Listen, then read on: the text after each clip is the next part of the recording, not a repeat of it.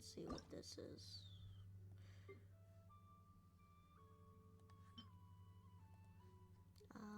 Not today.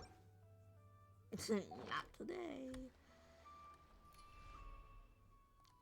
I don't even play any of these anymore. It's just like, whatever.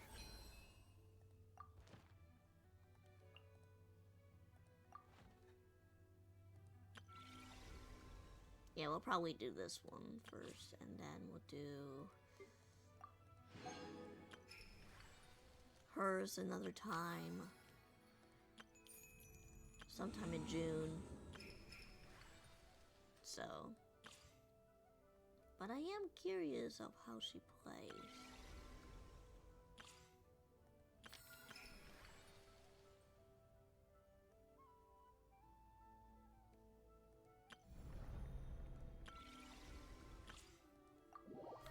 Let's check it out. Let's check her out. Off-field pyre support. Okay.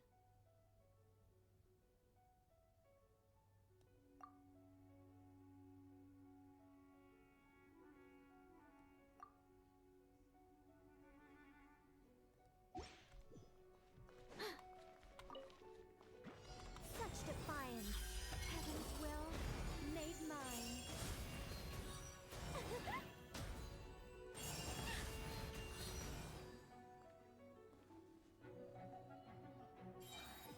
Okay. Yeah. Burn! Turning point in space! Swirl, mark 2. Absorption test. Our little secret. I think not. Maria sweeping in! Burn!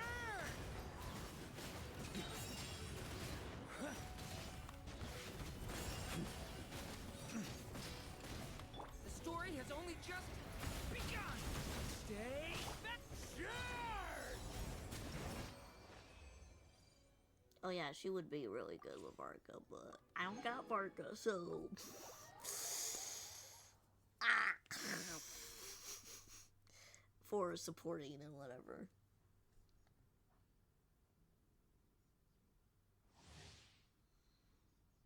Animal support. Okay.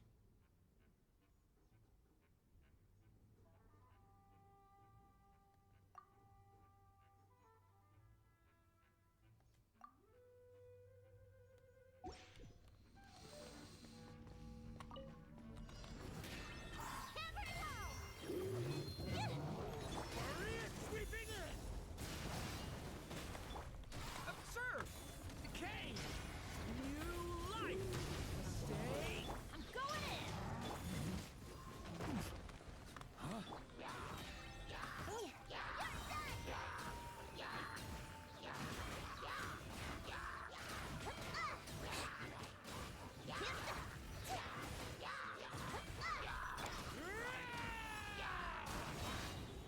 Burn!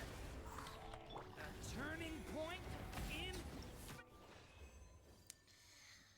Okay.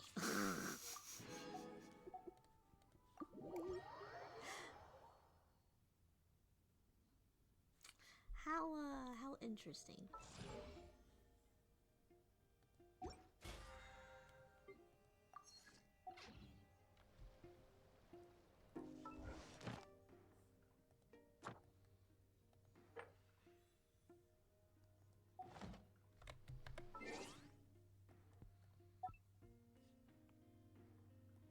Oh, I don't need to look at that.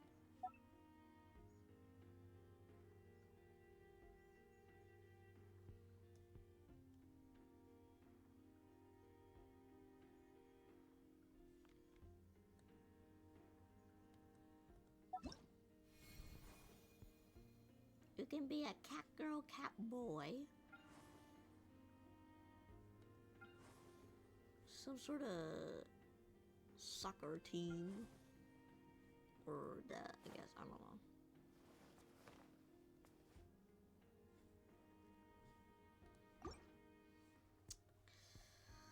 Okay, I guess.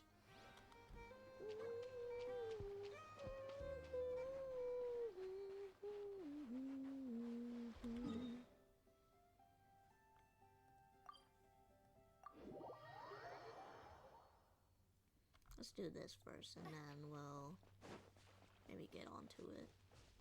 Onto the quest.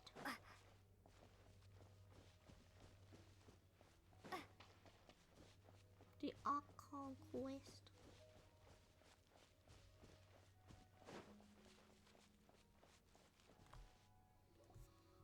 Oh, that smells great! Did we make it in time for Columbina's mealtime again? Huh. Are those Kuhenki lining up? For soup that Columbina's serving? Just a moment.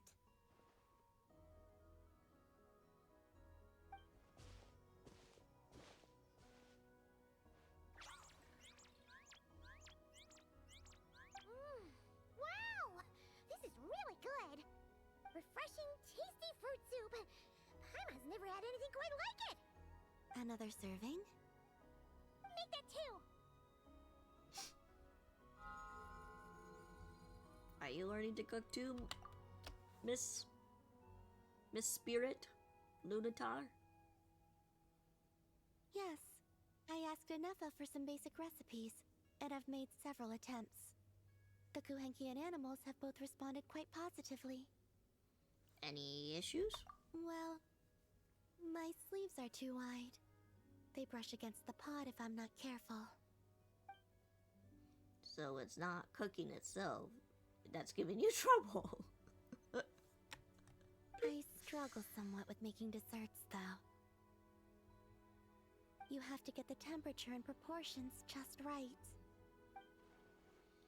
She must not have cooked much for her in the past then. Well, yeah, because I think a lot of people would serve her food and whatever, offer her whatever.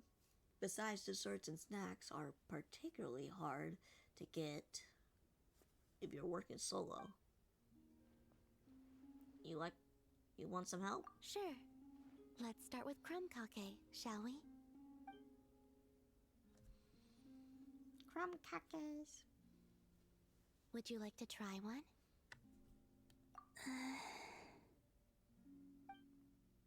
Oh wow, that first bite probably soured my face into a prune. But after you swallow some, the sweetness resurfaces. Maybe if it gets better once you get used to What it. do you think? Room for improvement. Did Paimon miss anything? Hey, try this. Ah! It's so sour! What are you trying to do to Paimon? I mean, the aftertaste was good. It's all about the initial taste! Couldn't one of you have warned me to take a smaller bite? If you hadn't said anything, Paimon would have thought this was a prank. Watching people's faces pucker or something. Okay, let me try again.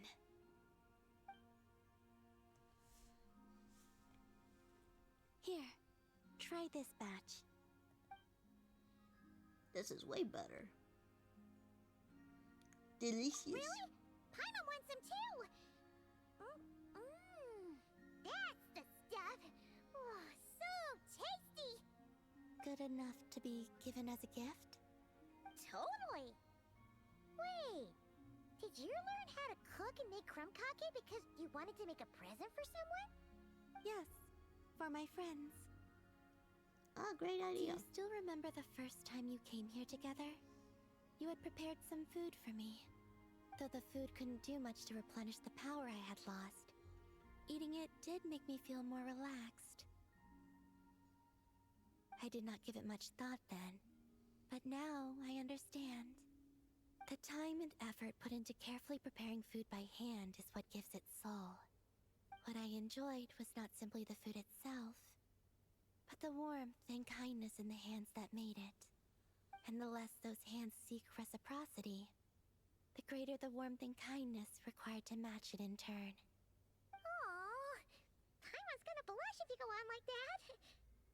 To be honest, we were at least kinda hoping to get on your good side back there.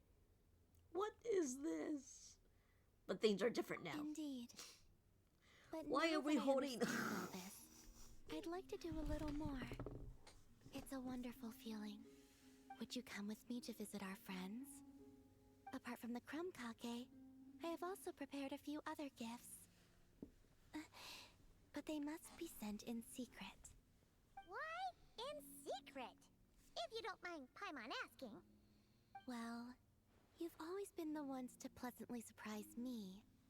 I'd like to see how my friends will react when the tables are turned. Mm. Phew! We were running all over. Finally done. Oh, okay, Your we don't get reactions to see were kind that. of surprising, though. Some didn't even realize they were gifts from you, Columbina. I mean, I don't just went straight for snacks. It's fine. I expected as much. What's important Eggy. is that they were happy to receive the gifts. In that case, Lama definitely knew the crumb cakes and wreath on her desk came from you. Paimon can understand her being hesitant about wearing the wreath, but seriously, she stared at the crumb cakes for a good 10 minutes and still couldn't bring herself to eat one. Was she worried she might enshrine them or something? It seems Yahoda got quite the fright, though. Perhaps we shouldn't have slipped the gifts directly behind her. She got jump scared. Maybe she's just naturally more alert? Still, she seemed to calm down when Astro came over to paw at the scratching post you sent. As for our other friends who aren't in Notcry, I'm counting on you to deliver their gifts.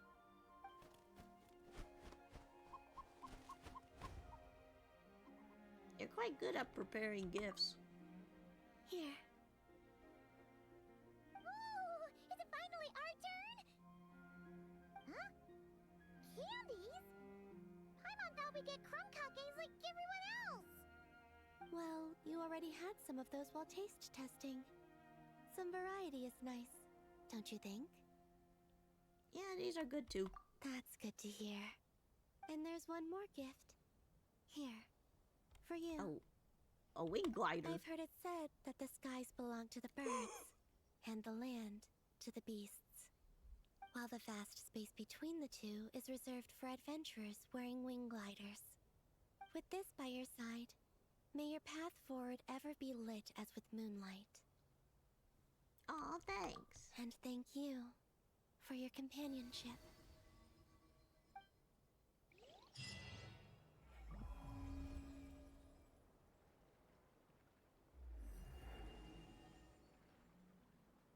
We got a new wing.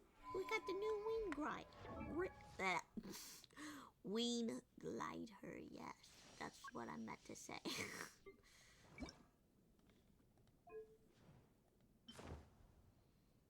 Oh, look at that.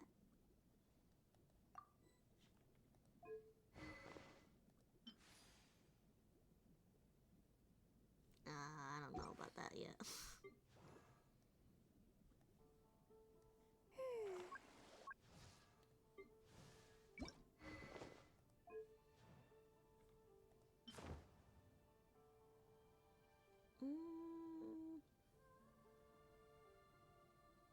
I like to go like whatever they're matching. Hers is more like bluish. No, it's not green.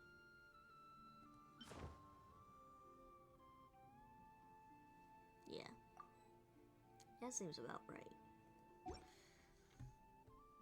It's like a tealish.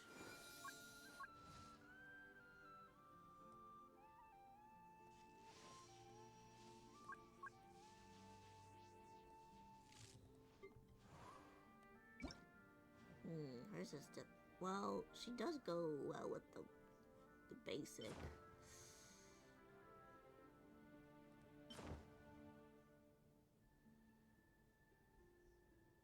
But this is not too bad. I'll go with that.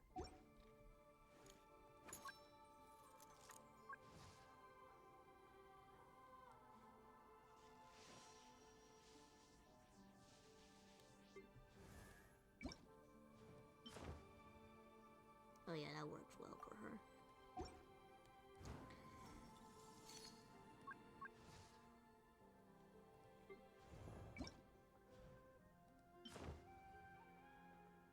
Yeah.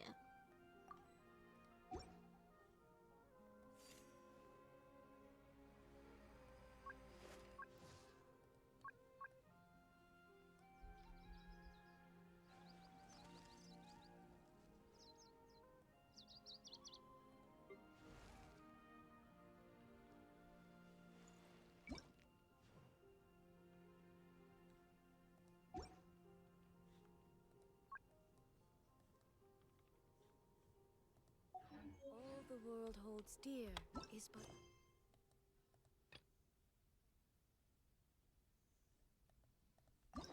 Let's see. Because we got this going on, so...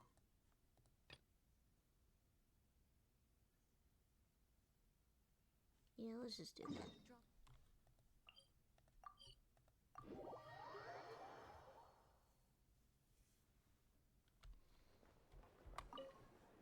Alright, time to start. Ah, Traveler, Paimon. It's been a while. As it happens, there is a letter here for you. One moment. Here. A letter? From who? Dear Diary, I'm Kale. I work as a Aw. trainee forest ranger under my master, Tainari. I'm also studying at the academia. I've Oh, been getting nice. better and better at reading lately. Mr. Alhaitham says that the written word is a crucial medium for exploring the world and understanding oneself. That's why I decided to start this diary. That said, what should I write about? Things are pretty quiet in Sumeria these days. Life is good. Every day is a fulfilling and happy one. When I think back to the days when I suffered from Elazar, or way back to when I was injected with God remains, I am in a much better place now. I hope it stays that way forever. I'll leave it there for now. Master said he'll take me shopping in Sumeru City today, which is great, because I've been meaning to visit the toy seller at the Grand Bazaar for a while now. Kale, time to go. Yes, Master! Huh?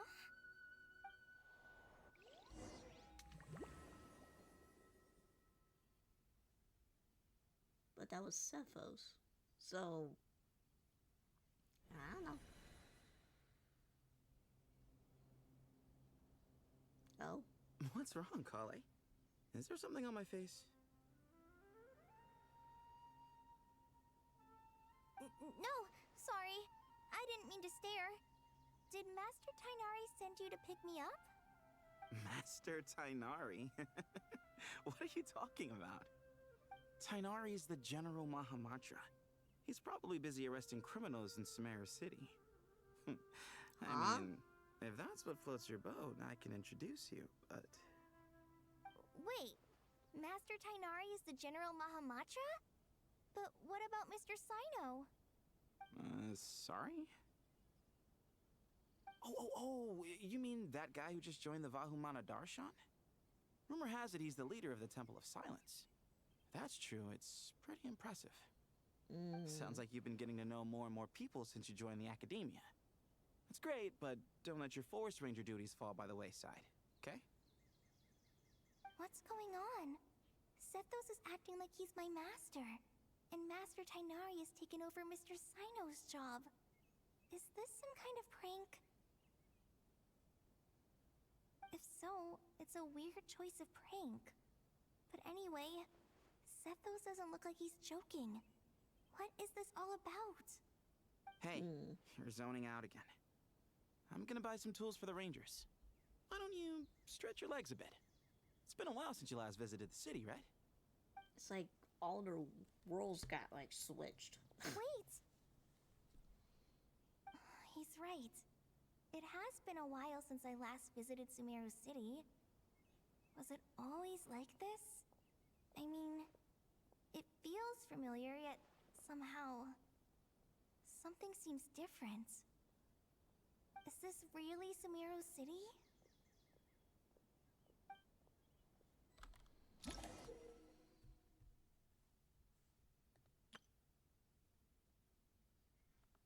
Okay.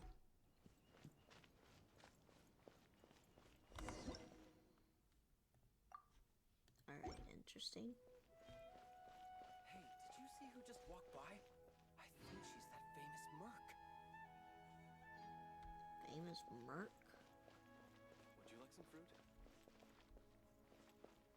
How will I ever save enough money to buy that custom-made axe with floral carvings from the blacksmith? It takes courage to maintain a peaceful life, too. I heard that Sage disappears without a trace as soon as he gets off work. It's a little mysterious if you ask me. Interesting.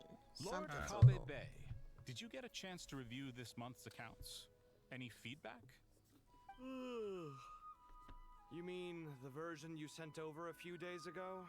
Yeah, I took a look when I received it. I was thinking that maybe our profit margin is a little excessive. I visited some of our commercial partners last month. Their earnings are very slim. Are you suggesting that we give up some of our profits for them?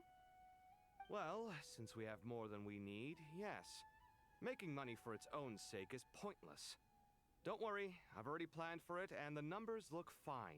We can adjust the rates starting from next month.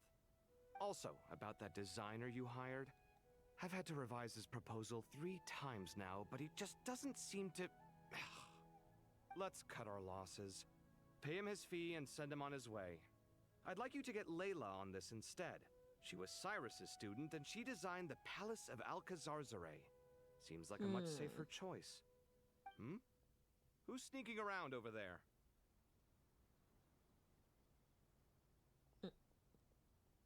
Mr. Kave? Do you recognize this person, sir? Yes, it's all right. We've met. This is Kale, Sethos' trainee. He brought her along the last time I went for drinks with him. What brings you to the city, Kale? Is your master here too? No, this is all wrong! Why is Mr. Kave saying that too? Tainari is my master, not Sethos. This can't be real. I have to ask someone else. There's gotta be someone else out there who still remembers the truth. Hey, wait! Don't run off! How strange. What's gotten into her today? Something's It's a like little everyone weird. switched places. I guess I'll keep looking around. Someone replaced Catherine. Damn. Catherine has been replaced.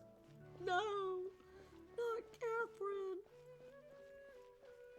Would you like a cup of coffee? Students are under so much pressure these days.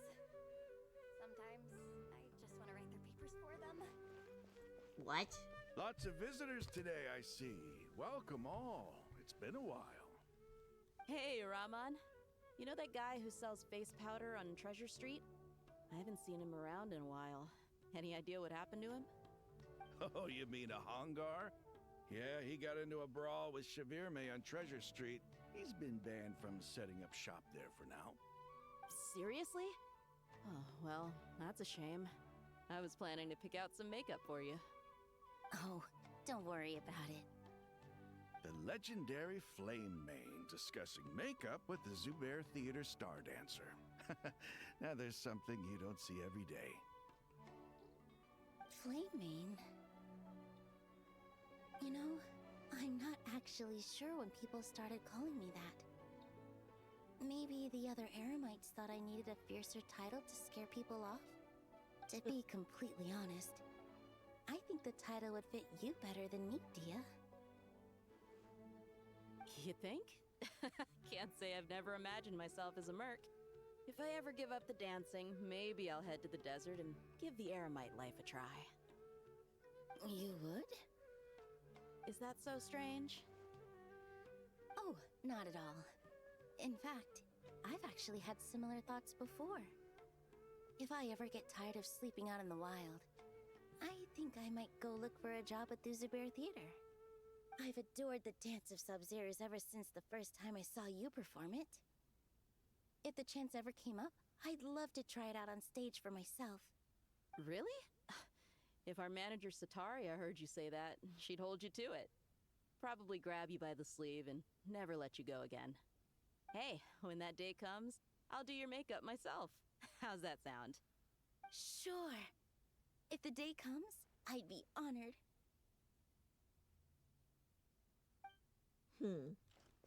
Interesting. So, Everyone I know everything I've Nilu ever wasn't known. replaced. This is her Suddenly it's all voice a actor had to jumbled mess. do. The question is, who's right? Them or me? My head feels so heavy. I can't think straight. So, the voice actor for Nilu had to change her voice a little bit. I'm not exactly sure why, but it's still the same voice actor as before. So. Hi, Mr. Sino. What are you thinking about? There's a chapter in King of Invocations where the spirit of someone who died long ago possesses a living man's body. To the outside world, it looks like he's developed a whole new personality. I was just thinking how terrifying that would be for his friends. Imagine waking up one day to find that a friend of yours has suddenly become a different person. Huh? So what got you thinking about that? I don't know, but something feels off. Everything looks fine on the surface, but can human perception really be trusted?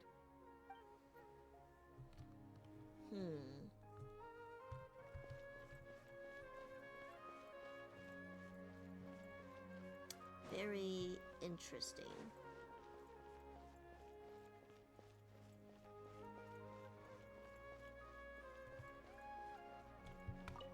Alright, not a single Mora short. That covers you for this month's rent. What a relief. I was worried the design fees I received this month wouldn't be enough. Well, next time, don't fret. Just let me know and I'll give you a few days' grace. We've known each other long enough for that. Anyway, how are you settling in? I couldn't help but notice that you're staying up late quite often. Yeah, I can't explain it. I just feel more inspired at night. Once I get in the zone, I can race through a whole bunch of drafts, no problem. But what about you? I keep hearing you sighing these days. Is everything okay? Well, it's just... Don't you think this house is a little small? I guess I should be used to it after living here for so many years. But for some reason, I've been feeling claustrophobic recently. I want to move somewhere bigger. Once I've made enough Mora, I'm gonna buy a huge new house. As big as... at least as big as the Palace of Alcazarzaray. That sounds really expensive. True. I'll never be able to afford it on a scribe's salary alone. I need to find another way.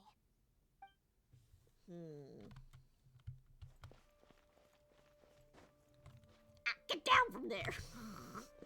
Get down from there, Kale.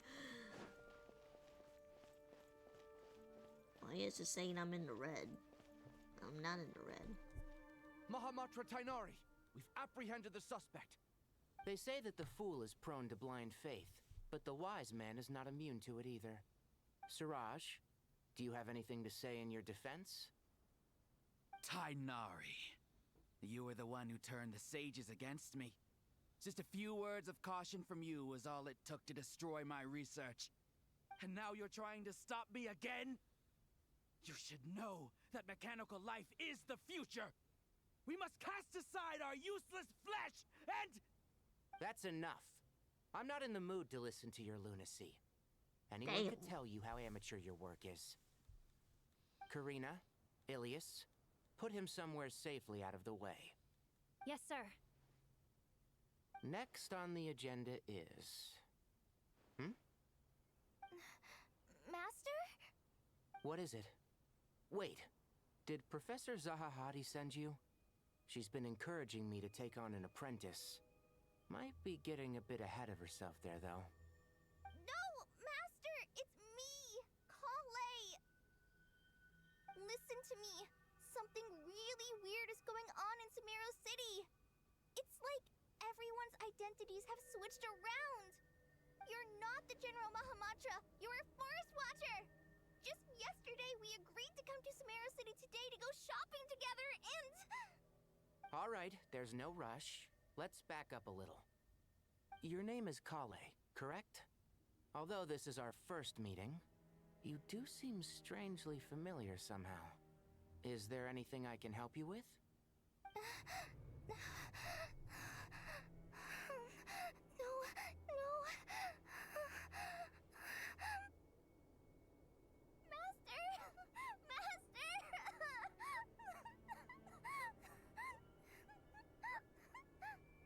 What is it?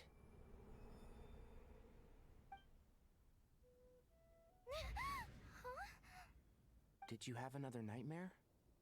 I've told you before, when you're tired, lay down on your back in bed and get some proper sleep. It's much better for you than napping on your front.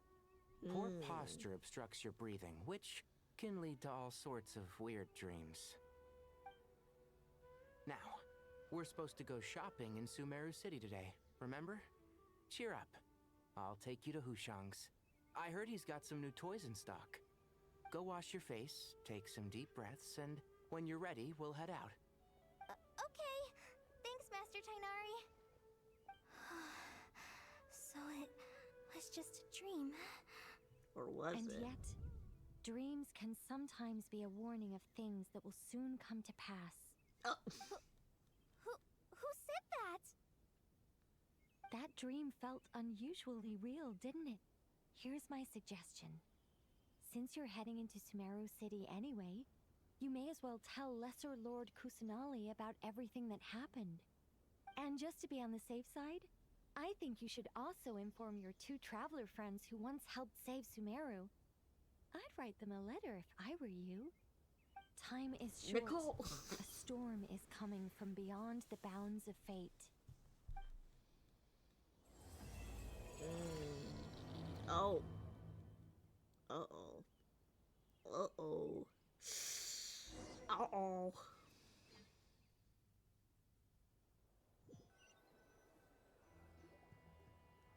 What a strange situation. No wonder Kali was in such a rush to write us a letter. Imagine waking up one day to find that everything around you has changed. You might not even recognize Paimon anymore. Whew, that's a scary thought. Let's get to Sumeru and find out what the heck is going on.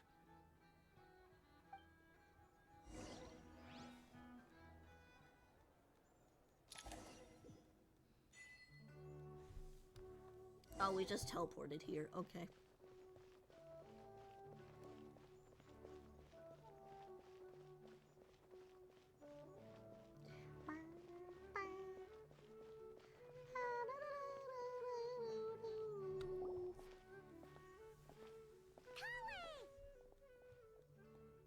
Traveler, Paimon!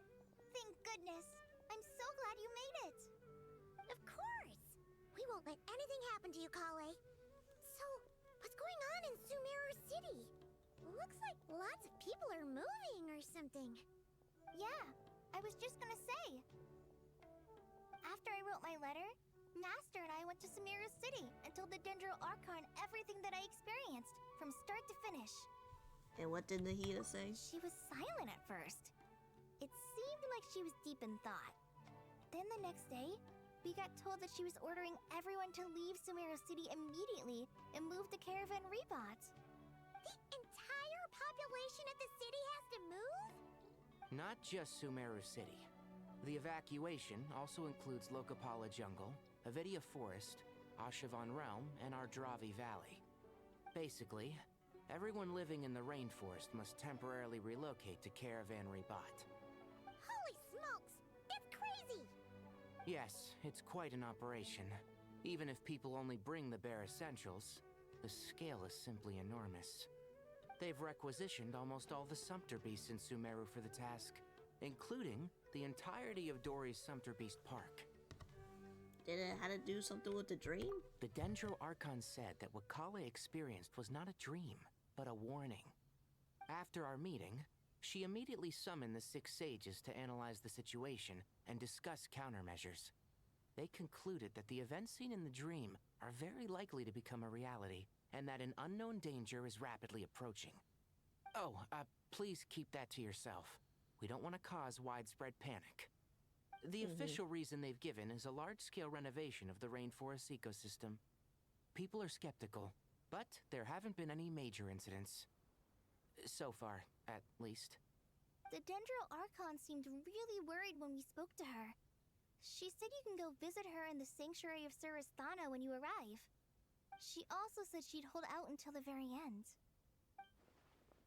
Tainari? Kale? You got a minute? I need a hand here.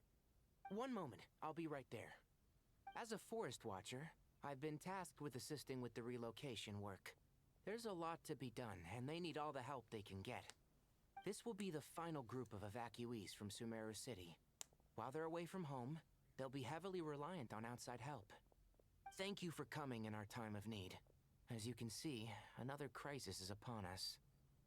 Excuse me, sorry to trouble you, but could you help an old man find his medicine? It's buried somewhere in my luggage. Where's my mom? Where did she go?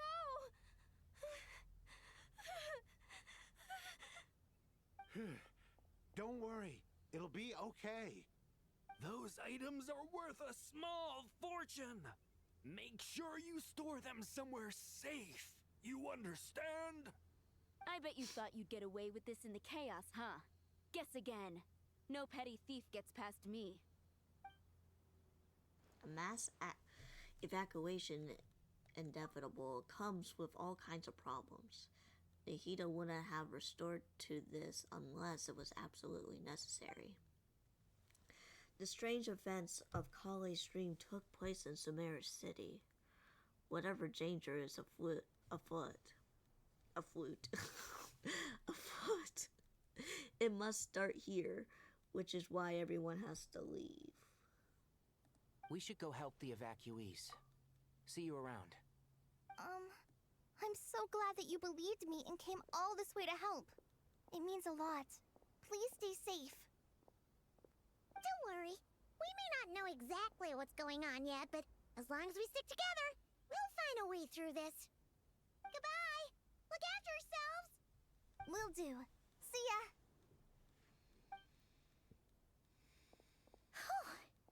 Paimon's not sure how she found the words to comfort Kale because, honestly, she's kind of nervous herself. Let's head to the Sanctuary of Surasana and see Nahida.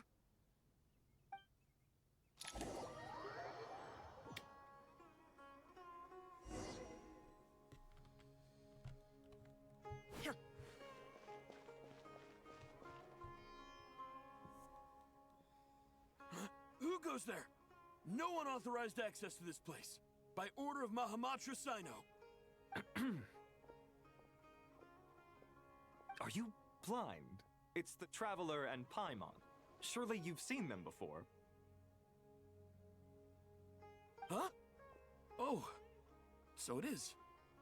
I'm sorry, I haven't been sleeping well lately. My nerves are a little frayed. Something troubling you? The Dendro Archon is in a very vulnerable state at the moment. Mahamatra Sino is concerned that our enemies might choose this moment to strike. So he's ordered us to strengthen our defenses. Just seeing you two again already puts our minds at ease. Please, enter. I'm sure everyone's expecting you.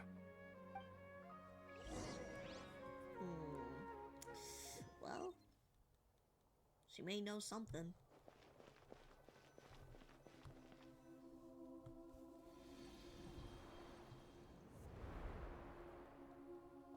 Traveler, Paimon, you made it. Aha! Perfect timing. Reliable helpers like you are just what we need right now. Oh, it's good to see everyone again. Kale gave us a rough idea of what's going on, but we still have a lot of questions. What kind of danger is Sumeru City in exactly? And how come everyone has to move to Caravan Rebot? At this stage, we can't be certain. We're investigating, but no definitive answers yet. I take it that Kale told you about her strange dream? Yeah. Apparently, everyone in Sumeru City was acting super weird. Even you guys. It was like you'd all switched places.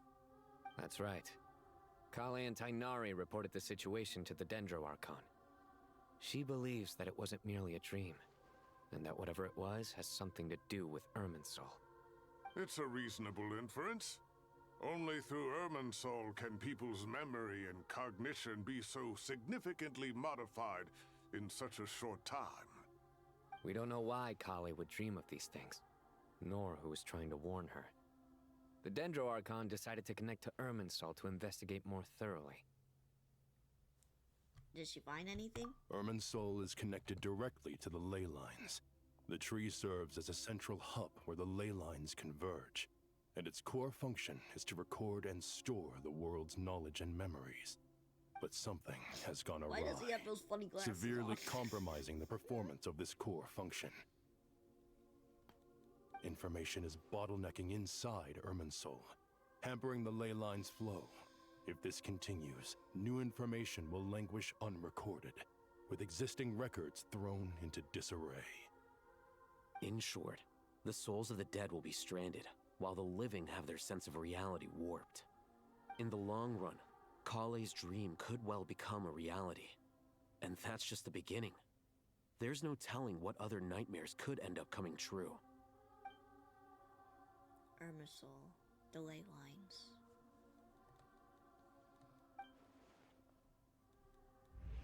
I have come this far to use my death to open the gates of the ley lines to my people. And Natlin, the captain, was sorting stranded souls inside his own heart. It was only after the rules of the Night Kingdom were amended and that they were finally able to return to the ley lines. And that was just one nation. A problem with Irminsul itself could end up affecting all ley lines worldwide. Faced with a growing backlog of information, the Dendro Archon decided to connect herself directly to Irminsul and take over the recording and processing function herself. But it is an almost impossible task. Individual brains aren't equipped to deal with the sheer volume of knowledge and memories involved.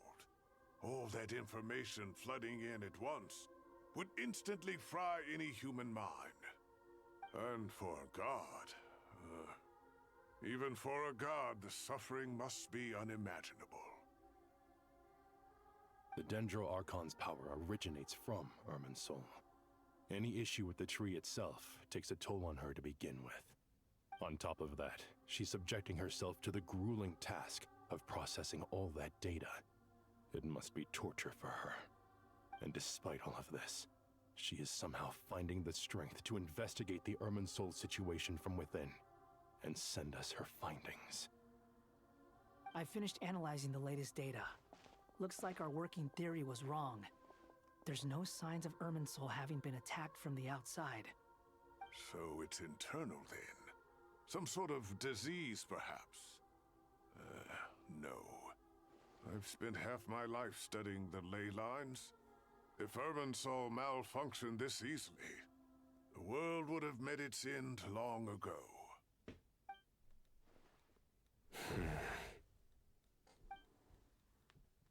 Sino? What is it? Not long ago, I got a tip from the Core of 30 that a large number of unidentified merchant caravans had recently been spotted entering Sumeru through Beta Harbor. At first, I suspected that they might have something to do with all this, so I sent some people to investigate. But if Irminsul wasn't attacked from the outside... Don't you think there are more important things to worry about right now than guessing who's behind all this? It's been over 12 hours with no new intel. If even the Keeper of Irminsul is this badly affected, you can imagine how bad things are in there.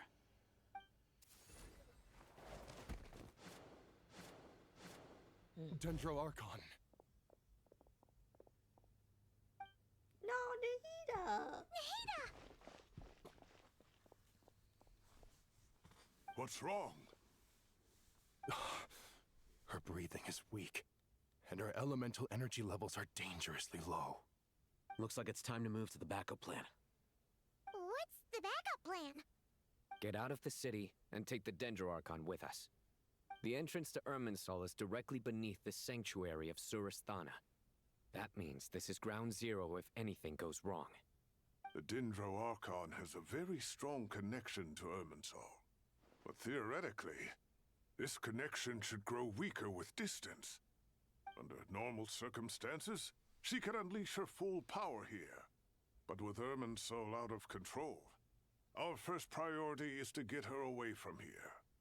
The situation is critical. There's no time to deliberate. Everyone in agreement? I'll deal with it. I'll also let the Matra and the Core of 30 know to start evacuating.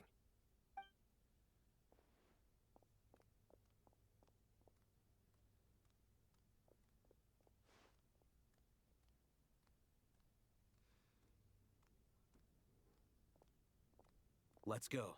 No sense grieving when there's nothing more we can do. Agreed. We'll be back as soon as this is over.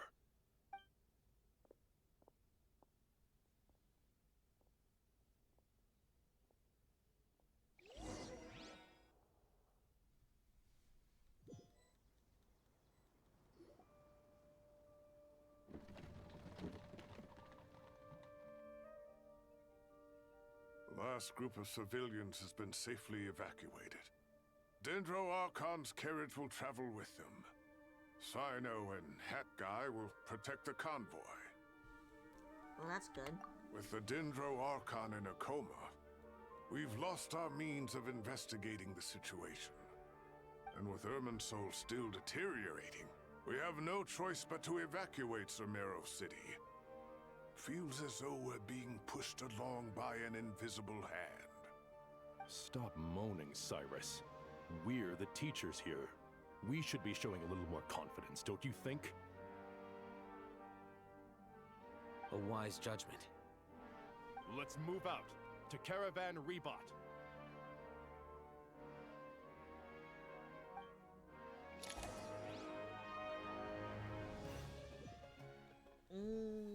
Uh-oh. Sir, all units are in position. Good. Everything is going to plan. Interfering with Sumeru City is a necessary step, so do not hesitate. The Irminsul situation will not harm you. We need to speed things up here, too. We don't want to keep our client waiting, do we? No, sir. You have my word. Everything will be completed on schedule.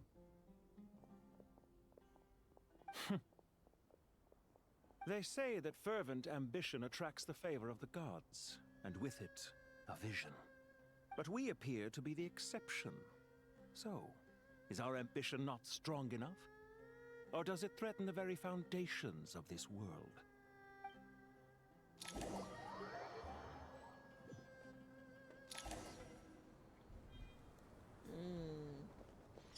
So the Fatui might be behind this. That guy! What? Nothing. You just look like you were lost in thought there. Do you have any ideas about what's going on? From what I know about Irminsul, the system doesn't break down that easily. I don't have the faintest idea who could have done this. Actually, one name did cross my mind. But, he's already dead. Or is he? So, can I assume that this period of time away won't count as part of the rental period? Maybe we should deduct it from next month's payment. Sure. Great! Wait, why are you suddenly being so reasonable? What's the catch? I'm always reasonable with rental payments. Like the time I refused to let you use that wine you brought home as collateral. That was a perfectly fair request, and you know it! Everyone runs low on funds now and then, don't they? And that bottle of wine wasn't cheap. You ought to be thanking me. Anyway, Sumeru City should be empty by now, right? With no one at home, I've been worried about security. I'm worried about burglars. What would they steal? That new scroll you bought? Ah! I'd almost forgotten about that. Oh, I only went and hung it up in the most conspicuous spot in the house. If anyone breaks in, it'll be the first thing they see. Well, no one but you gave it a second look while it was on display in the shop. I doubt anyone would go out of their way to steal it. You say that, but what if there's a thief out there who shares my aesthetic tastes? Then you can only hope he shares your taste in expensive wine as well. Always worth having some collateral. You! I don't know if there's anyone else to talk to. guess not.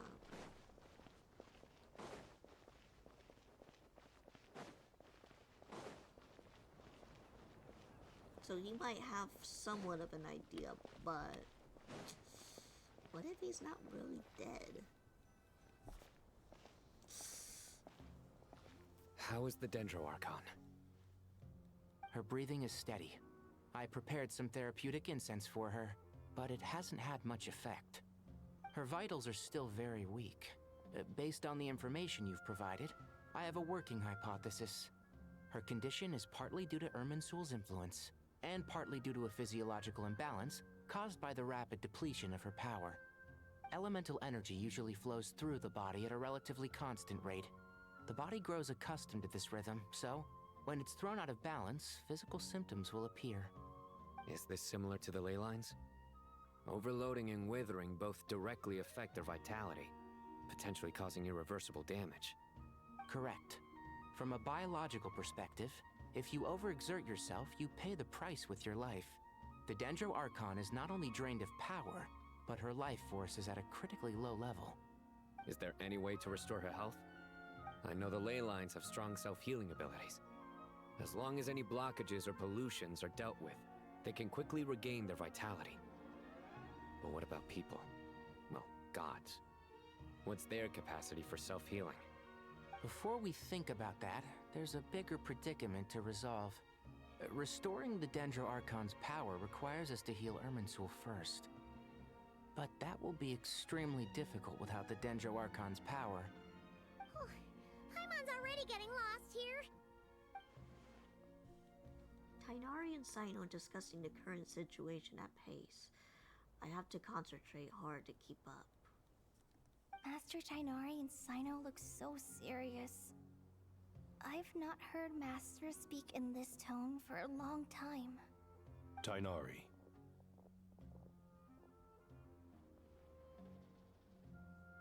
Master Nephis, sages. Why is he wearing a helmet-ish? Tighnari, haven't seen you in ages. Have you gotten taller? Or did your ears get longer? Hopefully the former, Uncle Baladuri. Sino, where's Professor Cyrus? I thought he'd be with you. He went out into the wild to investigate the situation. He said that the Irminsul anomaly will likely start to affect the real world soon.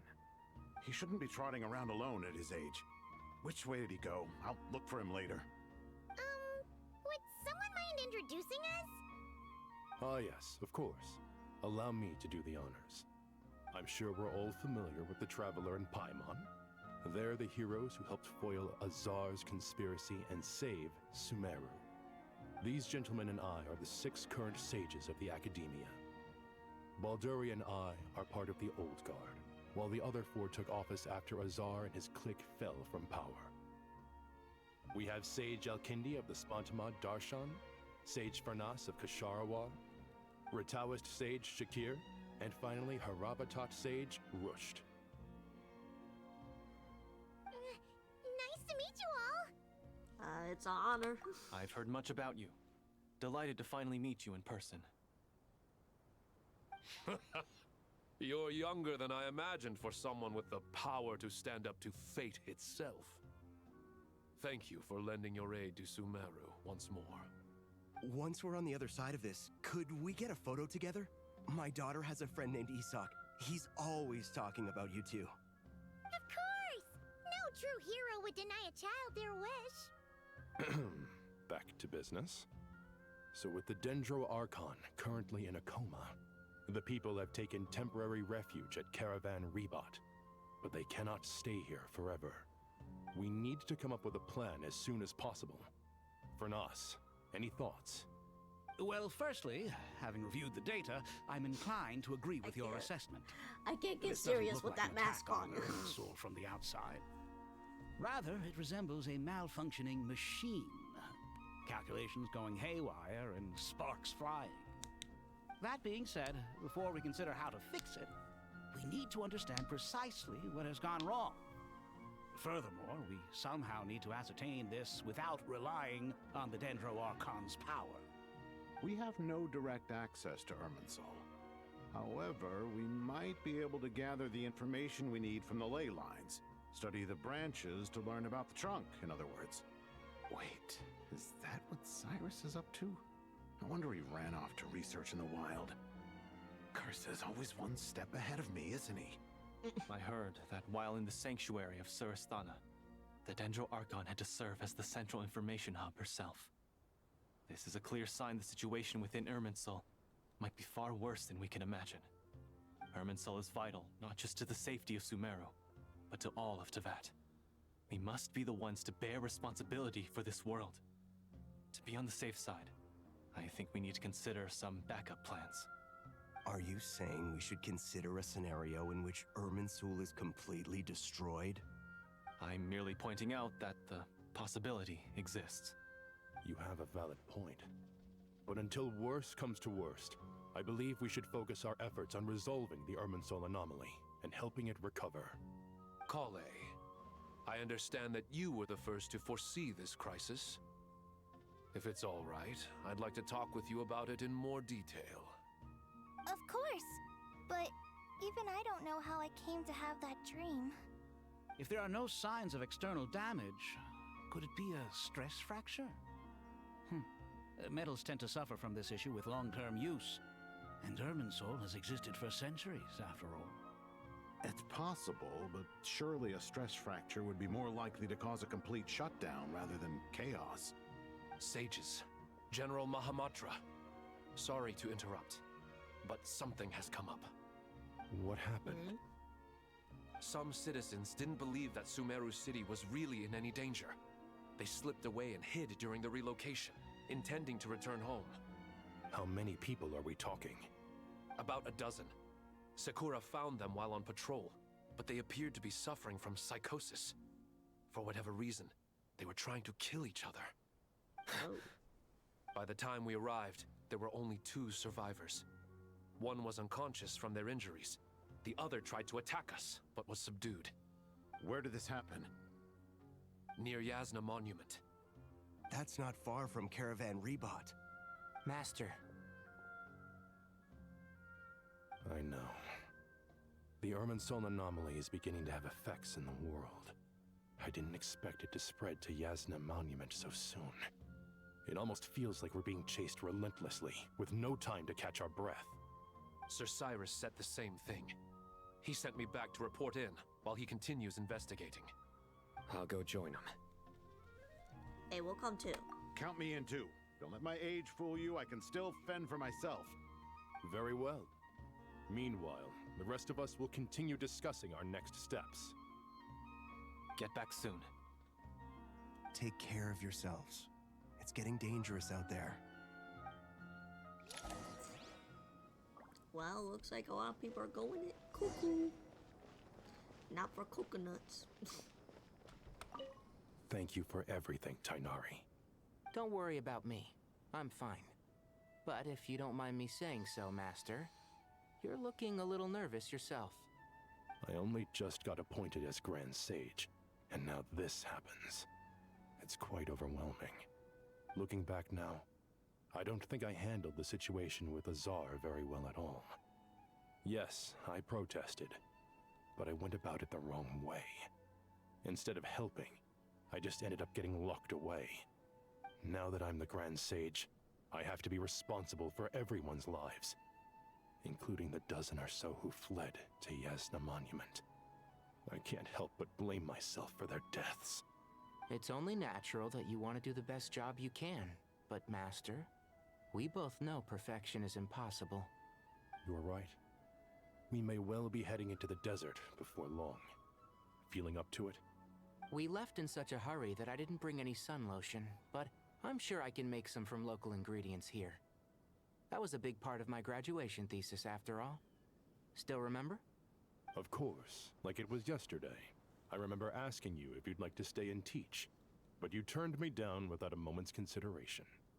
Anyone else would fight tooth and nail for the chance to research by my side, but you couldn't get out the door fast enough. Weren't you afraid I'd hold up your thesis and stop you from graduating? If you'd pulled a move like that, I would have reported you to the Matra right away. You wouldn't give me a second chance? What about the bond between mentor and student? No, Master. I would not sit by and watch you go astray. Very good. Then I taught you well. Alright, well. Oh wow, there is like no teleporting anywhere. So I guess we'll have to do it the long way.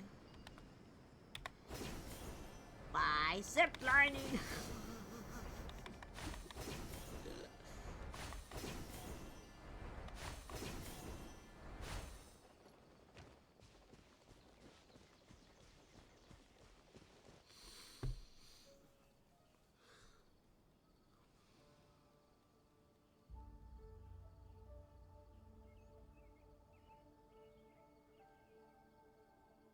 Please, don't go any further.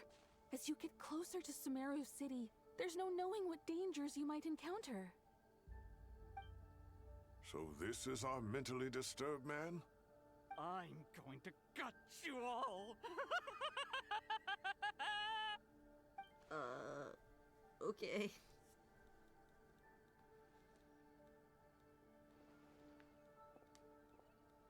Cyrus, you didn't even bring a single guard? Do you think you're some sort of warrior?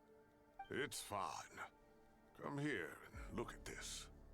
Oh, it's... Leyline blossom? That's right. Flowers that bloom from openings in the ley lines, indicating some sort of anomaly.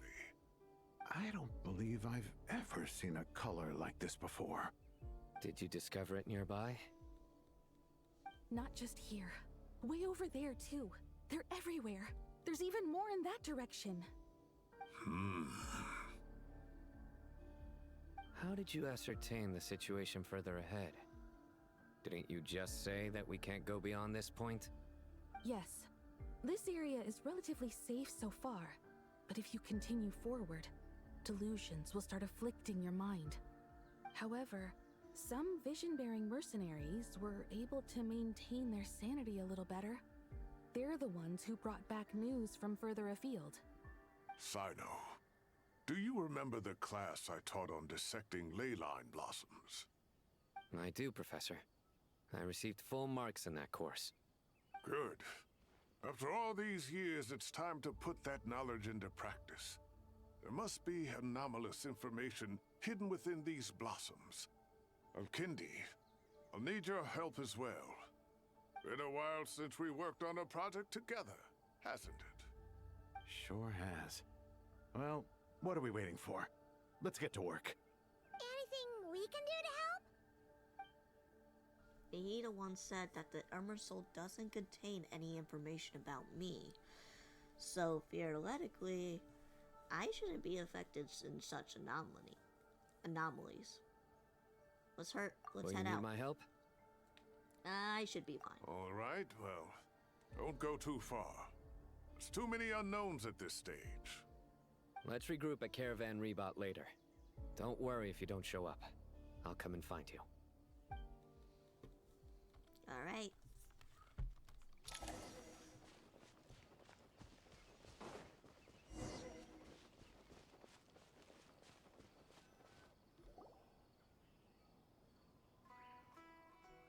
Dark clouds gather in the sky, a sure sign that a storm is approaching. Slowly but surely, this strange weather is spreading.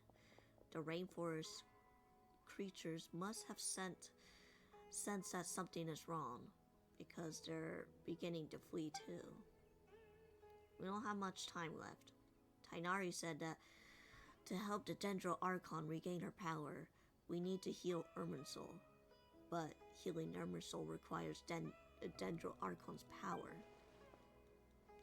Is there any way to solve this puzzle? That should be the heart of Oasis. All we need to do is light it with the fire seed, and it'll restore a pep with elemental power. The damage it suffered internally will also slowly begin to heal. That's it. If I use Apep's Heart of Oasis, it might be able to help Nahida replenish her lost Dendro power. What is it? You thought of something? Maybe. Really? Then let's get back and tell the others!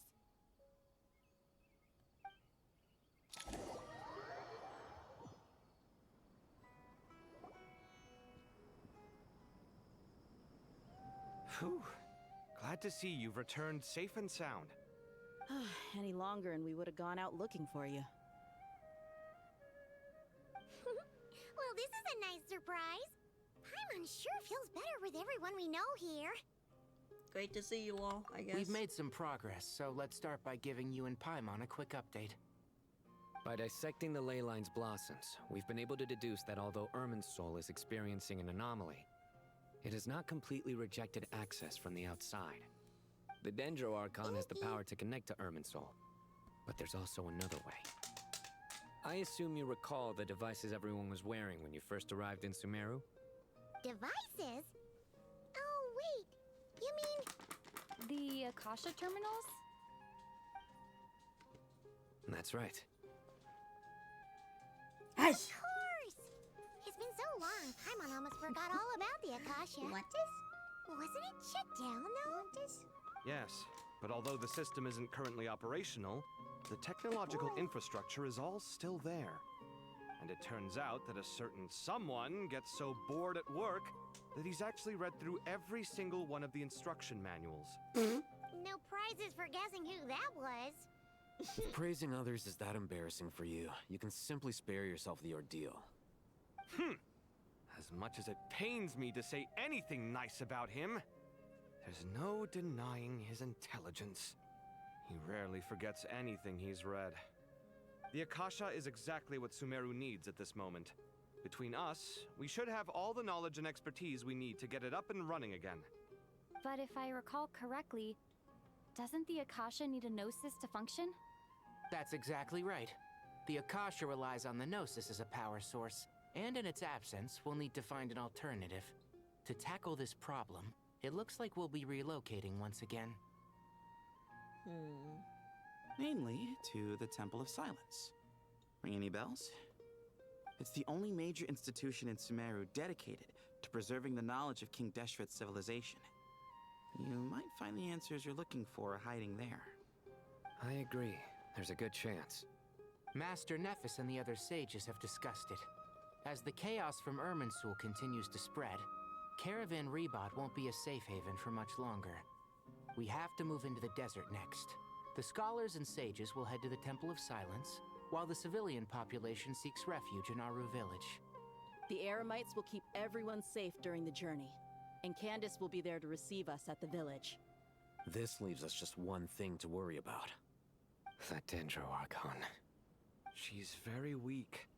We can't afford to wait until Irminsul is fixed. There has to be another way to help her. Huh. Wow. Luckily, the Traveler had a eureka moment while we were out investigating. Really? Wow. Nice one, Traveler. Let's hear it. This thing. Let's say our Amorta experts. Theoretically, it's feasible. From what you're saying, although elemental life and elemental energy have their differences, the Dendro Archon has explicitly stated that she can imitate the power of the former. In which case, as long as a Pep is willing, she should be able to convert her own power into a form that the Archon can use. It wouldn't be difficult for her at all. The only problem is convincing her to help. We'll find a way. Yeah! Even though she wasn't exactly friendly the last time we met, she didn't refuse to talk with us. When she realizes the danger that Nihida is in, surely she won't turn a blind eye to it. Well, hopefully not. Either way, we're not exactly spoiled for choice here. Hey, it's better than having no options at all. I agree. Without Irminsul's aid, the legendary Dendro Dragon Apep may well be the only living thing in Sumeru who can help our Archon recover her power. There's no time to lose. I'll bring this proposal to Master right away. If he and the other sages agree, we'll split into 3 teams. The academics will go to the Temple of Silence to look for a solution to the Akasha problem. The Eremites will escort the civilians safely to Aru Village, and the Traveler and Paimon will take the Dendro Archon to see Apep. There's still a long road ahead. and no knowing if we'll make it. But at least we have a direction now. I'll take it over floundering around in confusion. If there are no objections, then let's proceed. But before we adjourn, I would like to leave you all with some parting words. No matter the distance between us, there will always be an invisible force tying us together. May the bonds forged in the past shine bright like stars and open a new path before our feet. Huh. Is that from King of Invocations? No. This one's from King of Invocations, the sequel. Well, what's the difference? The sequel's much cooler. Couldn't agree more. Well, it was very apropos. Once this is all At over, least it's not a I'll give dad everyone joke. a copy of King of Invocations and the sequel to show my gratitude. Come on, let's get moving.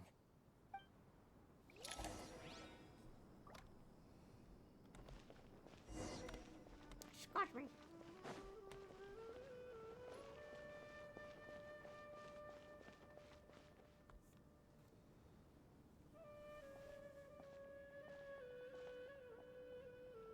Tainari has brought me up to speed.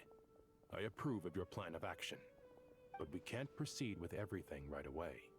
The people need to rest. For many of them, this will be their first time in the desert, so we'll need to find additional personnel to help escort them. You two, please go on ahead with the Dendro Archon. Let's rendezvous at the Temple of Silence later. No problem. We got this. Words can't express my gratitude, so let me just say, I hope everything goes smoothly for all of us. Goodbye for now. Bye-bye. All right, let's get going. If Paimon remembers correctly, the last time we saw a Pep was in... Traveler, Paimon. Could I borrow you guys for a moment? It'll only take a second. Kale, what's the matter? Well, the thing is, Master Tainari once told me, after you raise a problem, you should think about how to resolve it. But ever since I had that dream, I feel like I haven't been of any help at all. I tried my best to keep up with the conversation, but there was so much new information, I couldn't take it all in. So, I just wanted to ask, do you have any tips for me there? Paimon knows exactly how you feel. But fear not, everything you need to know is right here in Paimon's notes. Sumeru chapter. It's got tons of info about all the things we've seen and heard on our adventures. Some parts are a little simplified, but hopefully it all makes sense. You sure kept that one a quiet secret. You see? Being the greatest guide in Tibet isn't just a fancy title. It takes a lot of hard work. Paimon doesn't always understand the things you're talking about with other people. Whenever that happens, she notes down the confusing parts and goes over them in her own time. This is perfect. Could I borrow it? Sure. Matter of fact, you can keep it if you want. Paimon has another copy. The spare copy was originally meant for the traveler. Paimon used to worry that one day she might not need a guide anymore, so she wanted to have a gift for her, in case we ever parted ways. Wait, it said for him. But it doesn't seem so necessary nowadays. We have so many more places to see together. One copy will be enough for both of us. Thank you so much. We changed our gender But now. still, these are your treasured memories. I think I'll make my own copy and then return the original to you. Anyway, that was all. I won't keep you any longer. Have a safe trip. See you again soon. See ya!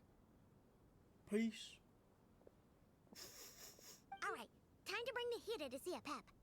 Let's hope that old grouch is in a negotiating mood. Oh, goodness. Yeah.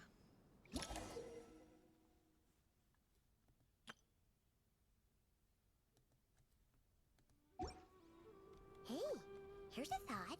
If we...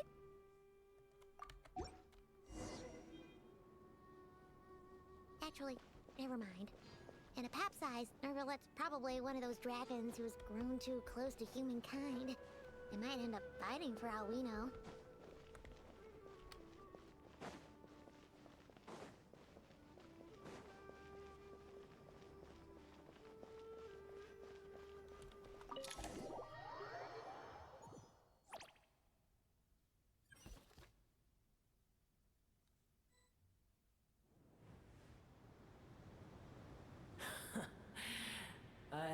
feeling your kind might come calling.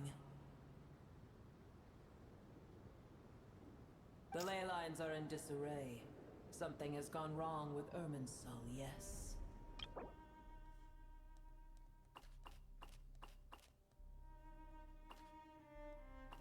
Okay, it's just like gives us like info on who they are and whatever. Yeah. Nothing gets past you. Even from a great distance away, I can sense that Sumeru is headed for destruction. You who took our home from us, prepare to watch as your own world is plunged into oblivion. Oh, how the cycle of history comes to a poetic conclusion. This isn't a joke, Apep! Nahida's in grave danger! Can you please help her? Is she now? Then do explain. For what reason should I lend Booer my assistance? The safety on Sumeru's depends on it. The very survival of the world could be at stake because you owe a debt of gratitude, and this way you can repay it. Apep, if you truly despise gods and humans so much, well, after the great humiliation of being helped by a god in the past, shouldn't you be jumping at this chance to balance the scales? Now that is a compelling reason. When El Ahmar plotted against me and I was tortured by forbidden knowledge, it was Booer who saved me from agony. And though I regard with shame the pity of my enemies, to receive aid without repaying it would likewise tarnish a dragon's dignity. Oh, tiny Booer, puny humans. Just this once I shall deign to show you the true power of dragonkind. Whoa! It's happening again! We're gonna get sucked in! Hold on! You're not holding on! Paimon! Just flies out of here.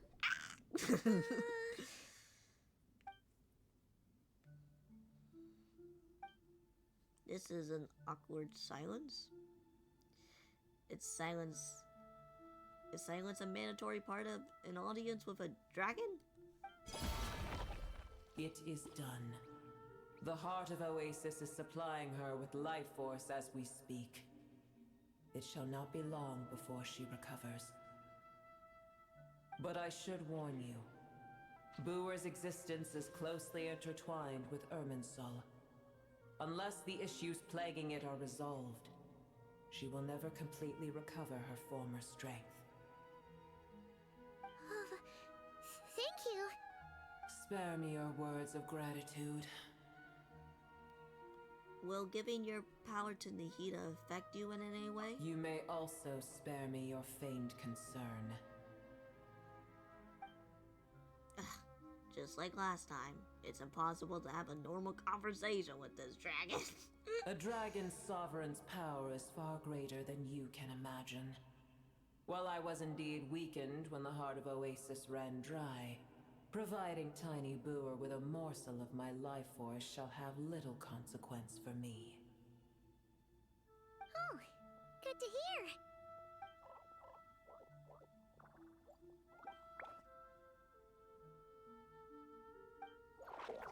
Just like Apep once said, the elemental life forms who merged with her have now been reborn.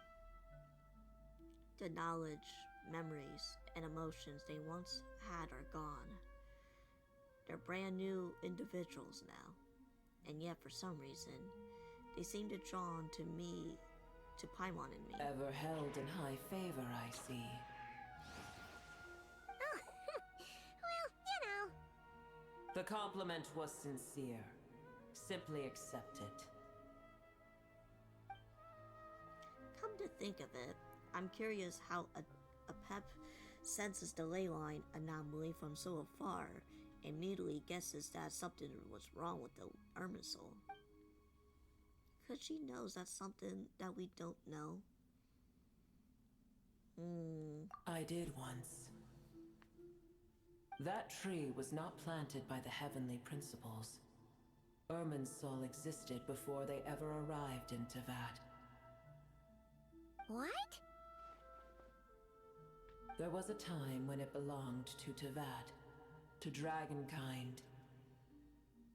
Its appearance and function then differed greatly from today. The ley lines flowed with an abundance of a familiar, primitive form of elemental energy. You may know it as the power of the Light Realm.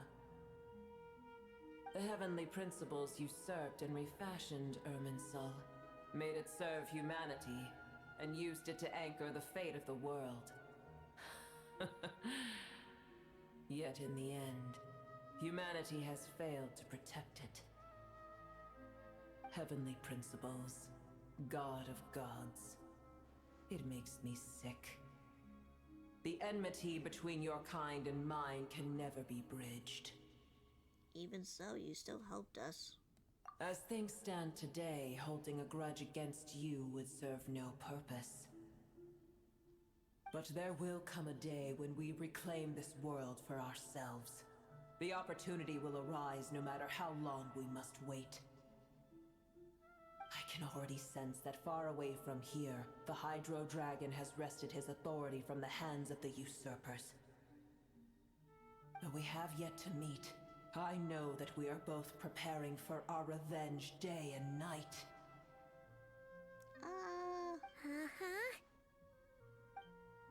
It's probably best if we don't tell a Pep that we're on such good terms with the Hydro Dragon. Nope.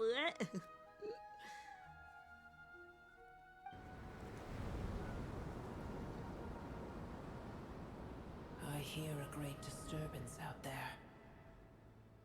Huh? What is it? Sandstorms come. The Jinn. I see. Oh, what happened? Another calamity approaches.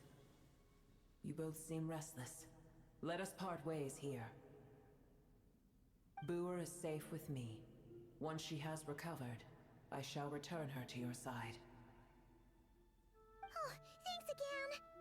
Take care, alright? I told you already I have no need of your feigned concern. Just take the compliment, would you? There she goes again.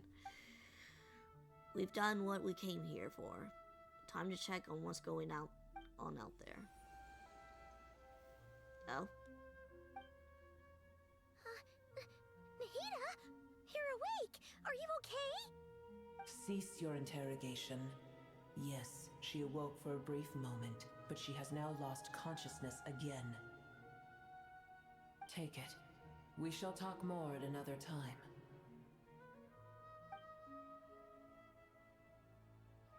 The statues of the gods hang inverted from the heavens, but one alone is unique among them. The location is squares. Remember, tell no one. The moment I touched the key Nahida handed over, a mysterious piece of information appeared in my mind. I don't know what it means, nor how to decipher it, but I will firmly commit it to memory. This must be incredibly important information. I don't know why Nahida would keep it as a secret from everyone, but it's probably for the best that I do the same for now.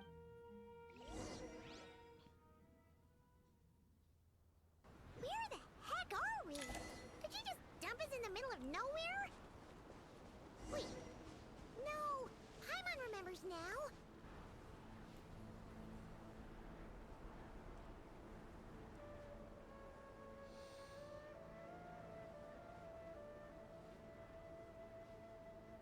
There's no need for everyone to stay here.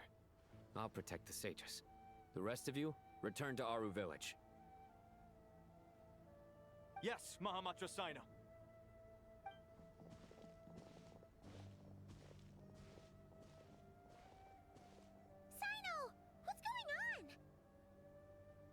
You're back. How is the Dendro Archon? Still recovering. What a relief. And what is these It's the Jinn. sandstorms? Countless Jinn have stirred up violent sandstorms across the desert, blocking our path to the Temple of Silence. Tainarian College, Created by the goddess of flowers. and the merchant caravans require protection.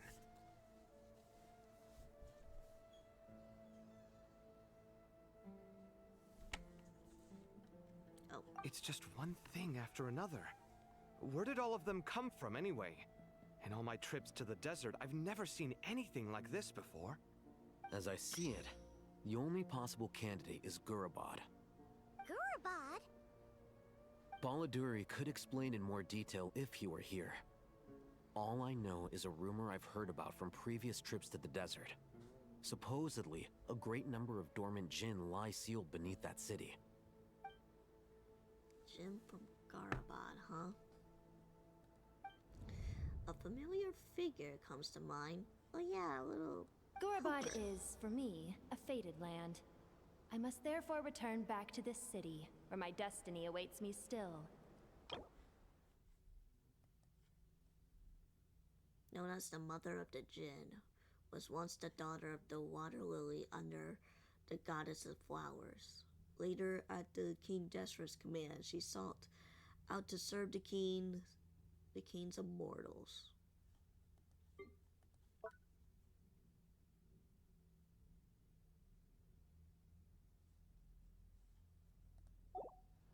My master, I am sorry that I couldn't stay by your side for long, and that I could not have more time to get familiar with you. Lilupar. We should take a trip over there. Yeah. We once said goodbye to a friend there. Well, maybe not a friend exactly, but someone we met on the road anyway. She was a strange bottle. If we can find a way to wake her up, maybe she can help solve the situation in Gurabad. Well, be careful. You may find there's more than just the Jinn to worry about. You mean there are other dangers in Gurabad? It's a sensible assumption to make. The moment we arrived in Caravan Rebod, the Irminsul anomaly started spreading in that direction. Now we've moved to the desert, and suddenly we're plagued by Jinn and sandstorms. To call it a coincidence would be a stretch. Don't worry, we've gotten a lot stronger since our last stint in Sumeru. Oh. Well then. Ah! When did they show up? It appears the monsters native to the desert have been stirred by the Jinn's activity.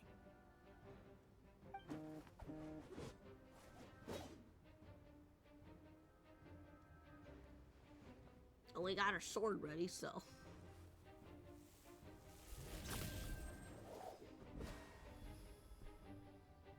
You should get going. We'll take care of things here.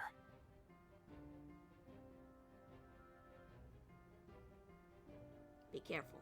You too. Don't do anything too risky. You got it? Yeah, whatever.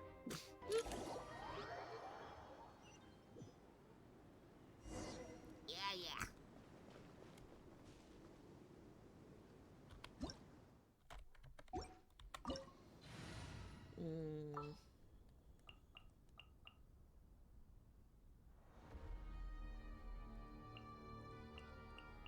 Just in case. May knowledge guide you.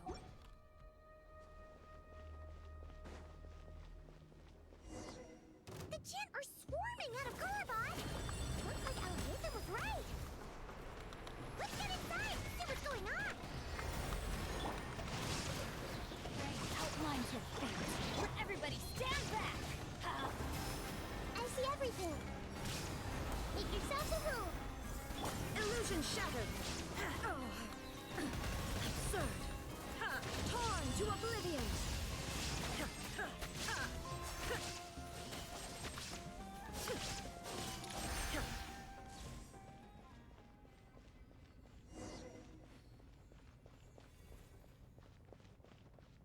They just keep coming! How many of these things are there? You never guess I could have put Lena here, but we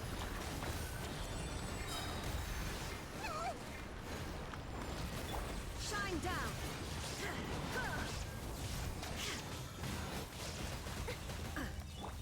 Share my knowledge. Rain outlines your fate. Huh? Rain cutter.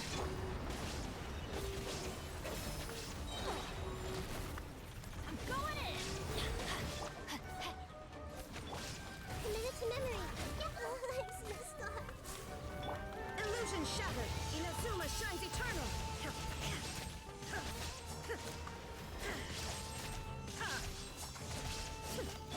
Rain outlines your fate. Know my sword. Let me weave it. Grow. wonder if I can go back and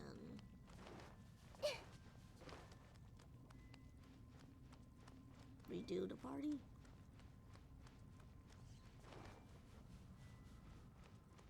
Yeah, I can. Okay.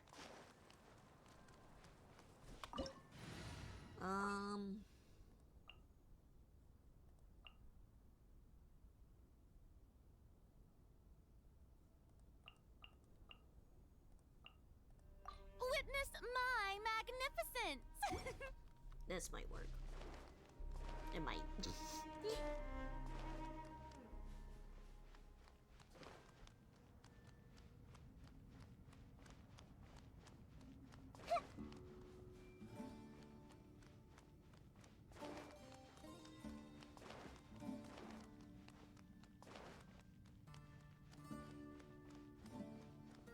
Target spotted!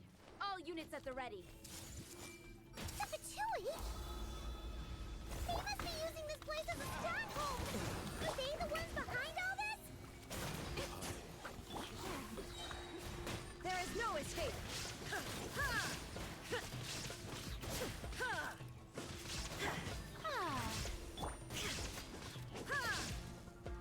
Did it take too long?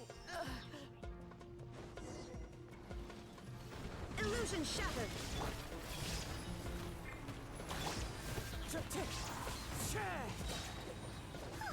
Fighting Jin with one hand and Fatui with the other?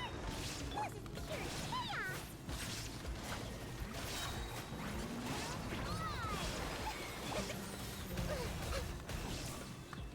I see everything. There is no escape!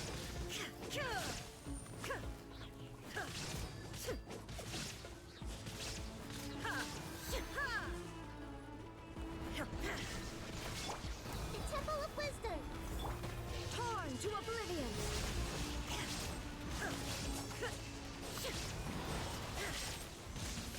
Shine down! Transcendal! May I present?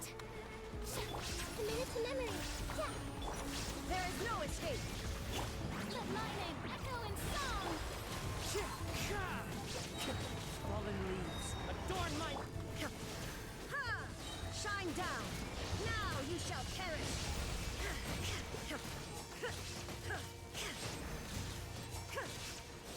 This would have been nice if I had Nublat. Share my knowledge. But I don't. Absurd! Let the world collide. Grow.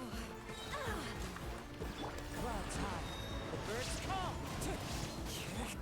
Torn to oblivion! Illusion shattered!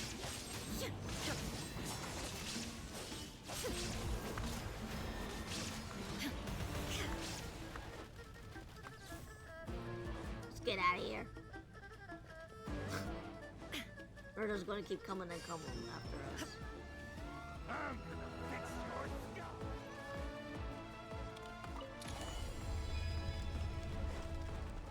You see that strange machine? Paimon has a sneaking suspicion that that's the thing wrecking Gurubot and setting all those dangerous Jin free. The target has reached the core zone. Requesting backup. Repeat, requesting backup. Back up en route! Stop her at all costs!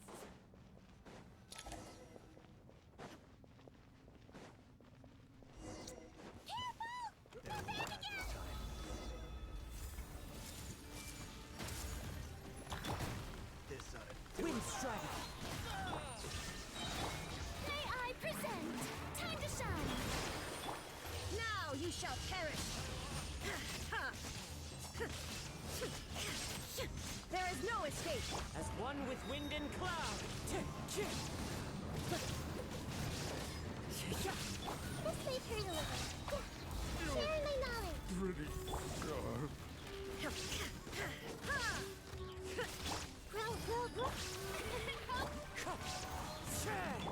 Shine down! Torn to oblivion! Nice one, traveler!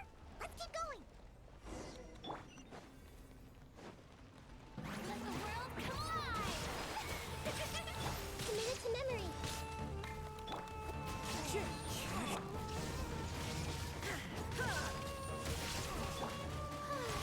Shower me with praise!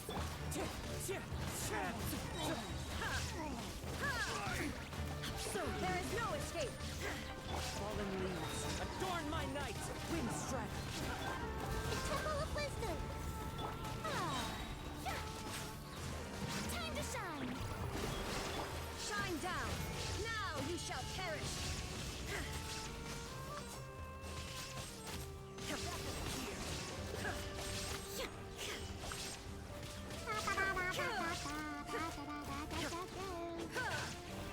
Illusion shattered! Roll! Yeah! May I present? Everyone hold hands! Shine down! Clouds high, the birds come! Share my knowledge!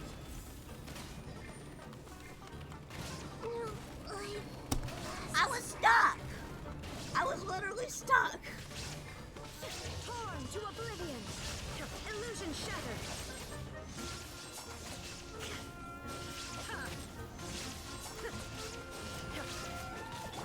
Let my name echo in song!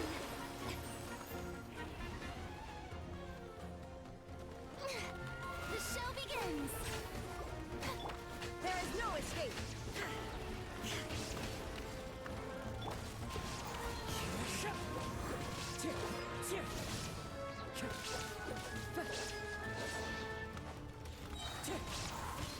Fallen leaves, adorn my... Shine down!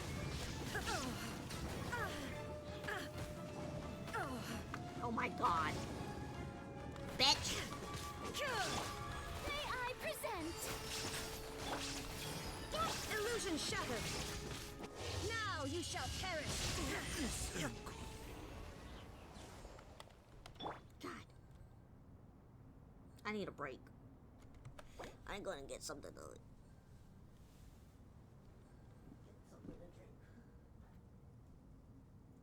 Why did he leave this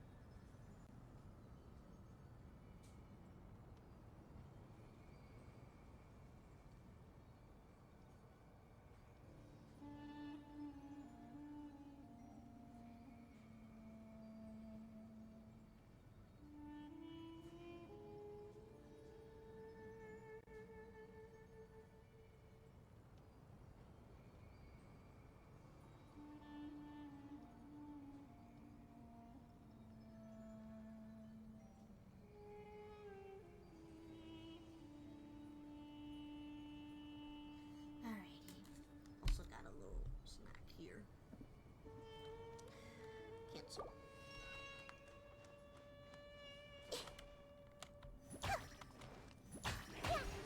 This 100 gen's gone kaput! Now we can finally... Excuse me. It seems my subordinates failed to stop you in your tracks. Apologies, sir. There is no need to apologize. You did well to hold your ground against such a powerful adversary for as long as you did. I must commend your courage and perseverance. So, you're in charge here, huh? First the problems with Irminsul, now this mess in Gurabad? Are you the ones responsible for all this? I'm afraid I cannot answer that. I assume you aren't naive enough to expect answers from an enemy. Oh, this guy is so snooty!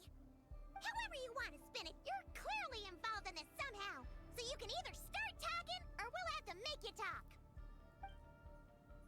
Let's get him! Traveler, what's wrong? Something's unusual about him. Like he's trying to provoke us. This feels like a trap. Judging by the tents and supplies, there must be many more Fatui stationed here than a few we saw on the way in. So where are the rest? You're remarkably calm. Some would act more rashly upon finding the ringleader all alone. But you keep your cool. Even as your enemy, I must applaud you. Did you show yourself just to say that? Is this you trying to take back control of the conversation? Unfortunately, I really don't have anything to say to you. I am here merely to indulge my own curiosity. Your names are well known among the Fatui. Naturally, I wanted to observe you up close while I had the chance. Hey! Don't treat us like we're some kind of exotic animals in a zoo! Oh, I wouldn't dream of it. You seem rather predisposed to misunderstand me. I'm quite aware that you are both heroes of great renown. You have resolved crises in many nations and won countless allies along the way. I've been following your adventures with great admiration. My only regret is that the trajectory of your journey conflicts with our goals. What do you mean, admiration? Sorry, but that sounds pretty weird coming from you. I don't see why. We may happen to occupy opposing sides, but there is no cause for deep-seated enmity between us. To respect one's enemy is to respect oneself. Well, now that you're observing us up close, what do you see? I've observed as keenly as I can. Yet, while I endeavor to understand, your true strength remains a mystery to me. Violence is not my area of expertise either, so, you see, I would much rather converse with you like this than determine a victor with the edge of a blade. Besides, I've heard that even 3 moons in the sky fail to eclipse your brilliance. I know better than to bite off more than I can chew. 3 moons? So, you have a connection with the Harbinger, the Doctor. Well deduced. Our commander, Dottore, died in Nodcry, but there are things that do not end with his departure. We must... Look at me. I almost divulged more than I should have. What are you after? Revenge for Dottore? Or are you plotting something else? I've said quite enough, I believe. There's no point in continuing this conversation, except to say, I've noticed that you seem to know your way around here quite well. A repeated visitor to Gurabad, are we? Ugh. I'll take that as a yes. Then I'm sure you'll have heard the story of this place. The mother of the Jinn, Lilupar, and the tragic tale of her vengeance that spanned 3 generations. It was right here that Lilupar once helped the wise to ascend to the throne. But from that moment on, every king who sat upon it was corrupted by power. These degenerate rulers lost control over their nation, and with it, the right to occupy that exalted seat. What are you trying to say? I once admired you for your adventures. That is the earnest truth. But it appears to me that your journey serves ultimately to uphold the rules of this world. Are these rules truly just? Does the heavenly principles rule with wisdom or folly? And how can we be sure that the 7 who wield authority over the world will not be corrupted? Do you seriously think you're gonna convince us of anything? Convince you? I'm sure my commander already tried that. Why would I waste my breath doing the same? If a few words from a stranger were enough to make someone completely change their stance, it would only He's prove that they never had a firm will to begin with. We have seen I am him in merely a stating trailer my position before so that with we all the might understand harbingers. each other better. One's enemy in the present may not necessarily be an enemy for life. As for what game I'm playing here, I'm simply buying some time. I also met his voice actor. But now too. I must This bid you guy's farewell. voice.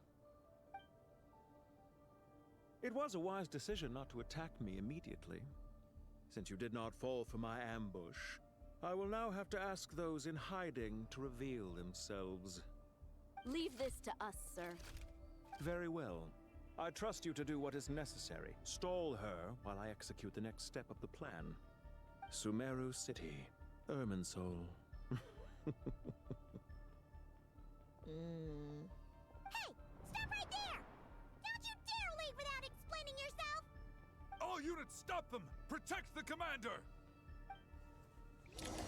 You better Did you hear roll it out that? this time. He mentioned Sumeru City and Irminsul! He definitely knows something! We can't let him get away! Get rid of these pesky soldiers, quick! Sir!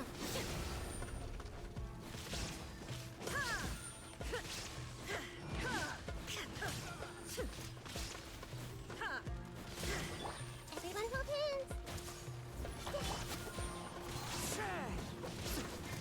Rear guard to the front! Don't let them through! Hey, I was in the middle of my ult. Stop. Clouds high. The birds call. Inazuma shines eternal! Get that thing in position!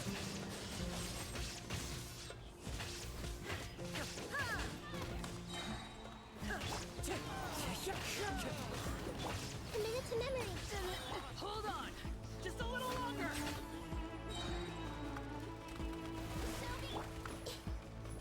The Temple of Wisdom! Let my name echo in song! Now you shall perish!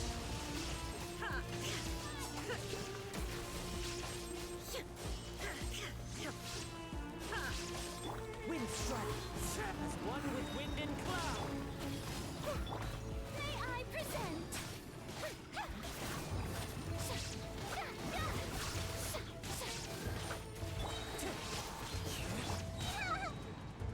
Sharing my knowledge. This way through the world. Time to shine. Shine down! Inazuma shines eternal!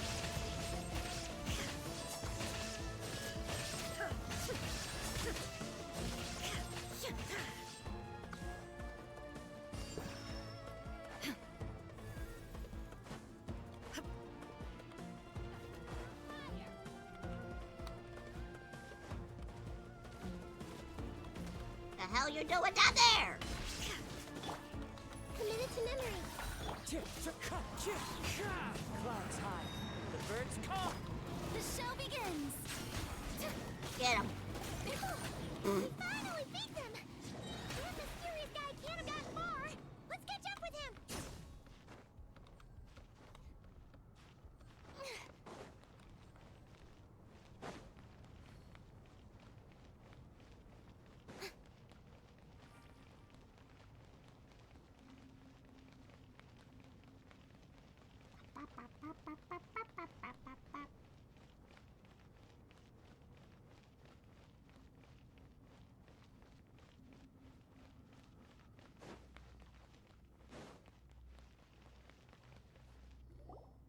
Found him!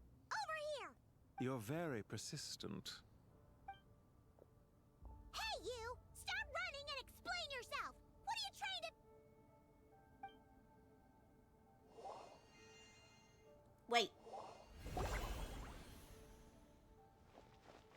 What's this? Relax. A small trap like this won't be enough to hold you. The sandstorms from Gurabad will die down soon enough, but this small window of time was all we needed to launch the next phase of our plan. So there was more than one ambush. I should have had let my guard down. Don't be discouraged. I knew that someone would come here eventually, so I planned ahead. where to chat with you, which door to exit from, even which mechanism to wait by for you. I thought through every detail. You, meanwhile, know nothing of who I am. So far, you've only heard my voice, and for all you know, it may not even be real. But not to worry. This is only our first meeting. It shan't be our last. Just answer me one last question. Why do you continue to follow Dottore? He has conducted countless cruel experiments, even on his subordinates. Follow isn't quite the right word. Let's just say even those you see as villains have their friends, even if they aren't the most sincere of friendships. When any set of rules is established, there will be those who benefit and those who lose out. People will do anything to justify what they have gained or escape from the hardship imposed upon them. Neither he nor I are tolerated by the rules of this world. We were both searching for a new order. Our ideas of the final form that should take may have differed, but our journeys took a shared path. Goodbye, Traveler and Paimon. I wish you a timely escape, albeit not too soon. I will need a little more time to prepare, after all. Hey! Come back! Wait, this dark wall. We've seen these on our adventures before. It swallows people up! Oh, I'm sorry. She shouldn't have jumped a gun! You're fine. Oh, okay. He may have fooled us this time, but we'll get it back!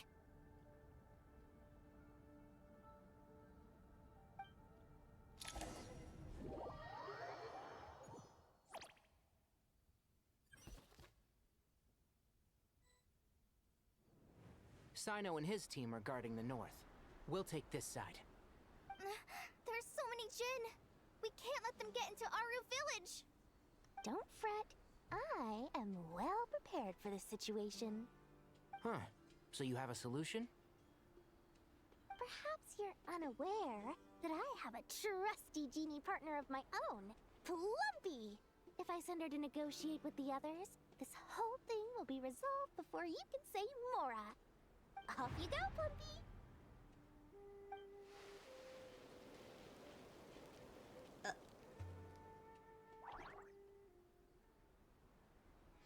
Come on, what's the holdup? 5,000 Mora.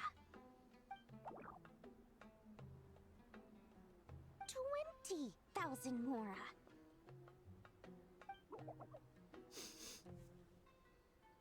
100,000 Mora. Final offer.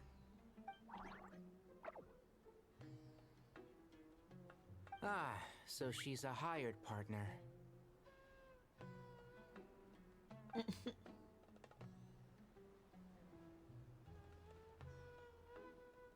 Hired partners are reliable too. Plumpy here is a highly skilled negotiator. You'll see.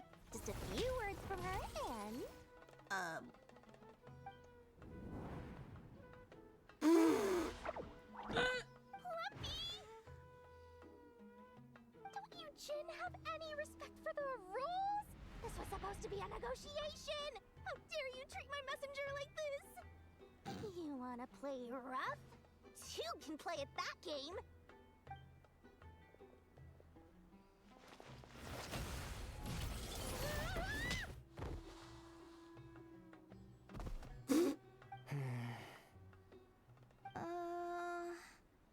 Looks like it's up to us now.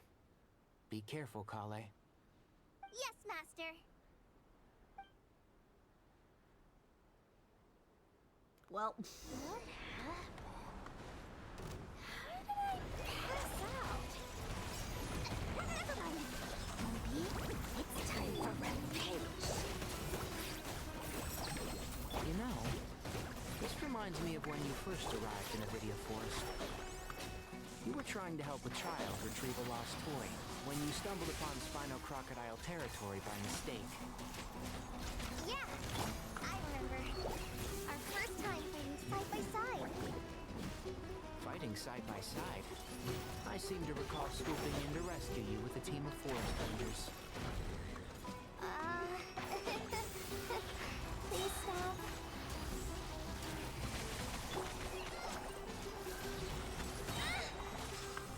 Just like we rehearsed.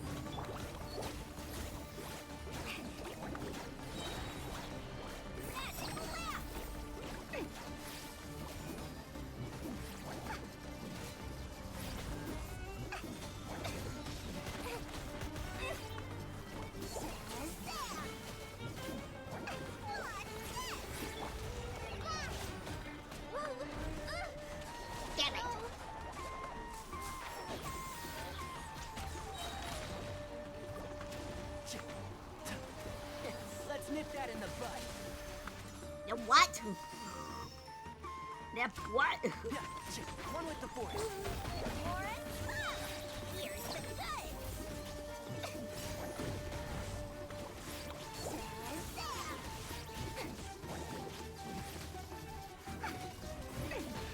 I haven't really played with these characters before, so I'm a little rusty.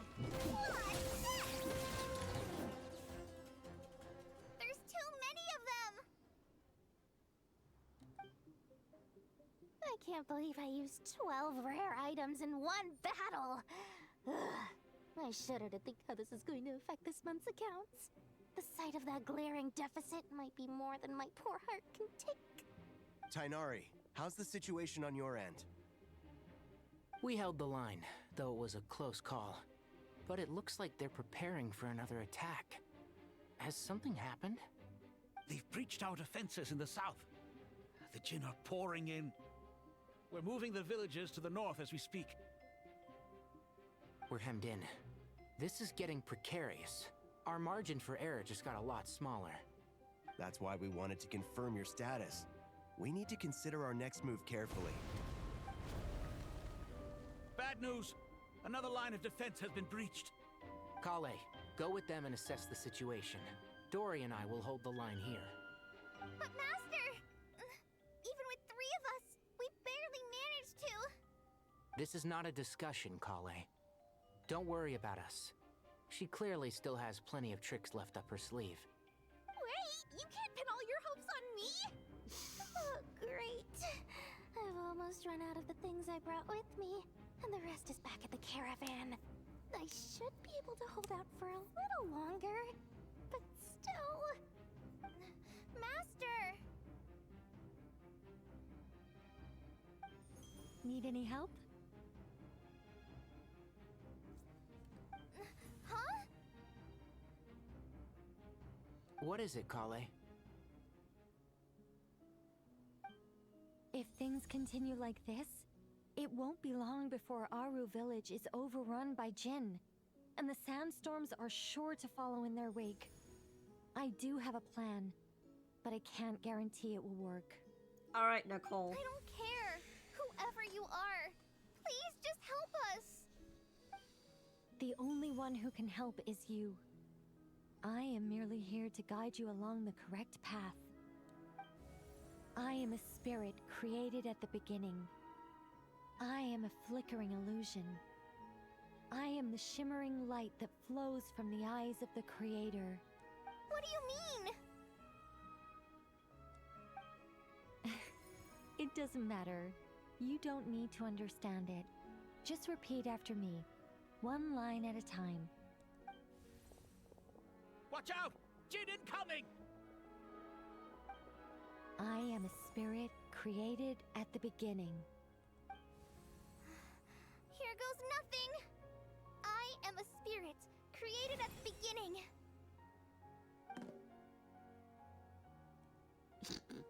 Like, what the hell? I am a flickering illusion. I am a flickering illusion.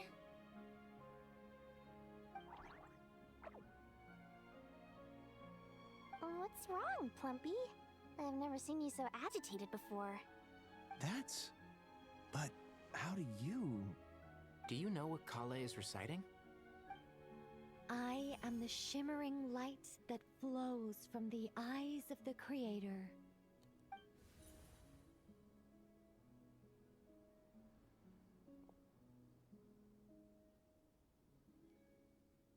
I am the shimmering light that flows from the eyes of the Creator.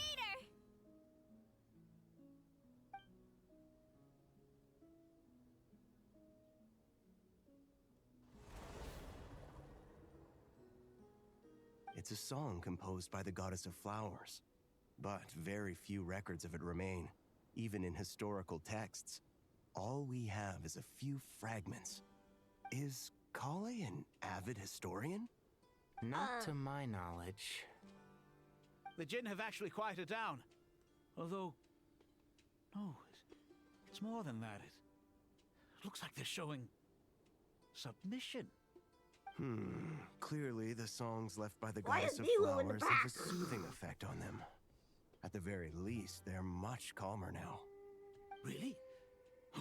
Let me try. I am a spirit created at the beginning.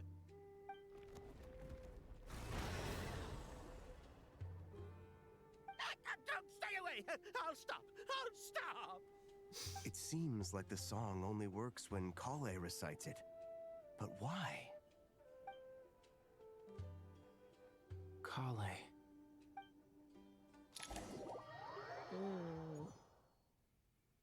Interesting.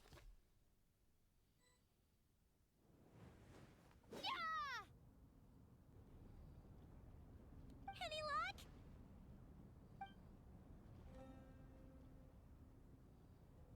The only way out of here is by a brute force, but too much force, and the entire ruin might collapse. The mechanism is right outside. Maybe there's a way to...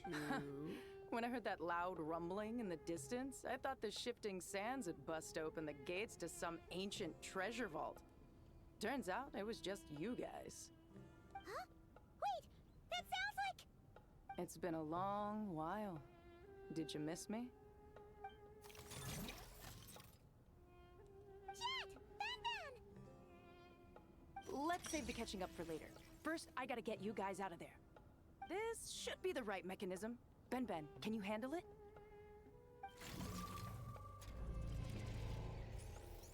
There we go. Come on, let's leave this place. Oh, how romantic. There is no escape! I don't know, I pressed the wrong button.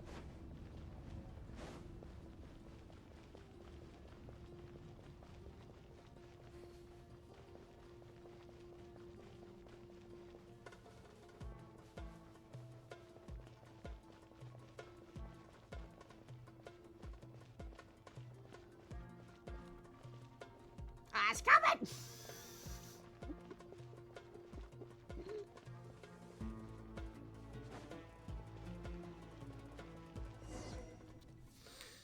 It's coming!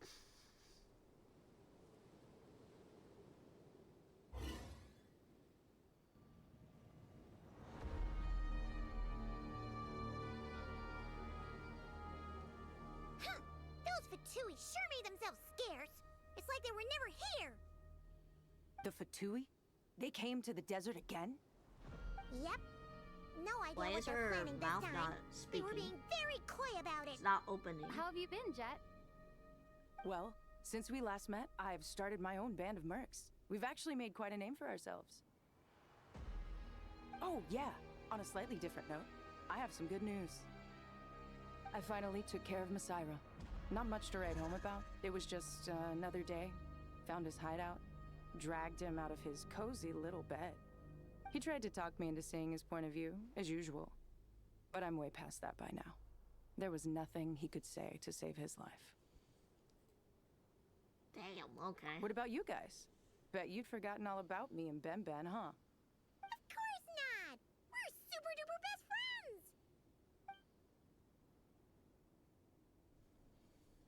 Wow. Sounds like I should make time to visit some other nations too.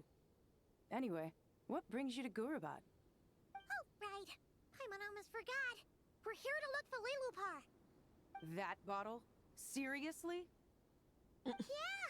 We need her power to calm the Jinn and stop the sandstorms. Here's hoping we actually manage to find her, after all the trouble we've been through. Surely, with everything's been going on in Gurabad, she must have woken up, right? Only one way to find out.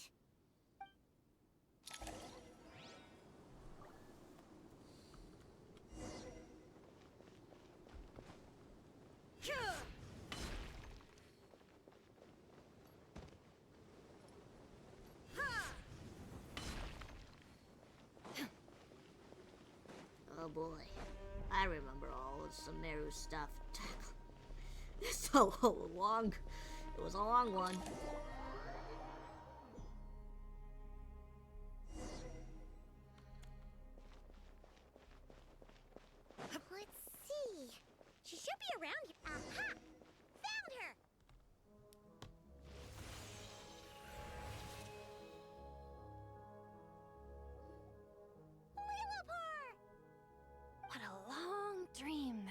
is.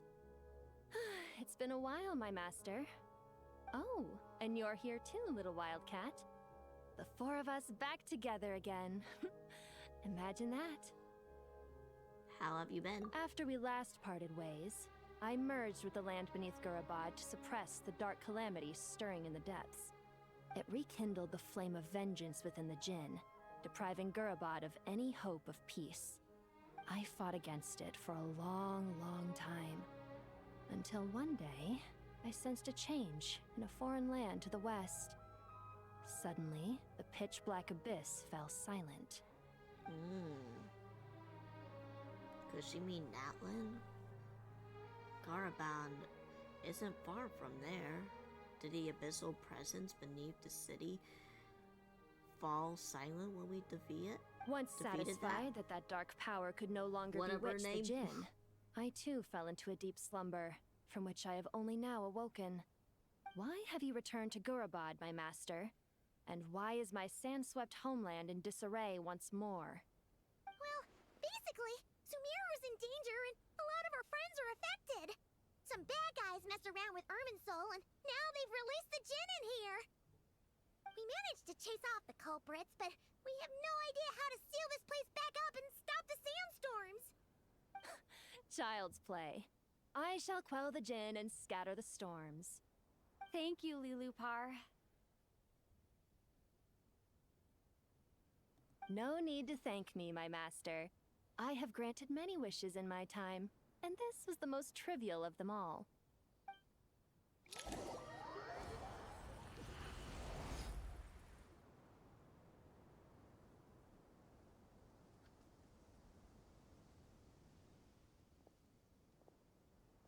The sandstorm's gone. The sun shines bright again. When I said that we'd meet again under a lovelier sun, this was exactly how I imagined it. Why is her mouth not opening? Paimon would love to hang out with you more, even if the weather sucked. Yeah. Well, there shouldn't be any more Jinn breaking out, right? Are we okay to head back? Yeah, once this is... We'll head to the Temple of Silence. Sounds good. You can introduce us to your other friends. Another adventure begins. Lovely.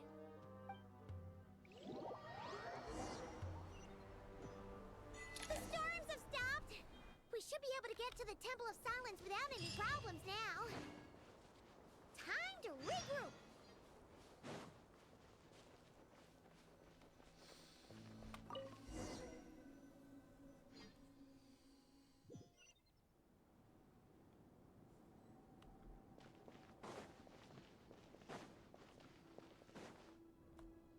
Okay.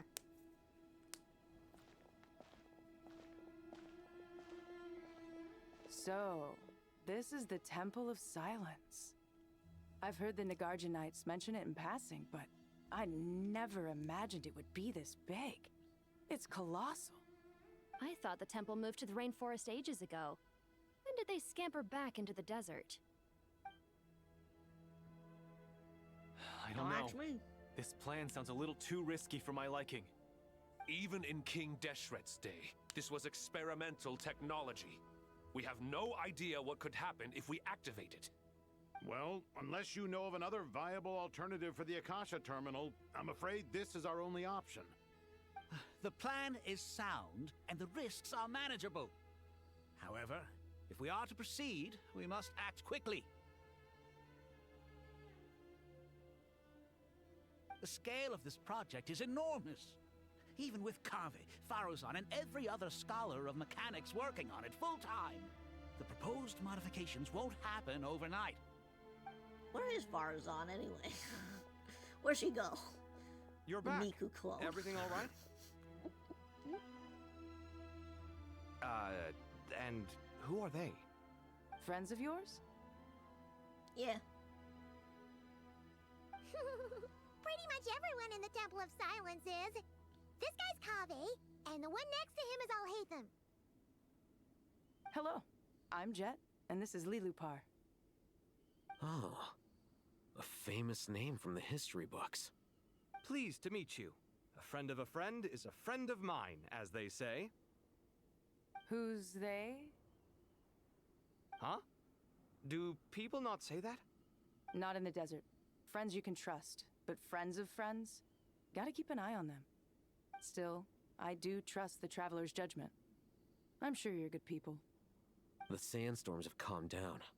I take it the Gurabod problem is resolved? What did you find?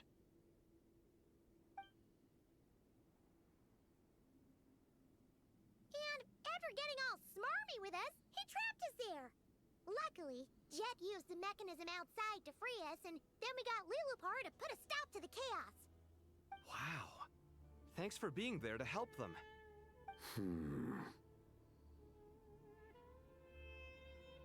So, this mystery man openly admitted that he was merely a Harbinger subordinate. Yeah? Is there something weird about that? Now that he mentioned it, it is a little strange. I assume you aren't naive enough to expect answers from an enemy. Well deduced. Our commander, Dottore, died in Nordcry. He was clearly unwilling to answer our questions when we first met. So why would he admit of being Dottore's subordinate later? Are you wondering about his true identity? Or do you think there's a big conspiracy behind all this? I wouldn't go as far as to call it a conspiracy. Just the simple fact that having someone to shift the blame on tends to prove useful, should trouble come knocking later. The most important thing for now is to solve the immediate problem. Perhaps that man knew you wouldn't have the resources to investigate his background and so didn't put much effort into disguising himself. This is all getting a little cryptic for me. I'll let you guys talk while I take a walk with Lilupar. Okay. Jet? Aren't you with the Blazing Beasts? What a coincidence. Didn't expect to run into you here. We're mercs. You can run into us anywhere. Who's this with you? So, did you find the solution you were looking for in the Temple of Silence? You bet we did. This place is incredible. It has everything. So far, we've discussed a plan and verified its feasibility. Building a new system from scratch is out of the question. So our only option is to modify the Akasha using certain resources we hope to find in the mausoleum of King Deshret.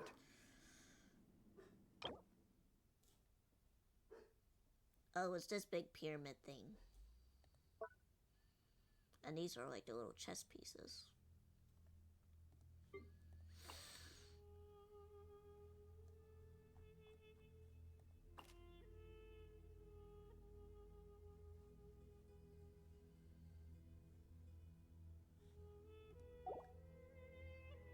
What resources? According to certain sources in the Temple of Silence, there is a core device in King Deshret's mausoleum known as Aru. Little is known about this device in academic circles, which suggests it was hidden quite effectively. An ideal realm fashioned an imitation of the Heavenly Principle's act of creation, using knowledge and technique of the goddess of flowers obtained from Celestia. Though King Deshret sought to forge a golden slumber that would unite countless forms of wisdom and dream. Through this vision ultimately failed many souls of the deserts. People are said to still wander within. If these sources prove correct, the energy contained within Aru may be sufficient to power our Akasha renovation plan. However, this raises difficult questions regarding technological integration. The sages are still debating it. Yeah, but I'm sure they'll reach a compromise once they've argued it out. The people of the rainforest are always cautious when it comes to desert technology. But times of crisis like this leave us with little choice. Wait, Paimon has a question. Is this the same Aru we've heard of before? It's sealed off, right? Some sort of prison where the Goat King, Ibis King, and Crocodile King are locked up. Well remembered. Yes, that's exactly right. According to our records, Aru was the most brilliant creation King Deshret ever conceived of. Built by divine and mortal artisans working together. It was a miraculous accomplishment, and it lies hidden deep within the king's mausoleum to this day. That being said, what Aru actually does and why it was built, those are deep secrets we are not privy to. Until recently, I wouldn't have been optimistic that the place even exists. The only reason I'm inclined to believe it now is because we heard it from the Ibis King Thoth himself at his temple. The tale of how the 3 retainers of Al-Akhmar were imprisoned in Aru. Paimon totally gets that. When Paimon first heard about it, she thought it sounded pretty unbelievable too. Do you guys still remember that? The Ibis King told us they were trapped in Aru, and that they had to answer 3 questions to get out. I think I remember. What causes our rise and fall? What obliterates love and hate? And what determines truth and falsehood? Those were the 3 questions, right? Yeah. If only Nefer were here. She's dealt with the Ibis King before, so she might know more. Oh, Nefer is a friend we met in Notcry. Notcry? Funny. She showed up here earlier. Huh? Yeah. Had another lady with her too. Both said they knew you. They contacted the sages, claiming they might be able to offer some assistance. Really? They came here to help out? Yes, really. It was just before you got back. One of them said she's made Nodcry her home.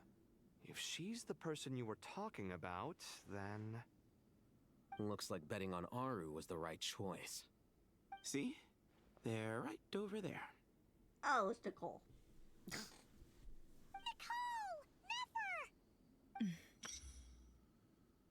Why, hello! We're here to help.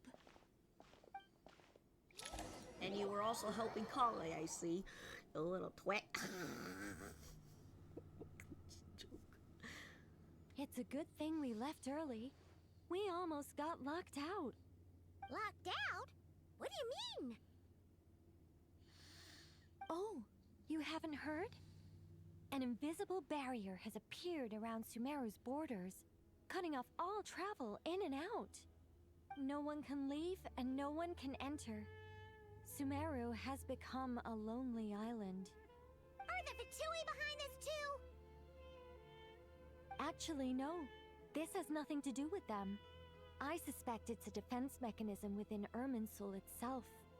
Irminsul is the source of Tevat's ley lines, after all, and Sumeru is the nation closest to it. I imagine this function was put in place to seal the entire region off in the event of serious damage, preventing the disaster from spreading to the rest of Tevat. It may have been implemented long ago. But doesn't that mean that the people here won't be able to escape to other nations if the anomaly keeps spreading? Currently, that does appear to be the case, which is precisely why I am here. This is a critical moment for the world, and Sumeru is the eye of the storm. And why are you here? Paimon's surprised you managed to convince her to come back to Sumeru. Indeed. Even for someone of my wisdom and eloquence, this tested my skills to the limit. And why should it concern me that Sumeru's in trouble? Surely you don't think I still have feelings for that place? Judging by your tone, I suppose you don't. Sounds like you don't know much about my past. And here I thought you knew everything. All I know is that the Ibis King is the source of your power. He was quite a prominent moon envoy once upon a time, so I do know a thing or two about him. As for your past, I have ways to learn the full story if I wish to. But everyone has secrets they'd rather keep to themselves, wouldn't you say? I'm glad you see it that way, Miss Nicole. I've chosen to call Nodcry home, which is why I did my part in its hour of need. That doesn't mean world savings become a habit with me. I have no particular desire to play hero in Sumeru, thank you. I understand. Human emotions do not appear and disappear without cause. There is always a reason to be found behind both salvation and destruction. Still, if time has taught me anything, it's that human emotions are often complex and in conflict. That's why people change their minds about things all the time. But that's where we angels come in. Our duty, ultimately, is to guide people towards their deepest, truest desires and help bring them to fruition. So I wish to hear about your past, because I do not believe you are motivated by hatred alone. And if we still arrive at different conclusions in the end, that's okay.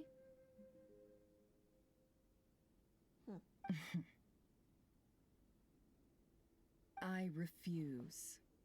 Wait, what? But I set the atmosphere and everything. Isn't this supposed to be the moment when we finally open up to one another? Is it? Maybe I'm not so good at reading the atmosphere. You're right, Nicole. There's more to me than just hatred. Had it consumed me, I'd be left stuck in the past forever, never living in the present. But I don't think that your guidance can change my mind. The all-consuming sands, the bloodshed, both deserved and undeserved. Those old emotions cling to me like a shadow. Do you wish to shake them off? No. I hope to remember them forever. Those emotions and memories shaped me into the person I am today. They'll always be a part of me. In that case, would you like to hear my perspective, at least? Sure. It's not every day you get to hear an angel's opinion. A long, long time ago, when the angels still walked freely upon the earth, I found life tedious. Monotonous work, lukewarm relationships. Things weren't nearly as interesting as they are now. And yet, since the angels' demise, I have found myself missing those days on more than one occasion. Human emotions are often attached to a person, a place, or an object.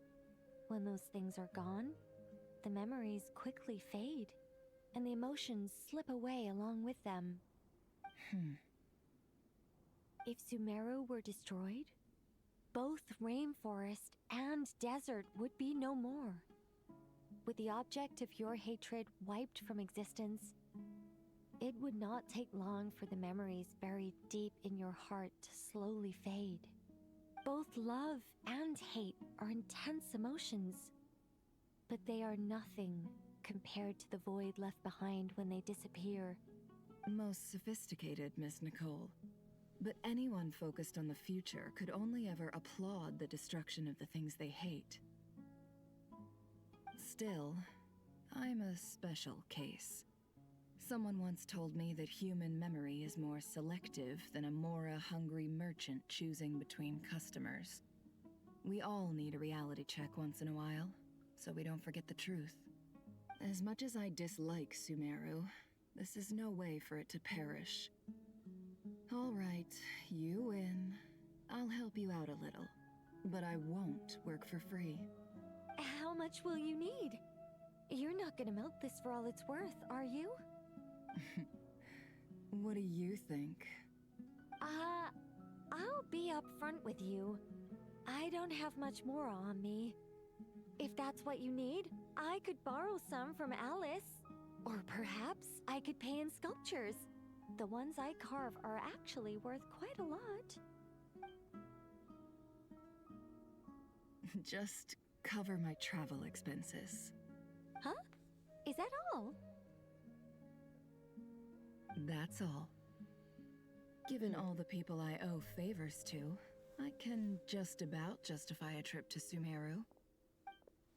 Yehoda! Here, boss! What do you need? I'm going back to Sumeru for a while.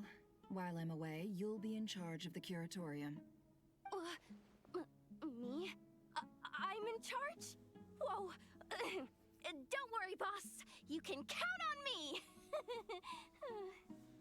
And that was how the ingenious Angel Nicole brought you the perfect person for the job in your hour of need. Hip hip hooray! That was far more detailed than necessary. Not lacking in embellishment either. I never thought I'd return. Especially not the desert. But life doesn't always go as planned, I suppose. What's Candace up to? I don't think I've seen her yet. She is still taking care of things in our village. Should be joining us before too long.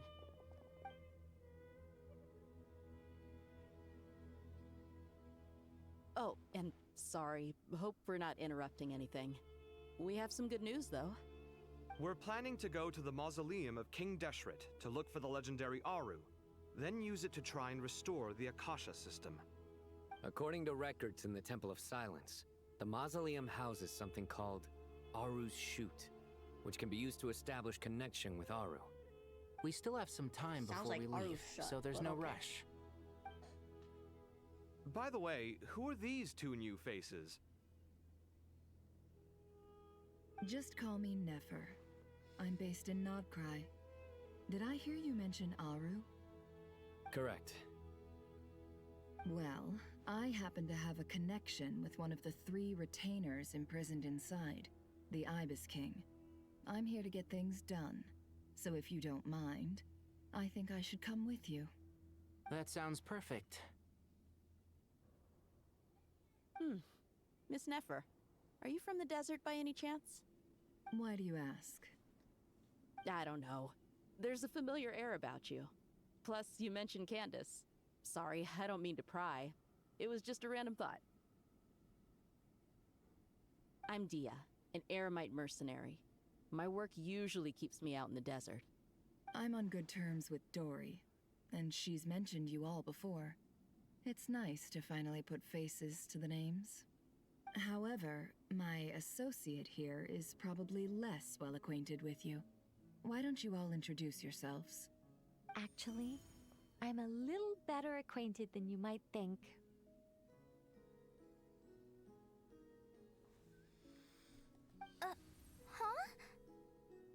Huh. Are my eyes playing tricks on me? It looked like you spoke without moving your mouth. Ventriloquism. I have heard tell of it before. What is it, Kale? She's the It's you! You're the voice who's been speaking in my head, aren't you? You encouraged me to report my dreams to the Dendro Archon, and got me to recite that magic prayer. Yeah. I have many titles, but let's go with the most pertinent one. I am Nicole Rain, an angel who has lived since ancient times. An angel? Sounds like a big deal, but, what exactly is an angel? Oh, Well, we're a rather long-living race of beings. Not gods, technically, but we can still tell you a lot of stories from ancient history. Yep! And she's also an amazing sculptor! You could say she's a real creative type. Well, ma'am, if both the Traveler and Paimon give you rave reviews, you must be pretty impressive. Oh, please don't call me ma'am. I find it so awkward when people get too formal with me. Just relax and be yourselves. No need to be nervous. Miss Nicole, if it's okay, could I ask you a few questions? Yes, you may. I can see your heart is filled with confusion, and you are desperate for answers. I also know which questions you want to ask me. Why did you dream of Sumeru City in disarray? Why did those verses soothe the Jinn only when recited by you? I can guide you to the truth, but it involves a personal secret of yours. I'd prefer to speak with you alone, if possible. Ah, it's a connection. It's some sort of connection. Ooh.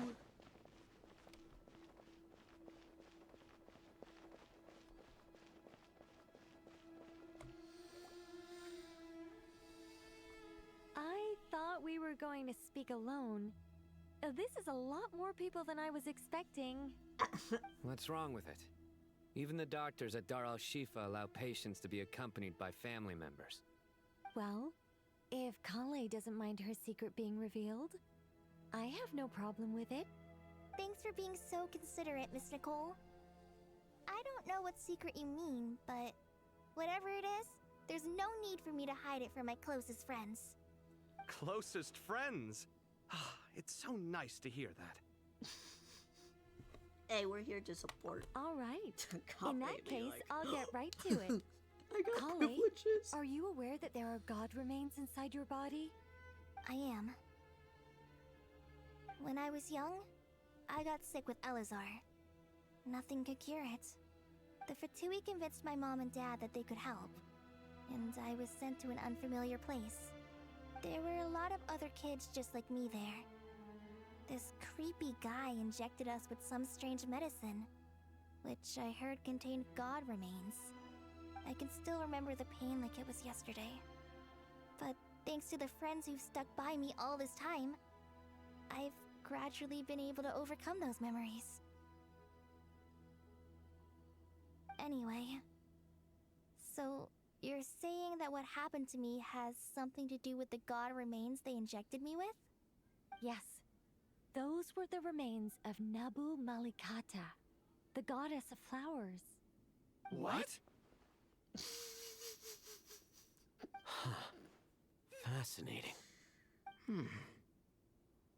You don't seem surprised like the rest of us. Why?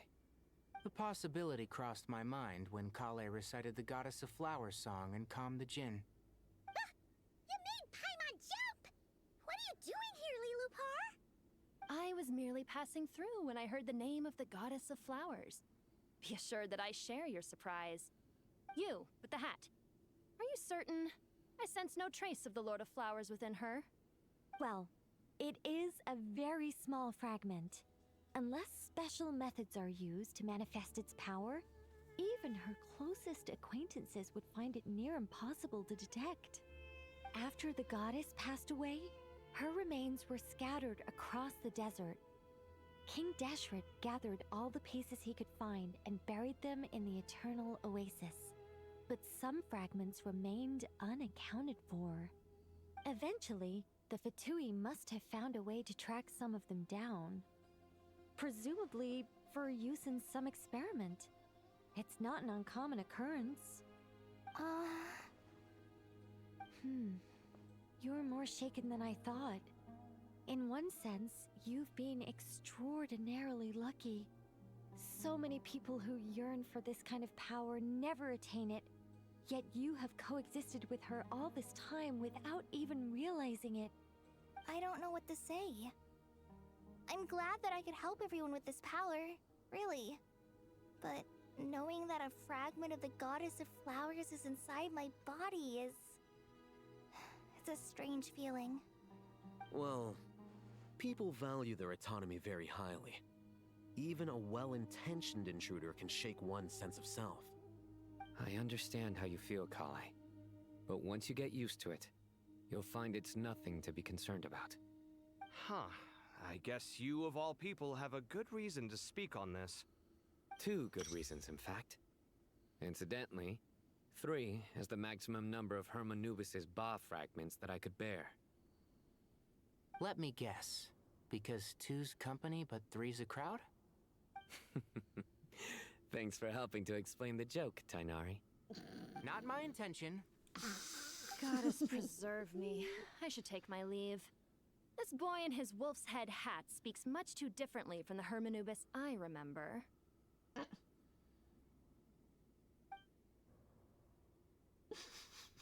Kale, all I'm trying to say is, no matter how many Hermanubis fragments there are within me, you wouldn't think of me as Hermanubis.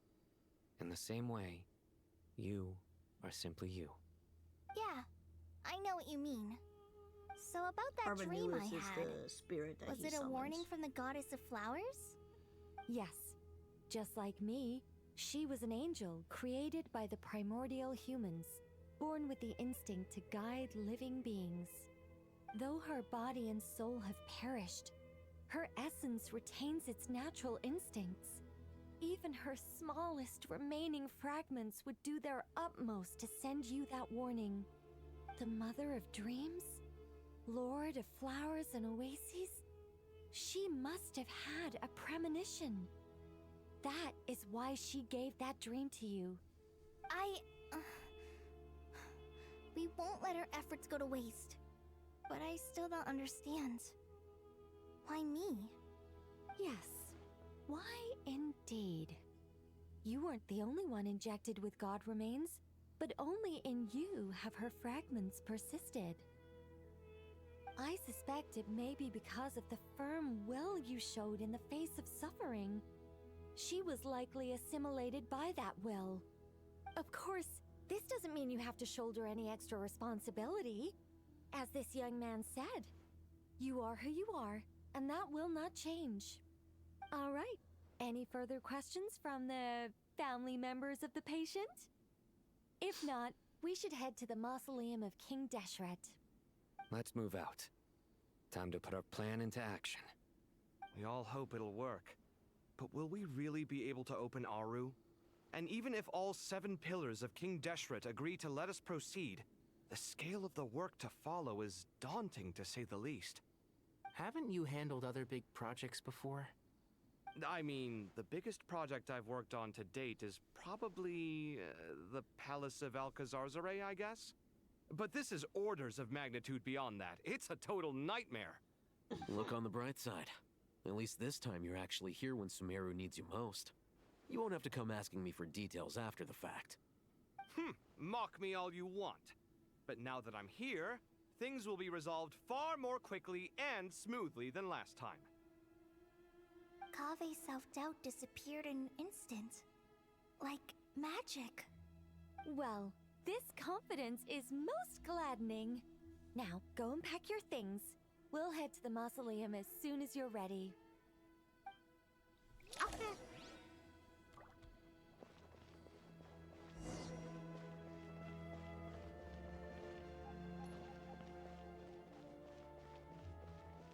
Oh, there's Farazan. Finally, she shows up.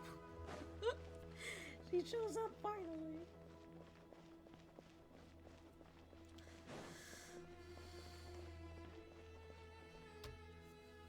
Oh, Miss Nicole.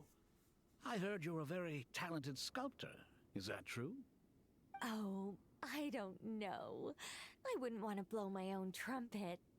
Honestly, even though Kasharawar is best known for its focus on mechanics, plenty of Kasharawar scholars are quite serious about sculpting as a hobby. So if they rate your work, that's enough for us. We just have to take a look. Who's we? Myself and a few other scholars. Kashif, Daneshvar, come take a look. Oh, well, if you insist, I suppose there's no harm in showing you.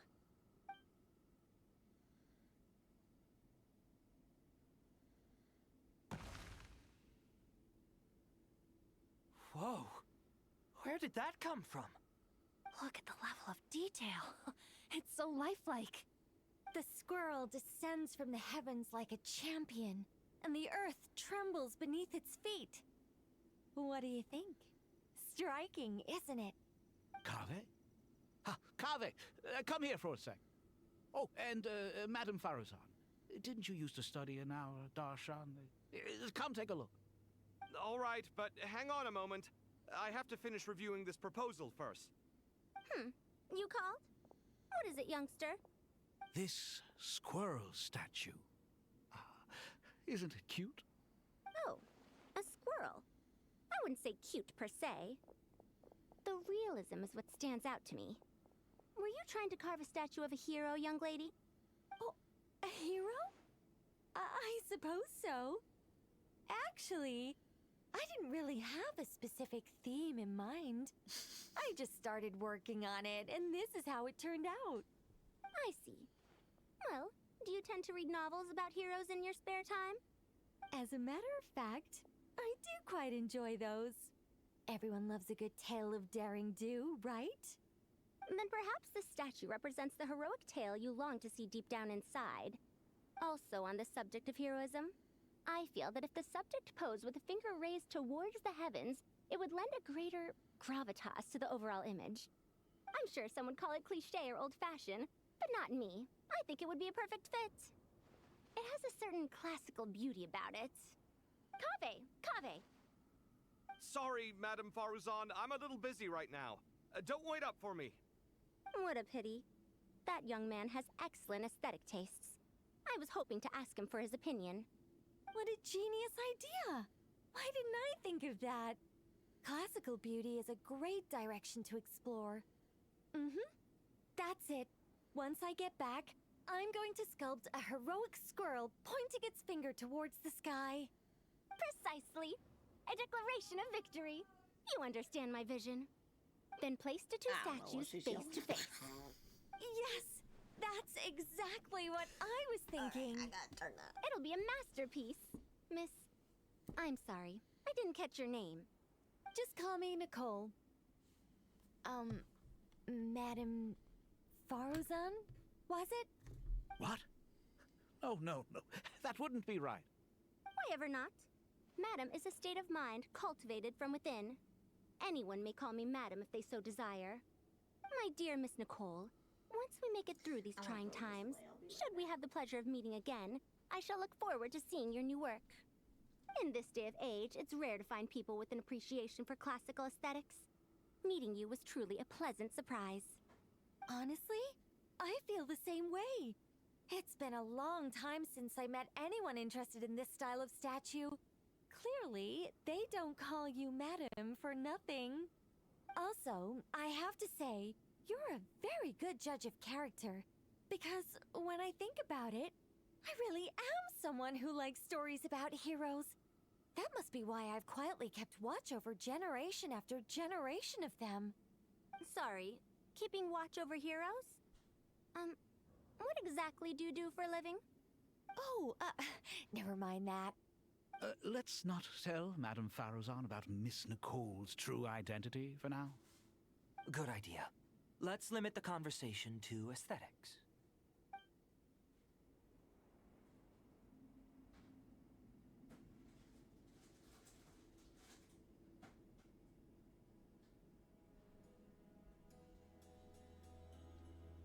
Is that how we get it from them too? What? It's just discussing about...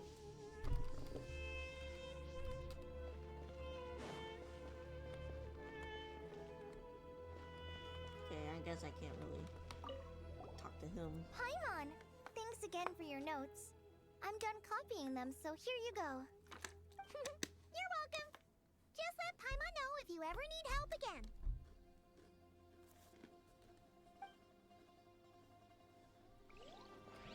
See. Oh, so many books. More than I could ever read in my life. But I've learned a lot that the textbooks could never teach me. I never realized that people in the distant past thought about some of the same questions we ponder today.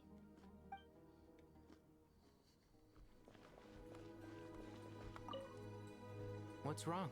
You look a little depressed. Kale got a fragment of the Goddess of Flowers, and all I got was one of the 7 pillars who served under King Deshret. I lost out, didn't I? That's what you're upset about? You're such a child.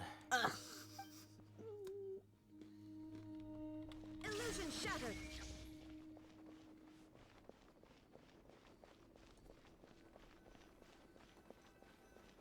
Oh. Yeah. Whatever.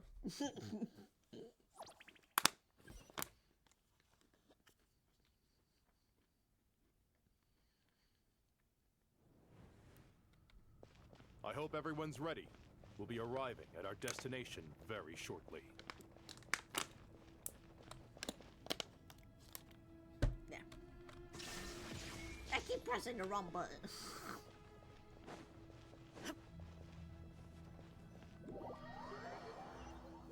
Why do I keep doing this?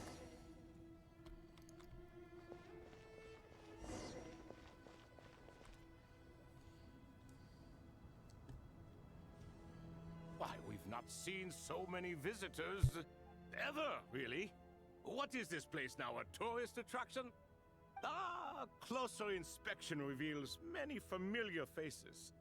To what do we dusty old fellows owe the honor? Surely you're not just here to chat.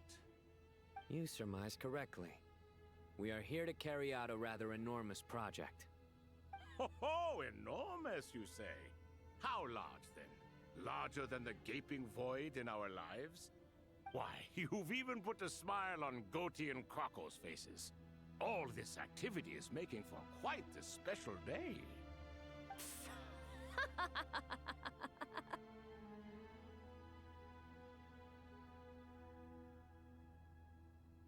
I know that laugh. Lilipar? What on earth are you doing here?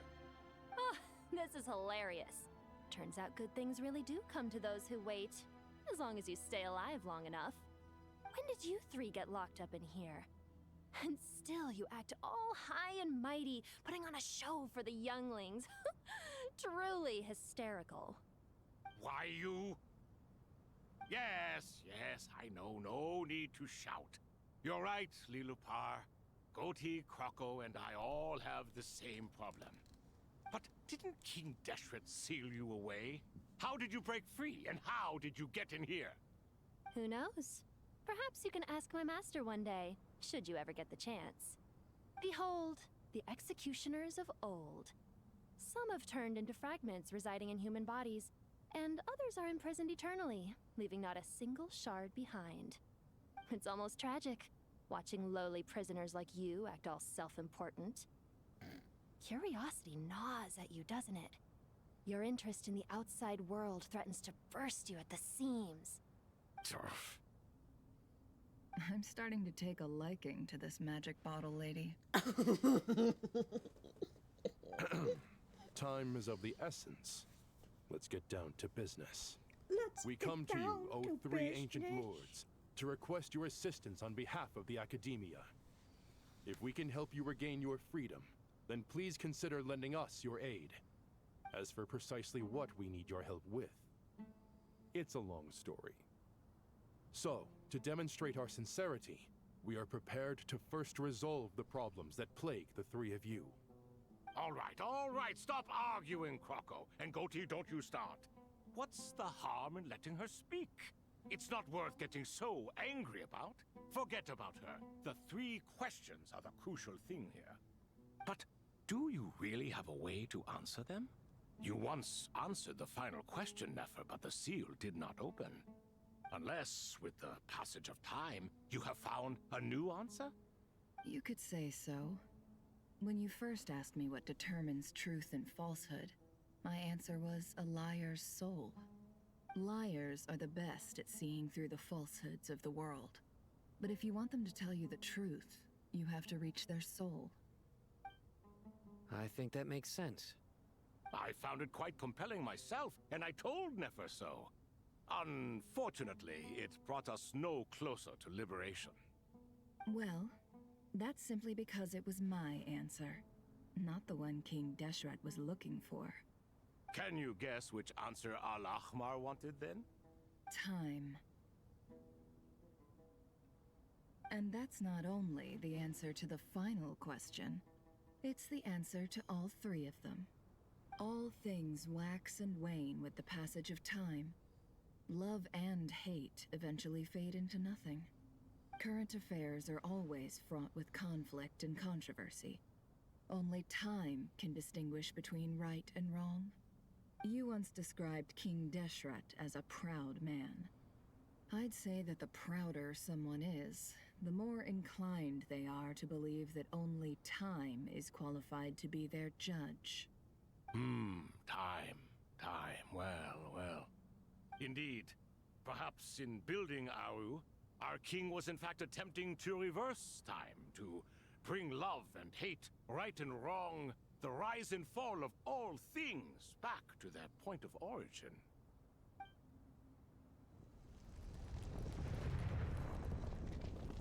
Oh.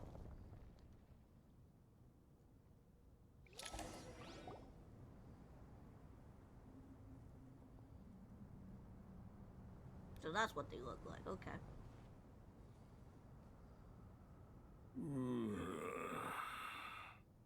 This is the most eventful day I have experienced in a long, long time. You have my sincere gratitude. Are those 3 of the 7 pillars? Turns out the statues were quite faithful to the source. You 3 seem to be in good spirits. Prison can help a person grow and learn to cherish what they have. Nevertheless, after everything you've done for me, I sincerely hope you never have to experience it for yourself. Hello, Nefer. It's good to see you, Thoth the Ibis King. Nice, nice, nice. Definitely puts my mind at ease, seeing you 2 getting along so well. Should we maybe introduce ourselves, or... Sure. I'm Sethos, the current leader of the Temple of Silence. This is General Mahamatra Sino, and this is the former Spantamot sage, Cyrus. But I'm guessing none of that means a whole lot to you. Everything is equally new to us, in truth. We've been gone from this mortal world for longer than you can imagine. Let's hold off on the introductions for now. We can always ask Nefer about you later. It'll give me something to talk about with my chosen disciple. You're like a helpless parrot. Gods and people of yore are not necessarily welcome in today's world. Self-awareness is one of my finest qualities. I thought I ought to share its fruits with you 2. Is that so? Well, I think we'll take it in stride, just as we did with the 3 questions. Let's not forget, it was my persistence that won you both your freedom. Fair point. I have to applaud your persistence. And I must praise you for your wisdom. Now, state your wishes, young ones. I'm sorry? Why, your tremendous accomplishments deserve a reward, do they not? You must let us do something for you in return. General Mahamatra, what do you think? I won't beat around the bush. Sumeru is facing a crisis the likes of which have never been seen before. And we need your help. Every calamity throughout the ages has been connected to us in one way or another, whether we were its cause or consequence. Whatever is wrong with Irminsul, it severely affected the Dendro Archon. She fell into a coma, and is currently receiving treatment from the Dendro Dragon. The Dendro Dragon? I'm sorry, the Dendro Dragon is helping to heal the Dendro Archon? Not a pep, surely. Not vicious, cruel, a pep who possesses no virtues aside from her basic instincts. Ah, good heavens.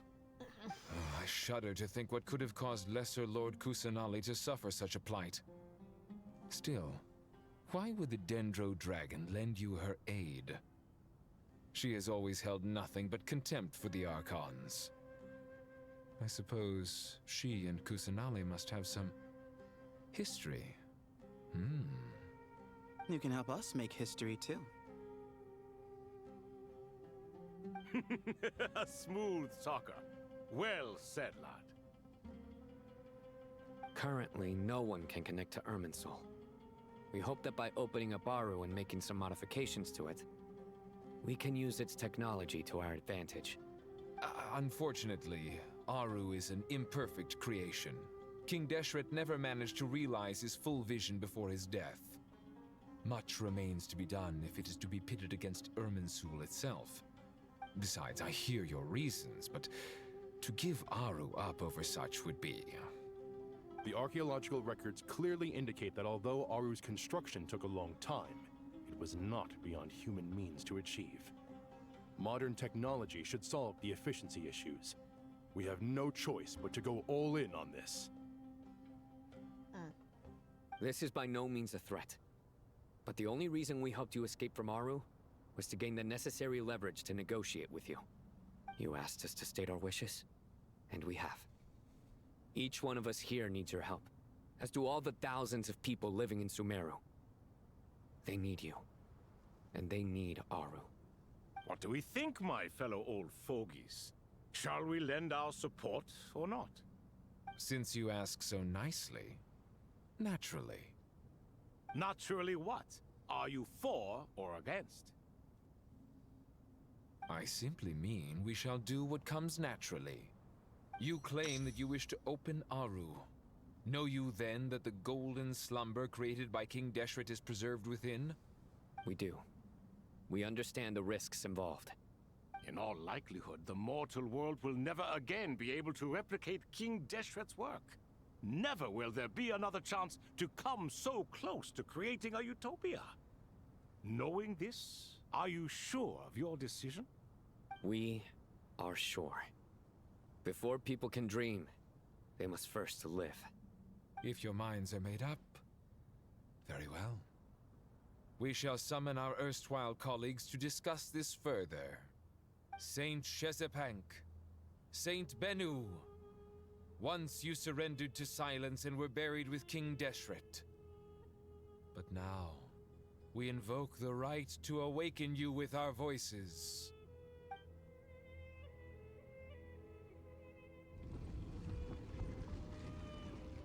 I can feel this strange sensation. The ground is trembling, as if answering the call of the Goat King.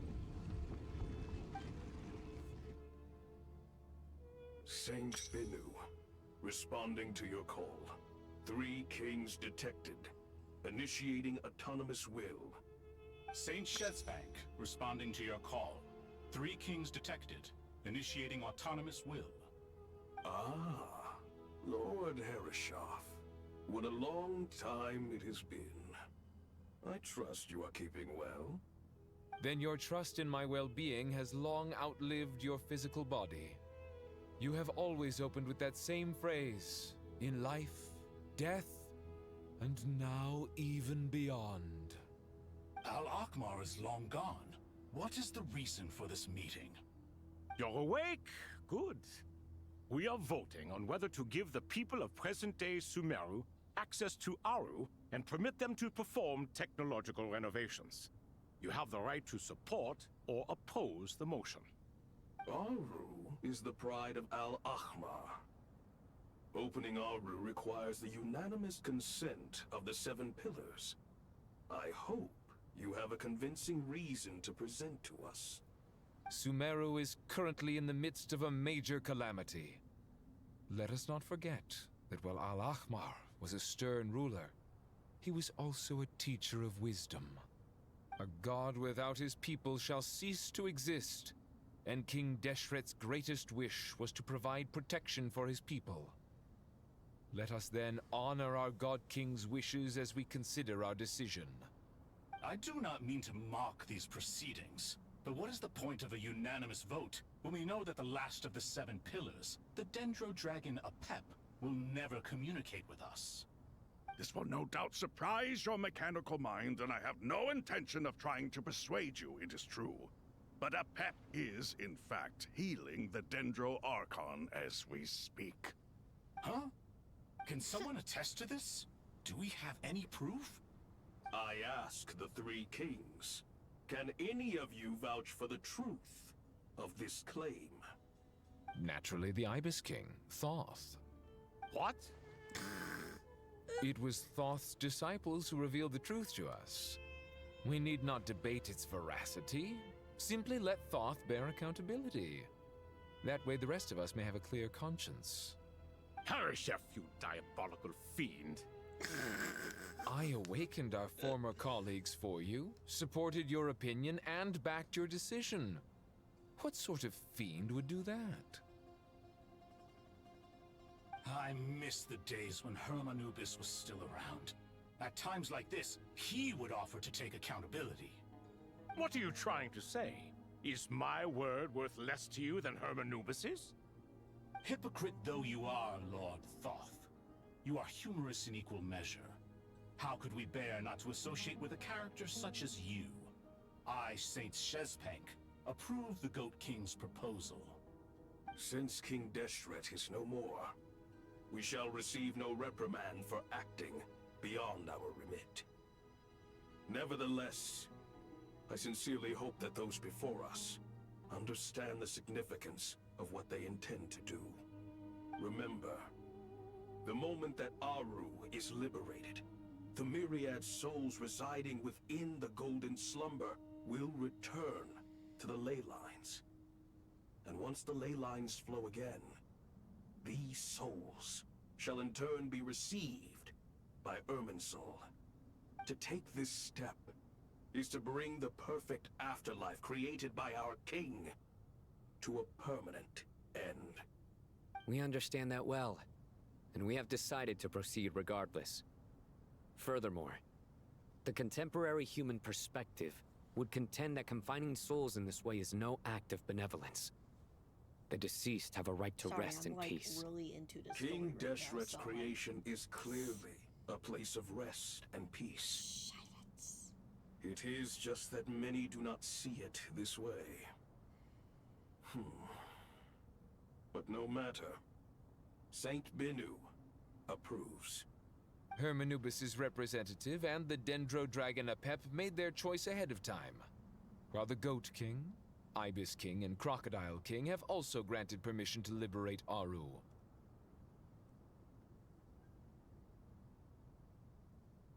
Okay. By the grace of His Majesty, guided by his wisdom and will, let the gates of Aru be reopened.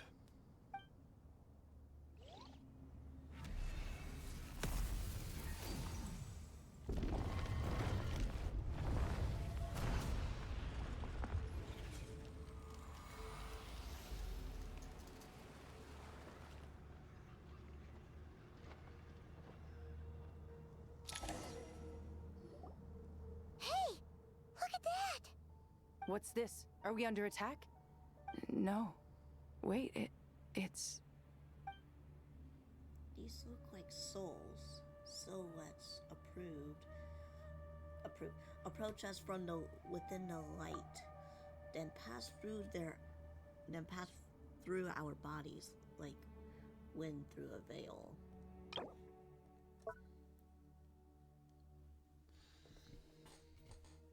Golden Slumber is like preserving all the people. And we kind of know those people. The Scribe of Scribes, the Ibis King. The Captain of Captains. And the Minister of Ministers. Which I guess that would make a little bit more sense. I don't know. The most radiant, the most holy, the greatest of sages. Here you are, through the sands of time. I see you. Father. Father, is it really you? It's Jet's father, Jibriel! That's right! He entered the Golden Slumber, didn't he? I smell blood and sand on you. You've grown, strong as a wild beast, and without shedding a tear.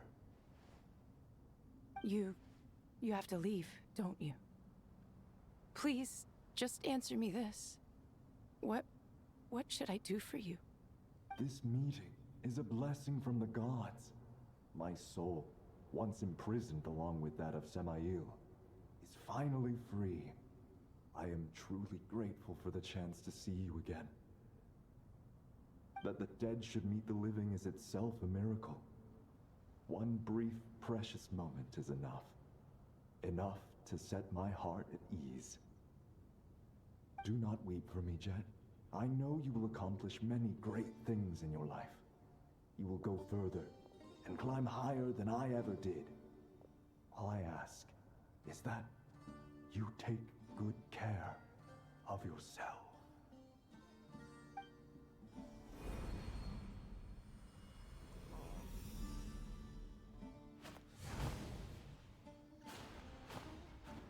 Father! Father!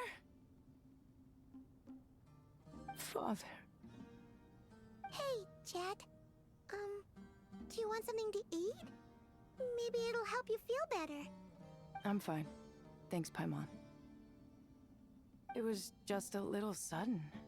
The chance to see my father again meant the world to me. Oh, why He she was can't trapped in open the her golden mouth, slumber like, what- for our sake. Like, what happened? And now, after all this time, he can finally rest in peace. I'm glad. It's a huge relief. You've grown strong, Jet. More than enough to fend for yourself. Yeah. I'll leave the past in my memory where it belongs. My family, the good times and the bad. Goodbye, Father.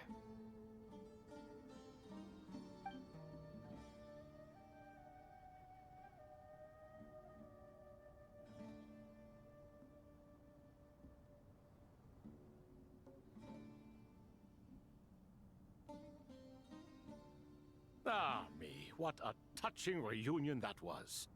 It seems we did a good deed today.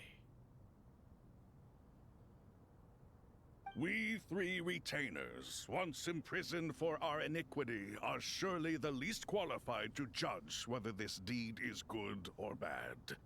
Either way, Aru is open.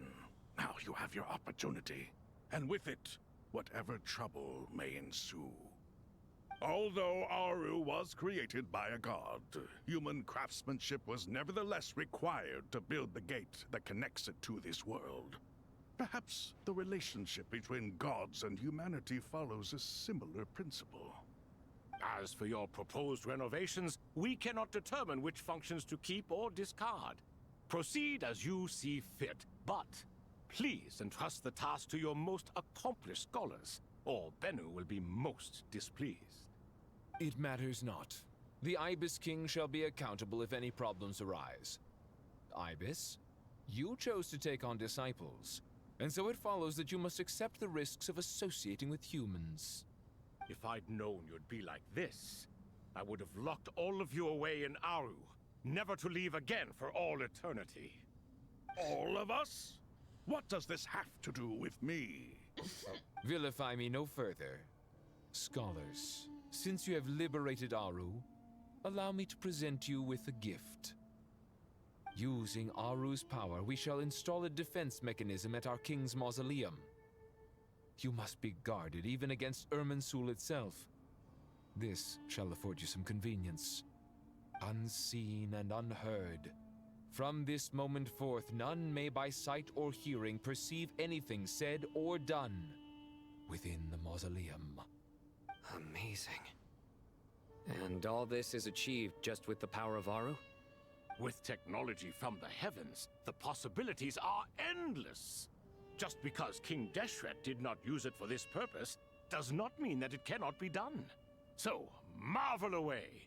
This is the reward you have earned. All right. Well, that resolves the issue of confidentiality. What about the technical side? Do we have the manpower? Why, yes. I've already contacted them. They'll be here soon.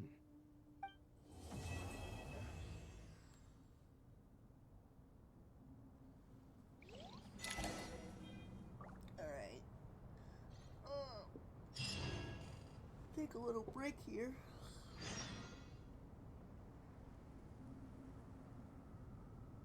Hold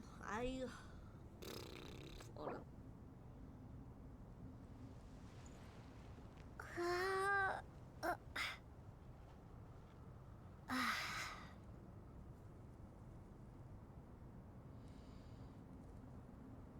Hey, Midnight Rose. Thank you for the work. I appreciate it. And a posture. And a posture check. Oh, man. Alright, so I know we raised up to at least 75 as of right now. I was thinking of maybe doing a little exercising. Because I need to lose some of this fat. So.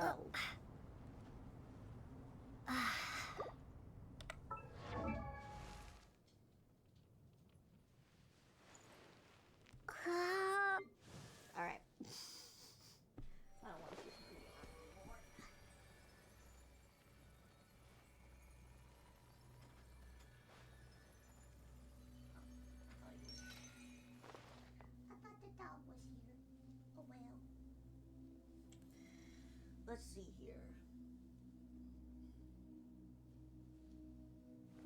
is...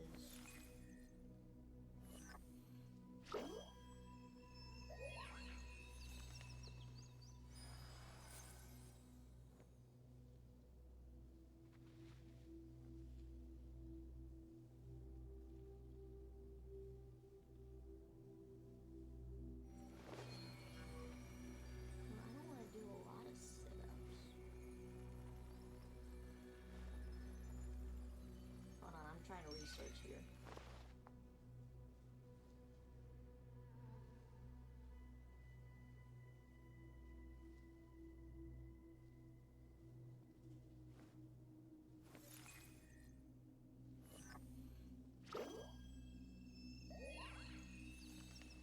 It's always giving me videos.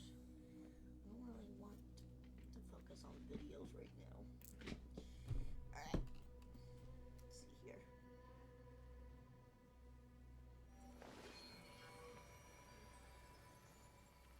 What, Iggy?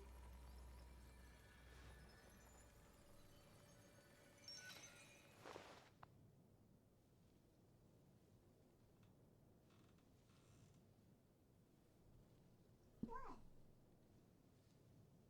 I see you. I see you.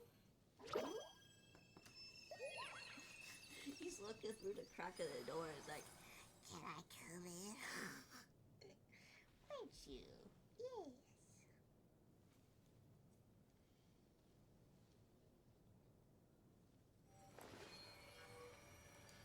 alrighty. Alright, mister, don't lick my face when I'm doing these, okay? So I'm gonna do... Hold on. See if I can get, like...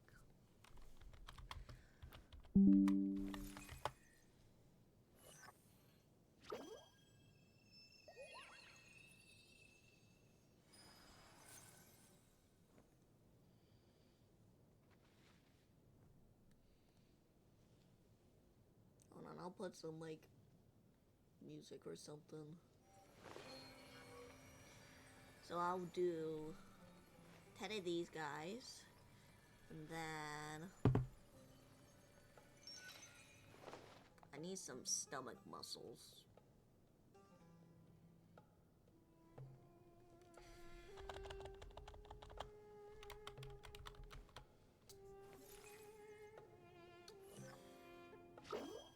Ten reverse crunches. 10.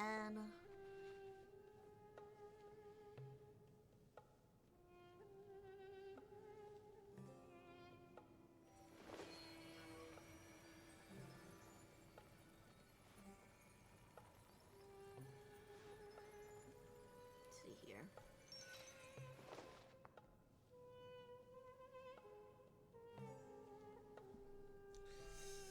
Or hold on, let's see.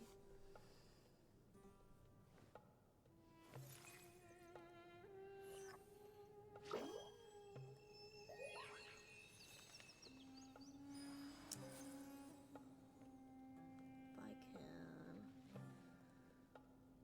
Nope, I don't want to do that. Mute this real quick.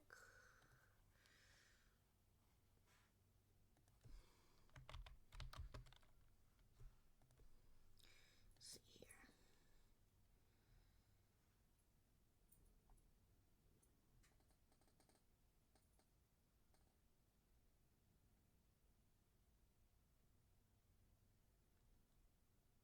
For 10 minutes. Hold on. I'm trying to find someone who's like...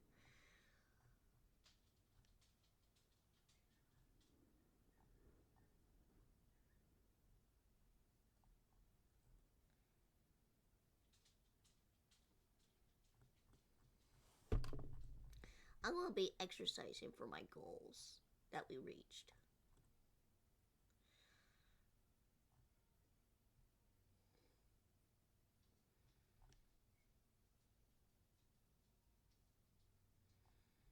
Trying to find at least somebody.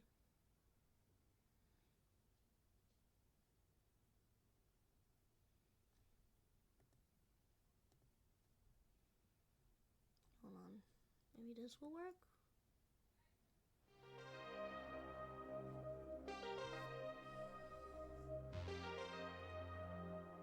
Intense outward core. Alright.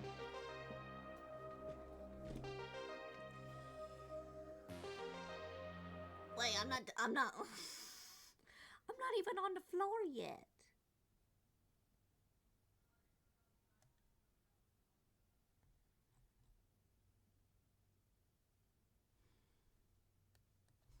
Here, let's workout music.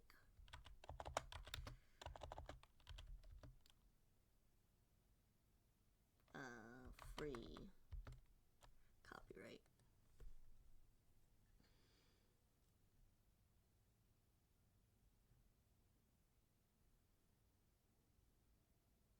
Okay, let's go with Nintendo.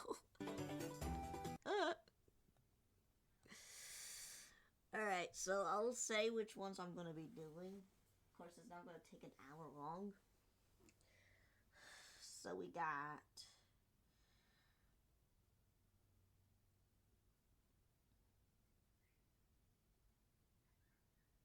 leg lifts first. So I'll do those real quick.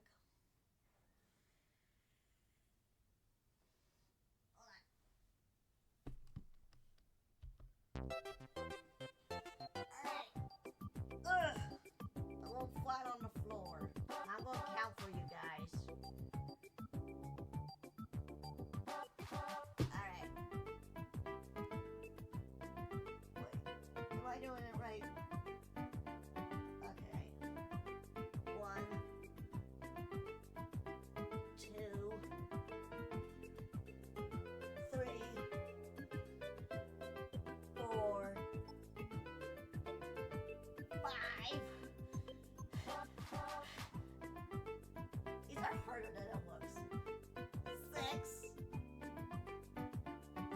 7, 8. Oh, I'm feeling it. 9, 10. Okay. Alright, that's enough with that. Next.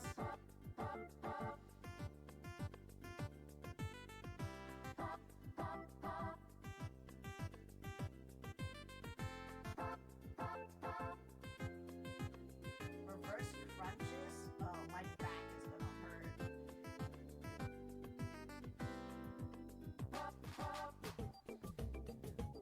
1, 2. Wait, no, I should go when I go down. 3. 1, 2, 3, 4, 5, 6, 7, 8, 9, 10. Alright. You guys can hear me, right? You hear me count? I think so.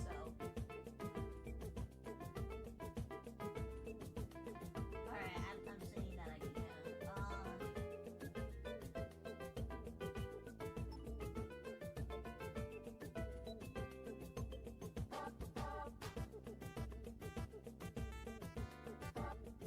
Mountain climber. Oh, I don't have any of those, so I can't do that. Or that.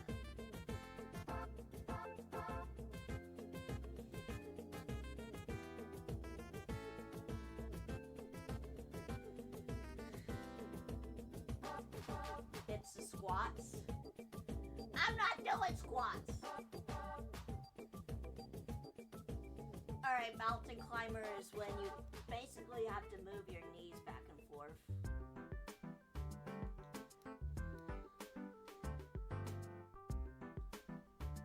One, 2, 3, 4, 5, 6, 7, 8, 9, 10. Alright, That's 3, so 30. Hold on.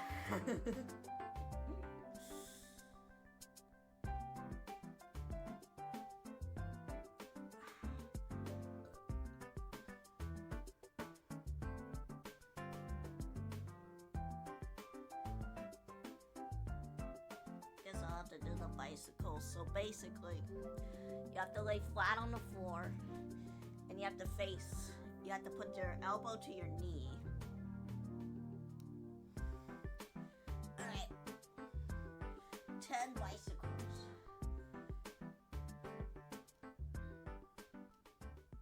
And behind my head. 1, 2, 3, 4, 5. Oh, ah. 6, 7, 8, 9, and 10. Ah.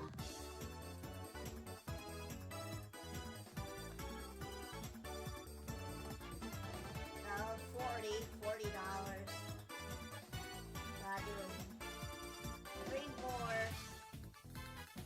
10 cents, and then another 5 for whatever else. You guys want me to freaking squat? Alright, I'll squat. I'll squat for 10 here.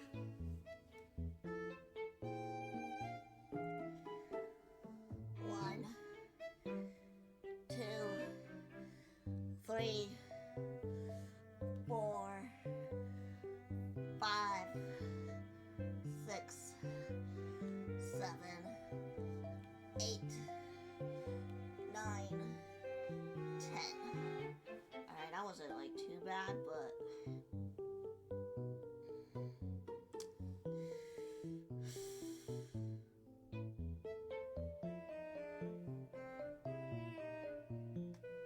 I think standing on bicycle can also help. I don't know. Or they're gonna do it anyway. 1, 2,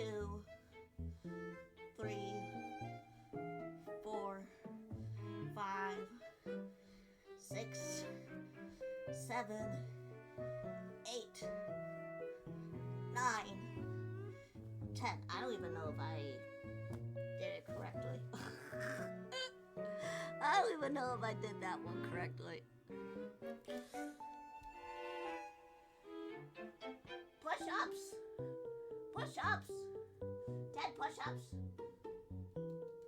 1, 2, 3, 4, 5, 6, 7, 8, 9, 10. Oh my god. So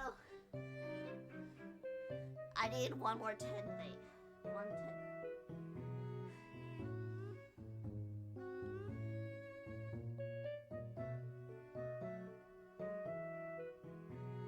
Crunches?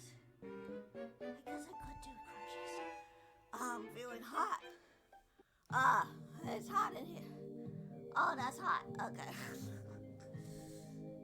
10 crunches. 1, 2. Oh, I'm not good at these. 3, 4. 5, 6, 7, 8, 9, 10. Oh, I couldn't even get my upper half up there, all the way to my knees. All right.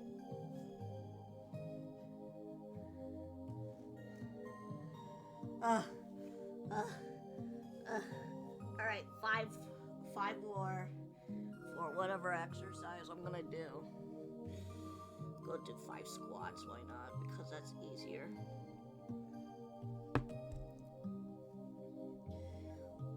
One, 2, 3, 4, and 5. Alright. I think I need to put my hair up. I had a shower this morning and... Oh my god!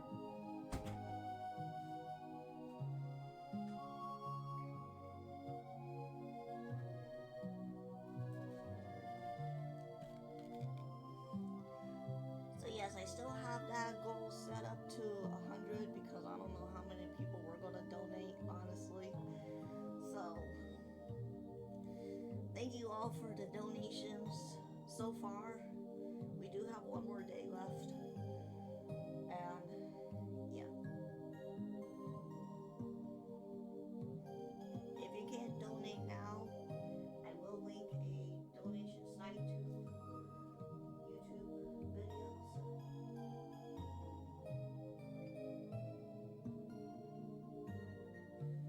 That way you can donate there.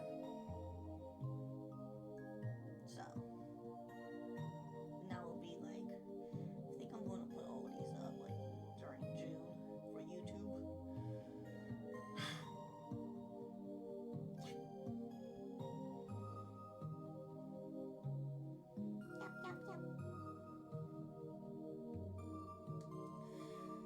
Alright, here is,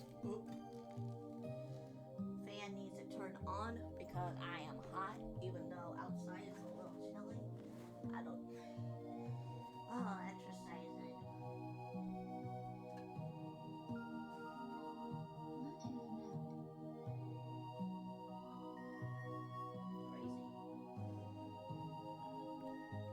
Alright, let's find the Pokemon Yellow randomizer. I think it's one of these two? No, that's a generator. I want like an actual game. 1, 2, and 3.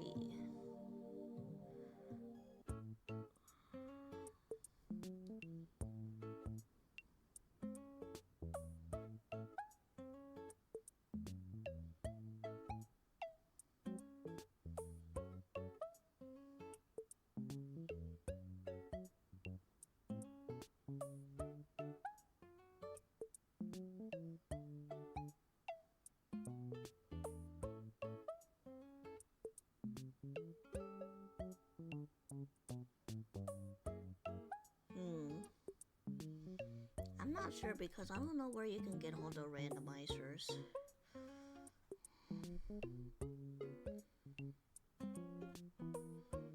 But Ray already did one. Back in 2019? Hold on. Can you believe? It looks like the... Hold on, let me take a look. Quick look. Copy, by the way. Yeah, exactly. Don't worry about it.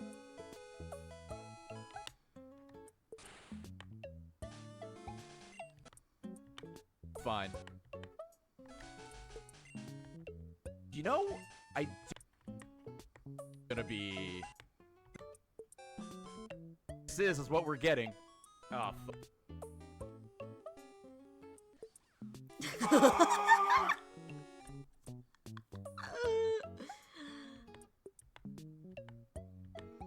Hold on, I just gotta see, like, for this.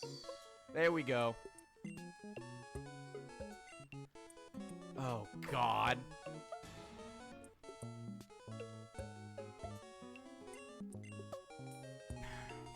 This fucking Mewtwo's gonna be in there, dude. Lowercase, okay. Chat is apps. That's... Okay, so it is basically random. Okay. But I don't understand the 1, 2, and 3 versions. Yeah, it is Ray.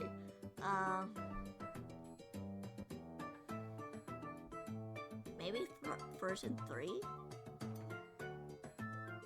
Maybe it's like updates, I'm assuming.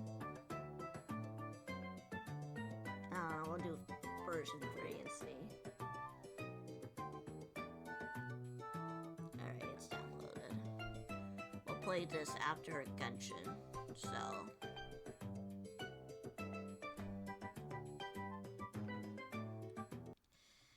Alrighty. We'll play that after Genshin, don't worry guys.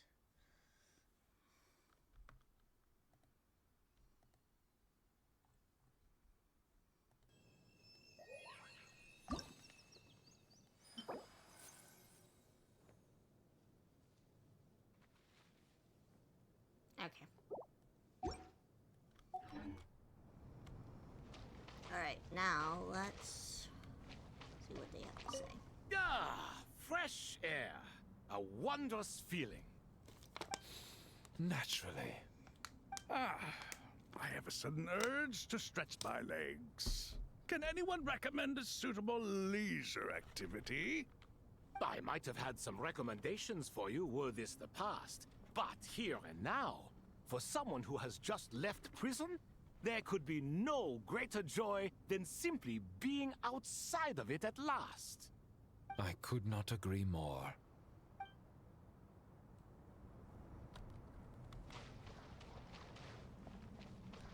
As I thought, the so-called 7 pillars of King Deshret are as underwhelming as ever.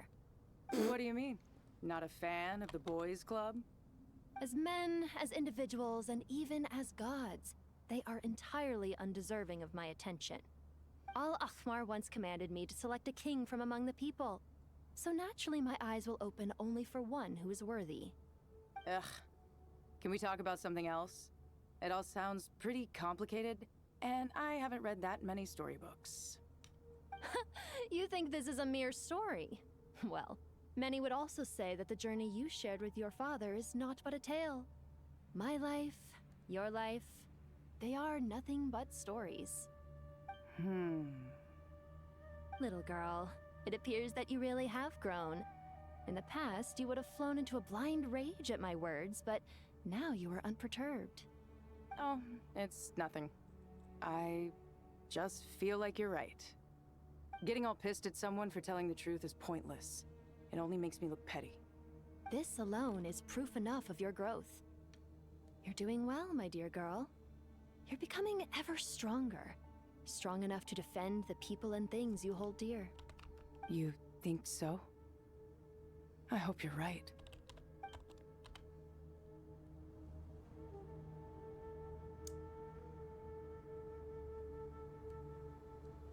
Okay. Oh, I didn't mean to do that. I was looking something up.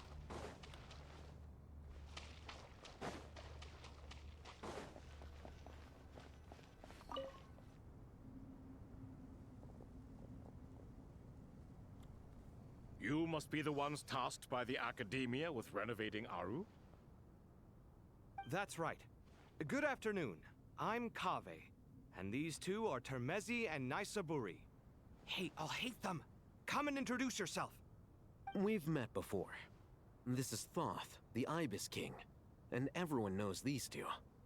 Afternoon, gentlemen.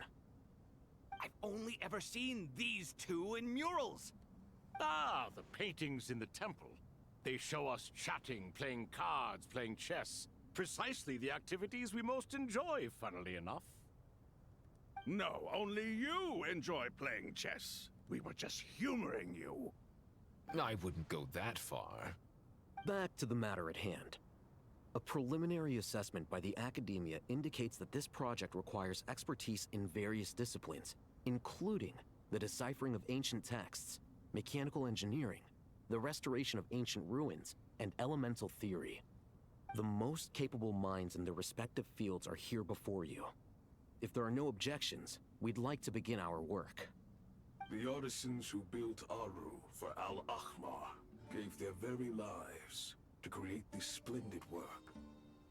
Follow their example by giving your utmost devotion to this project. I didn't know that. We'll do our best, of course, but we certainly won't be sacrificing our lives. Such brazen words.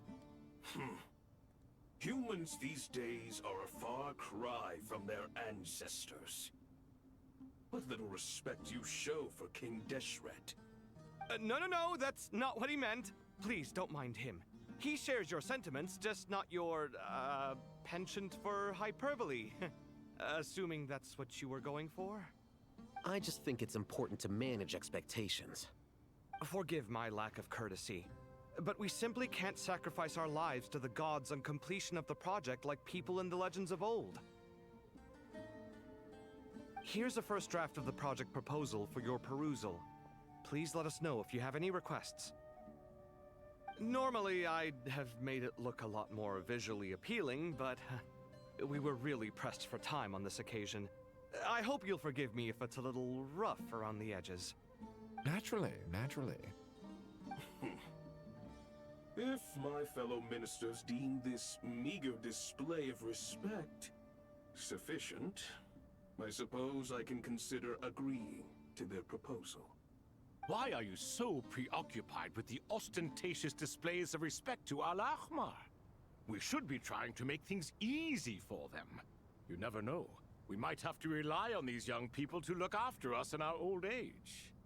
Exactly. This is Aru's mainframe. Be reminded to use it with great caution. We certainly will. Thank you for your assistance. You may attempt to lay out punishment should you so desire, though I'm afraid it would be futile. You and I both know that certain components of Aru can only be operated by humans. King Deshret always believed in humanity. Still, the reason that Aru's modules are designed that way is not so much because he trusted them, but more because he was wary of you. Is that true? No wonder human artisans helped to build Aru then. He actually required human assistance to create his greatest work. Naturally. Have you noticed that the Goat King keeps giving superficial responses? It's like he's just going through the motions and leaving the real debate to his colleagues. He understands the art of perfunctory speech. That's what earned him his position as the Minister of Ministers. It seems the rumors about King Deshret being a poor judge of character are baseless after all. Excuse me for being blunt, but it sounds suspiciously like you're putting yourself on a pedestal and mocking me. You're mistaken. And while there's nothing strictly wrong with making every conversation about yourself, it's not exactly a positive tendency either. You? Whatever. I knew it'd be like this working with you. All right, let me past. I need to look at this console. It's your job to activate it after all. Let's begin. Everyone, please proceed with the external checks and preparations as per the procedures outlined in the engineering plan.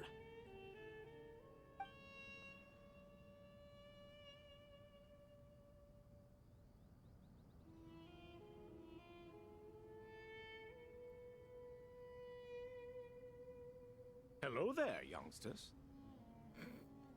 Whoa, the Ibis King came to life. What do you mean, came to life? I've been alive the whole time. You did say we could start our research, right? Are you having second thoughts now? I've reviewed the proposal. The work you're planning to carry out on this grand device is ambitious in its scope.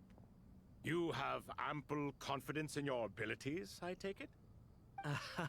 I wouldn't say I'm feeling hugely confident, but given how bad things are, I'd rather at least try something than sit around waiting to die. You are the top scholars of your day. I trust you are aware that there are countless links between Aru and the Akasha? Aru and the Akasha? But I thought the Akasha was the Academia's greatest technological accomplishment, created years ago by the Dendro Archon to help her people access knowledge. And you too? Do you not know either? You've read the instruction manual, right? You tell them. An instruction manual? The Akasha has an instruction manual? The Dendro Archon is a kind and thoughtful god indeed. It used to sit on a shelf in the corner at the House of Dana. Not the most popular read. If the manual is to be believed, Aru was in fact the original inspiration for the Akasha system. What? But there are so few records about Aru anywhere. And practically none of the scientific expeditions into the desert had anything to do with it. Ah, but this is something you could not possibly have known. You may have heard many stories about the desert, but what is the most important aspect of history? Consider this a quiz. Anyone from Vahumana present? I'm from Vahumana. It's, well, veracity. Precisely. And a large part of veracity is the chronological order in which events occur. I may as well tell you. In the beginning, Nabu Malikata, the goddess of flowers, descended upon Sumeru. The glory of the heaven was within her. She brought life, oases, and knowledge to this land. Then she created the Jinn, enlightened them, and ordered them to serve her. 2 other gods also walked upon this land where wisdom flowed in abundance, and the 3 met beneath the great green trees. It was the first and greatest alliance. We should speak with reverence of this covenant between the 3, which transcended both time and life. For they promised that in Sumeru, wisdom would be shared with all. All the great changes in Sumeru's history began with the goddess of flowers. For King Deshret's sake, she pried into the secrets of Celestia, and for this was burned to ashes by the flames of wrath. So grieved was King Deshret by her passing that he lost all interest in state affairs and devoted himself instead to the knowledge that she had brought back.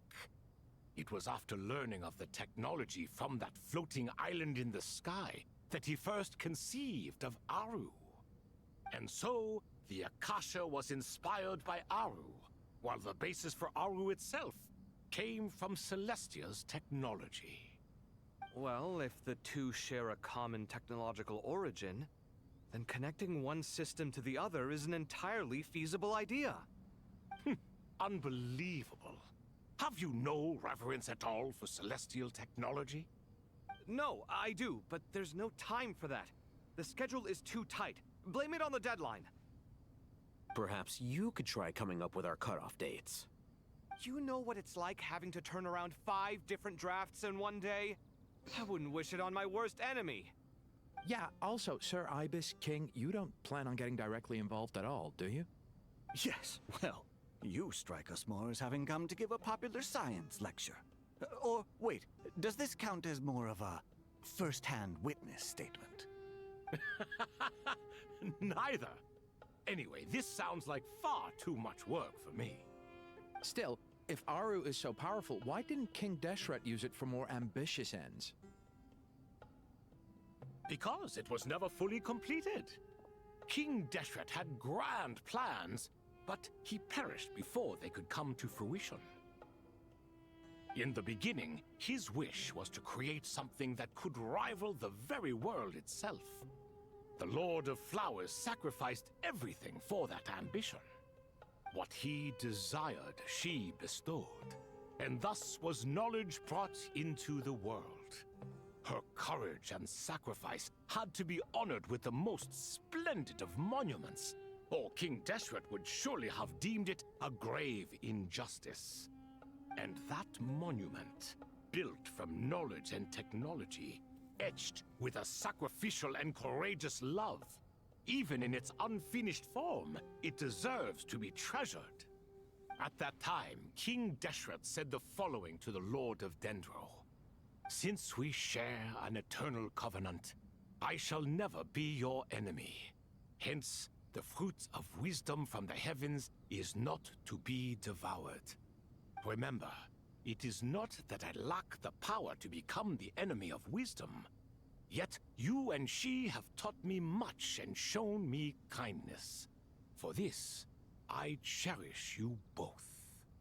In the end, Aru was only used to store a portion of the souls. It was but a primitive form of the masterwork the king had envisaged. His final hope for Aru was to return to the past, when she yet lived. So the point you're making is, King Deshret was both powerful and ambitious, and he only ceased his imperious ways out of affection for the goddess of flowers and the Dendro Archon. You could see this as an act of mercy, but you could also see it as the sentiments that lay between these three gods placing constraints on him. This was, after all, the foundation of the alliance between them. This explains why Aru was both a prison and a monument, and why the answer to the three questions was time. You have to be careful who you get involved with, or you invite all manner of misfortune. This is as true for gods as it is for humans. Love is the same. It is both a prison and a monument. All right, let us pause the story here for now. Yeah. Seeing as you've been so diligent, I can see it both ways, I'll offer a little help. Who's in charge again? Is it you two? Ah, yes, me and him. Now then, close your eyes. Wisdom hides in the space between the tangible and the intangible. It is to convey the incommunicable through the simplest of mediums. By the power of King Deshret, I shall grant you a glimpse into the unseen secrets that lie at the threshold of existence.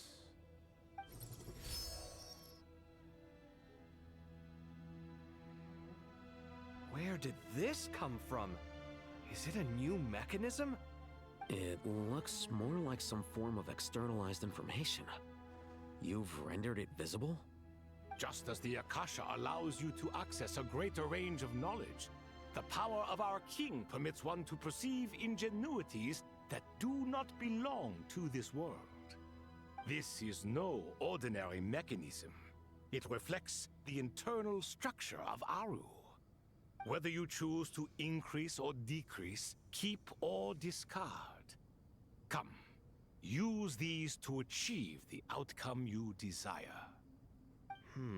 Looks mechanical to me. Better let me handle it, just in case. But wait, how do I get up there? Turn around. So that's where the elevator is. Oh, that's where. Uh-oh. It's a glitch in the system. Okay.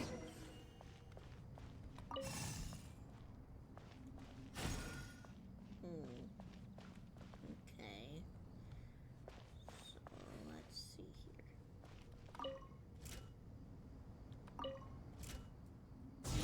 There we go.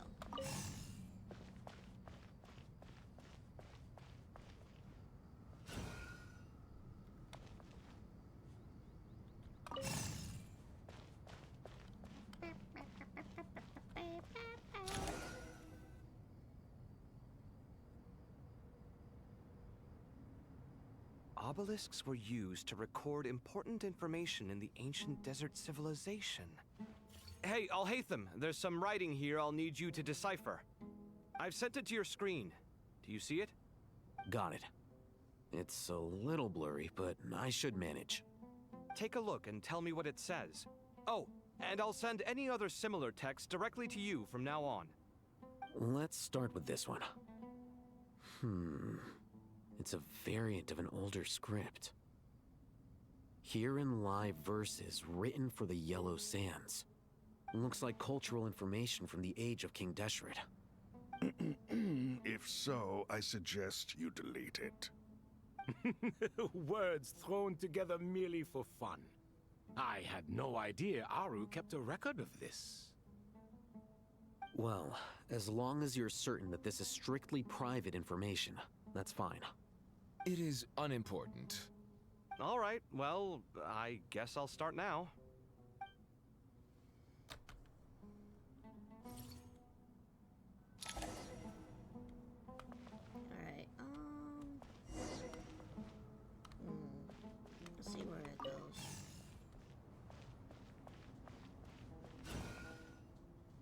artisans should go over there.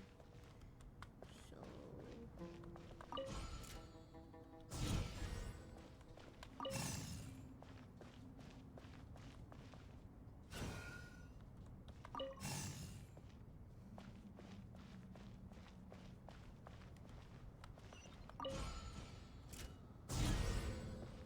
There we go.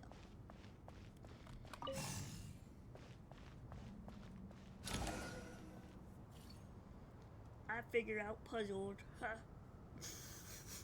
Found some more. Sending them over to you now. These are all reports about the Gurabad conflict. Can we delete them? I'd say so. Most of this information has already been archived anyway. What if there are details in there that Vahumana missed? What are we supposed to do if they come after us in the future? They'll just have to live with it. If we don't resolve these issues now, there won't even be an academia in the future, let alone a Vahumana Darshan. Yeah, you're right. Okay, done. There's some other similar monuments nearby. I'll check them out.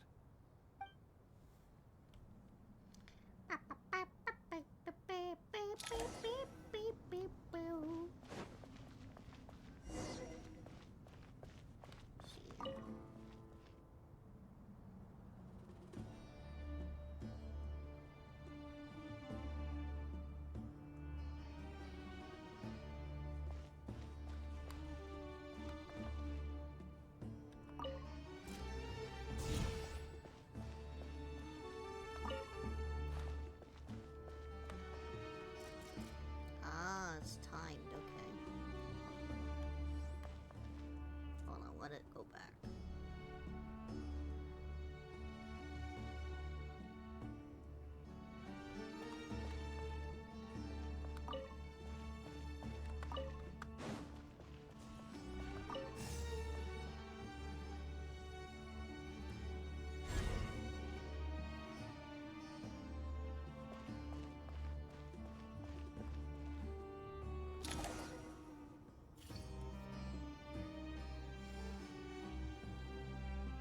Another monument.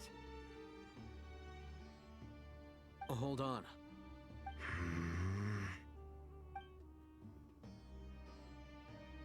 You're still reading it? How long is it? It records the development and governance of the Oasis civilization. Most of it concerns the Jinn, but it also contains records left by the artisans who built Aru. Is it important? Some of it. There was no way for me to read the whole thing in its entirety, so I had to rely on my intuition to pick the parts worth keeping. What about the artisans' records? What do they mention? They're speculations, mostly. For instance, they were wondering how to protect themselves if King Deshret decided to silence them after the construction of Aru was complete. Sounds like pure mythology to me. Surely that kind of thing didn't really happen. The records do emphasize that this was merely their conjecture based on various myths. Still, the artisans did leave details of their plans to survive, including blueprints for their escape route. Even that got recorded? Okay, well, I'll make a copy of this first before I delete it. Is that truly necessary? You won't be needing those. No, the blueprints are important. I want to keep them as a memento.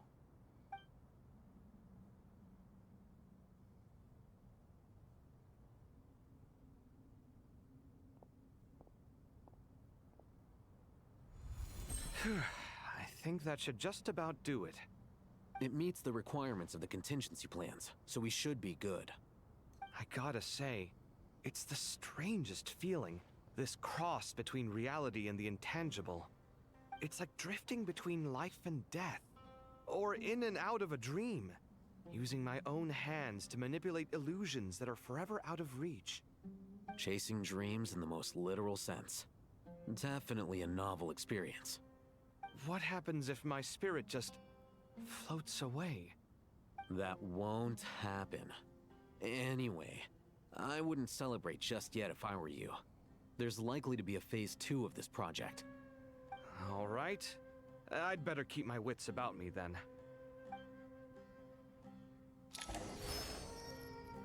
Alrighty. We're learning a whole lot rest for a while. I expected that the outside world no longer respected the ancient gods, but even so, I do find the tone of these youngsters to be dreadfully impolite. It should hardly come as a surprise to you. I remember you saying the same thing last time. I assumed that was just a one-off. I did not realize it was the norm. Don't you think that young lad's matter-of-fact tone sounds familiar? It bears a rather uncanny resemblance to you, Goatee. Surely a sign that he is a man of rare intelligence. Oh. The rest of them, though, much better. The blonde-haired one, for instance. So sincere. That's the kind of kid I can respect. Oh, really? Well, what about your disciple, Nefer? She's about the furthest from sincerity that a person can get. Ah, and now you hit the crux of the issue. Thoth is spouting lies again. He cares nothing for sincerity. He likes Nefer simply because her personality is just like his. Thus, in giving his approval to Nefer, Thoth is simply validating himself. The rest is but smoke and mirrors. You have some nerve saying that. There really is no helping you two. Shut up, chess rookie. What nonsense is this? How dare you tell me to shut up? How can you engage in such banal chitter-chatter at a time like this? Great. Aru has been opened. The glory and splendor of a bygone age is about to sweep over the earth like a flood. And you're here squabbling like petulant children.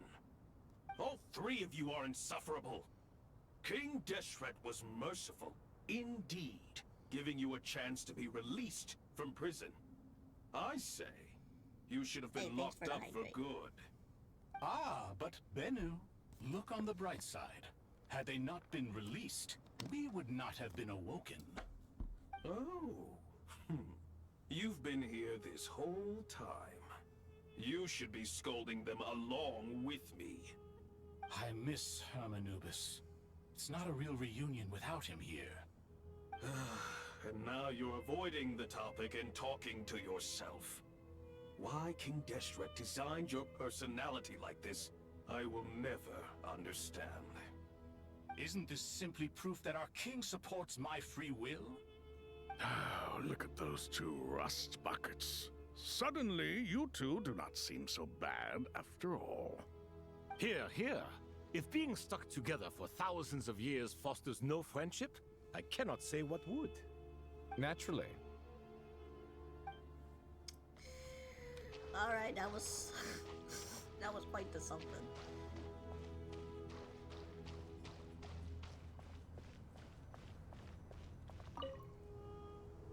How's it going? Are things progressing smoothly? Well enough, I suppose. You know how it is. The work itself is only half the problem. The other half is having to work with Al-Haytham. I'm sure the feeling is mutual. Honestly, though, I thought you two had already worked things out. As if.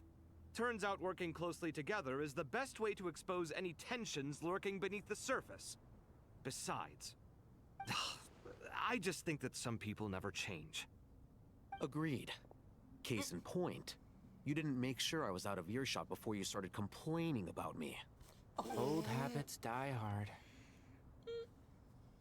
Actually, this is for your own good. Maybe if you spend a little more time listening to what other people have to say, you might actually realize that you're the problem. Naivete is another old habit of yours. I had assumed that you both volunteered for this project like us forest rangers. But now I'm getting the sense that wasn't the case. Definitely not. We were assigned to it by Lesser Lord Kusanali and Nephis.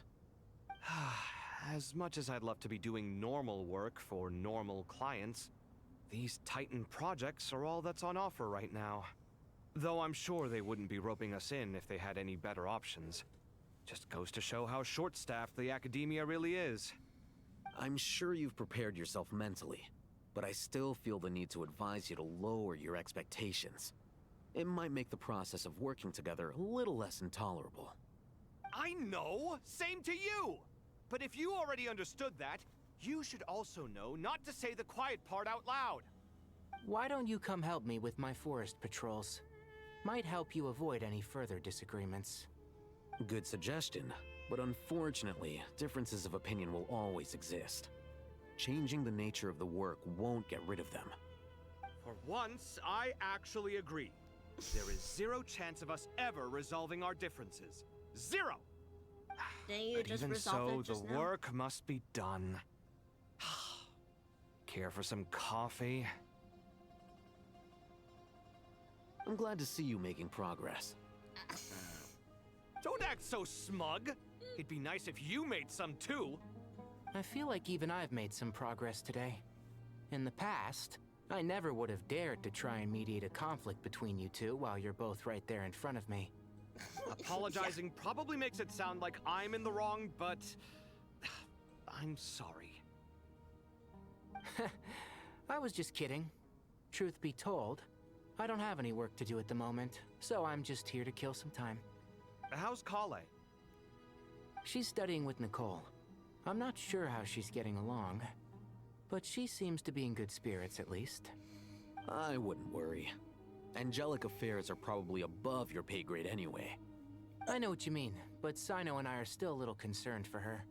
He said he'd go keep Kale company after he's finished training the mercenaries. I'm planning to join them myself shortly. Kale will be okay. Have faith in her. Even we can see how much more confident and outgoing she's become in these past few years.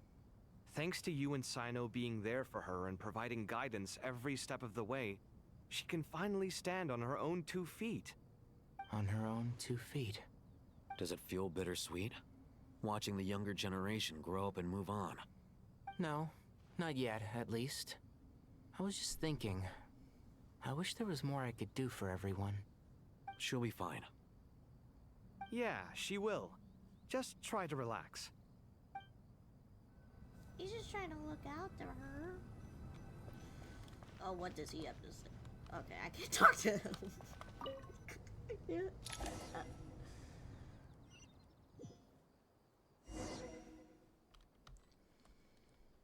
Oh, my body's gonna be sore after all of those exercising.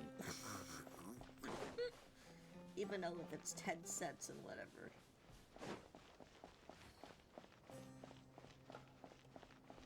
I just have a hunch.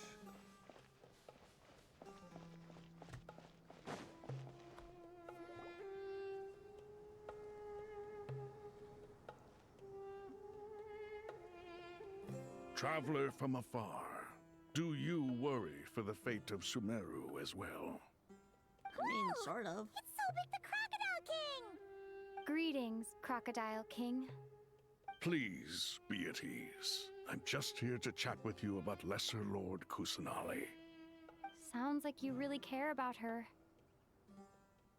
Yes, although to be exact, it is a mixture of both concern and curiosity that I feel. Speaking of Nihida, Paimon was wondering how she's doing. Wait a moment.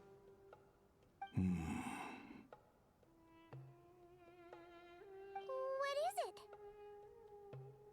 I tried calling out to a pep, but there was no response. This can only mean that she is focusing all her energy on taking care of Lesser Lord Kusanali. All the gods who served King Deshret seemed super surprised to hear that a pep agreed to help Nihida. Guessing she made a bad impression on you or something. Are you aware of the history between her and our king?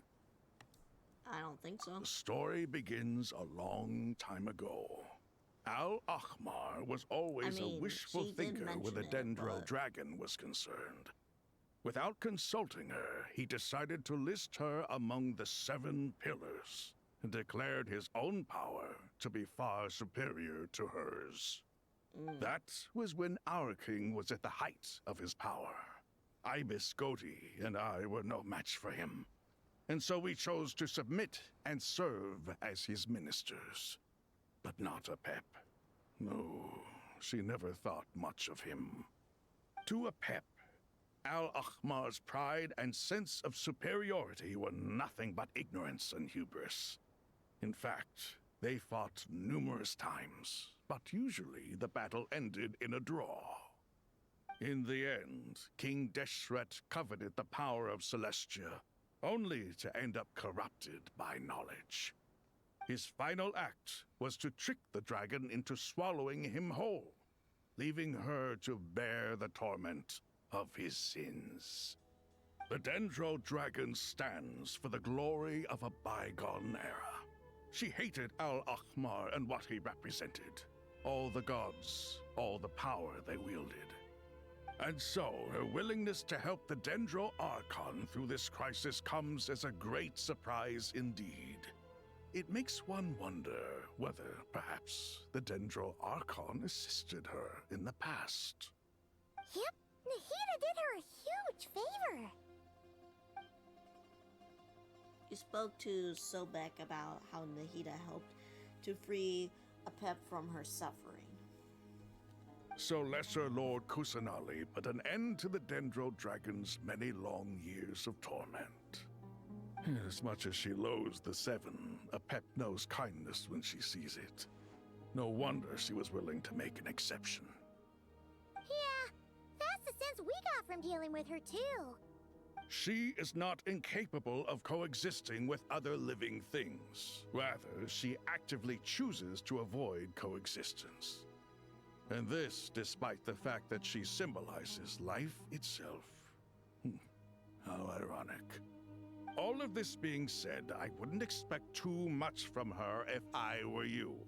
Nothing will change her hatred towards humanity and gods. We'll keep that in mind. Anyway, how much longer do you think Nahida needs to stay with Apep? Maybe we should go and pick her up? For all we know, the Fatui might still be in the desert. Just to be on the safe side, why don't we grab anyone who isn't busy right now and go look for her? I'm alright, Paimon. Huh? Was that Nahida's voice? It seems the treatment was effective. Since when do my deeds require your evaluation?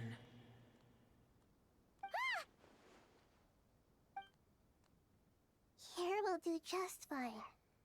I had no intention of taking you any further. One ought not expect greater generosity than they have earned. You always hide your kindness away like an oasis within a sandstorm. Only those who make it through the swirling winds can know just how beautiful that oasis is, and how much hope it brings. You dare appraise my being? No, I'm expressing my gratitude. I want to thank you for sharing your precious life force with me. Oh, she's so sweet. Awake already. You are more resilient than I thought. Pep. I feel much better. Thank you. Gods and their gratitude mean little to me. I would rather you give me your assurance that the situation with Irminsul and Sumeru's ley lines will be competently managed. If I suffer any ill effects from the ley lines, you, as the god of this land, will be held responsible. And you would not enjoy being held to account by me. I understand what you require, but I would assume this task even if you did not demand it. Sumeru is my responsibility. I must resume my duties as soon as possible. A farcical notion. God of Sumeru, I hope you realize how unextraordinary your strength is. And yet, maybe it is precisely what defines me. A god of wisdom is not meant to rule by force. Then hold steady. We go forth. Well, I'll be. Is that a pep? Do my eyes deceive me? Of all places, the Dendro Dragon has decided to visit the mausoleum of King Deshret? I see that after all this time, Al-Ahmar's menagerie of ministers remain as vile as ever. It's a pleasure, Dendro Dragon. Had you arrived but a little sooner, you might have attended a meeting of the Seven Pillars. What a nauseating thought. You are not the first insects I have had the displeasure of dealing with today. A swarm of them tugged on my tail on my way over. Goodness knows what hovels they crawled from. Why do all the creatures of this world remain so lowly after all this time? What did you do with them? I cast them away. What would you have me do? Keep them as trinkets? Boer, this is where we shall part ways. To be clear, I do not wish to see you or anyone else here ever again, unless absolutely necessary. Then I wish you peace as you return to your dwelling place. Thanks for helping us. It matters not to me. Simply refrain from bothering me again. Okay. Whatever. A force to be reckoned with. At times like this, I feel glad that she has no interest in any of this. Hold on, just hold on, okay? We're almost there. We made it. Huh? Wait, that voice! It's... Uh-oh, I'm gonna fall!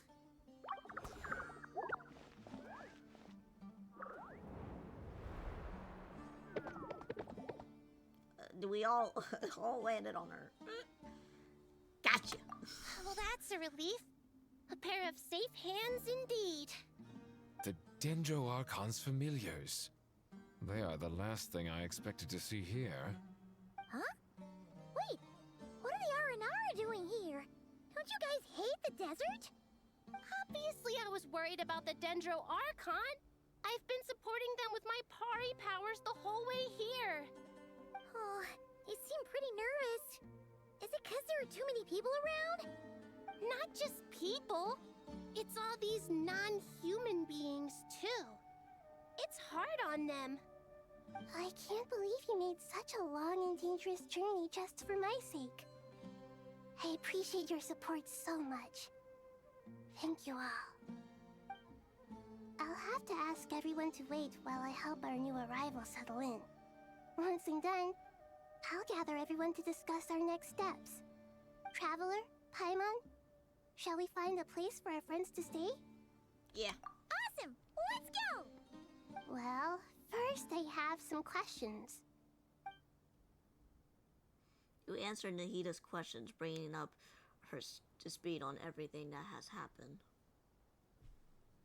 Okay, I think that covers everything. Thank you. We can get going now.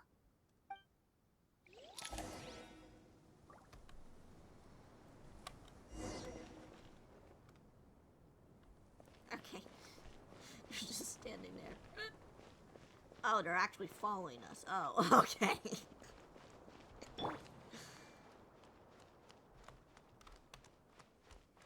Look at it. So cute.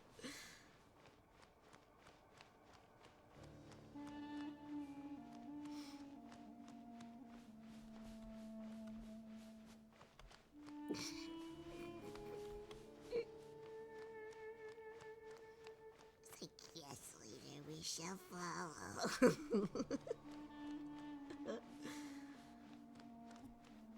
Oh my goodness.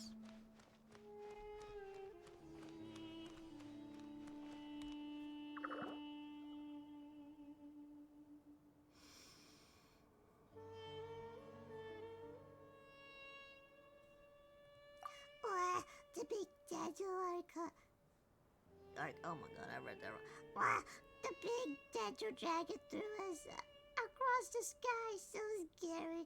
There was bloody Nara here. Hey, cheer up, Aparas. They're always looking for us. Wait, they're all looking for us? Sure. All those Nara can't see us. Nara always have been so busy walking here and there. Hi, don't let the Nara catch us. They can have a pot, but wait, no. The Nara can't take the pot. My sister, I have to look at it. The Nara coming. Hello, everyone. It's only us.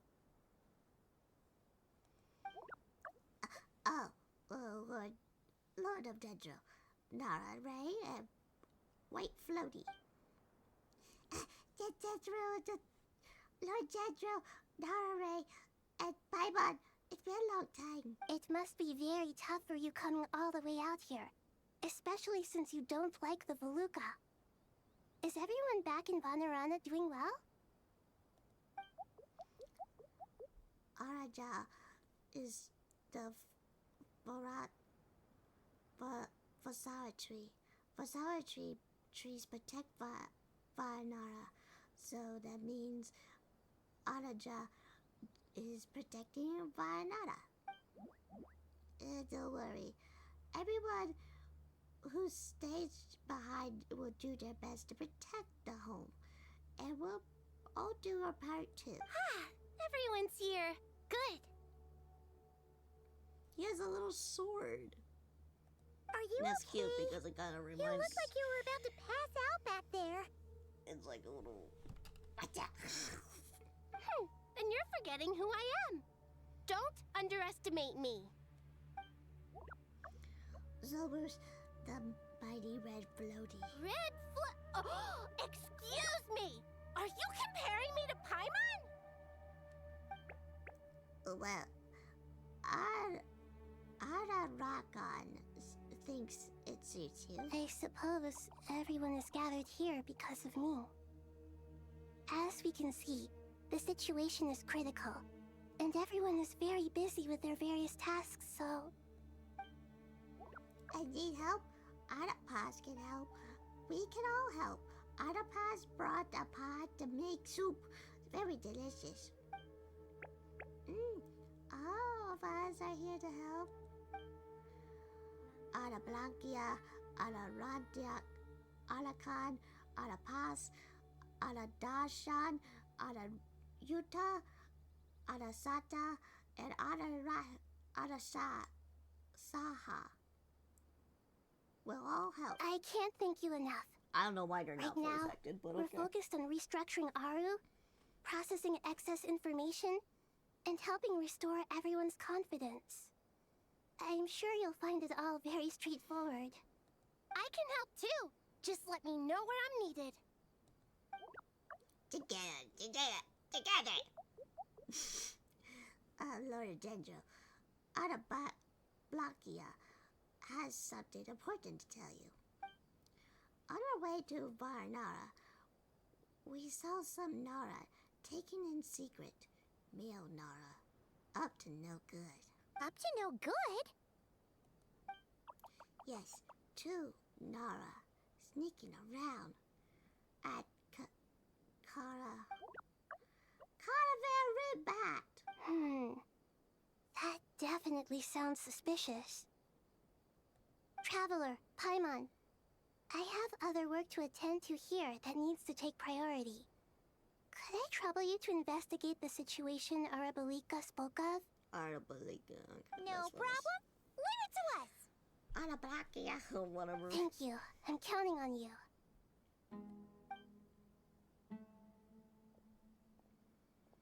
There's one other thing.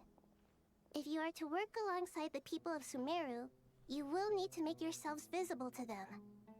Is that acceptable to everyone? Well, if we really have to. I guess we have no choice. Hey, don't be afraid, Arapas. You'll make the most delicious soup. Everyone will like you. There's nothing to fear. No one here will hurt you. But if you do feel afraid, don't worry. Just call my name and I'll be there. Okay. Very well. Now, I shall bestow a small blessing upon you all. Whenever people see you and interact with you, from the moment their gaze meets yours, they will experience the most beautiful of dreams.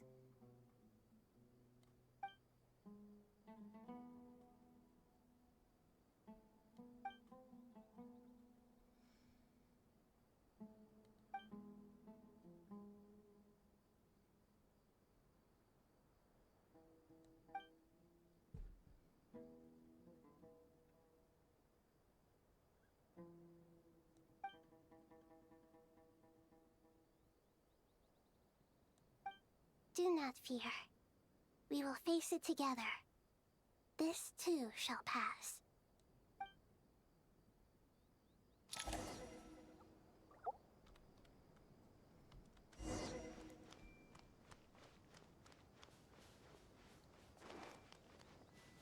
Alright, I guess we'll have to head out.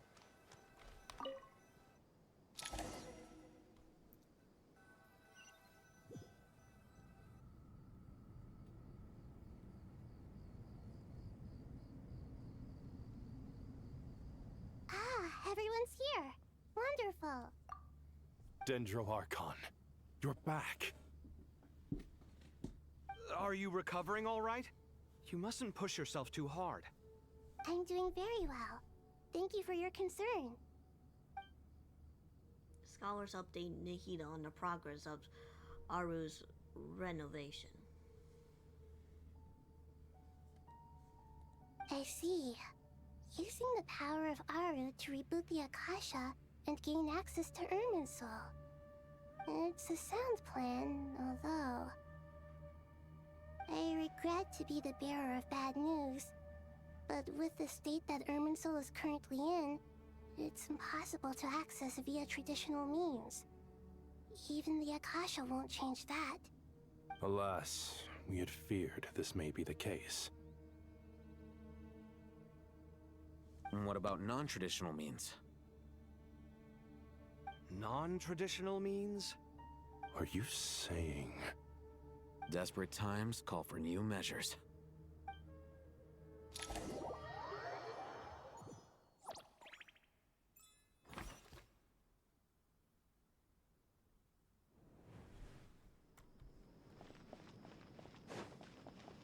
Okay, let's go find whatever is a bit suspicious.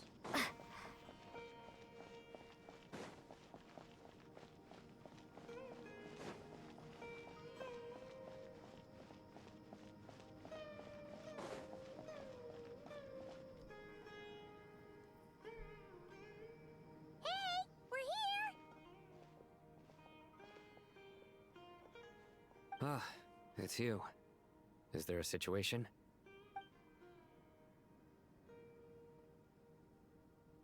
The Aranara have good intuition when it comes to people. In other words, there may well be a traitor among us.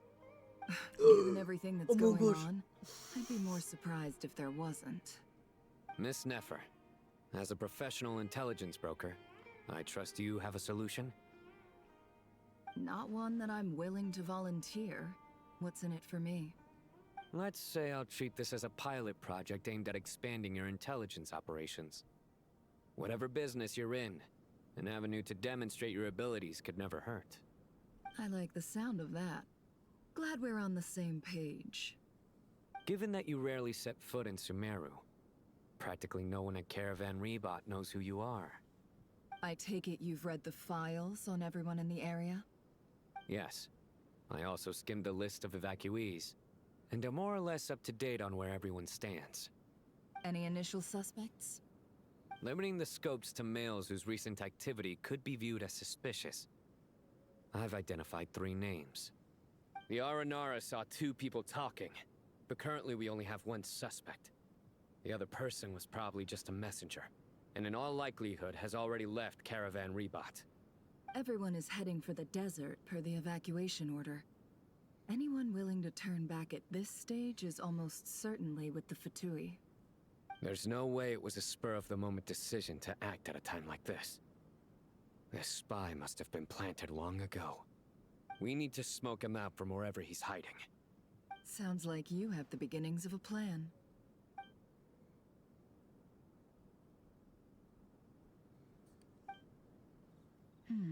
I see. Your suspicions are well-founded. I'd be watching him too if I were you. So far, we still lack solid evidence that he's been bribed. He hasn't made any recent purchases that would indicate he came into some cash. Then let's get closer to him to confirm before we make our move. I can handle it. I'm not based in Sumeru, so barely anyone at Caravan Rebot knows who I am. And you're certain you've never encountered this person in Nodcry? I'm certain. Besides, it's extremely rare for me to have had any direct contact with Sumeru mercenaries besides Jet.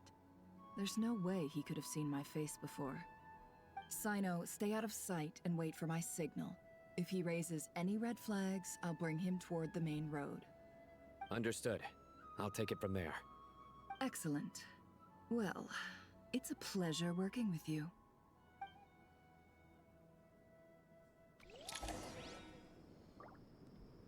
Alright.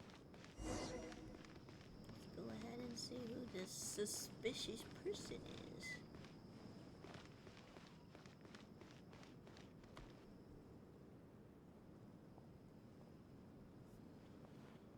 Darker skin, scars, frequents the desert and has ample combat experience.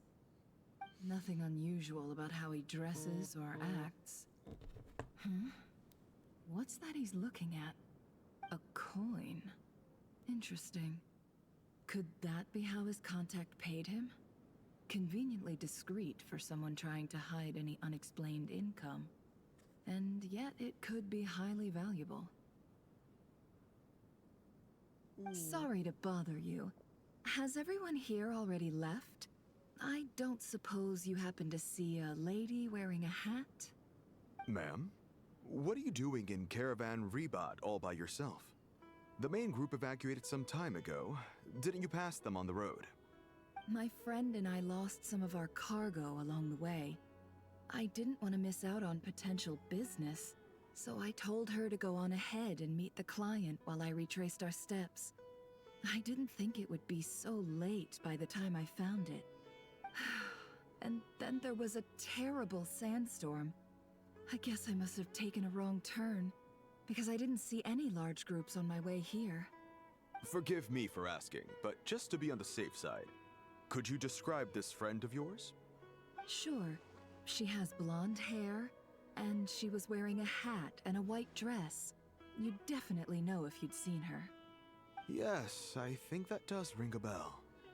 Ah, my apologies. During this exceptional time, the Corps of 30 are under orders to be extra cautious when dealing with unknown people, whoever they might be. I understand. Well, sir, is there anything else you need to know? If not, I'd better try and catch up with them. Hey, wait! They left a good while ago now. You'll never catch up with them on your own.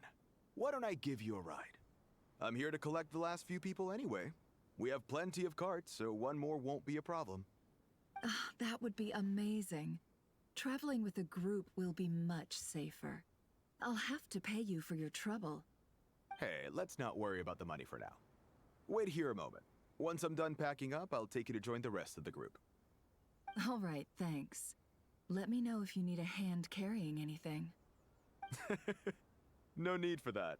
I'm strong enough for both of us. Okay. Well, I wish there was some way I could repay you.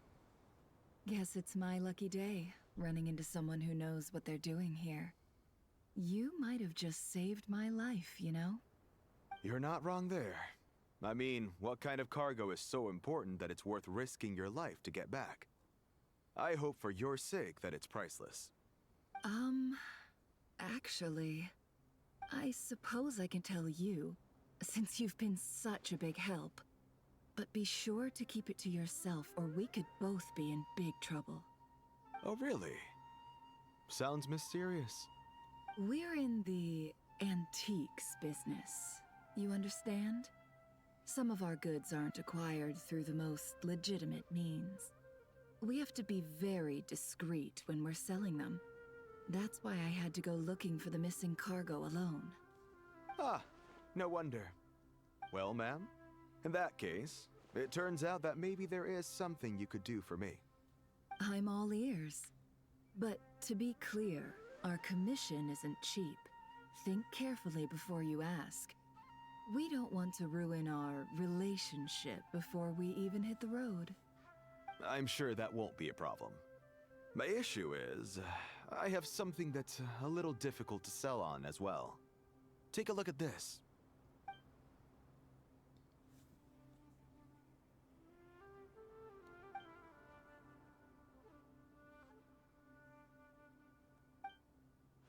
Pure gold.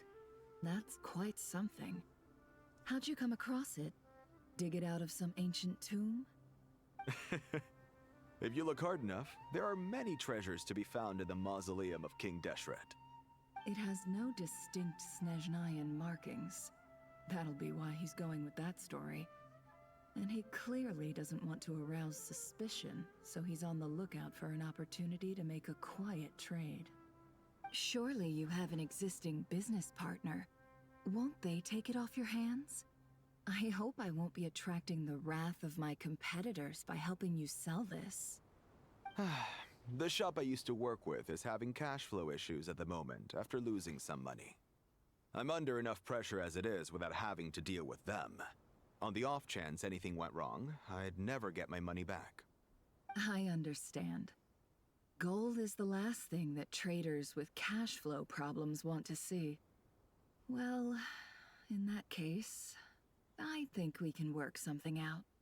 As it happens, I'm just about done packing. Shall we make a move? Sure. Let's walk and talk. This evacuation was a huge operation. They needed a few people to stay behind and tie up loose ends. And I ended up being one of them. You're lucky you ran into us in time. I certainly am.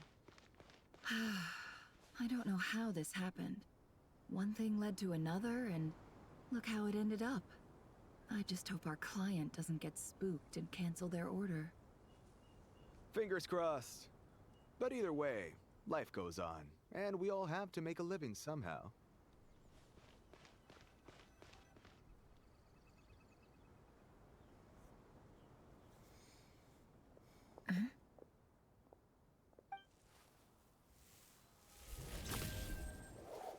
Hands where I can see them.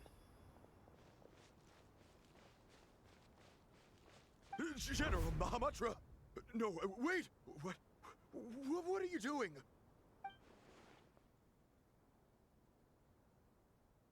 This is the coin? Good. Sadly, you won't have the chance to spend it. Nicely done. Looks like Sumeru's Matra are a well-oiled machine nowadays. Unmarked gold coins are quite difficult to trace. Thanks to you, we have secured the evidence. Here's what's gonna happen.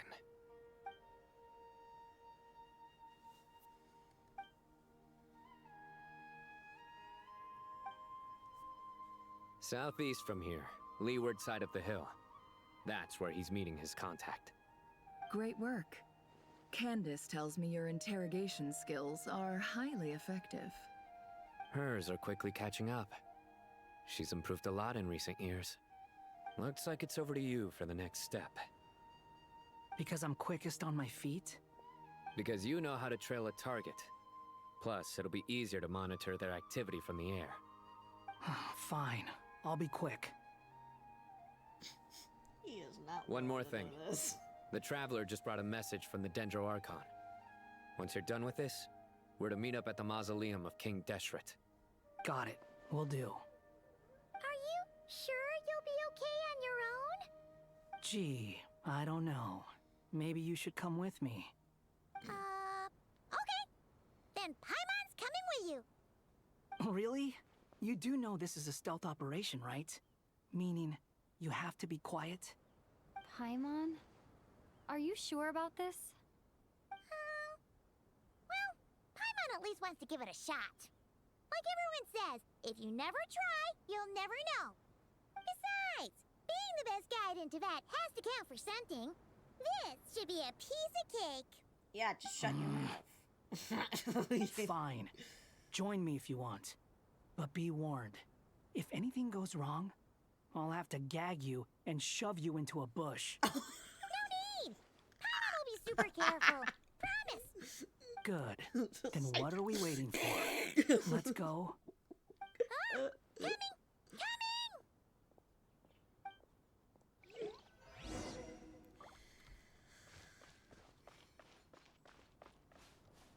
Squall and Fury.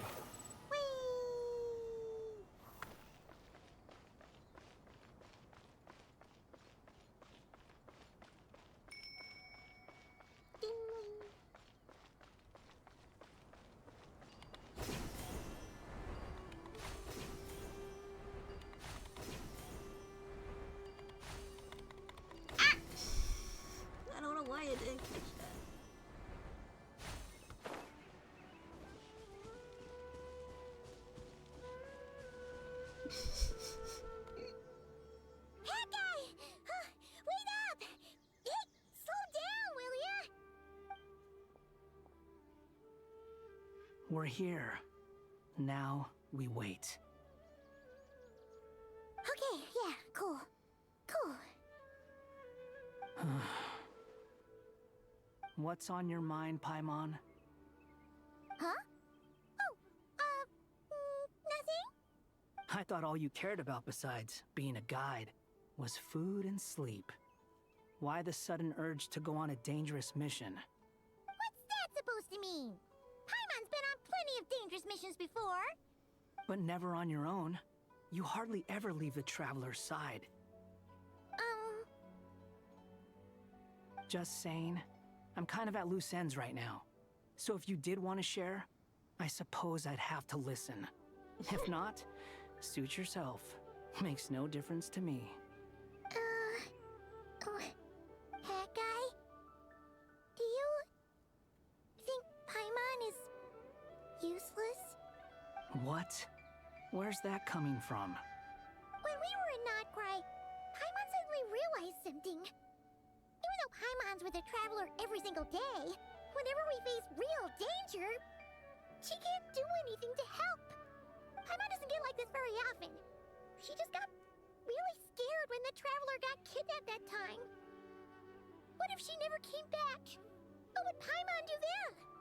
And the more Paimon thought about it, the more useless she felt. But Paimon doesn't want to be a burden.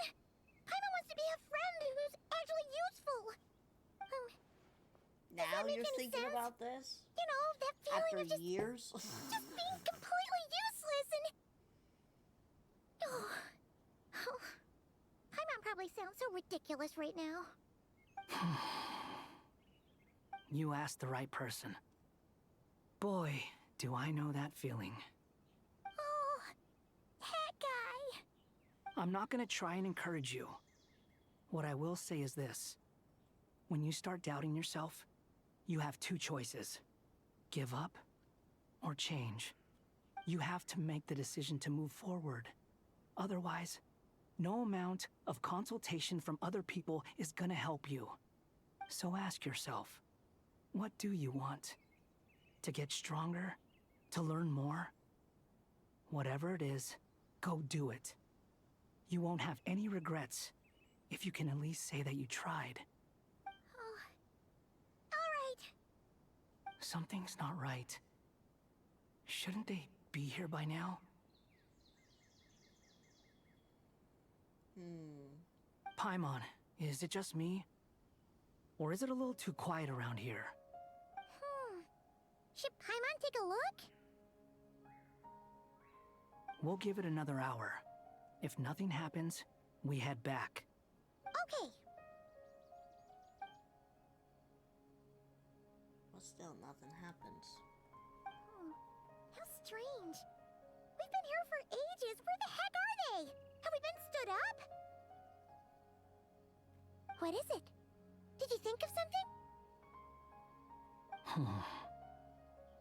Something feels off about this whole situation, but I can't quite explain why. We know for sure that the guy Sinocott had something set up, yet somehow his contact is a no-show.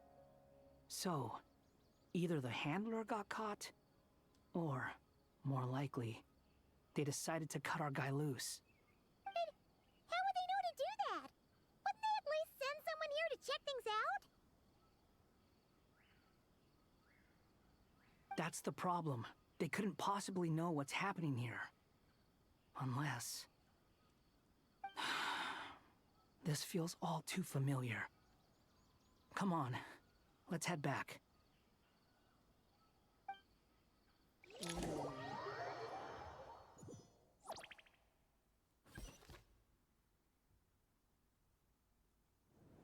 Even though this isn't a formal meeting, I'd still like to start by saying how grateful I am to each and every one of you. Thank you all for coming here and standing by our side. Shesipang and Bennu are currently assisting the scholars with the maintenance of Aru. Please forgive their absence. As for Hermanubis, may he rest in peace. We remember him with great fondness.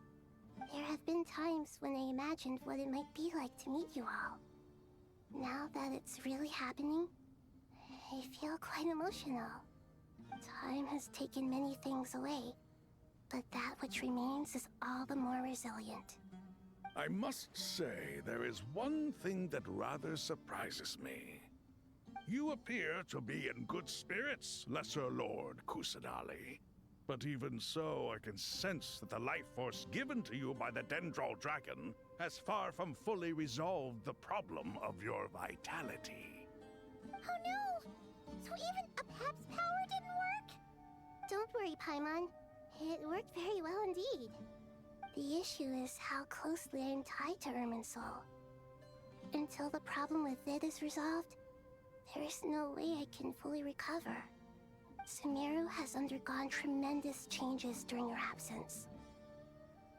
When gods pass away, inevitably, people's faith in them grows weaker. You must have sensed it already. Your power is not what it once was. Regrettably, this is true. I too have grown weaker due to the effects of Irminsul. Right now, we're all in quite a sorry state. Then what do you suggest?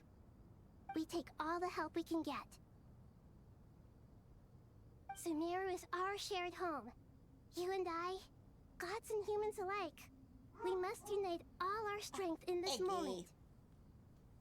Though Al-Ahmar is no longer with us, the alliance between the three gods remains in force. Regardless, as subjects of our king, we have a responsibility to support Sumeru through this catastrophe. What you barking at? Not to mention that it was the people of Sumeru who released us from this prison of Aru. Times have changed, and the people of today possess greater wisdom than those of the past. You really know how to give a rousing speech, Goti. Now then, let us learn more about your plan. The brightest minds of the Sumeru Academia are busy opening and renovating Aru. They claim it has something to do with Irminsul? Correct. Irminsul has existed in Teyvat since the very beginning. But during the Age of the Dragons, it did not possess the significance it holds today. After the heavenly principles arrived, the power of the Light Realm was divided into elemental energy, and Irminsul was refashioned as a device that records and preserves all information. Since then, everything in this world has been inextricably linked to it. As the Dendro Archon, I have a duty to protect Irminsul. To Sumeru, it is both a national treasure and undeniably a major threat. Teyvat has seen many upheavals in the last few years. The most recent of these was a major crisis in Notcry, which forced Sumeru to be even more vigilant than usual. I made sure to monitor all the pathways through which an outsider could potentially transmit themselves into Irminsul. But despite my efforts, a major problem still arose within. I still believe that someone has actively invaded Irminsul.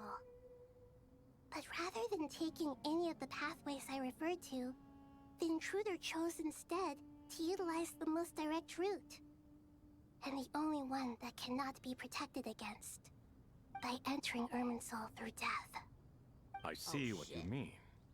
You cannot simply stop all deceased souls from returning to the ley lines because of a potential invasion that could occur at any time.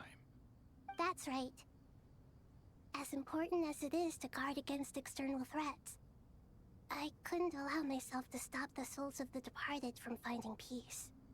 Please, understand how difficult this predicament was for the Dendro Archon. Defense has never been an easy task. After Irminsul was invaded, my authority was quickly restricted. Soon after that, the tree began denying access to any connections. I'm sure you feel responsible, but you are not to blame. No one can predict every possible disaster. There will always be trials and tribulations for the world to endure. But the people of Sumeru should not have to endure this. We must find a way to break through the lockdown and connect to Irminsul. And this is why you need Aru. Yes. The only thing in Sumeru capable of rivaling Irminsul in terms of overall function and performance is Al-Ahmar's legacy, Aru. All I managed to do before falling into a coma was make some minor adjustments to Irminsul. Using Aru is a last resort, and a move that comes with enormous risks. The scholar's initial plan was to borrow Aru's power to reboot the Akasha, then use the Akasha to connect to Irminsul and investigate. Unfortunately, Irminsul has suffered far greater damage than they first thought, rendering that plan futile. To rise to the challenge, we had to resort to more extreme and far costlier means. This has led to a number of new contingency plans. To reclaim Irminsul, our brightest scholars have made further modifications to Aru with multiple goals in mind. I thank you all for giving them your blessing in this endeavor. Human wisdom has clearly improved over the millennia. You have not only our support, but that of the Jinn, the Aranara, and the Pari. Together, we will do everything in our power to save Irminsul. By the way, when you spoke earlier of an intruder, it almost sounded as if you knew who you were dealing with and what they were capable of. Well, since you ask.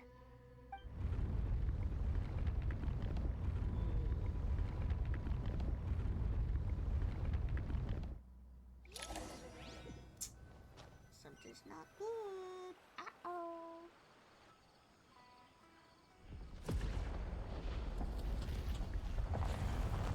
Oh.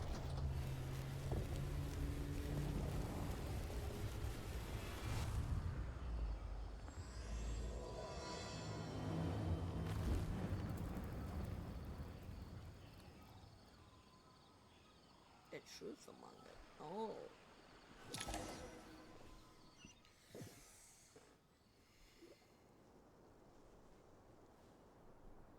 That's a big tree. Master Tainari! What is that? Is this Irminsul?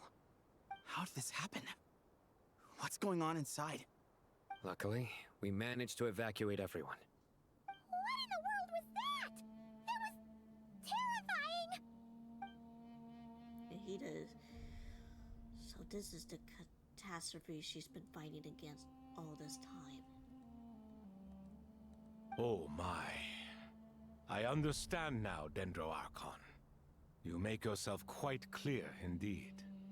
Not once over the millennia has Irminsul been so terribly afflicted as this. Please continue, Dendro Archon. Irminsul's root system is what comprises the ley lines. In the past, it has always been hidden away, going unseen by the general populace. But now, an evil intruder is making it reveal itself. It has become a tree of unbridled greed. A clear sign that a deranged experiment has advanced to a new stage. Blasphemy.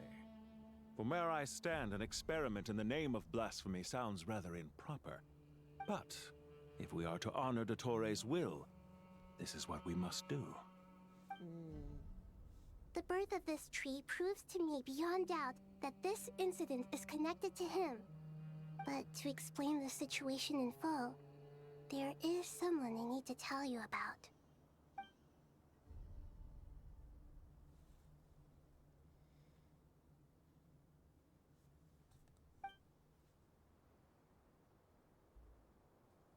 Basically, she's explaining who the doctor is and whatever. Zandik. So it was him. I saw him in the desert once. A man of supreme arrogance.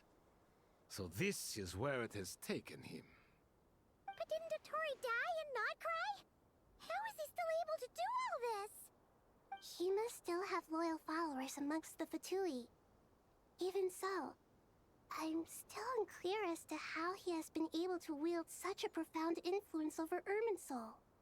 I can confirm that Fatui forces have arrived in Sumeru City. Furthermore, Irminsul seems to be undergoing some kind of mutation. Evil branches are beginning to grow. Things that do not belong to this world are slowly but surely materializing. Sorry, I couldn't think of any other word to describe it. They don't seem to be fully formed physical entities yet, after all. But they are gradually becoming real. A baleful tree climbing up into the heavens. Speaking of Dottore, I have some information on that front as well.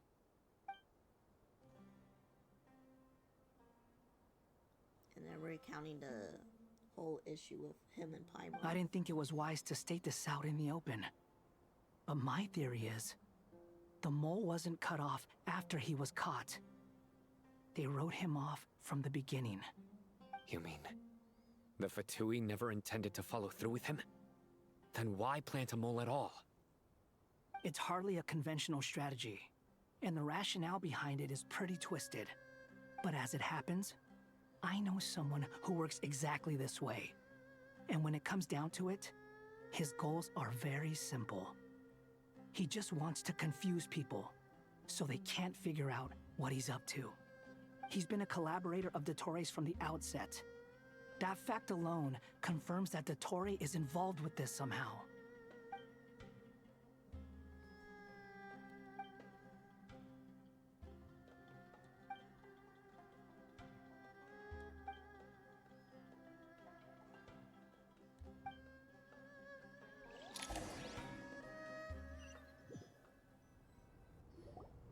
There is still much to be done. Everyone, please remember our core strategy. As per the discussions, the following groups must act immediately. Mr. Alhaitham and Mr. Kave, the next phase of the Aru renovation project must begin right away. Godspeed to you both. We'll give it everything we've got. The plan looks feasible, but the implementation will require certain resources. General Mahamatra Sino and his team will help to procure the materials required for modifying the terminal. No problem. I've already spoken with Sethos and Hat Guy, and they've agreed to assist me. This kind of thing is best left to the fleet-footed, right, Hat Guy?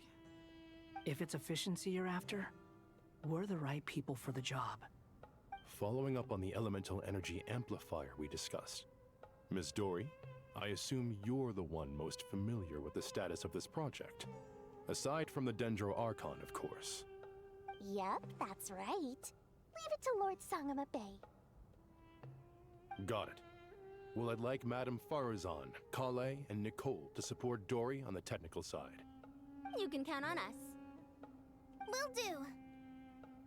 Rest assured, I'll take good care of Kale. Dia, Candace, and Nefer. Okay. You'll be in charge of negotiating between the various parties. I trust you remember our goal. You bet. We can handle it. Good. I believe that covers everything. Tainari will provide ad hoc support as needed, if that's okay. Poor Tainari. Must be tough being Nephis' student. Getting bossed around all day, every day. Hey, don't try and drive a wedge between us, you old rascal. All it says to me is that Master Nephis has faith in everyone's abilities. While I'm nominally here as backup, I doubt there will be many situations where my help is needed. Exactly. Finally, Traveler, you and I will head to the border between Sumeru and Natlan. Once that task is complete, I'll be asking some of you to accompany me to the Eternal Oasis. The Eternal Oasis? I thought that was just a legend. So it does exist after all. Regarding your trip to Natlan, under normal circumstances, a meeting between our two nations would be a far more formal affair. Unfortunately, Sumeru is all but completely cut off from the outside world at present. So regretfully, we won't be able to give the Pyro Archon Mawika the grand reception that she deserves. My apologies for the inconvenience. Not a problem. No point putting too much pressure on yourselves. That goes for everyone. Right. Especially you, Dendro Archon. I'm sure you're still feeling quite weak. Don't worry about me. The Dendro Dragon's life force will sustain me. Plus, we'll be there every step of the way. Nahida will be just fine. Yes. I believe in myself. And I believe in every one of you. Well, time to get going.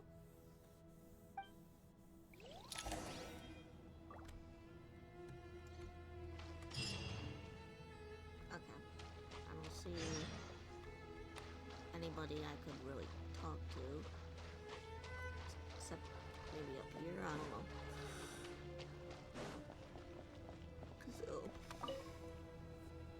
To what extent we can implement the final plan depends on how successfully the Akasha can be modified and configured.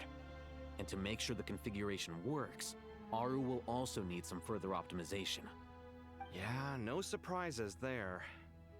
Once we roll this out, any Sumeru citizens who already have Akasha terminals can simply continue to use their existing devices. This still leaves us with a significant equipment shortage, though. Many groups of people were never issued Akasha terminals, including mercenaries, the desert folk, and many others. We'll need a supply of rare materials for the renovation of Aru and the production of new terminals. Right now, the best place to source these locally is from the primal constructs within King Deshret's mausoleum. Time is not on our side here. It's gonna be a race against the clock. The Aru merge and renovation project will have to be carried out by you two. Everything's riding on this, so failure is not an option. Best of luck to you both. As discussed, General Mahamatra Sino and Mr. Hat Guy will source the required materials. Mr. Sethos is quite familiar with the layout of King Deshret's mausoleum. With him accompanying them, things should go quite smoothly. I have every confidence. In the meantime, we may as well take a breather. Makes sense. There's not much we can do until the materials arrive. Get in formation and stay close. What is this, boot camp? Knock it off. It's just Sino being Sino. You know what he's like. Everyone clear on our mission objective.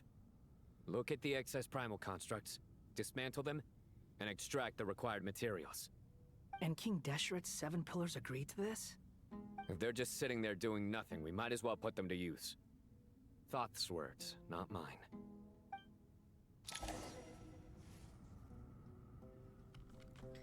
All right.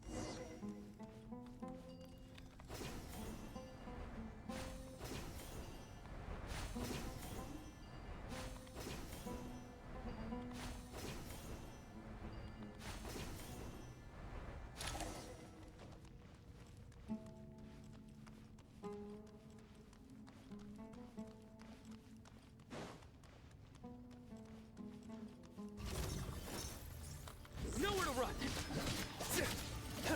Sage's wisdom! Through me, justice is served. Their penance is due! They stand condemned! Wretched vermin! Behold!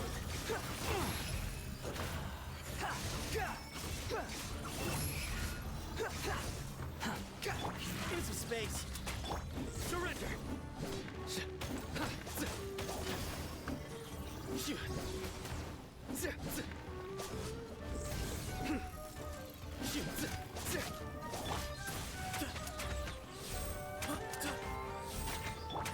Nowhere to run!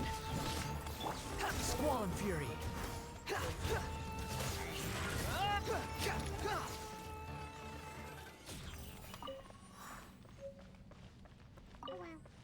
The wind rises.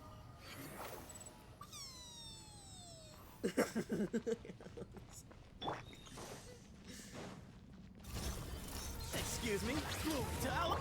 Futile! Judgment is upon you!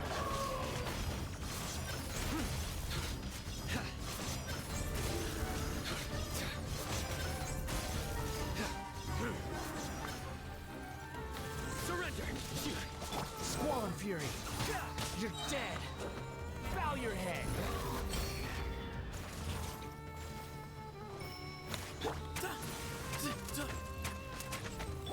Nowhere to run! Behold!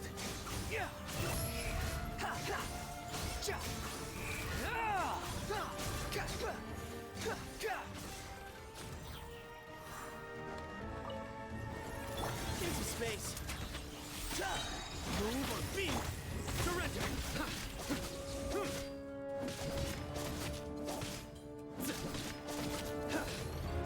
Futile!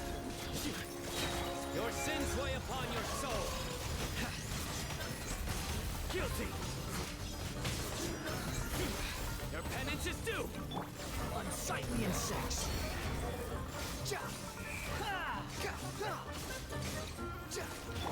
Excuse me?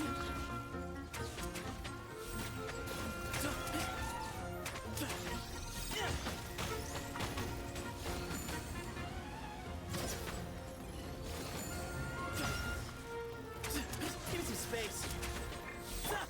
Surrender! My judgment has failed. Oh boy!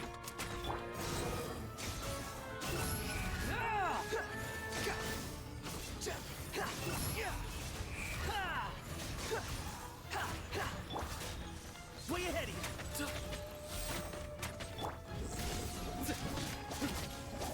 These devices should still be usable even though they're broken down. Let's take them back for the others to review.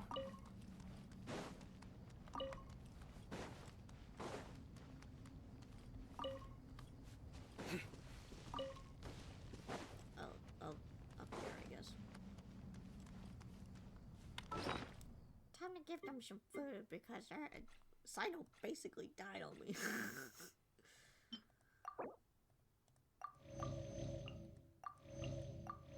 There you go.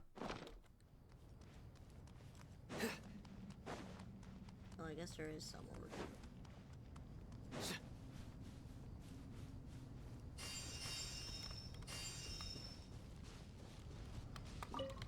Nowhere to run! I didn't mean to do that.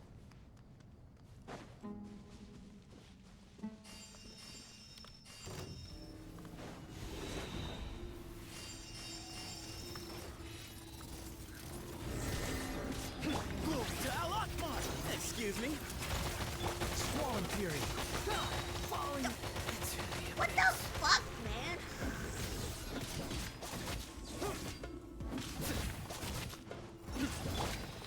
Give me some space. Yeah, I have to learn. Sage's wisdom.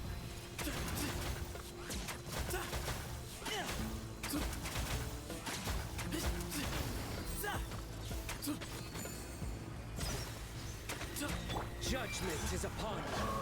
You stand condemned. Guilty. You stand condemned. Okay. How many do Alright, you need see you again? later, Spectre. Enough to make an Akasha terminal for everyone who doesn't own one.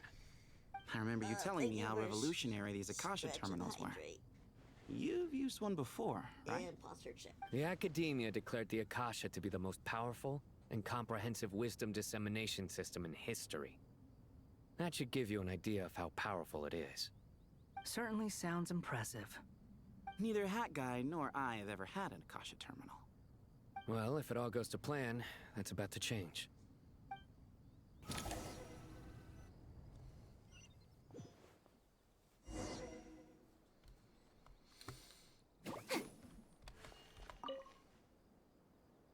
Oh, goody! Thank you so much for handling the delivery. What a long way it was. You've really outdone yourselves. I'm well aware what a bumpy, dangerous journey it must have been. Now, I would have loved to oversee the process myself, but of course, those of us who know the plan can't leave the mausoleum. Oh, trust me, I'm patting myself on the back for my assembly work here. Simply flawless work. But will you really be needing all of this? According to our plan, yes, this is the quantity required.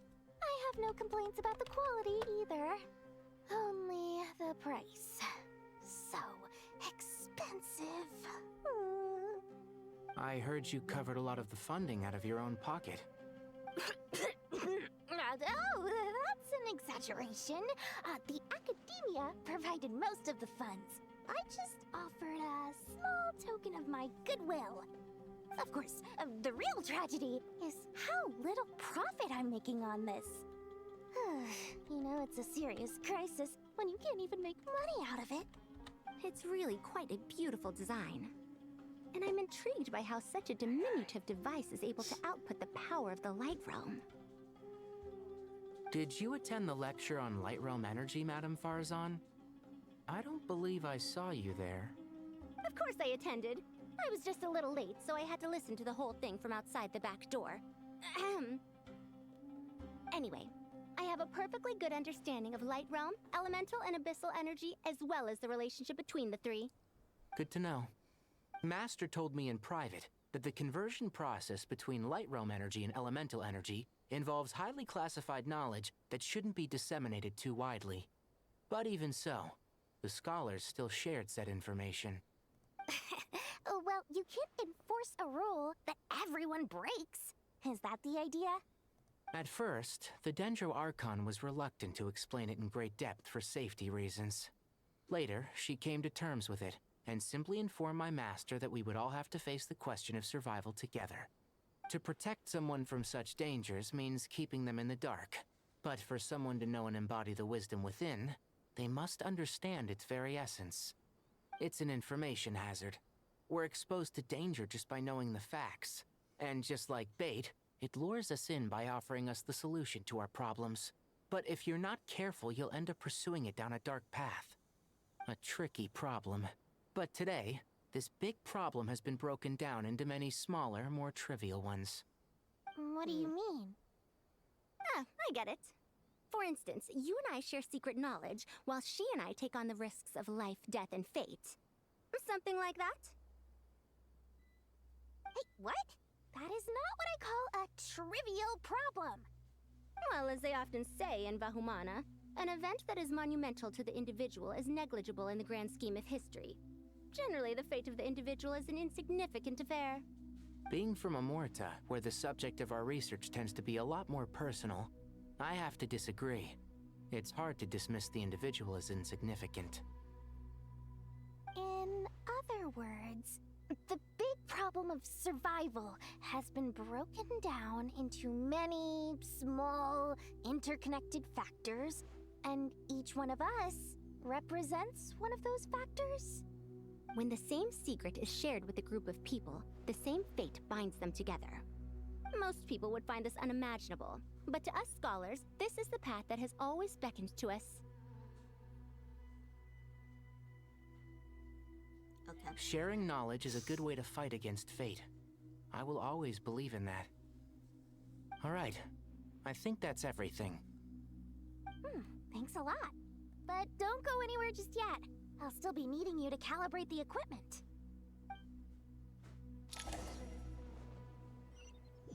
Why is Twitch acting so weird for me?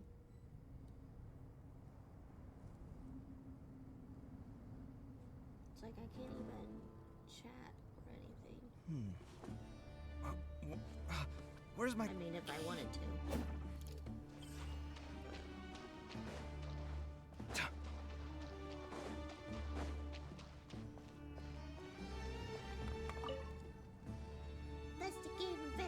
Okay, the materials are ready. We can proceed with the next phase.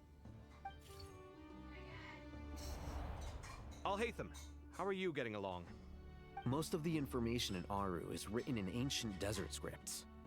Some of this is written in a tribal language, while other parts seem to be a variant of an oasis script, based on the glyph forms. Oh. Not lost to history, I hope. Some are.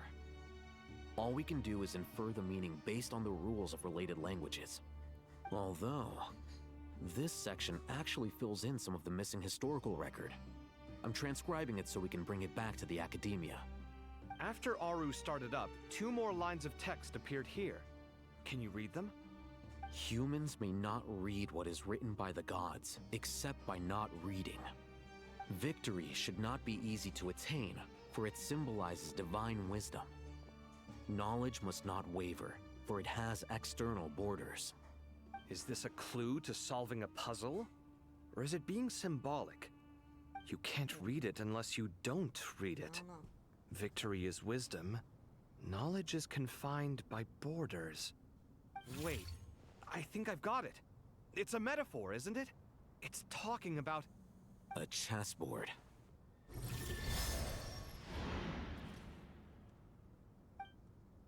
You were right. The youth of today are skilled at solving riddles. Have the secrets buried in the desert not been unearthed over the years all the same? Since Aru is a place reachable through wisdom, this day was bound to come sooner or later.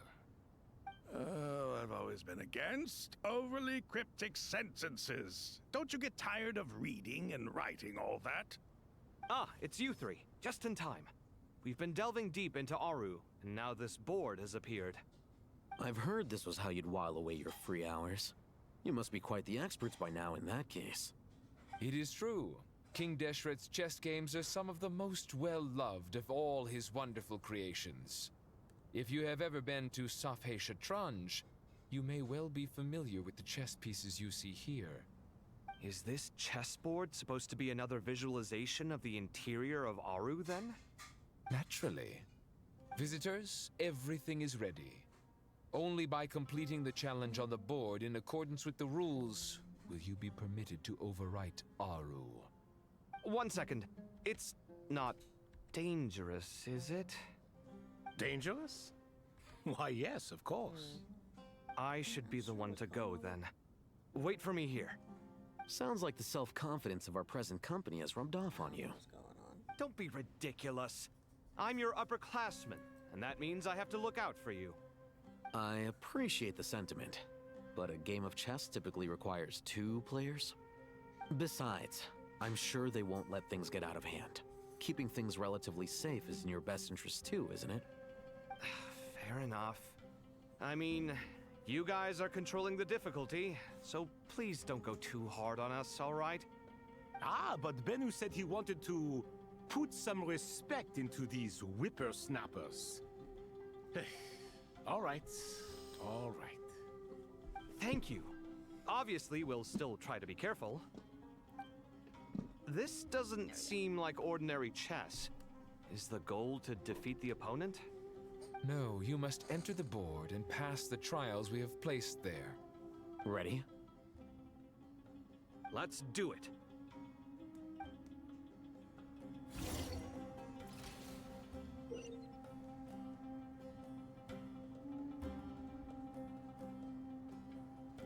Move separately, consuming action. Okay. Hello, Mr. Wiggies. Hello. Consume.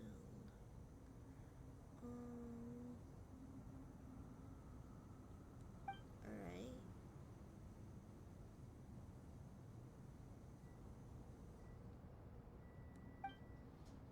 The first trial is posed by me.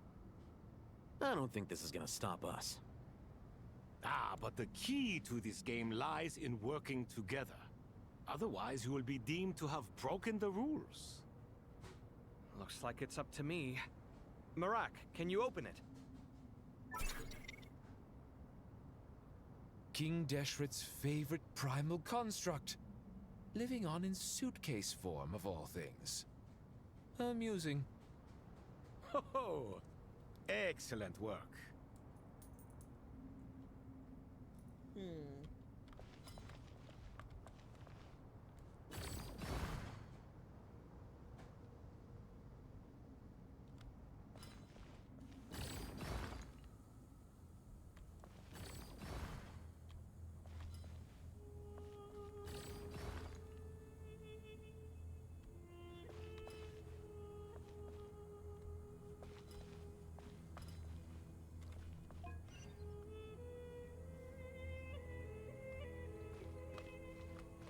Oh, I can't go that way. Alright, we'll have to reset it. Where's the reset button?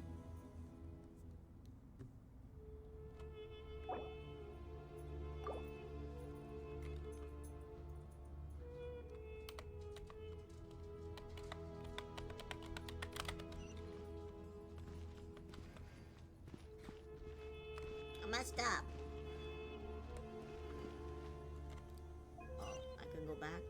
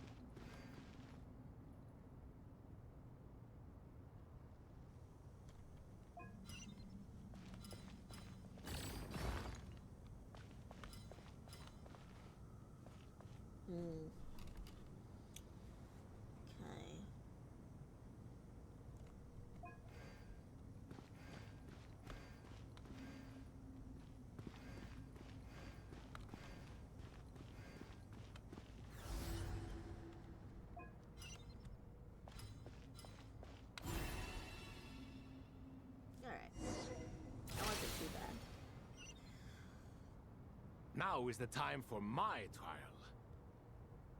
Now, don't be nervous. I'll make it nice and easy for you. Really? Thanks in advance. We appreciate it.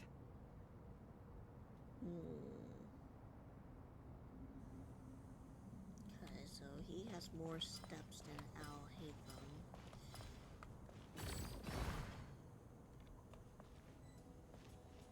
Block path.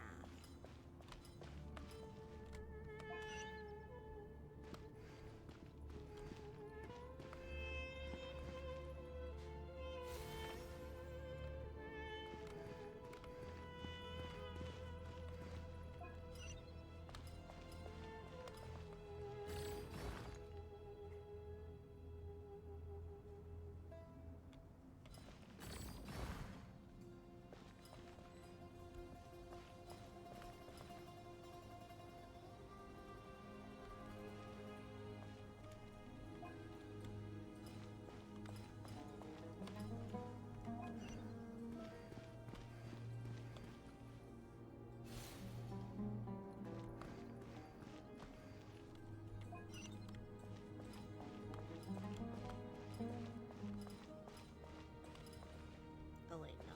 I have to go.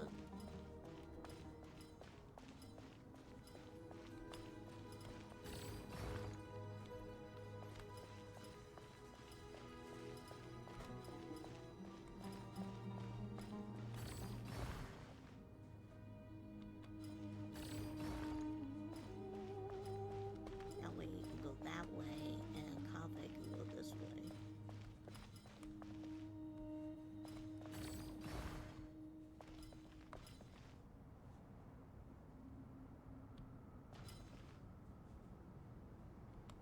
Strange time to catch up on sleep.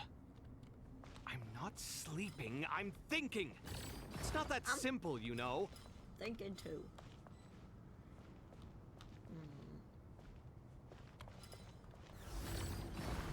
There we go.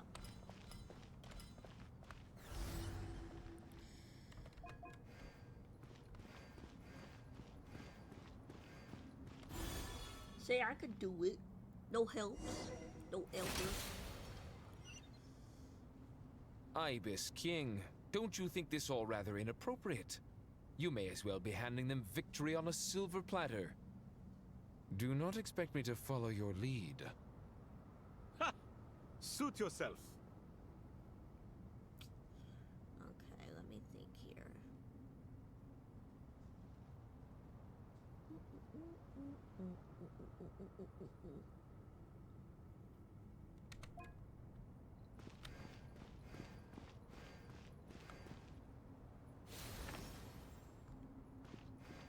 Go back for a bit.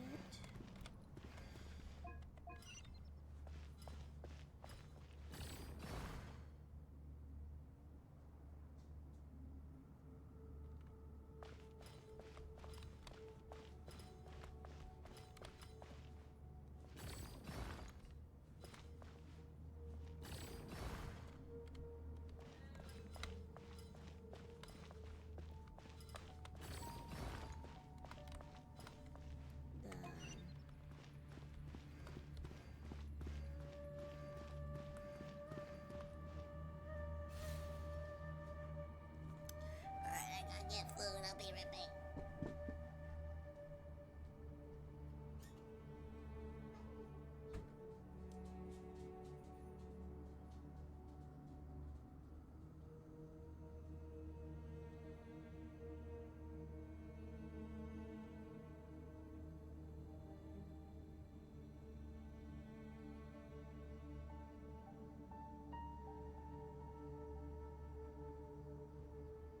Alhaitham, what are you thinking?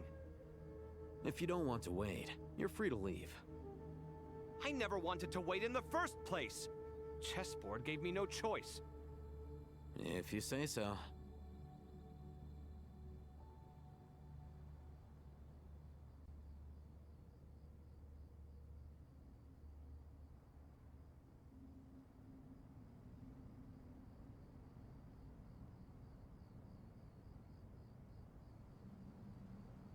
Alhaitham, what are you thinking?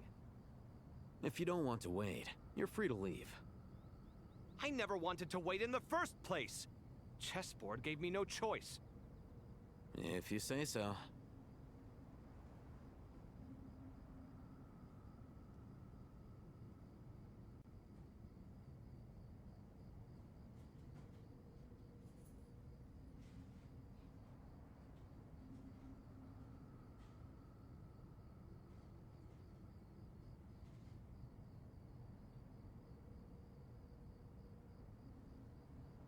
Alhaitham, what are you thinking? If you don't want to wait, you're free to leave. Oh my god. I never wanted to wait in the first place. Chessboard gave me no choice. I'm If back, you say so. okay? Quit you guys bickering.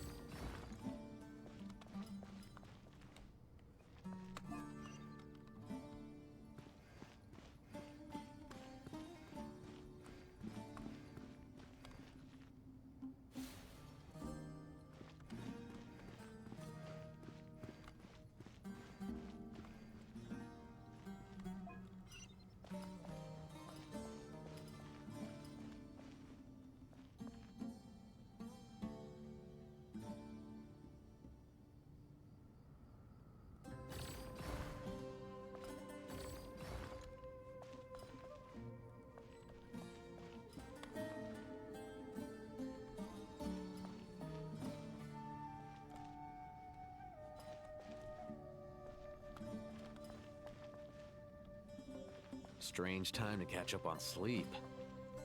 I'm not sleeping, I'm thinking. It's not that simple, you know.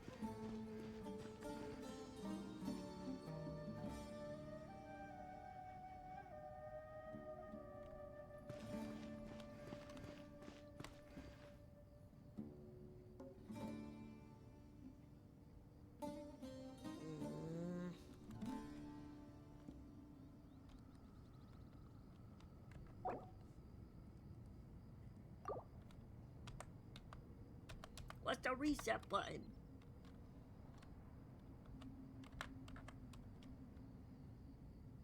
Alhaitham, what are you thinking?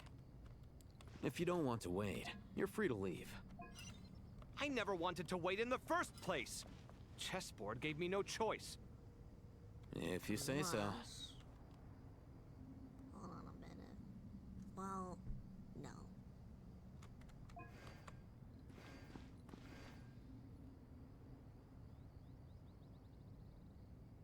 No, that can't work.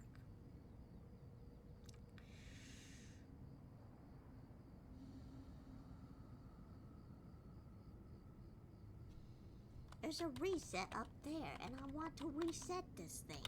Because I think I messed it up. Watching everything.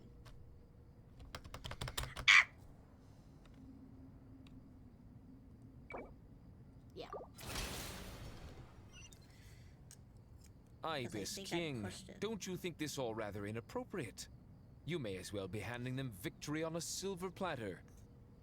Do not expect me to follow your lead. Ha! Suit yourself. Okay.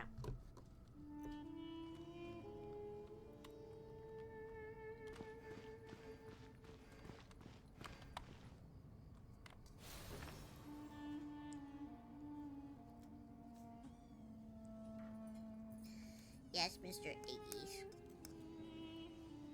No, you're not having my chicken. No chicken. No. No bacon. Alhaitham, what are you thinking? If you don't want to wait, you're free to leave. I never wanted to wait in the first place. Chessboard gave me no choice. If you say so.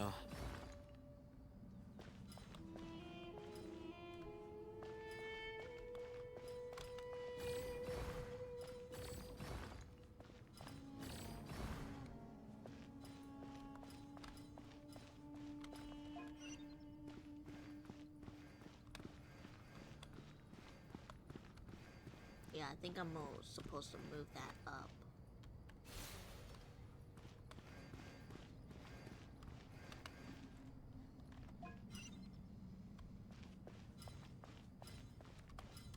That's where I messed up.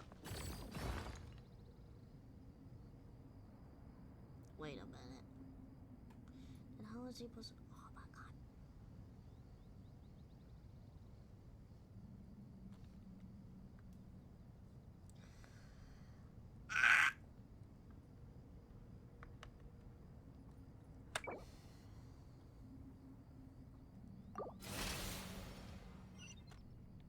Alright. Ibis King, don't you think this all rather inappropriate? You may as well be handing them victory on a silver platter. Do not expect me to follow your lead. Ha! Suit yourself.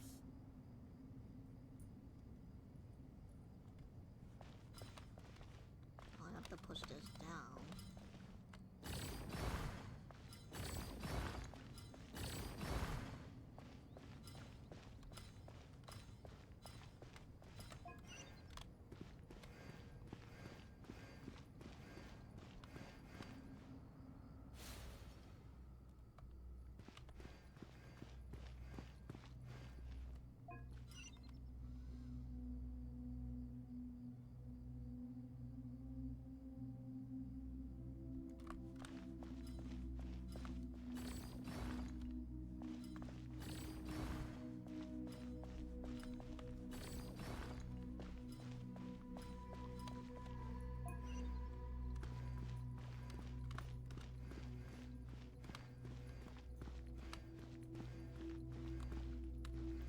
One short.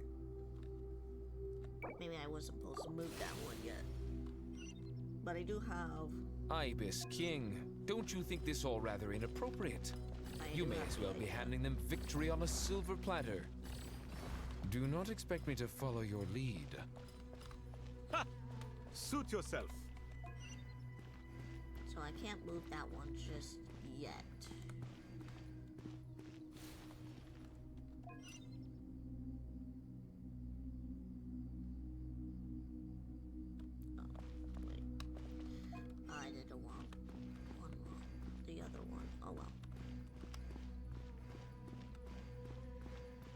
This one first. And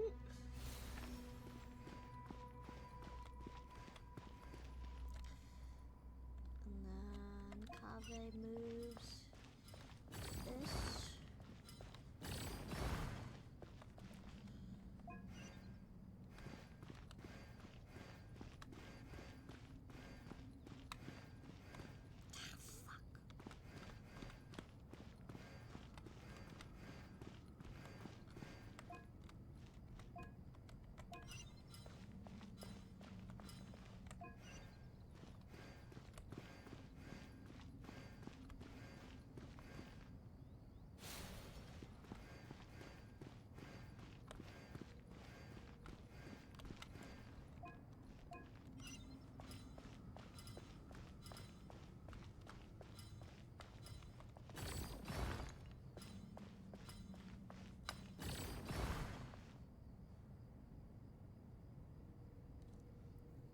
I mean, that's the only way it could go.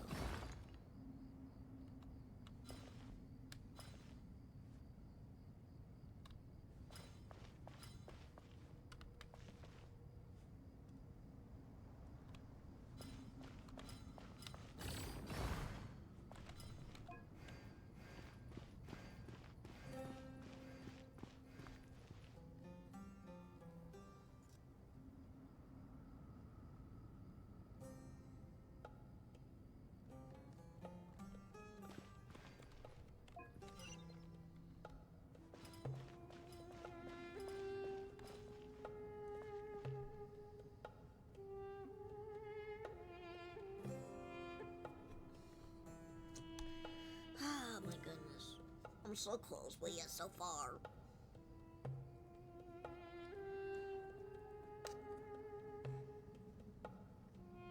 Feels like I missed something.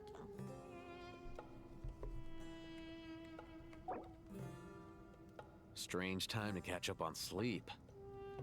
I'm not sleeping, I'm thinking. It's not that simple, you know.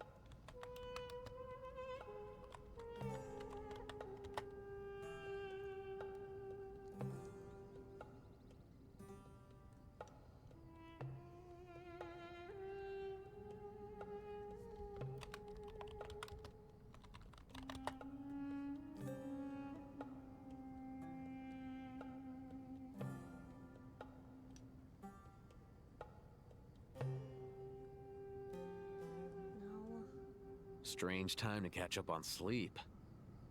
I'm not sleeping, I'm thinking! It's not that simple, you know.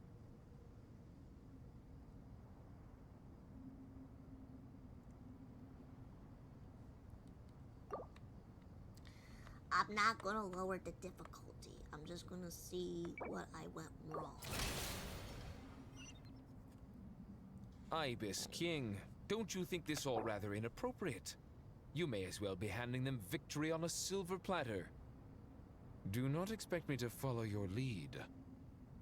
Ha! Suit yourself.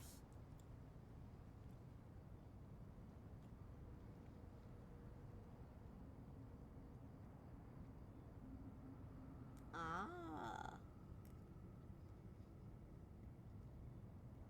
That's where I went wrong.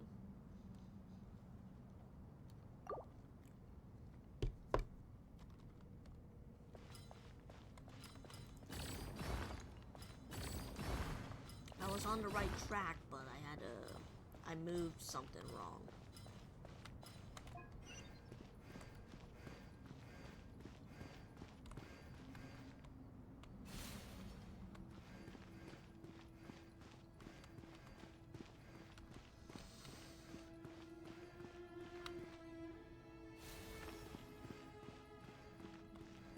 And it was this guy.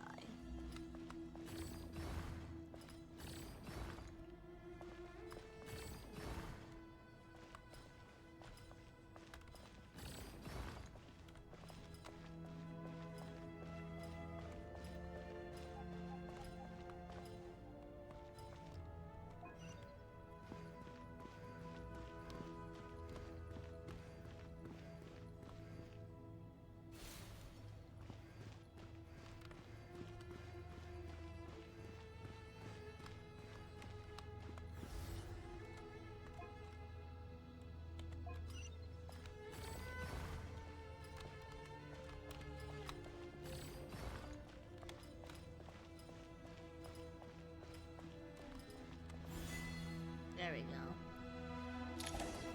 I moved some stuff. It was the moving part. Done. Finally. It's over. But seriously, that was incredible. Standing on the chessboard felt completely different from standing on solid ground. And also... Oh, sorry. I'll save my thoughts for later. Thanks to the three of you for helping us out with this. Is it just me, or were you giving us quite a lot of guidance along the way? We made but a humble contribution. You lived up to our expectations. Bravo! Our aid was not given for naught. In addition to the existing functions, I'd like to ask you for another favor.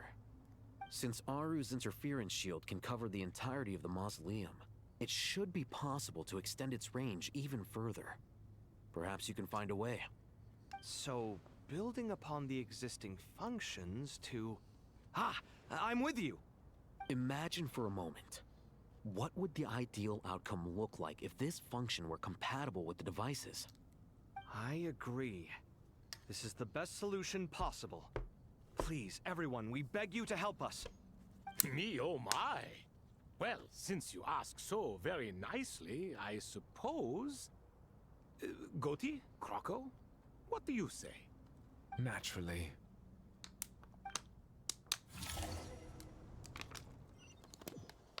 Time to go!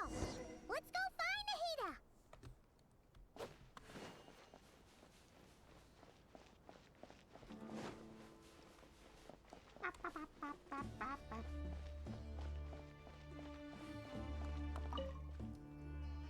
There you are. Miss Nicole truly is an angel. She shows great wisdom in guiding others, and she has already sent word to Natlan on our behalf. She said that while the other members of the Hexen Circle are busy with important work, she is quite free, and she's more than willing to accompany the people of Sumeru for the entire journey. Oh, that's Nicole, all right. Always super patient and loves to help everyone out. She's the best. She is. So kind and enthusiastic. Well, time for us to get going. Let's head out.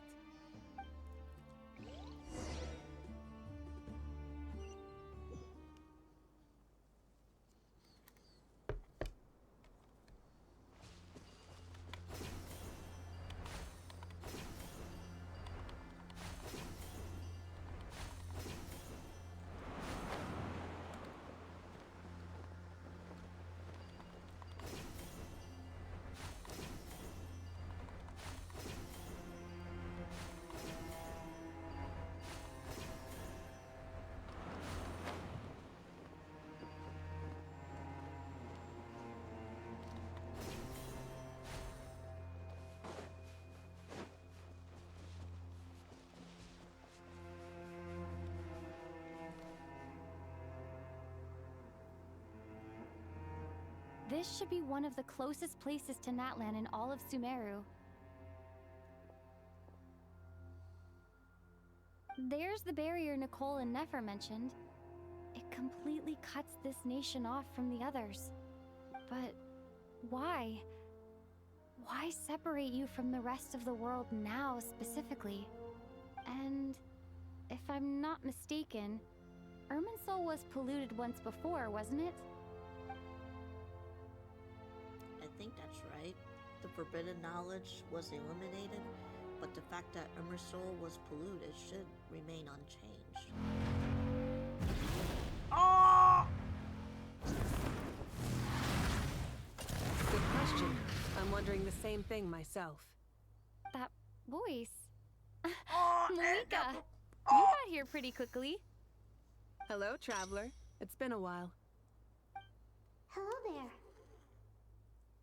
Hello, Dendro Archon. Malika, I apologize for asking you to meet at the border on such short notice. I also apologize for not being able to greet you in person. The form in which you see me now is one carried by the Traveler. The real me is inside the mausoleum of King Deshret, and I am reaching out to you with my mind from here. Irminsul has been infiltrated by the Doctor. We must be on our guard, as he can spy on information in the world from within the tree. Fortunately, there is no record of the Traveler in Irminsul, and you are still within Natlan's borders. My records will be preserved in the Night Kingdom, rather than the ley lines. As long as the Night Kingdom remains disconnected from the ley line cycle, the Doctor has no way of knowing my movements. Exactly. So by meeting each other in this way, the meeting essentially never happened. No wonder Paimon didn't come. You were concerned that her activity would be recorded by Irminsul. The Natlanese have heard about the situation in Sumeru. With the borders sealed off, merchants have been forced to stop their shipments. It's pretty serious, and you're the ones bearing the brunt of it. I'd like to address the question you raised at the beginning. I can offer a brief explanation, although it will sound rather cruel. I don't reach this conclusion gladly, but Irminsul predates the Heavenly Principles. It existed long ago, when the dragons of Natlan were at the height of their power.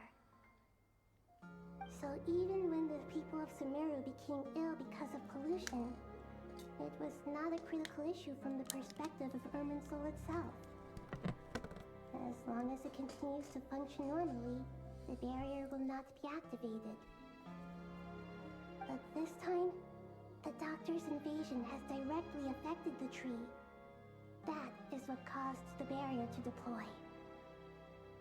The Heavenly Principles established a rule that when Irminsul is plunged into grave danger, a portion of power will be reserved to isolate Sumeru. That way, even if Sumeru destroyed, the outside world at least has some time to catch its breath. We'd certainly need it. The heavenly principles created almost everything that exists in Teyvat today. To them, preserving the existence of the world and its inhabitants takes priority over protecting Sumeru. Meaning, protecting Sumeru now falls to you. Yes. My own power may be limited, especially compared to yours. But that doesn't mean that we're just gonna sit around and wait for the end. If necessary, I will utilize any and every means at my disposal. Nicole of the Hexen Circle didn't say exactly what this meeting was about. But after hearing everything you've said so far, I think I can guess where this is going. That's right. Nahida and I discussed it at length. We both know how presumptuous this is, but... You need the Pyronosis, don't you? Yes, you guessed correctly. Originally, I only intended to borrow it, but the situation is far graver than I foresaw. So instead, what I ask of you is to please give the Pyronosis to Sumeru. Why do you sound so nervous? There's no need to be shy. Surely a gnosis is pretty important to a god. Well... I guess, but it's not as if losing it would suddenly render us powerless. But I'm sure you don't need me to tell you that. With all the nations you've traveled to, and all the gods you've met, you must have realized that by now. Yeah. As far as I'm concerned, a gnosis is basically an elemental energy enhancer. But I don't usually use it. You know me. I like to think I'm pretty strong without it. Yeah. Not about to dispute that. So you see, you don't need to sweat it. Here, take the Pyronosis. That's what it looks like. Just like that? Uh-huh, just like that. To tell the truth, I've always toyed with the idea of giving it to someone who needs it more than I do. I know you accompanied Nahida here to try and increase the chance of success. It's a good thing you did, because your involvement is one of the main reasons you've managed to persuade me. Are you sure about this? Handing over your gnosis just because of me? I won't try to quantify it, but trust me. Handing over the gnosis to Tumaini is far from the craziest idea I could think of. Besides, even if you hadn't come here personally, I think I still would have agreed to Nahida's request. Irminsul doesn't just affect Sumeru. It impacts all of Teyvat. I know all too well how difficult it can be to protect the things you care about. So logically, morally, or however you want to cut it, helping you is the right thing to do. You don't need to tell me the specifics of your plan.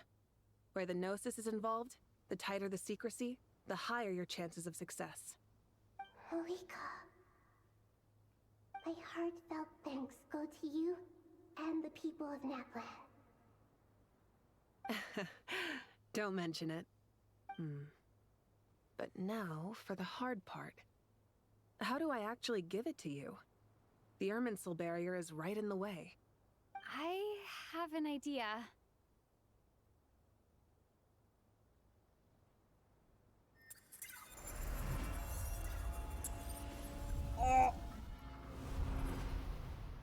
Just as I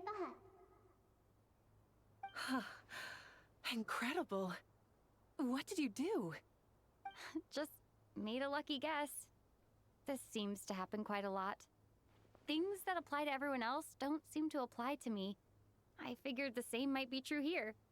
Irminsul usually produces effects based on the records it holds. Since the Traveler is a Descender, Irminsul contains no records of her, and thus has no way to impede her.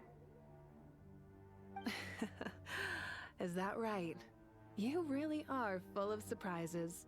What can I say? Whoa! I was right next to you. Thank you, Moika. Thank you for trusting us with something just so hand it important. and not, like, toss. All right. No need to get so formal. It's not like we're strangers. Besides, there's still one problem. You might be able to pass through the barrier, but I don't know about the Gnosis. Any other surprises for us, Traveler? Let me try something. I have the Pyronosis in my hand. It feels strangely ordinary. Not particularly heavy. And yet, this tiny thing symbolizes the mighty authority of a god. I need to think hard about my memories of Pyro. My memories of journeying through Natlan. All those important experiences I've had. The Gnosis disappeared. Traveler, are you alright? I'm fine. The Pyronosis disappeared into my body, just like phlogiston. Maybe it resonates with you because you've mastered the power of phlogiston. You might not be recorded in the ley lines, but you're still our Tumaini. Whew.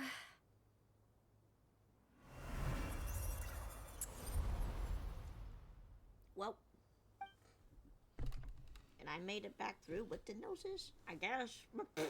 Please allow me to express my gratitude once again, Malika. Pleasure. Well, I've given you all the help I can. The rest is up to you. Good luck. We won't let you down. Yeah, we aren't about to lose. Yeah! Blowfist.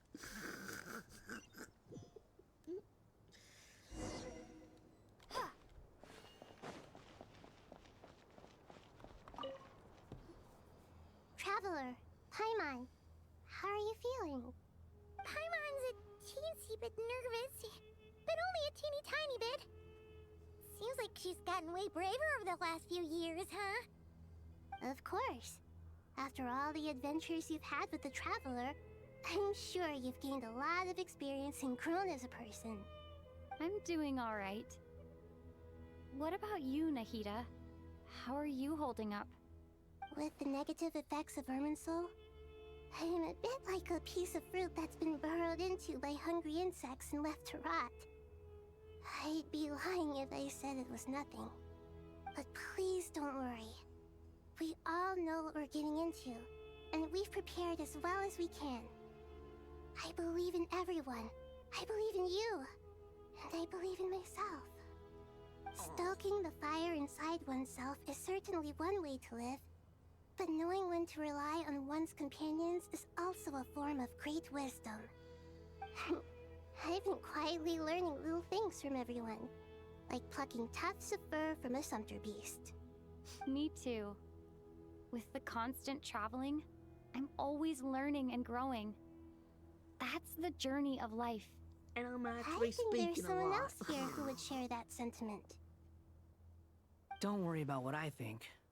I was just passing by and happened to overhear your conversation. What are you talking about, Hat Guy? This is the top floor. No one passes by the top floor. Says who? You can fly just like I can. I would have thought it makes sense to you of all people. I don't know why, but I feel a little more relaxed now. It shows that you feel comfortable laying down your burdens in our presence. It means that Sumeru is a place you can trust, where you know we have your back. And we feel exactly the same way around you. That's what it means to be friends.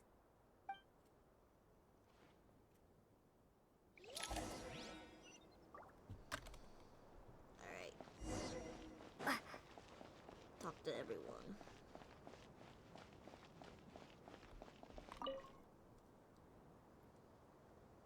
Ah, it's finally done. Ugh, but I have a nagging feeling that there's something I've forgotten. Oh, there you are. Everything wrapped up on your end? The whole Genshin stream is just gonna be all of this.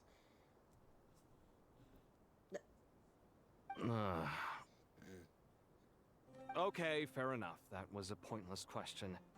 We were working in tandem, after all. You must really be exhausted. Well, it's been a busy day for both of us. When work ends, you clock out. No looking back. Yeah, we're definitely due a break. Probably a little late to start drinking now, though. I'll stick with water. Here, this one's for you. Thanks. You want a bite to eat? I can grab us something. Or wait, I think there's a stove nearby. Let me take a look. Are you nervous? A little, yeah. Unlike you, it seems. How are you not feeling at all nervous? Because everything that happens next is beyond my individual control. I don't worry about things I cannot influence. What do you mean, cannot influence? You're the one who came up with half of the strategies we ended up using. There's only so much I can do. I was only doing my duty. Was it like this last time, too? You mean with Azar and his accomplices? Yes and no. The situation back then was easier to control, but we weren't as prepared as we are this time. So the enemy is stronger, but so are we. I still vividly remember the way you interrogated me in the library after the fact. Where were you when Sumeru needed you most? If your memory is so vivid, you might also recall that it was you who came looking for an argument. You're often the one who initiates these things, you know. I came for a conversation. I didn't know it was gonna turn into an argument. Anyway, at least I showed up this time. So, what do you think? What do I think? I think we're certainly better off for it. It's good having me around to help out, huh? Absolutely. As a citizen of Sumeru, you displayed a remarkable sense of responsibility in the face of disaster. Certainly feels that way. I just shudder to think how the world would have ended up if we hadn't gotten control of the situation. So, do you think this is what impending disaster looks like? The sky is so clear, and there isn't a whiff of decay or destruction in the air. It's hard to imagine that the fall of humanity could happen on an ordinary day like this. Awful things happen all the time. Sometimes people can stop them, and sometimes they can't. What you and I have done is increase our chances of stopping this one. Lofty ideals may provide no defense at all against nihilism, but perhaps little decisions can. Oh, nothing. It's nothing. I hope everything works out tomorrow. It will. As long as we stick to the plan, our chances of success are good. It's really strange. You're my junior, yet you always seem to act more like an upperclassman than I do. I think it's mostly a matter of temperament. Ugh. Walked right into that one, didn't I?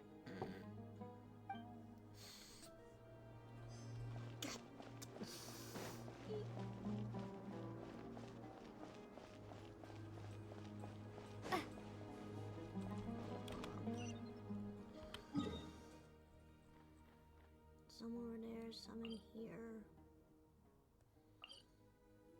So I guess I have to go here first.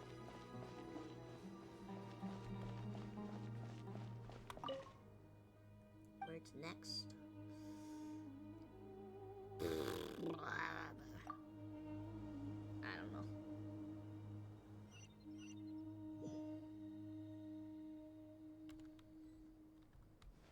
Fortune burn!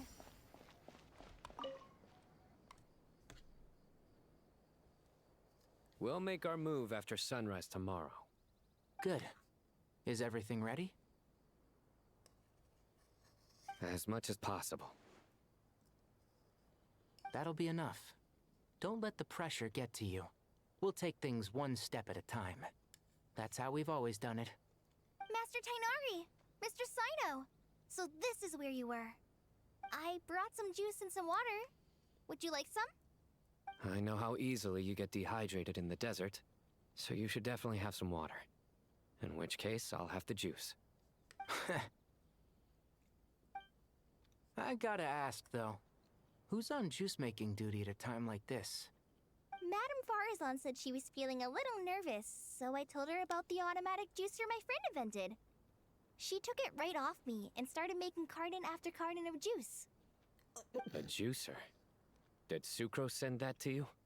Yeah, I hadn't had the chance to try it out before this incident occurred, but I couldn't bear to leave it behind in Gandharvaville.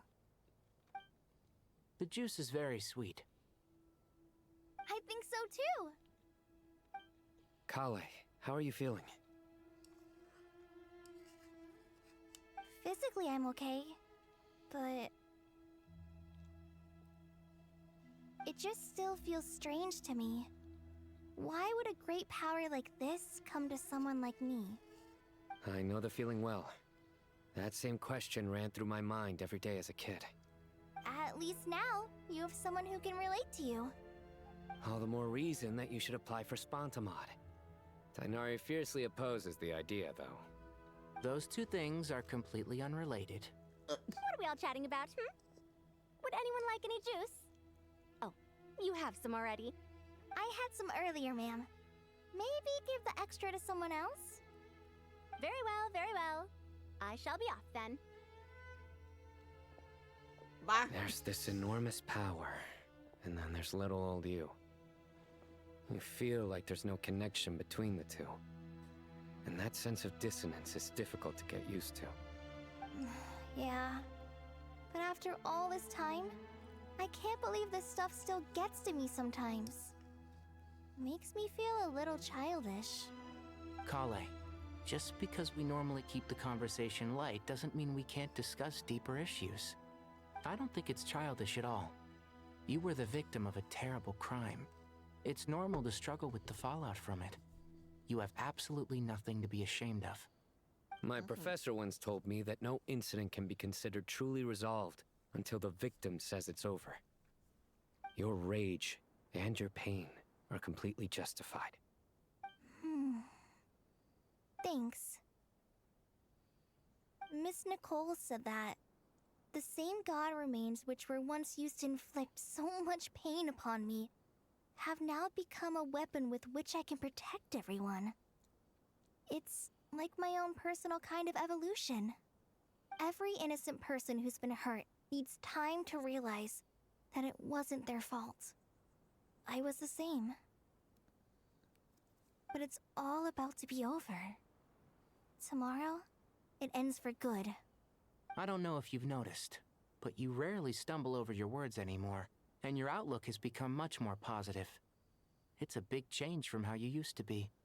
And since this isn't over, you can settle the matter on your own terms. It's time you seized back control. I believe in you. Yeah. Sumero is my home. And it's so important to me. I have to protect it. No. I will protect it. And once you're done, how about you come back and apply for Spontamod? Stop it with the sales pitch, would you? Hey, excuse me. There are still 3 unclaimed cups of juice here. Why don't you take one each? My arms are getting sore from carrying them around everywhere. Madame Farazan, why are you... Here, let me take them off your hands. Thank you, Madame Farazan. Drink up and enjoy my handiwork. I think I'm going to make something else now instead. Please, try to relax, Madame Farazan. Your nerves are starting to get the better of you. I know, I know.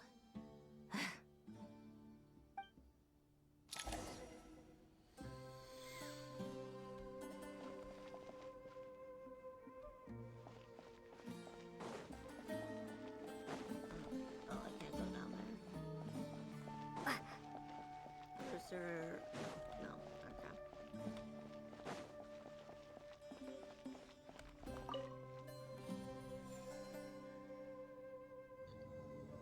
Whee!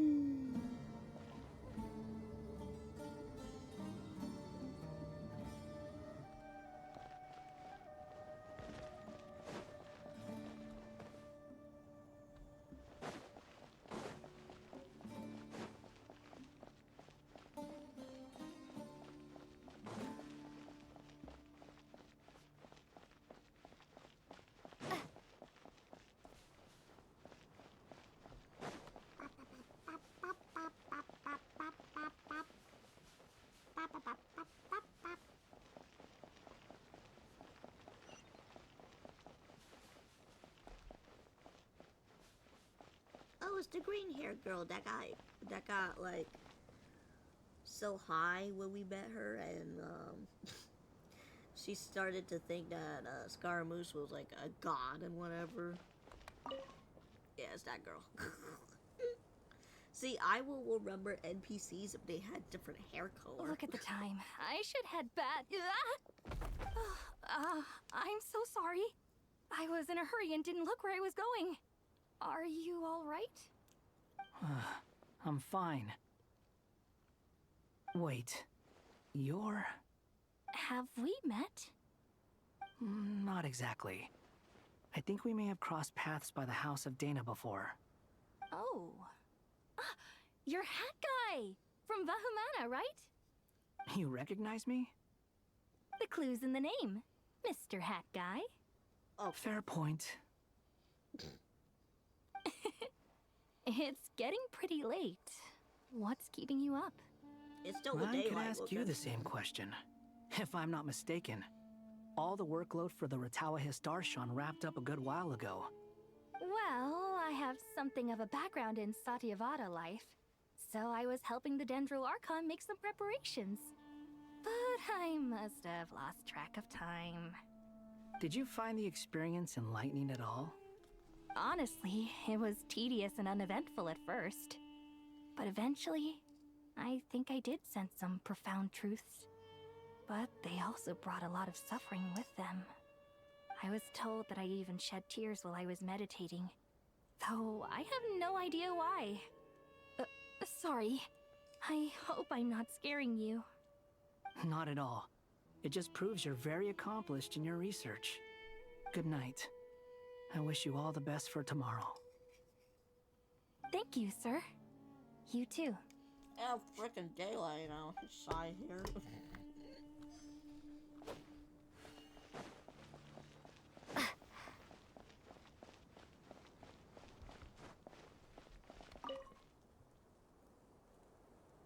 I can't change the Too time. bad we've got a fight tomorrow. I could really do with a stiff drink. Let us pray instead. Prayer. How nostalgic. Lord Sangama Bay. Came to get some fresh air too, did ya? That's right. Actually, I was hoping I might run into you, Dia. I wanted to let you know that I've stocked up on that perfume you said you were so fond of. No, really? I'll take 2. Any chance of a friends and family discount? I knew you'd ask that. And I'm afraid to say that. Surprise! It's free of charge. That's very generous of you, Lord Sangama Bay. Does this mean you've made a fortune in Notcry? Nope. Turns out it's not that easy to turn a profit there. I even ran some assorted losses. But anyway, that has nothing to do with why I wanted to give you and Dia a small gift. Remember that merchant caravan you two rescued in the desert last month? That was transporting my goods! No way! I had no idea that was your shipment. Explains the, eclectic mix of goods, though. Lord Sangama Bay's investment in the desert and generous stockpiling of goods has helped many people over the years. The shelters you funded especially have made life a little easier for the children and the elderly. Wait, how did you know about that? Oh, I see. Nefer told you, didn't she? That pesky lady. Aren't intel brokers at least supposed to charge for divulging people's secrets? She and Candace go way back. It's normal for close friends to share things you wouldn't tell to everyone else. Sure, but why did they have to be things about me? That's how Nefer shows that she cares. She wishes for all of us to know what a generous person you truly are. It must be hard trying to make a living far away from home. Just because we can tell what kind of person you are doesn't mean everyone else can. Well, maybe her intentions were partly good, but I don't think that's the full story. I'm sure she enjoyed knowing how much it would annoy me. I'm telling you, Nefer's got a mean streak. Definitely with you on that. Does praying help you stay calm? Defending one's home is a just cause. My heart is filled with a mix of anger and hope. Anger. You know, being able to get angry is a good thing. It shows that you're in touch with the real world, and that you have the passion to pursue something you believe in. My lady, what are you doing out here? Just taking a walk to clear my head. And look where I ended up. Were you praying just now? Yes, Miss Dunyarzad. Would you like to join us?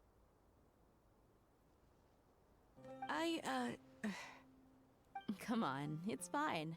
She won't mind who you pray to. Oh, then sure. I remember you, Miss Dunyarzad. You visited my shop before. If I recall correctly, the god you worship is the Dendro Archon, correct? That's right. She is such a gentle and kind god. But to me, she's more than just a god I worship. I see her more as a friend. And so do many others. She's not some almighty god who reigns on high, but a genuine friend. Agreed. She's a wise teacher and a good friend. I spoke with several people during the evacuation. Everyone's aware that tomorrow's battle is one that ordinary people can join too. A battle to fight for our friends and our homeland. Oh, it makes me glad. I can finally do something for those who protected me. You've grown so much since we first met. Oh, a compliment? Ooh, more please. Thank you. My lady, you've always been a remarkably strong and ambitious person. It's indisputable. And that's not just a compliment. It's a statement of fact. What are you praying for? Our beliefs may not be entirely the same, but we both wish for the same thing. I pray that everyone will rise to the challenges ahead and return safe and sound. I pray for the safe return of all my companions. Oh, now it's nighttime. They prayed for the whole entire...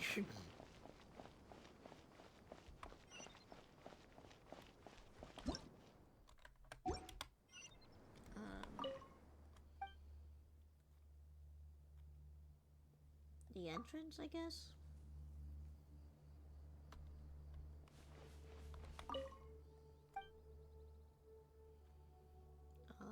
Lower level?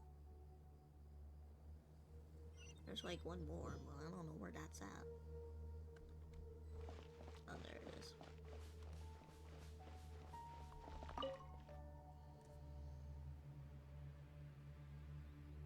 Something on your mind, Miss Nefer? Nothing in particular. It's just... right now, the future feels strange and unfamiliar. But the future has not yet arrived. How can you say how it feels? Some people know that there's an impending disaster. Others remain blissfully unaware.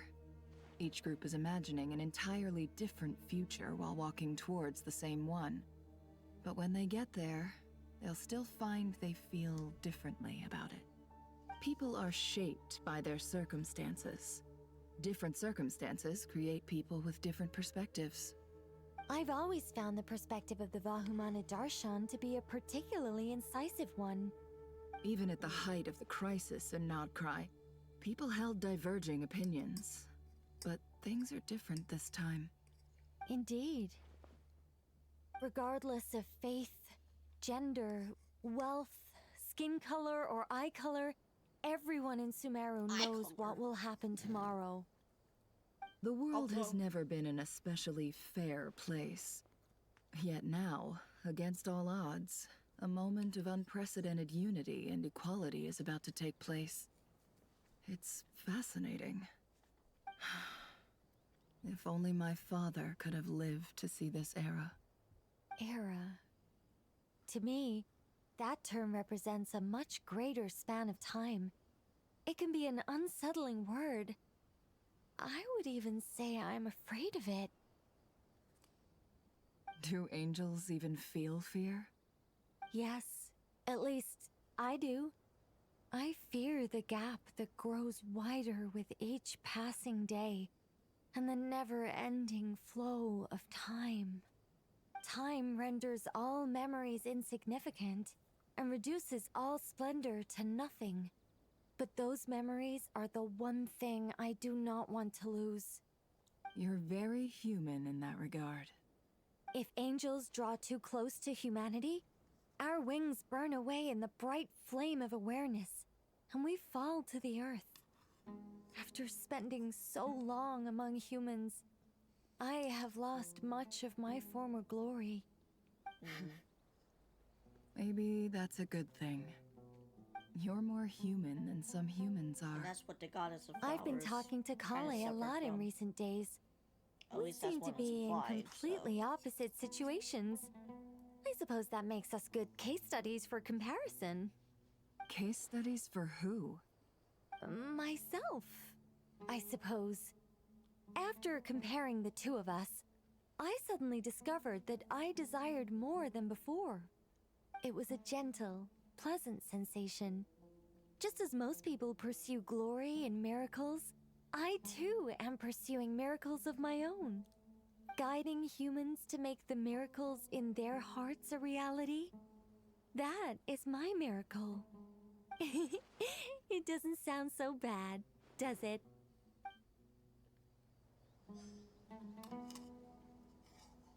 Alright. I don't know where we need to go to, so we'll just rest.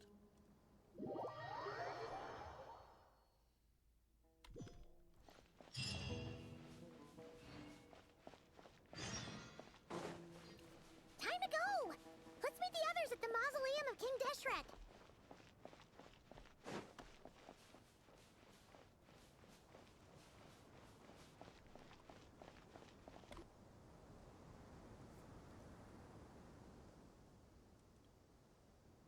I have not felt this way in a long time. Standing up high, gazing out at the rolling dunes. One cannot know what freedom truly means without first losing it. The golden slumber truly lives up to its name as a dreamland. Though desert sands exist there too, no mirage, no matter how glorious, can compare to true beauty. Dendro Archon, what is on your mind? I was wondering whose counsel I should seek on the questions in my heart. What kind of questions? So many. More than can be put into words. As I once said to a friend, we look, we see, and we comprehend. But the question still troubles us. What are the many disasters that this world faces, but the sum of all irresolvable questions? The biggest question you should be asking is how to seize victory. Yes. Although, I would express it differently. I must not fail. And so the question I am most curious about now is whether the path to victory will be an arduous one. What we declare to be a young sapling, we may, in fact, find to be a towering tree, if we would only cast aside our ignorance and look beyond the veil of time to see her true form. Nahida! We're here! Just in time. My preparations are almost complete. Ready when you are. We're here too. Miss Nicole! Miss Nicole! You run so fast! I thought I'd get a lot of exercise as a forest ranger, but I can barely keep up with you. Sorry, I got a little carried away. Lesser Lord Kusanali, the equipment is ready, and the modifications to Aru are all complete. As discussed during our meeting, Accessing Irminsul via the Akasha is no longer feasible at this stage. There are other options, it's just they're a little more extreme and more technologically demanding to implement. Maybe you should take it from here. The architecture and functionality of the Akasha terminals overlap considerably with Aru. There is reasonable evidence to suggest that one was developed based on the other, or that they both utilize technology of the same origin. As long as the transplant and merge operation succeeds, Aru should theoretically work on a scale greater than the Akasha and approximately equal to Irminsul. It will become the largest active computing device in all of Teyvat. A system this powerful is capable of a lot of different things. In the past, the Akasha was primarily used for one-way information transmission, but I suspect it could also serve as a central bridging hub. In the pursuit of greater knowledge, some scholars have attempted to connect their consciousness to Irminsul through the use of terminals, incense, and meditation. Correct. In academic language, scholars who reach that stage are said to have entered Satyavata life. Hypatia has performed this practice many times in the past, and she was once under my care for a period of time. Right. And this at least proves that there is a zone within Irminsul that can be connected to. That's right. Providing wisdom to the people is one of the very reasons for Irminsul's existence. I think I understand where you're going. Please, continue. In that case, I'll skip to the conclusion then. We need to further modify Aru, merge it with the Akasha, manufacture terminals, and distribute them to every single person we can reach. Every person? Even the desert folk?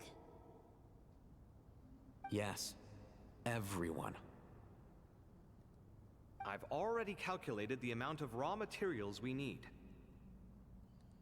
So you mean we're going to get new Akasha terminals? Yes, but this time the people of Sumeru won't be using them to acquire knowledge, just to connect to Irminsul. That's the key. When we evacuated the city, we brought all the important assets from the House of Dana, in case we ended up needing them. Fortunately, this included the Akasha system's main terminal. We've checked all the relevant records, and one thing is certain. Nothing like this has ever been done on this scale before, so... Everyone in Sumeru is part of the plan. Whoever controls the people controls the situation. Since this function of Irminsul was introduced, it has only ever been made available to scholars, who don't constitute a particularly large group of people.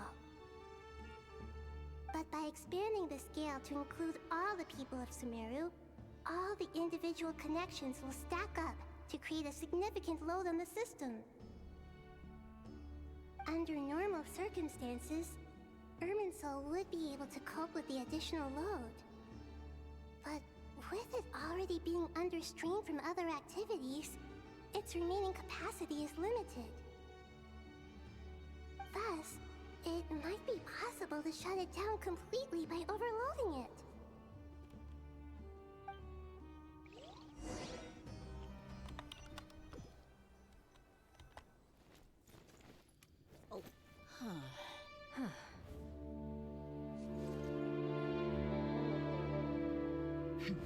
Counting down.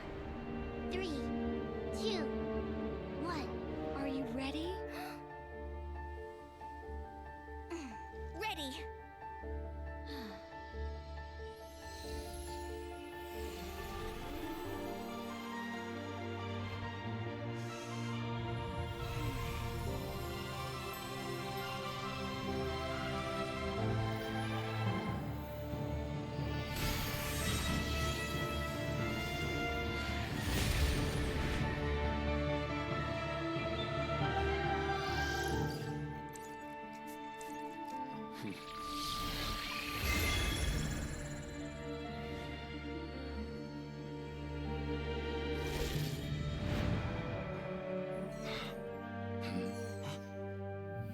In the past, when people sought knowledge, they turned to the Tree of Wisdom.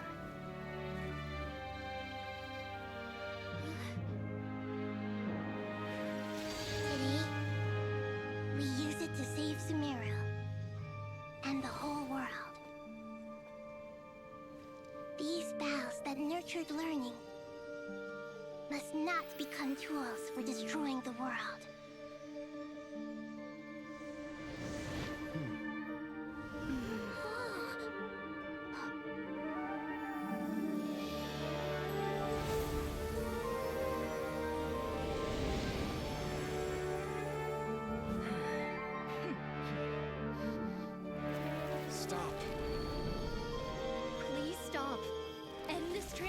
Genshin!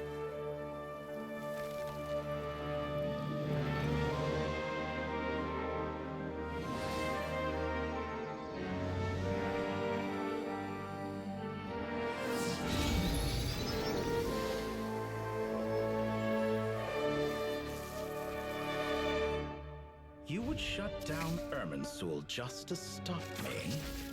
You fools. I have all the time in the world. Oh shit.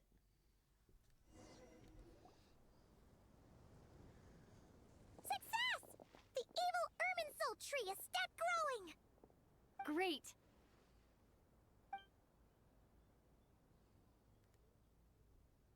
What a display of true courage. The courage to think and the courage to act. I never thought I would witness the shutdown of Irminsul with my own eyes. Perhaps this is human wisdom in action? Indeed, only humans could do such a thing. Gods are few and far between. What was once created for spreading knowledge is now used for another purpose. A rather ingenious plan. I am grateful to you three for your help. Only thanks to you were we able to extend Aru's interference capabilities to cover all terminals. Now, nobody who wears a terminal will have their activity accurately tracked by Irminsul. No matter how many eyes Dottore possesses, he will not be able to see us clearly. Now for the next step. I will need the help of your supreme powers once again. How might we be of service, Lord of Dendro? I need to reach the Eternal Oasis immediately. Right now? In that case, Ibis King, would you agree that this is a fine opportunity to dust off our old tricks? Never. I assume you have that chess set with you? You mean the one you gave to me as a gift? Asking for it back, are you? How could I? You misjudge me. I just wanted to show you another way you can use it. Connect to Safei Shatranj.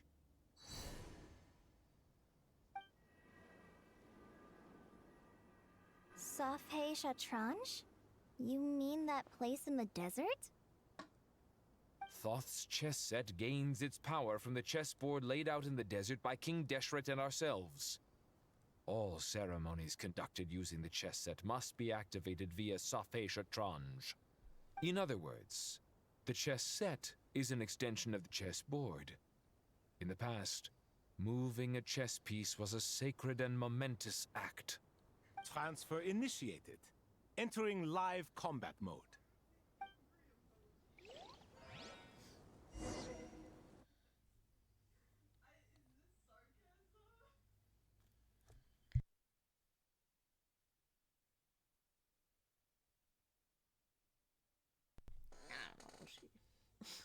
Okay.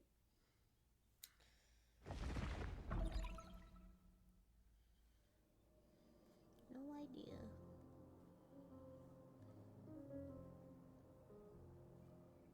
We haven't heard a single word from our spy in the desert. I'm afraid he might have been captured. Never mind. But we spent years turning him. And a lot of Mora.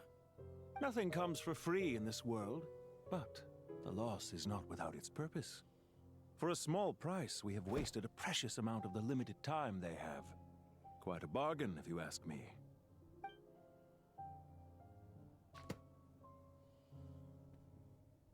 Understood. Weighing profit against loss is a necessary part of life. But to tell the truth, I have been operating at a loss since this all began. Since many centuries ago, in fact. For instance, why would a banker act as the executor of a will? If you hadn't deposited your personal belongings at Northland Bank, I would have no reason to be here right now.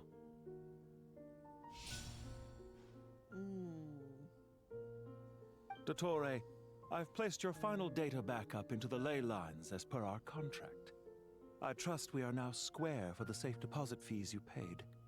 Is it not a little petty to split hairs like this? given our amicable relationship. I consider sound bookkeeping a matter of principle. Do not forget that you only live to see this day thanks to me. In fact, every day of your life since you met me, you've been living on borrowed time. Why, that's hardly a fair assessment. I will concede that my survival was perhaps at your whim, but I became a harbinger on my own merits. Managing money is not like other professions. Mine is not a role I could have acquired based on your recommendation alone, and certainly not one I could have lasted so long in without genuine ability. The information stored in the ley lines is quite comprehensive. Rest assured, I have not forgotten how strong your pride is. Well, I presume you have no sense of fragmentation while talking with me. How could anything possibly go wrong with such strict measures in place? The remainder of your soul was split in two, with one half sent to Nodcry and the other stored in the most secure vault of the Northland Bank. Though I must say, your disdain for the other segments is quite amusing. Zandik is you, and you are Zandik. Zandik created the segments, yet you, a segment yourself, reject him.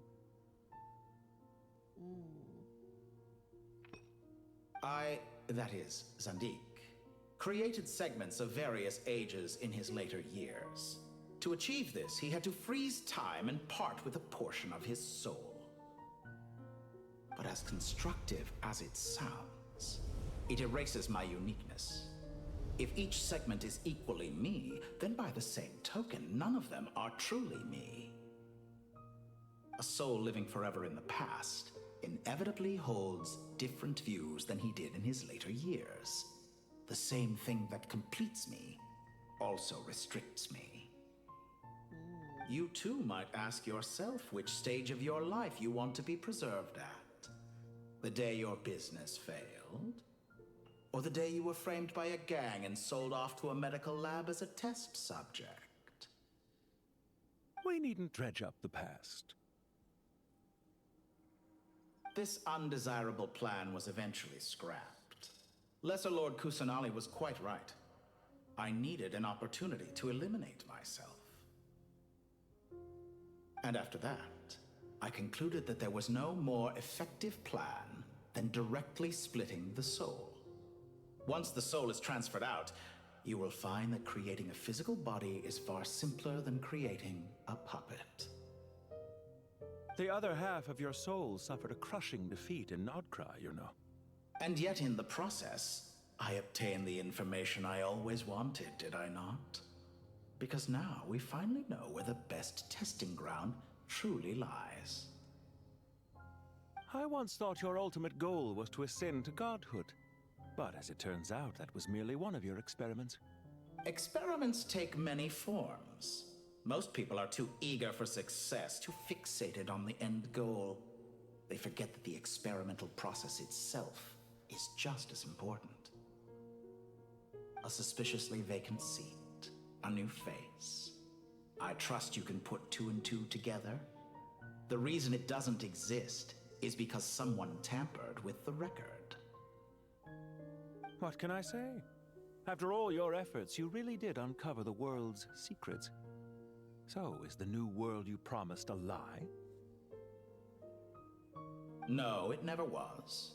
I am glad to be able to control Irmin's soul from within. Now I shall attempt to create a new world inside the existing one. Almost everyone faces the prospect of death, but not a single person has ever been able to experiment unrestrained in the afterlife through sheer force of will. I am the only one to have overcome this enormous challenge. Would I not be letting the world down if I didn't make the most of the opportunity to experiment? Clearly, the dividing of your soul did not affect the magnitude of your ego. Out of all the versions of you that have ever existed, this you is the most insane and the most radical. Is that why you chose to work with me? Which was it then? My insanity? Or my radicalism? Could I call myself a venture capitalist without a suitably ambitious plan to invest in? Yours happen to fit the bill quite perfectly. Well then, I must say, while I am surprised enough that you showed up at all, what surprises me more is that you chose to present yourself as my former subordinate, and not as the banker Pantalone. Why make things harder than they need to be? Exposing my true identity in a situation like this would only serve to destroy diplomatic relations between Snezhnaya and Sumeru. I daren't imagine the consequences. Showing up in the name of the original antagonist gives you the recognition you rightly deserve, while also being sensitive to Snezhnaya's predicament. It was an easy win. As for why I'm here, if you're suggesting that your credit is in the negative, I won't argue with that. Many people say that about you. I'd argue that a significant factor in your willingness to cooperate is the fact that you have but a few years of life left after my death. Living and dying together has a way of binding two parties together rather closely. Is it not true that a relationship should be judged by both the positive and negative returns it yields?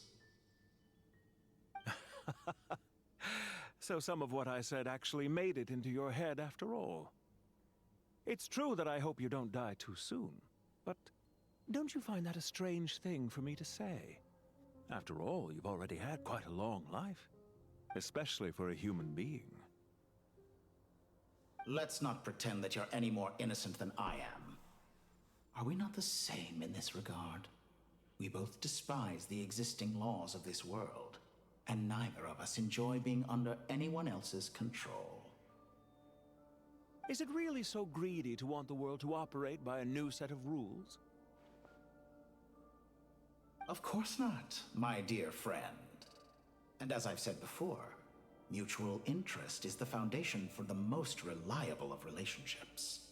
You can attest to that. I just hope there never comes a day when I have to work too hard to prove that. Regreater, sir. People have been spotted approaching Sumeru City. How strange. Despite your access to Irminsol's data, it appears the soldiers noticed before you did. They must have found a workaround. Well, Dottore, I trust you know what this means. The fact is... they're coming. They'll breach the city gates any moment now. But even so, I would say Irminsol is a wonderfully convenient thing on the whole. If you do manage to create a new world, perhaps you could plant one outside my office, too. I'll consider it. What do you need me to do? Stall them? The experiment will take time. Stall them for as long as possible. Very well. But you're really asking for the moon here. Have you heard this story? There was once a guilty man, kneeling in the center of a church while an angry mob outside waited to bring him to justice. He pleaded with the gods, begging them to grant him one final request, the chance to finish confessing his sins before he was sentenced. Many suns and moons passed, seasons changed, and still his confession continued, as if he intended to speak until the end of time. Are you suggesting I worship you as a god? Or were you hoping that I might confess my sins to you? Certainly not the latter. That would make my life miserable indeed. Speaking of gods, and your recent situation, and now about your future plans and for the future. Now then. For someone who despises them so, you never seem to have any objections to me creating or becoming one. At first, I thought you'd be furious. Concerned I would terminate our partnership, were you? Not at all. You had reasons why our partnership must continue. Don't you find people's attitudes toward gods amusing? A god descends from the heavens and people worship it unreservedly, blindly following whatever rules are given to them. And yet, when they see an ordinary person gain godlike levels of power by virtue of their own hard work, they treat him with nothing but suspicion, even if he is a compatriot. Is that supposed to be a compliment? No. I was just thinking. I pity the man who would call you a compatriot.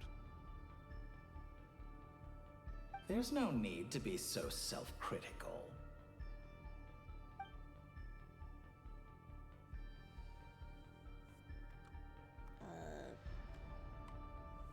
I know it's a little late in the day to be asking this, but how have you been keeping? I'm flattered that you would take the time out of your busy schedule to consider my well-being, Doctor. The part of your soul that went to Nodcry caused quite a stir, sending our organization back to the drawing board on numerous fronts. It was quite a headache for everyone involved. Dear me, I must have caused you no end of trouble. You certainly did. I had the rare honor of being summoned before the Tsaritsa with Pulcinella to answer for myself. A terrifying ordeal. Don't worry, I pulled through. At most, it's a public relations nightmare. I made sure of that. Now I'm curious. How did you explain yourself? Oh, it was quite simple. I just pinned the blame on someone who wasn't there to defend himself. I could hardly be expected to defy the demands of someone as insistent as the Second Harbinger, now could I? How you slander me. You know full well that I am perfectly amenable to reason. There's no question that you are partly to blame for the ruin of my reputation over the years.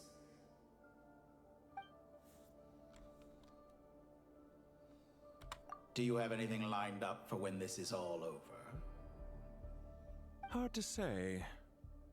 Field work always takes quite a toll on me, as you know. Once I'm back at Snezhnaya, I'll start with a well-earned cigarette. Why are you so eager to ruin your lungs after I went to the trouble of replacing them for you? If you have an issue with it, feel free to try to stop me.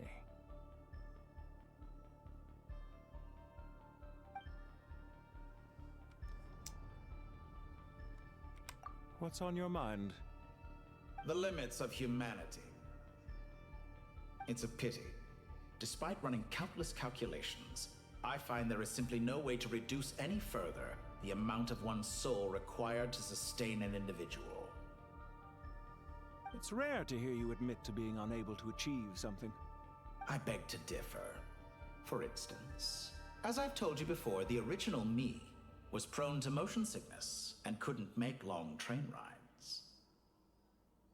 Ah, yes, of course.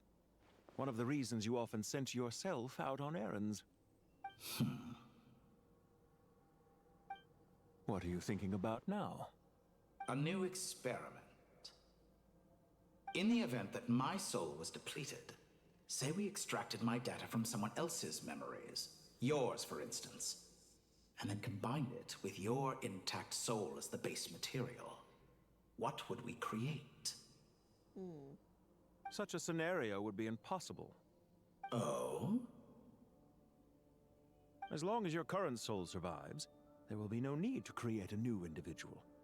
Don't forget, you were the one who approved of the present situation wherein only one Dottore remains. And if you ceased to exist, who would be capable of performing this experiment?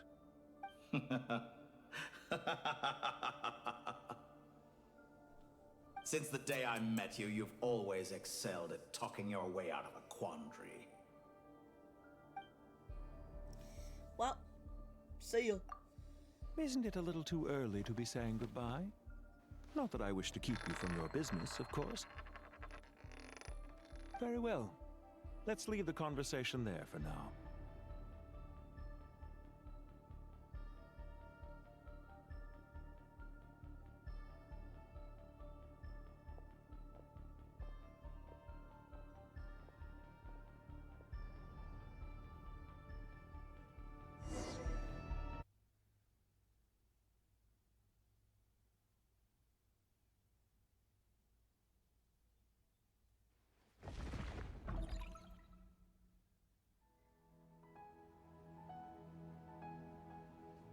The power of King Deshret's 7 pillars is truly remarkable. With just a chessboard, you can move an entire unit across the material plane. Yeah, sets us up for a much easier fight. Really makes my day. The last time we stormed the city, it involved a lot more running around. I wonder how many people can say they stormed a city twice in their lifetime. Well, I was not a just lot. thinking that. I've definitely had more than my fair share of unusual experiences in my life. This is my first time here, actually. We never usually leave Gandharvaville. I hope this will be my last time. Does everyone have to chime in? Can't we just fight? What an amusing comment, my dear lady. Yet humans often alleviate tension via small talk, do they not? Well, why is Candace's shield talking? Because the image on her shield is one of me. And I, of course, can appear wherever I wish to. Well, la-di-da. Isn't that fancy? Could I get in on this? You wish for your gauntlet to speak? Why, certainly. Ahem. I think you'll find that it is I whose image is carved hereupon. Thanks. Definitely feel stronger now. You're welcome, my lady. I am glad to lend you my power. Sino, what's the situation? There are troops stationed at every entrance. As we expected. A frontal assault will suffice. Everyone, stick to the plan. We'll take the main entrance. You head for the House of Dana's side door. Move out. Sir, yes, sir.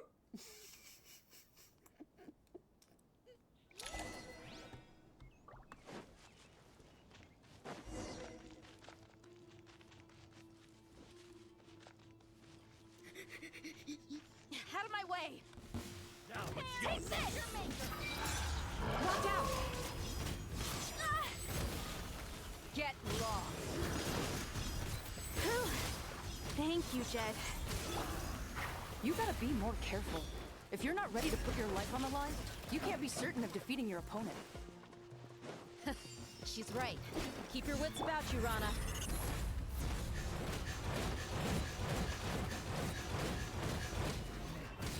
Buckle up! Surrender!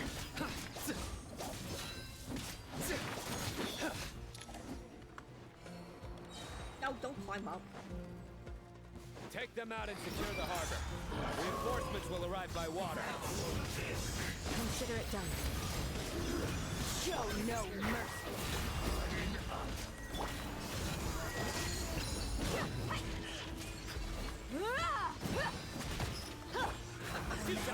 Power flows through me!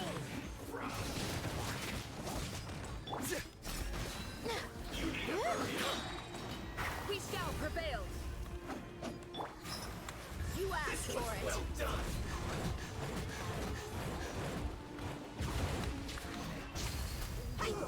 Feels close! Bro, I was all trapped in Buckle there. up! Surrender!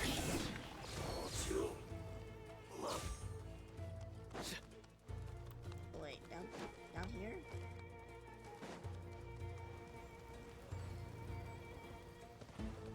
Looks like we're in your Change of plan. Do your work! Through me, justice is served. Bro! Not again! Please! Grant us your blessing! Yield! Just a graze. Look alive! Hi! Gloves off! You can't run from death.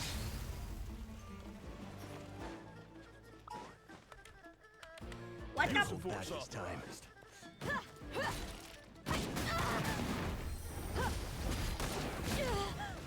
Buckle up!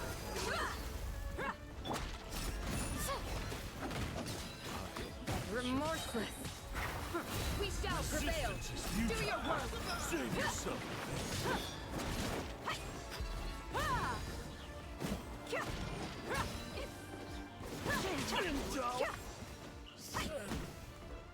Look alive!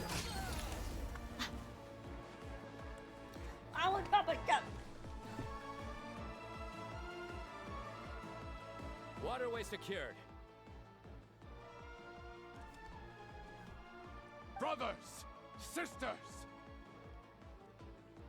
Perfect. Just in time. Welcome. Once we've linked up, we'll continue the advance. The team has arrived at the north entrance, as planned. Good. Press on.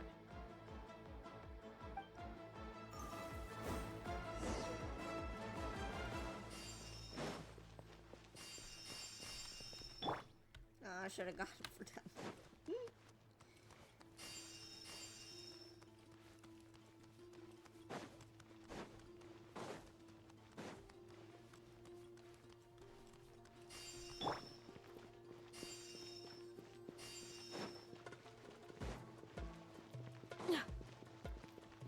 There you are.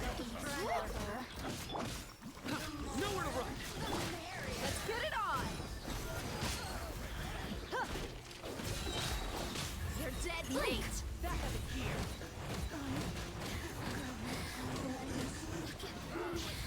Your skull! Hear my prayer! Yield! Judgment is upon you! Getting a big one! You stay condemned! Nowhere to hide!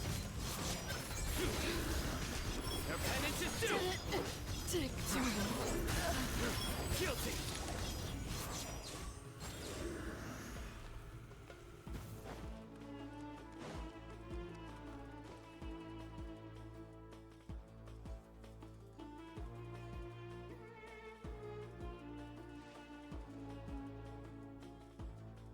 Look out!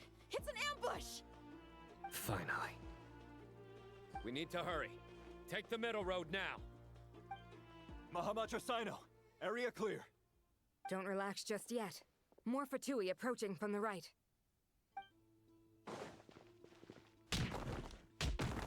Oh, okay. Irminsul cannot track our movements. If necessary, we could split up. Don't worry. We'll wipe them all out. As you can see, our people came raring to go. Good, good. How are things with the Traveler? Can Tainari keep her safe? Don't underestimate Tainari just because he's a forest watcher. He can handle it. All right. You know that's not what I meant.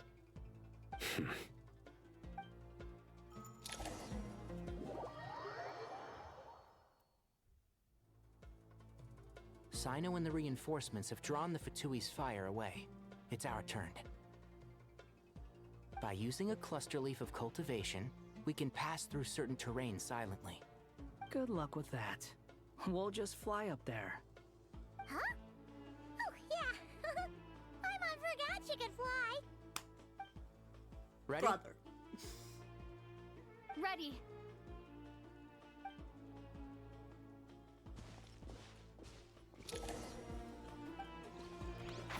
Can't see?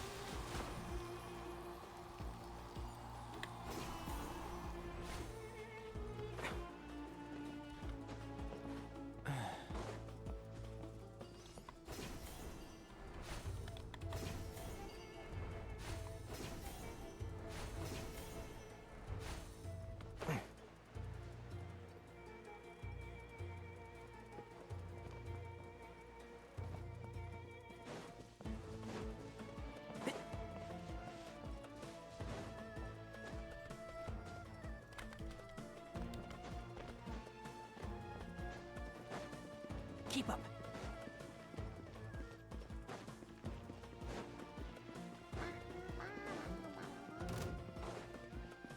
And Shroud, I'll uproot you! A new dawn rises! Time to advance! The wind rises. You dare to gaze upon me?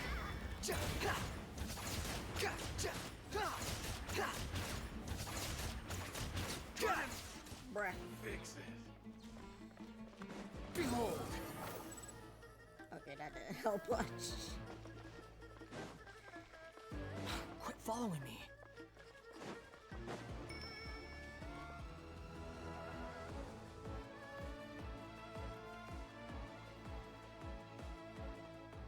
Fatui soldiers up ahead.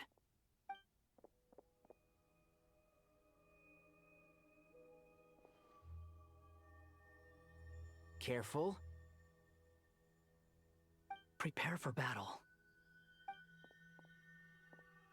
Hey! There's people over there. You have some nerve showing your faces here in the center of Sumeru City.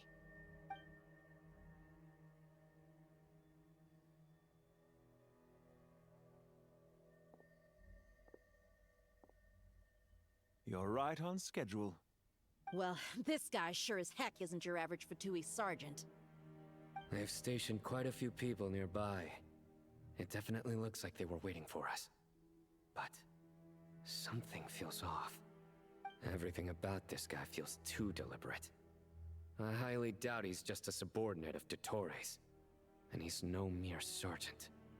Whatever his rank is, it's high. Much higher than we thought. So you've been waiting for us. But it looks like you're geared up for a conversation, rather than a battle.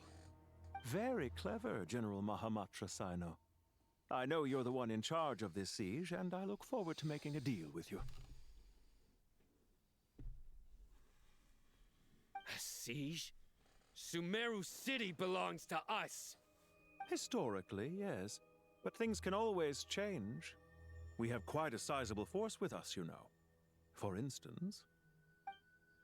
There's a Fatui ambush at the north gate. Can you handle him? We can for now. Yes, I'm quite sure both sides can hold their ground for the time being. The battle has not yet reached its climax. But what happens next? Do you enjoy watching bloodshed? Surely some of those here are people you count as friends. Once a war begins, some people must die. I doubt you wish that fate upon anyone you know. Wait a second. It's a trick. He's not even there.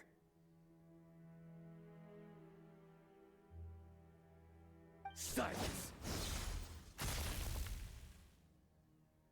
He disappeared. What was that? A ghost? Curses. He was never there to begin with. That was just a shadow projected there to lure us in. Enough talk. Attack! I apologize for being unable to accompany you at this crucial moment, but I am compelled to leave for reasons beyond my control. Please excuse me. Sumeru's General Mahamatra is quite ruthless. It's a good thing I wasn't there in person. Your illusion held them up for a time just fine. But now that they have seen through it, they will realize you were just a decoy. Decoy or not, what matters now is that they will be heading your way imminently. Not imminently. They are already here.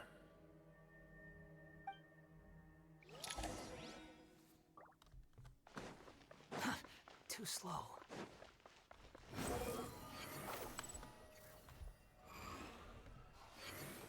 Okay. We made it! It is a lot faster than running, but... This is far enough. Tainari, you go help Sino. Don't worry about us. We'll manage from here. Are you sure you don't need me to stand guard? No need. Once the connection is established, we'll disappear from the sanctuary of Surasthana. Go help the others. All right. Goodbye for now, then. Please tread carefully.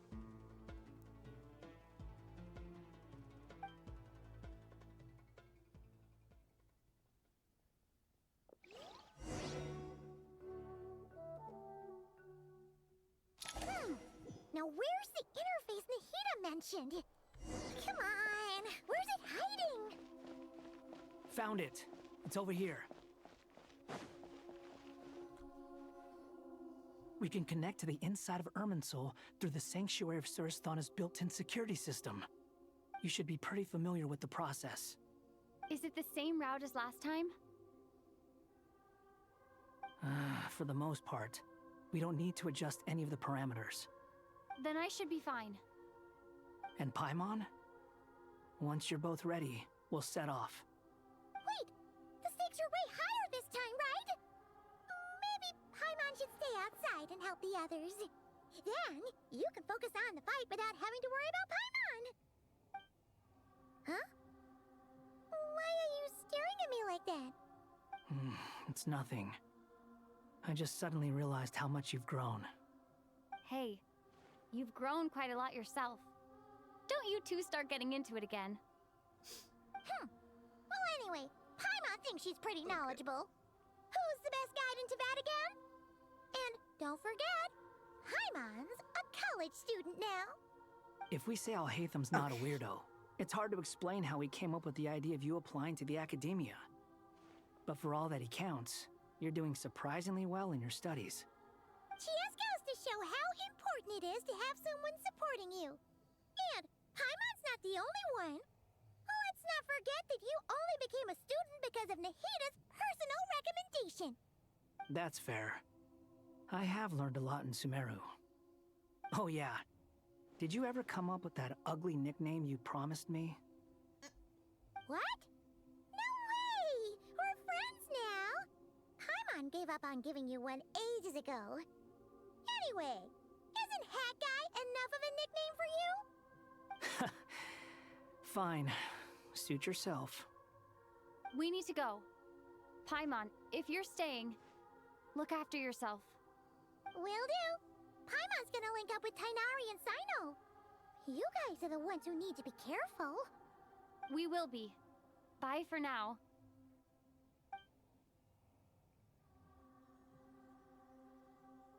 Finally, she's gone.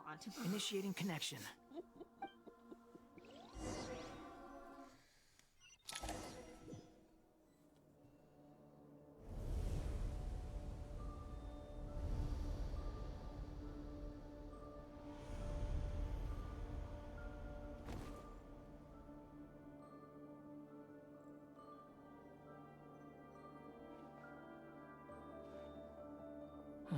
Well, here we are again. Come to think of it, I still don't even know where we're going. Thanks to our terminals, it should be impossible for Irminsul to read. I can... Don't tell me. Only you need to know. That way, whatever happens to me next, it won't affect your progress. Listen to me. Your safety is just as important as mine. Don't even think about sacrificing yourself for the greater good. We came here together, and we're leaving together. All right, if you insist. I won't argue with you.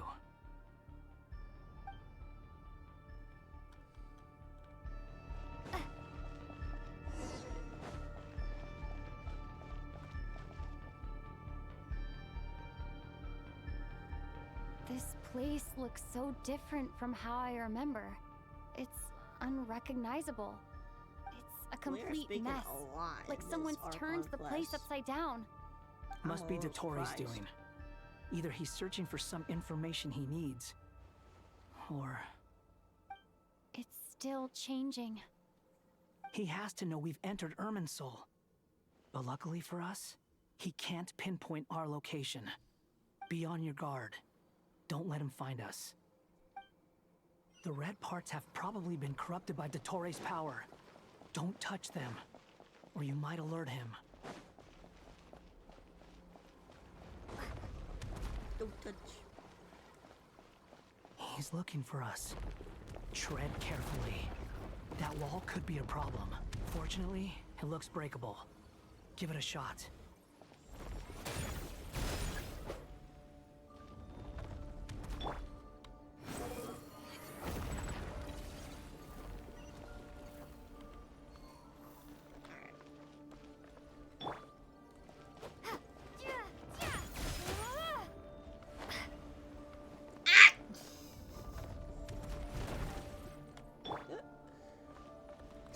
Fury.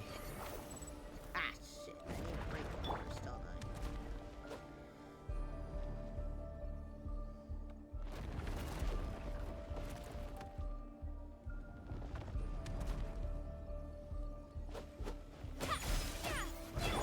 The wind rises.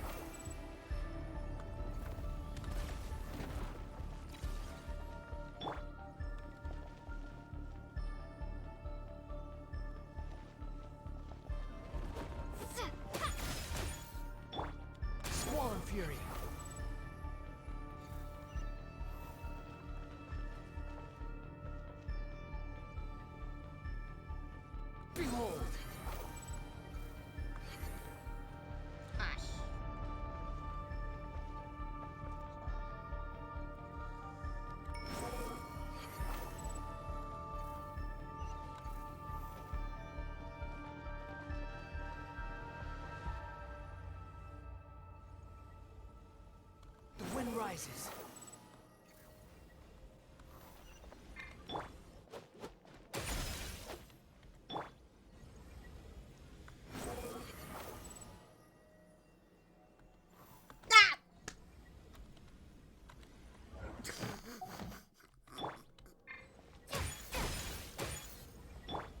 Squall and Fury. There you go. The same old trick again? Are you kidding me? Let's handle it just like we did before. This cheap trick isn't gonna stop us. Oh no, it's... A trap! Is that why he was using the same trick over and over again? To get us to lower our guard?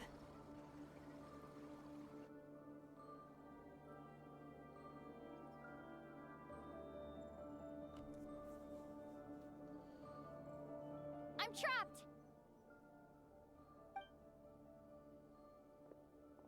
Okay, just yelling it is not gonna work. Why won't this thing budge? Hello? Hello?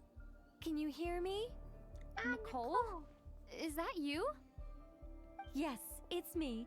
I'm monitoring your progress from inside the Eternal Oasis, and I have to say, this terminal is simply marvelous. It makes tracking you so much easier. I couldn't see anything at first, but now that you two are inside, I can use your location with support from the terminals to get a partial view of the situation inside Irminsul. It's not the clearest image, but it's better than not being able to help at all. So, here I am. I can't intervene directly, but I can help to guide you out of the jam you're currently in. So please, just follow my lead. Dottore in his current form is a blight upon both Irminsul and the ley lines. Pay attention to your surroundings. There must be sources of his contamination nearby. Is that one of them? Precisely. Take it out. Good work. But we're not done yet. Stay close, and let's see if we can find any others like it nearby.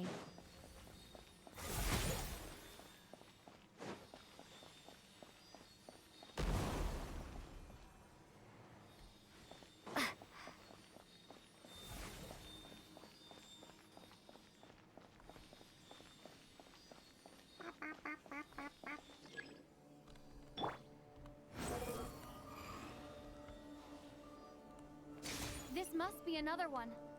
Agreed. Now... Oh, wait! Watch out! It's Dottore. I think he's found us.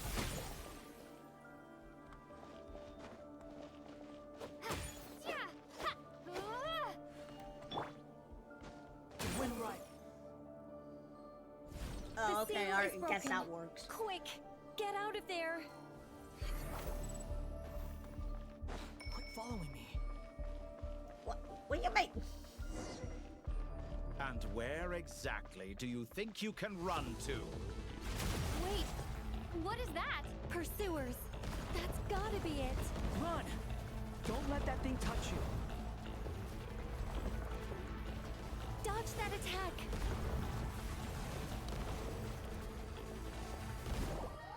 What? I thought I was running. And where exactly do you think you can run to? Wait! What is that? Pursuers! That's gotta be it! Run! Don't let that thing touch you. Dodge that attack!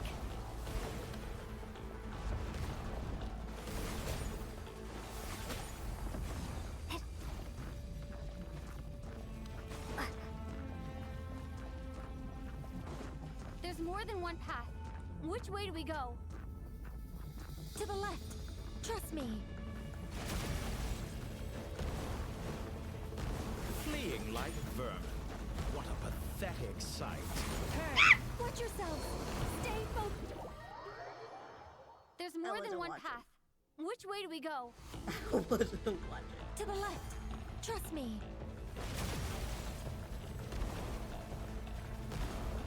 Fleeing like vermin. What a pathetic sight. Hey! Watch yourselves.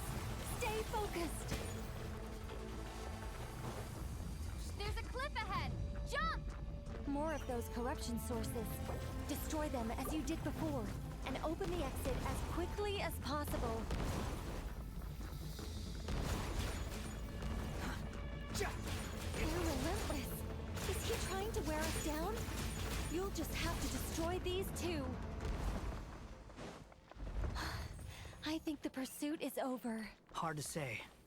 Stay alert.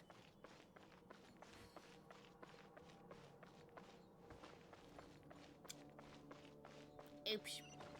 I almost myself.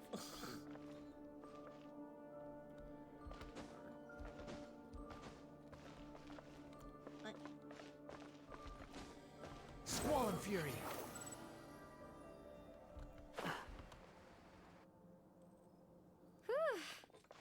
I think we've made it to relative safety.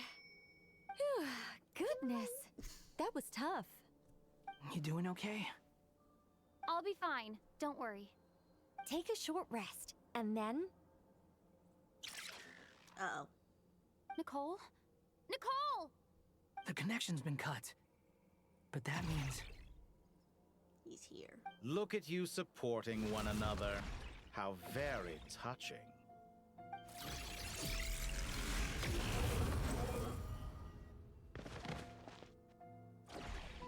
Dottore! Took you long enough to find us. You're more useless than I thought. Oh, really? I think I deserve a little more credit for my methods than that.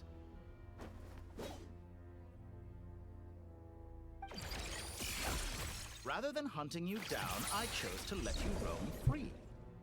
I indulged your presumption that I was unable to track your movements.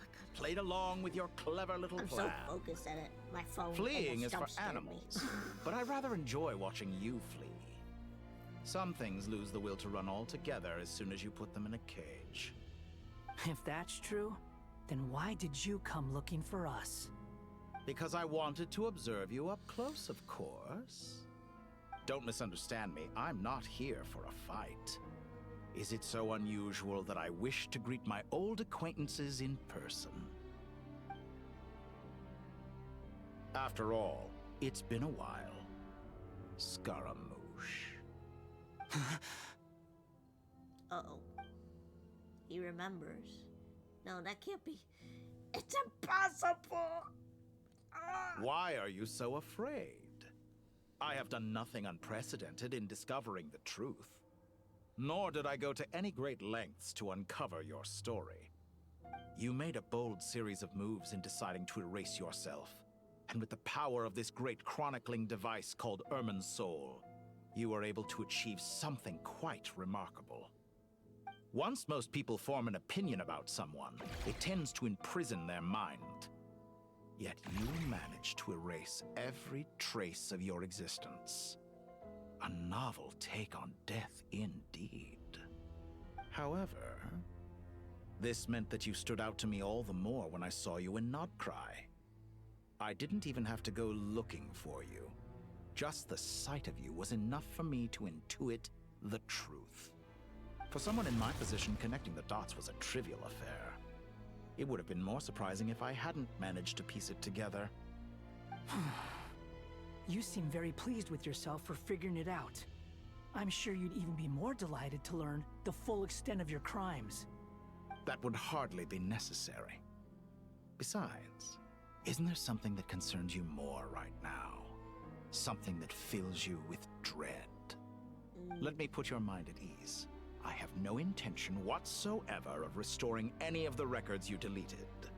For one thing, it would be exceptionally difficult. But more to the point, I doubt that the prospect of losing your current life is all that frightening to you. Because in your case... the cruelest twist of fate is that you'll never again have the chance to make up for any of your mistakes. Isn't it? Dottore?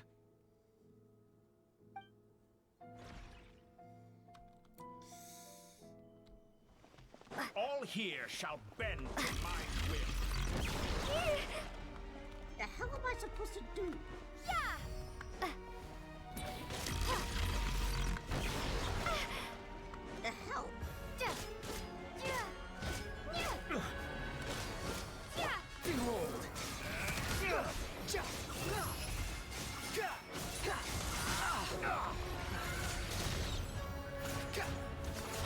Follow.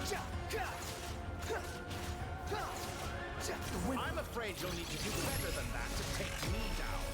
I expected you to have grown stronger. Ah, how foolish of me. I forgot that you lack any means to increase your power. You will pay for everything you've done. Oh, will I now?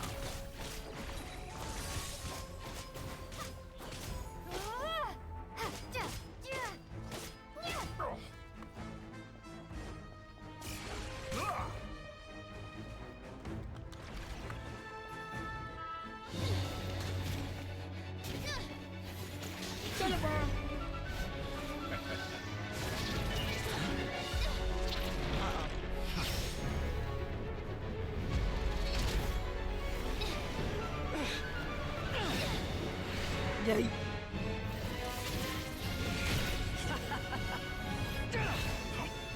Does the prospect of death amuse you? I could ask you the same question! I'll distract Ettore. You focus on the mission. Got it.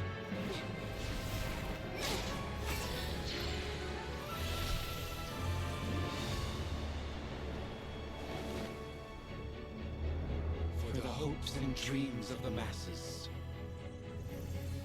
Open the secret door on this enchanting night. May wisdom's light eradicate ignorance and darkness, and hereby fulfill our ancient vow. Commence data extraction. Boomer.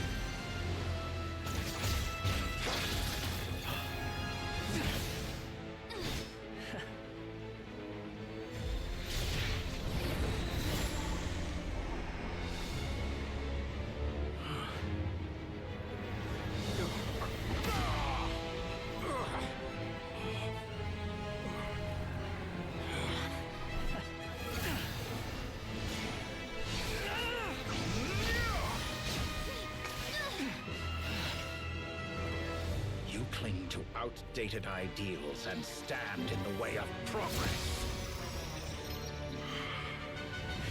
You will pay for interfering with the grandest experiment of all time.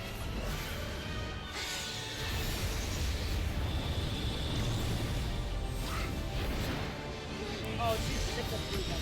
She's like,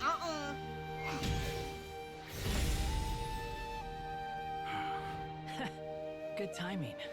Dottore, as clever as you are, you fail to understand wisdom. Wisdom takes many forms, but the path you have chosen eschews them all.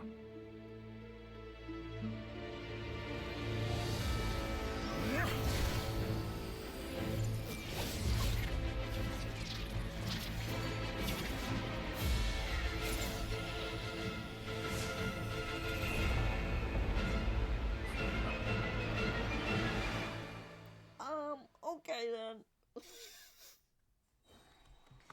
Second stage boss. Okay then. My strength is fading. Since we're within Urban Soul, it stands to reason that only power you wield comes from it. Extracting the information from Herman's soul, just to strip me of my power. I will find his weakness. The Temple of Wisdom!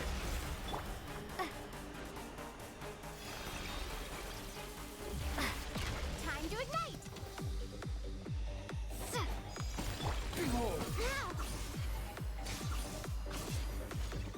Admire your attempt to introduce a new variant, but it's nowhere near enough. Hey!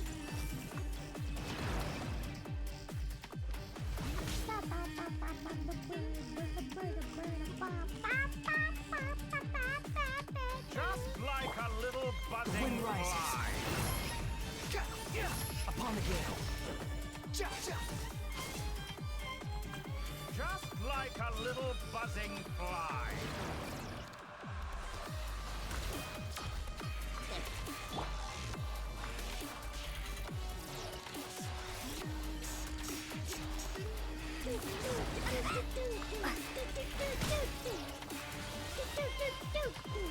I don't know what to do. damage. a little buzzing fly. Am I supposed to hit those or what? I don't understand. Put them back. Squall and Fury. I don't understand.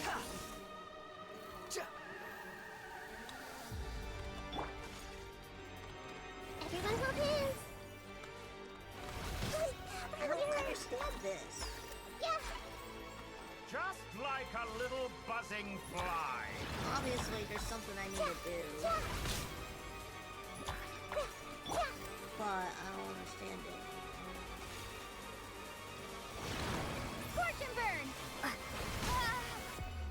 I don't understand! Just like a little buzzing fly.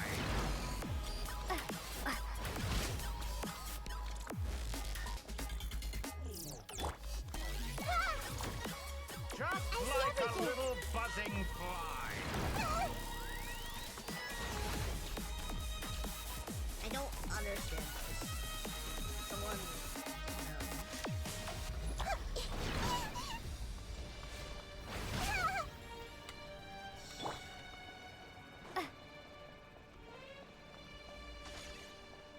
He's just throwing obstacles at me. I don't understand how to, like...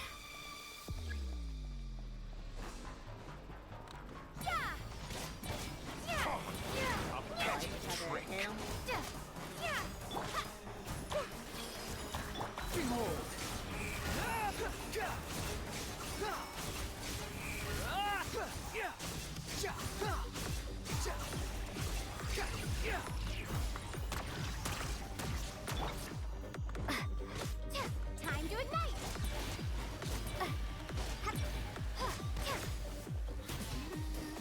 Burn all before you. Blade of the primal flame.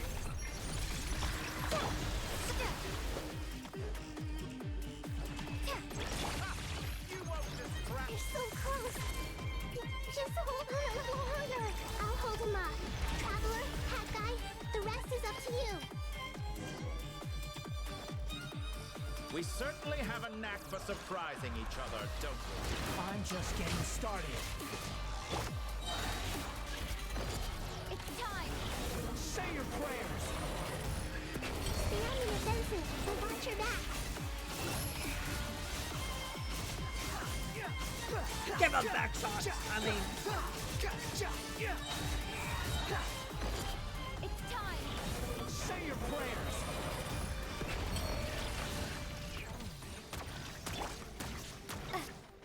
Scorch and burn. Let's try this. Muso no Hitokachi.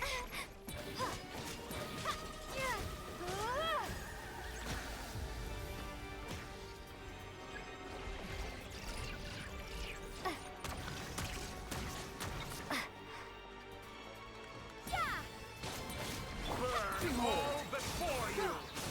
Blade of the primal. It's time. Say your prayers.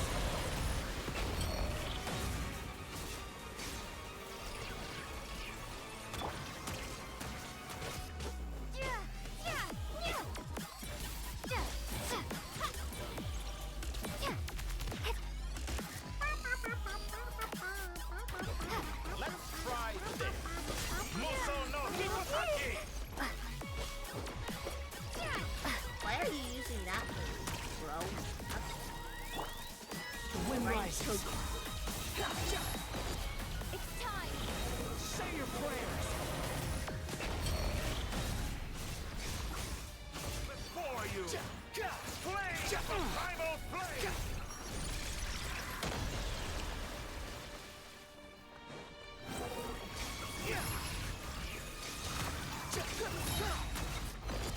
It's time. Say your prayers. Finally, time for you to die. Excited? Time for me to die? How could I have reached this place if death were something I feared? The last gasp struggle of a dying man is a pretty pathetic... It's time. Say your prayers. Whoa, whoa.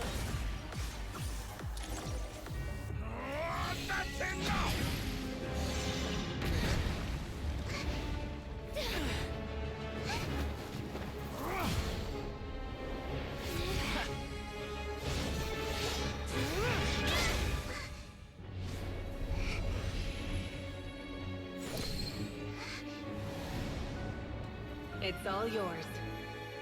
Do with it as you see fit.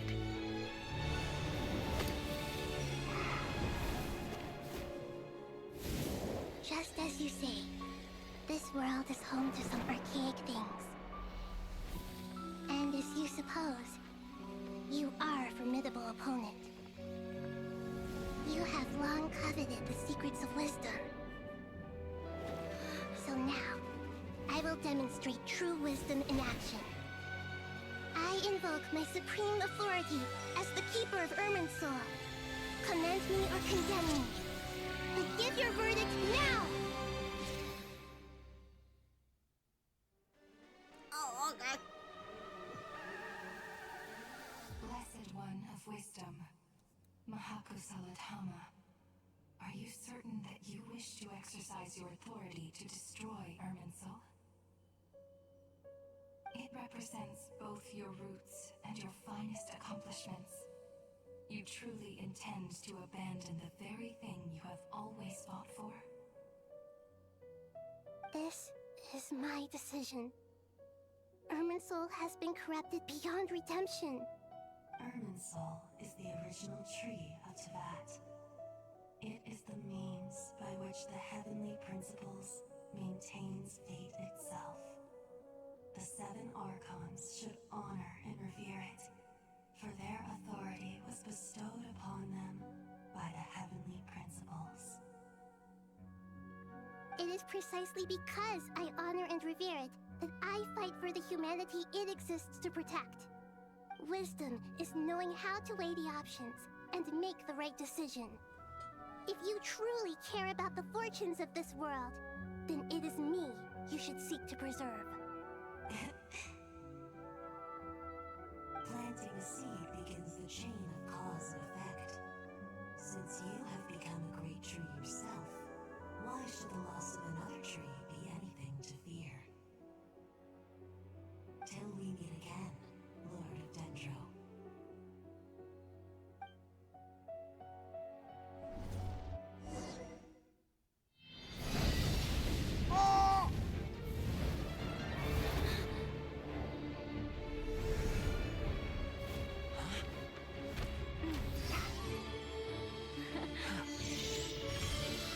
The first flame. The pure, cleansing fire.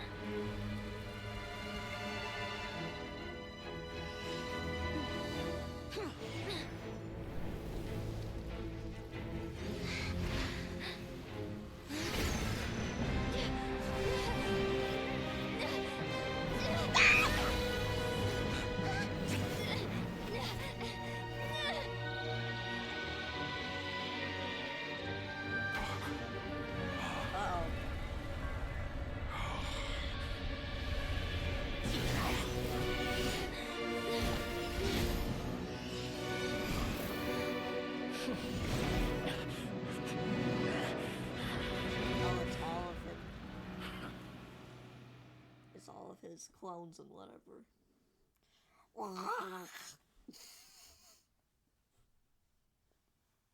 At least that's what it looked like. I don't know if that's true. Oh. Shall we? Where were we? I was suggesting that you needn't perform when signing a contract. You're only sitting here because your bank demanded an evaluation of the trustee. So you told a story about a young scholar from a merchant family in Sumeru? I told a compelling tale, didn't I? The post-expulsion story is far more captivating. The human experiments or the elixir of immortality? The part where you die. Ah, yes. My favorite part. The 35-year-old Segment thought of himself as Dottore, reserving the name Zandik for the original specimen. Of all the Segments, he was the most selfish. After his expulsion, Dottore searched for a new direction. He joined the Fatui, studied Elazar in great depth, secured resources. He was rather fortunate in his career. Zondik turned to Conrian technology and successfully created his segments. But this was not immortality. Even with backup segments, his body would still age. Still, thanks to Snezhnaya, Zondik found the ideal base for his experiments. Then a perfect partnership materialized at a crucial moment. The year that both parties realized they needed more time. Fortunately, Zondik succeeded. In a miraculous turn of events, he gained the extra time he needed. I seem to recall it differently. All right, it's true. No matter how much elixir he took, Zondik remained human and continued to age. Then, on the morning he turned 85... Help me up. Call for help. Surely he would be rescued, Zondik thought. But to his surprise, no one helped him. Zondik was too selfish for that. Don't forget, you're one of us. Yes, and we're all waiting. Waiting for me to die. Pantalone arrived for a meeting and happened to witness what followed. He found it unsettling. I never said that. But the Zondiks were unfazed. It was a rare opportunity for self-dissection.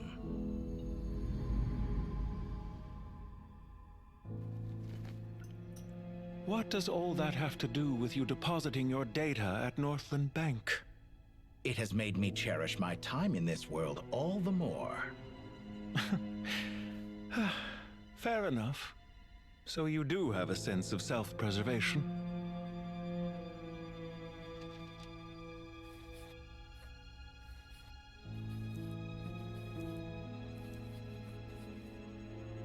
What do you mean? You're hardly normal, and you don't cherish life. You just don't want to admit defeat in the limited time you have. Even so, don't I deserve an interesting ending? I'm counting on it.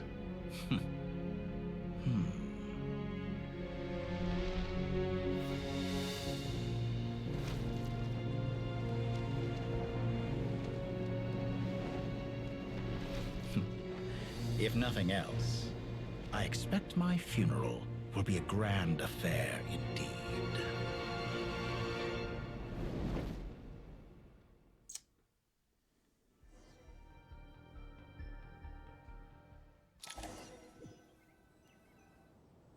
What a magnificent fire. In Snezhnaya, we light fires to ward off the cold. Fire, it seems, is antithetical to ideas such as cold, frozen, and unchanging. Perhaps it has always been that way. From the beginning, fire has been used to drive away wild beasts and warm the body and mind. You could say it's a form of treatment. One that cures the human heart of mortal fear. Mortal fear? Something you haven't been acquainted with in a long time, by the sounds of it. Whereas you, I'm sure, must know the feeling quite well indeed. I remember when we first discussed the elixir of immortality, you claimed that extending your lifespan was about buying more time. But was that really the truth? You fear the prospect of dying a wretched end in this world, don't you? Of course I do. I'm only human, after all. And while you may have forgotten it, you cannot deny that you too were once human, Dottore. I do not believe that there is no such fear in your heart.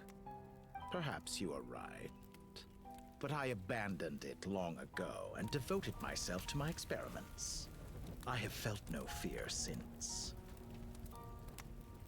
From the very beginning, I never thought you could win this game. But still you came. Contract in hand, to honor our agreement. Because I am a reputable partner. And as we have discussed, experiments are about more than results alone. The process is equally important. I have come here and completed my creation, and I do not regret my decision. I'm afraid your journey ends here. After I die, there will be no one to make the elixir of immortality, and your remaining stock will only last a few more years. How then will you prove that you didn't perish in this incident alongside everyone else? When I feel optimistic about market environments, I never forcibly adjust them. They have their own direction, and I myself am one such environment. I have been quite particular about many things in my life, but where the manner of my death is concerned, I choose not to be. You make yourself sound so magnanimous. Oh, but I am. And I hope you will be too.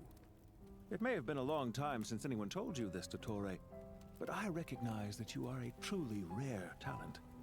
Ha! I can see it. Of insanity. The experiment in blasphemy that I've been performing all this time.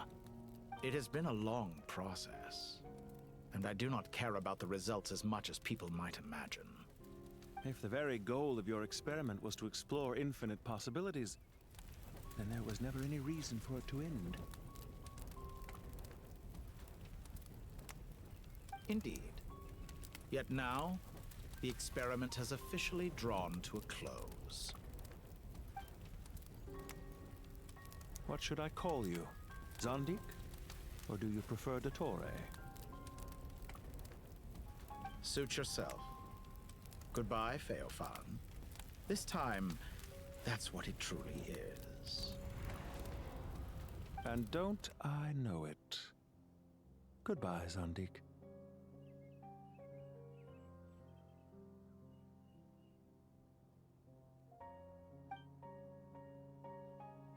I could have carried out many more experiments, but to me, Lord of Dendro, this outcome is certainly not the worst. I believe you. But unfortunately, this is where it all ends for you. This experiment does not belong to you, nor do any of the results. Experiment? It sounds like you're trying to outdo me in my own field. Wisdom is conveying information in terms that people can clearly understand. You know exactly what I mean. Indeed. I can see no further outcomes. Ha. You have a formidable mind, and you are braver than I thought. Setting fire to the very thing your survival depends on. Your previous threat was empty, but this time, it is real. When necessary, wisdom can be as fierce as an inferno. Some of the flames that incinerate you come from within yourself. Perhaps you are right. You see what lies at the bottom of the human heart, and that is your wisdom. Here is where your journey comes to an end. All that is yet unknown belongs to those of us who will carry on living. It seems I have unwittingly been your arch-enemy all along. But now, it's all over. I do not deny your intelligence. But what you refer to as experiments, I would never describe in those terms. They are events that take place in the real world, and they are so much more than mere data. Goodbye. We will never meet again. Damn.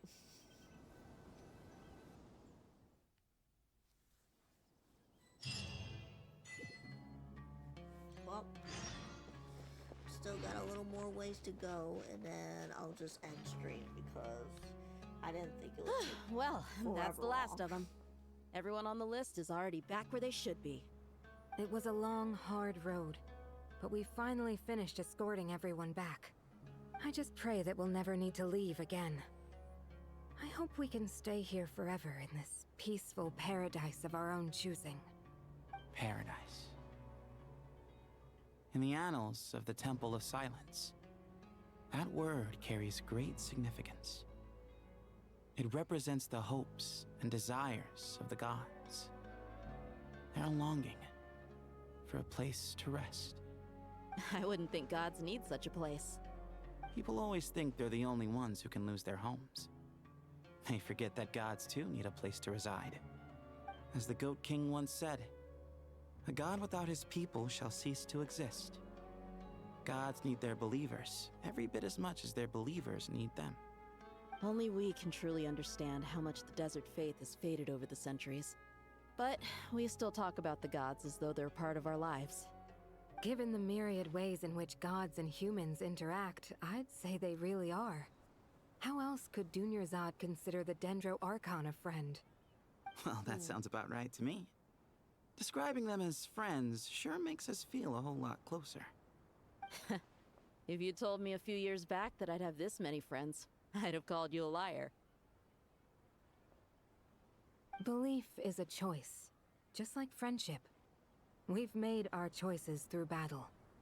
The right ones, wouldn't you say? I'll be heading back to the Temple of Silence. I heard the Goat King and the Ibis King decided to pay us a visit. How about you? It's back to Aru Village for us. Still plenty of supplies to distribute and people to help. Until next time, old friend. As long as you can find the time, you're always welcome to visit us in Aru Village. Right back at you. Make sure to drop by the Temple of Silence the next time you're free. Word is that 2 of the other 7 pillars, Shezapank and Bennu, might also be dropping by. Since you're wearing the symbols of their power, it'd only be fitting if you came to see them for yourselves.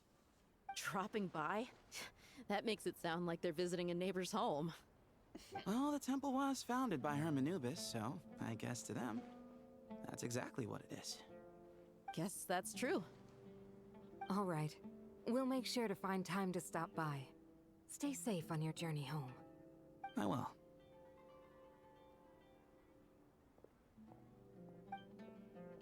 My eyes.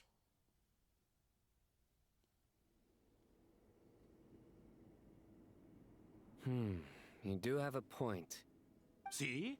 Retirement has always been a problem, especially for old-timers like us who've been locked away all these years. You finally step out into the light, and bam! You're face to face with a whole different world. Naturally. What do you think, Layla? Huh? Why would you think to ask me? How could I possibly be qualified to decide where the servants of King Deshret should live? Sorry if my question was unclear. Do you think their statues will stand out too much if we place them here? Hey, I never agreed to this. How could we possibly allow our statues to be left in Hermanubis' home? That would be like breaking into someone's house, then pretending it belonged to you in the first place. Different beliefs can coexist. We still need to respect one another. By which you mean, you two plan to stay at the Temple of Silence, for a while at least. But you have no intention of relocating your statues here. So, you see this as sort of a family visit? Is that correct? Family. Huh. You could say that. In a sense, Hermanubis would view this as his home. Just look at this place. Magnificent, is it not? The sad truth is, in the past, all 3 of us invested so much into misguided ventures. We failed to build what we should have, and wasted so much time instead. And what do you mean by that? I mean that for the most part, time spent associating with the likes of Sobek, and, let's say, Thoth, might reasonably be considered wasted. Why does that not surprise me? Go on. Anyway, given how much time we'll all be spending together, I'd say that the bonds we built will end up proving to have been a sound investment. Once Sethos, the current leader of the Temple of Silence, returns, you can discuss the matter of staying here with him. But judging by the expressions of everyone here, I imagine you'll receive a very warm welcome. This sacred ground houses untold knowledge, after all. What better place for the servants of King Deshret to appear in the mortal world? How about we share a meal together first? I imagine it's been many years since you last tasted fresh food. Oh, that sounds wonderful! After so many hundreds of years, I can only surmise that desert cuisine has become a lot more varied. Are we having a get-together? If you'd like, I can help prepare some food. After all, Lord Thoth, you helped me so much in the desert, and I still haven't properly thanked you. Oh, my, that would be wonderful. I'm touched that you still remember. How the times have changed. To the people of today, it seems the Ibis King has become a kind and passionate god. And you, Mr. Herreshoff? What kind of god do you wish to be? To be honest, I haven't given it much thought. How about you, Dendro Archon? Do you have any hopes for your future? Me? I'm very happy with my current life.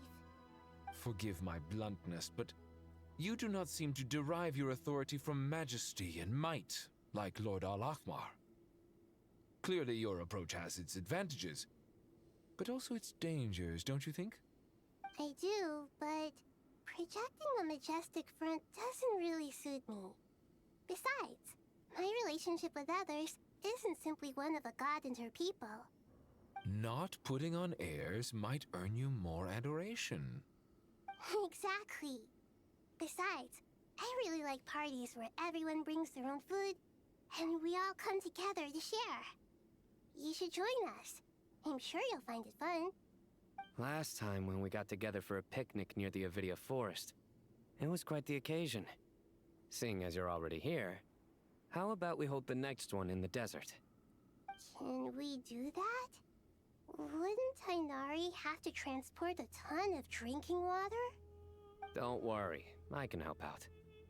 Layla, would you like to join us next time? Me? Sure. The more the merrier. That way we... Don't take this the wrong way. I just think you should know. When it comes to passing the time, chess is more our thing. In that case, Dendro Archon, what do you say?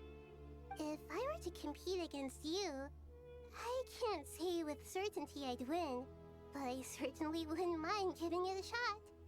Where's Sobek? I'm sure he'd be good for a few rounds. Cards, cards, cards! I'll always prefer chess. I wonder what variant of chess we're talking here.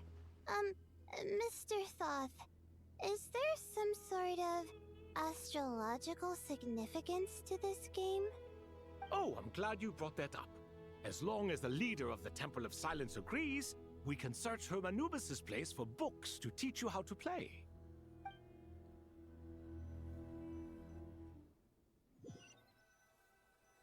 Okay. They're having a good time. Such devastation visited on Sumeru City. So many houses destroyed or damaged in the fighting. Who could have foreseen this? Look at all of this. It's going to take me forever to tidy up. I suppose living below the academia doesn't always work out to your advantage. I would have thought a little appreciation of my sincerity and effort in helping to clean up this mess might be in order. Helping? Effort? This is your house! Of course you should be putting in the effort! If anything, I'm the one who's helping! So you see yourself as just a helper in this situation. I must admit, I'm rather shocked. If you're trying to say that since I live here too, I have an obligation to tidy up, fine, I suppose I do. Wait a second, stop changing the subject! Nevertheless... In the wake of a great storm, a missing roof is a predictable inconvenience. Can you stop making it seem like I care more about this house than you do? Doesn't it upset you at all to see your home in this state? I won't pretend it's ideal, but that's no reason to be upset. This is the roof over your head, your shelter from the cold. The furniture is scattered, the paintings have fallen off the walls, the windows are shattered. Don't you feel even a little disheartened? The way I see it, these problems are easily solved. Ugh, this is precisely why I hate talking to you about sentimental things. It's like banging my head against a wall. You simply don't understand just how much work goes into making a proper home. It sounds like this is causing you a lot of anguish. You mean the house or the paintings? I mean your sentimentality. Oh, well, yes. But I'd rather not dwell on such things right now. Generally speaking, when anguish becomes the norm, people usually make an attempt to improve their situation. But there are so many people and things in life that are difficult to change. It's not like you can force them. Besides, anguish can be a source of inspiration, and I'm not sure I could break my reliance on it. I'm glad you're able to make yourself think like that.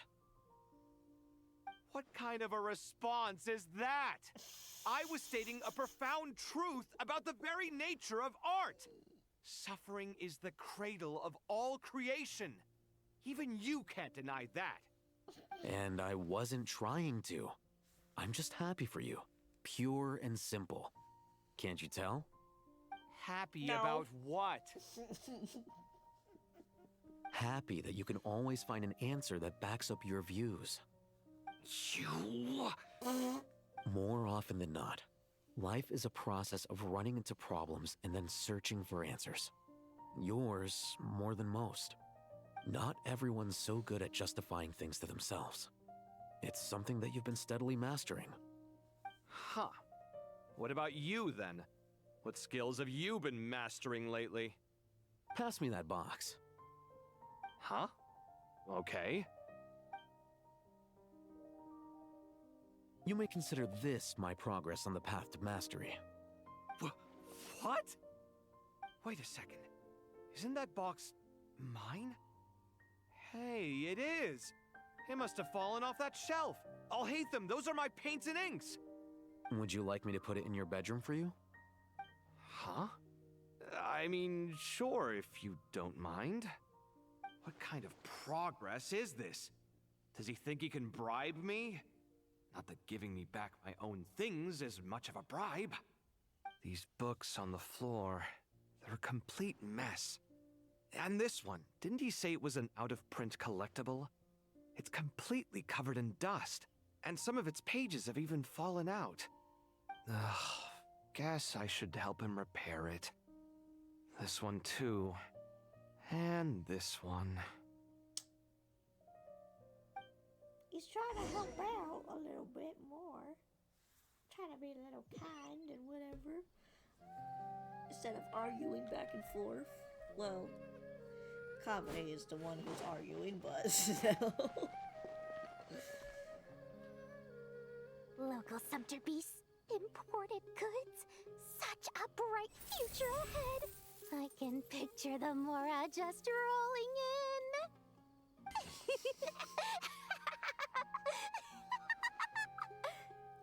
You do realize you sound like a choking cow? Not called being imposing. Can't you feel it? Are you not intimidated? No. Oh, I'm positively shaking in my sandals. What commands do you have for me, oh mighty Lord Sangamabe? You've got a lot of nerve, Nefer. You went and told Candace and the others everything, didn't you? Seriously, do you have any idea how differently they see me now? Surely that's a good thing. I presume they're more disposed to actually like you now, maybe even view you as a friend. You traded my secret for sympathy! Thanks to you, I've lost every last shred of my mercantile majesty. How am I supposed to make anyone think I'm a big, scary investor now?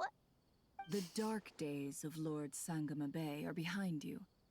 Why not take this chance to make a few honest friends? Speaking of friends, since when did the notorious Lady Nefer gain such an admiration for holier-than-thou types?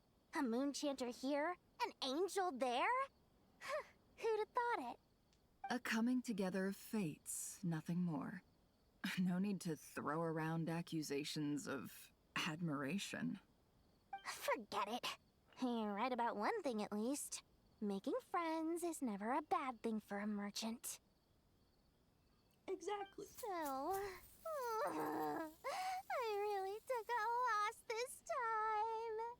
What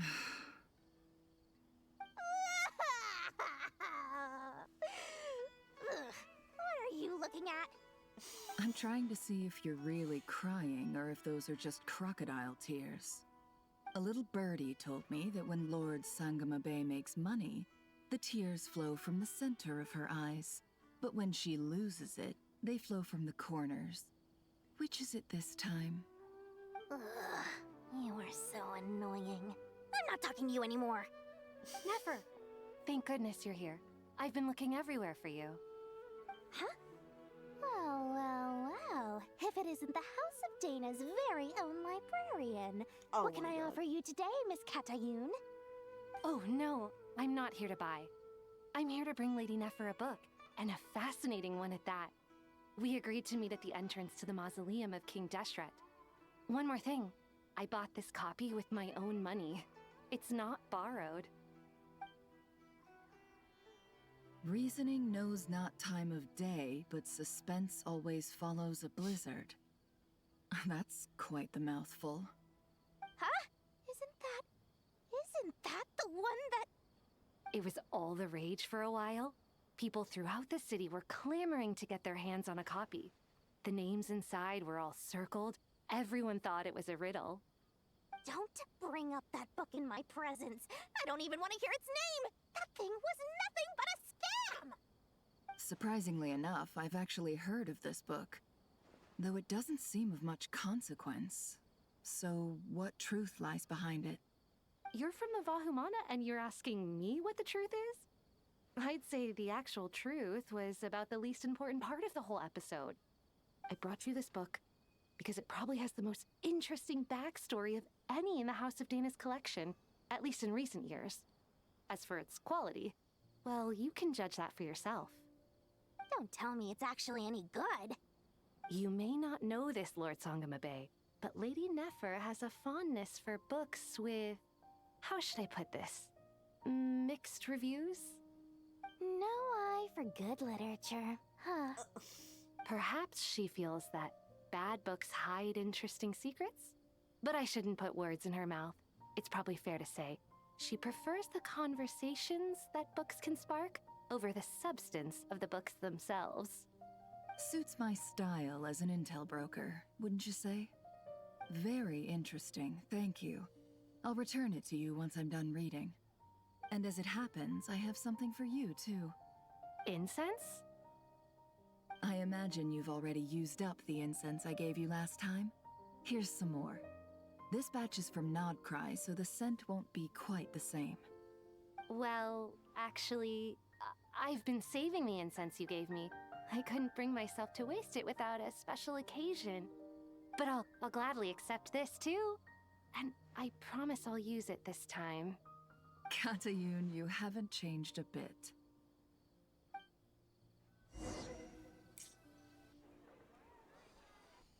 Huh. Very interesting.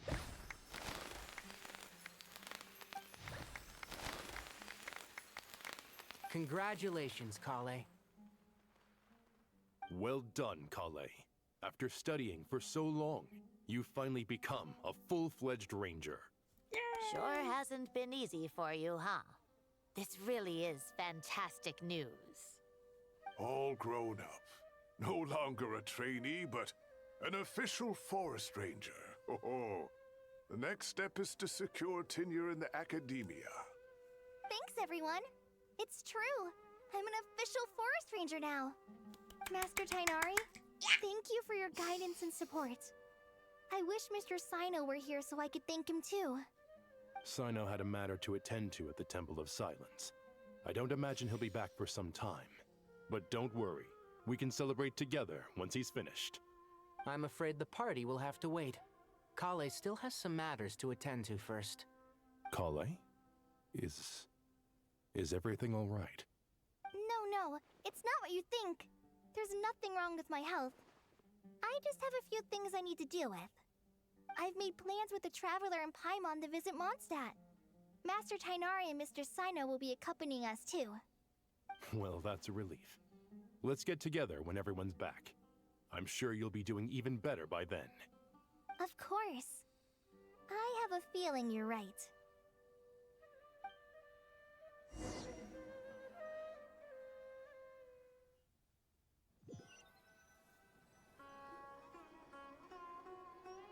A few days later. After all that catching up on sleep and food, Paimon's feeling full of vim and vigor again. For someone who spends so much time resting, your recovery routine is surprisingly simple. Hey! Paimon's been working sleep, her butt off fly, too, you know. talk. She flew all over the city helping Sleep. everyone out. Don't worry. I saw how hard you worked. All right. We all know you're the most hardworking person in Tavad. As long as you're rested and full, that's what really matters. Paimon's been looking around the place, and it seems like the city's already on the mend. But Paimon's been wondering how Nahida's doing. We should check in on her.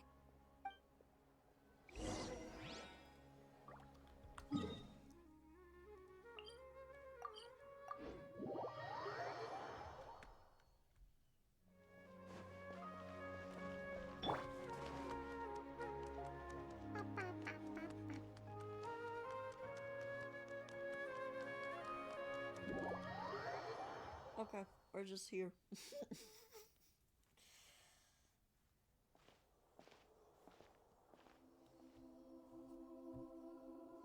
Nahida! And Hat Guy's here too! Traveler, Paimon!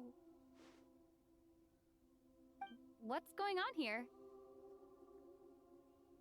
Nothing much. Nahida was just expressing concern for my physical and mental well-being. Oh, the Traveler told Paimon all about that. We've both been very worried about you. Are you feeling alright? You make it sound like I'm on the brink of some kind of breakdown. Truth is, I'm doing much better than you might imagine. If we can just get to the bottom of Dottoro's intentions, we can minimize his negative influence. That's the sort of thing I excel at. Just listen to that newfound optimism. It seems like having you enroll in the Bahumana was a truly inspired move. I can really see the positive influence.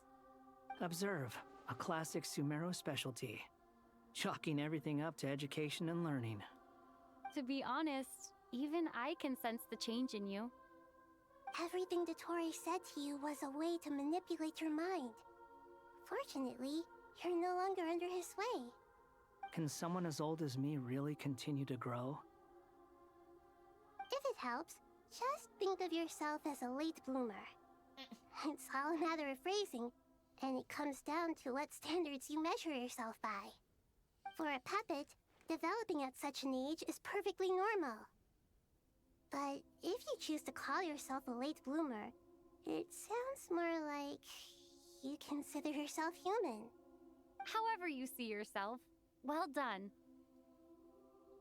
All right, I see what you mean. Anyway, what's your next step? What else can I do but complete my current courses? Everything else can wait. Anyway, that's enough chit-chat. There are still things in the city I need to help out with. I'll be heading there now.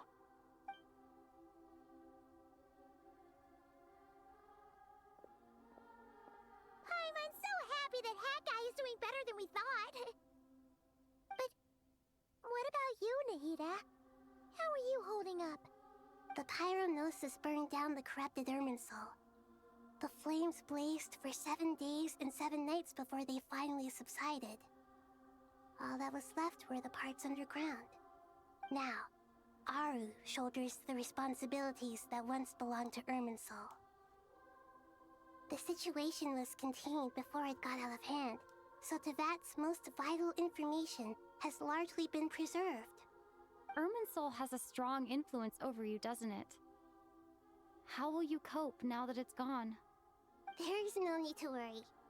Thanks to Nicole's extraordinary talents, my connection to Irminsul has been severed and transposed onto Aru. Angels can do things like that? They can. Such abilities are precisely what makes them so powerful. The goddess of flowers, Nabu Malikata, once claimed that she too could perform feats beyond the reach of mere mortals. In my eyes, much much of what she went on to achieve reached such transcendent levels. Her and Nicole really are both fascinating and magnificent. So, does that mean your situation is stable now? Correct. Just imagine that Aru has become the new Irminsul, and the essence of my existence has been bound to it. The wisdom of Sumeru has ultimately converged into a single, unified entity. Should we ascribe this all to fate, or is it merely fortune? Whatever it is, the important thing is that you're okay, Nahida. Dendro Archon, Lesser Lord Kusanali. Oh, thank goodness you're here. Greetings, Traveler in Paimon. Sir Nevis, do you have something urgent to say? Yes, there's something I need to report. We've received a message from Snezhnaya.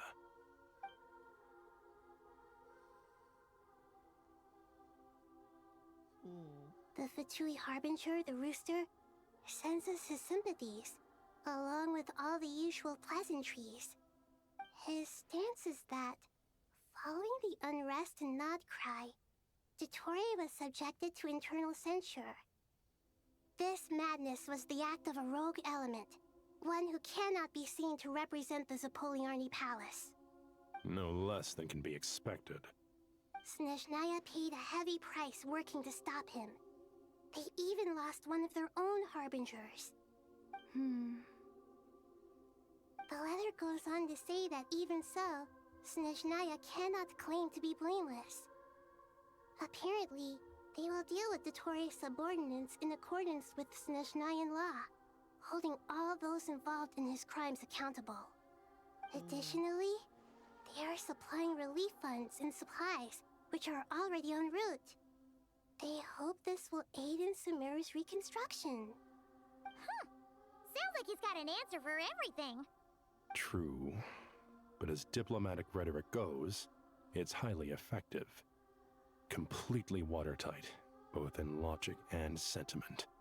This disaster has had a profound impact on Sumeru. There is much that I will keep in my heart. The matter of Dottore can be seen as settled for now. We are sure to cross paths again in the future, and in that light, Snezhnaya would do well to uphold their responsibilities and keep a tight rein over their actions. With Irminsul burned, the flow of fate now carries many more possibilities. I will be watching carefully. Perhaps we can move on to a less serious matter? Dendro Archon, will you eat with us once this matter is dealt with? Everyone wishes to celebrate together. Your presence would be most welcome. Of course! Junior Zod, Sino, and Hypatia all told me the same thing. If there isn't enough room for everyone, we can arrange back-to-back feasts. What a wonderful idea. That just leaves the question of what we should eat. Not more tomatoes, surely. More? Dendro Archon, what do you mean by more tomatoes? Those good friends of yours are always talking about tomatoes. Sometimes when I'm walking through the city, I can even hear them arguing in the fields. Since you see them so often, you must hear about tomatoes even more than I do. Tomatoes. Tomatoes. The word has a certain magic to it. Like the autumn fur of a sumpter beast swirling in the wind, sometimes flying up my nose. Tomatoes. What can we make with tomatoes? Wait, why tomatoes? Take your time, there's no need to rush. The Traveler, Paimon, and I still have somewhere we need to visit. You'll have plenty of time to think it over before I return. Does this mean you're going to Natlan? Meet them there in person. It will require a long journey. I know. But this is necessary. I must go myself. Traveler, Paimon, we'll set off as soon as you're ready. Is that all right? Sure. Yeah. We'll be ready whenever you are. You'll hear no objections from Paimon. We should grab some snacks along the way, though. It'll be just like going on a long holiday. Wonderful. I'm looking forward to this so much.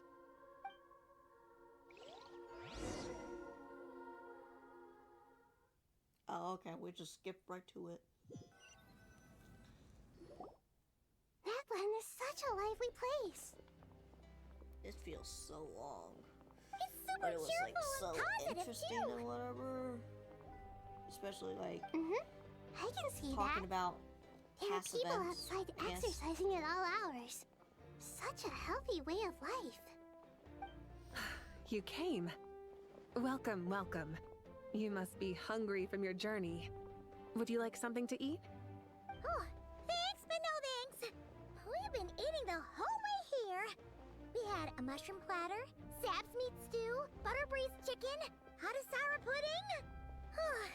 Paimon's positively stuffed. You sure about that? All right, all right. No need for all that detail. I'm starting to get hungry myself. Maybe later then. We can wait till everyone's got an appetite. Then I'll head out for a meal together. Sounds like a plan. Let's find somewhere to sit down.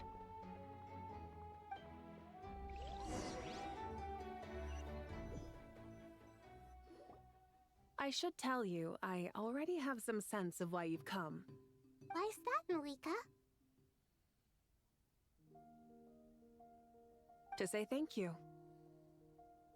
Your senses are spot on. But on top of that, we also feel guilty.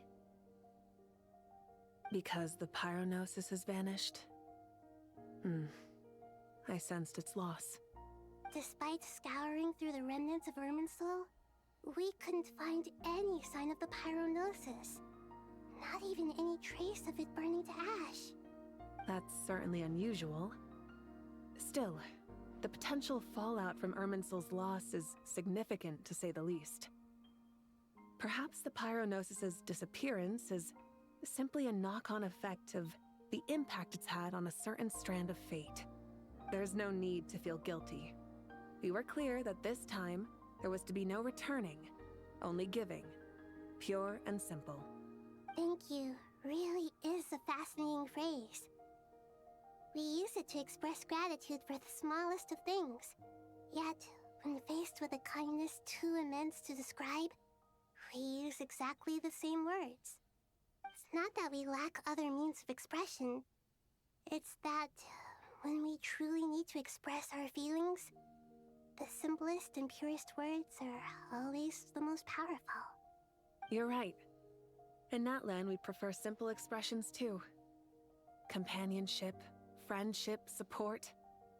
They might not sound fancy, but the sentiment behind them is sincere. That's wonderful to hear. Sincere feelings are often a vehicle for the deepest wisdom of all. Irminsul's destruction doesn't seem to have done you much harm. I'm glad to see you're doing well. There's still a lot of work to do, but before we begin, we felt it was important to come here and speak with you. Partly to express our gratitude, but also because we felt that seeing you, in a sense, is like basking in warm sunlight. That's a nice way of putting it. I like that. To tell you the truth, though, I'm not a fan of somber meetings. So, since there's nothing more to say, why don't we go bask in some actual sunlight? The weather's beautiful today. What a great idea! Paimon's gonna lie back and soak up some rays. And then I'm gonna get sunburned within like 5 minutes.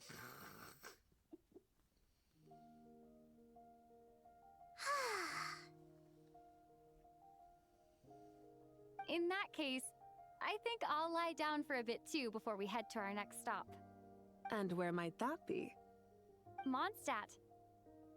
Paimon and I are gonna head back there with Kale and the gang. Long ago, I sensed that the god remains inside Kale had come from the goddess of flowers, but I kept it a secret. Those remains weren't hurting Kale, not as she is now. They simply exist. Besides, I could sense a deep yearning within her. A yearning for an ordinary life. A yearning to hold on to the hard-won happiness she now enjoys. With someone like her, I have a responsibility to keep her secret. Well, she should be ready to face the truth by now. Whenever people meet, There is always the potential to create warmth and kindness. Every child grows up, but even as adults, they are still children in the eyes of certain people.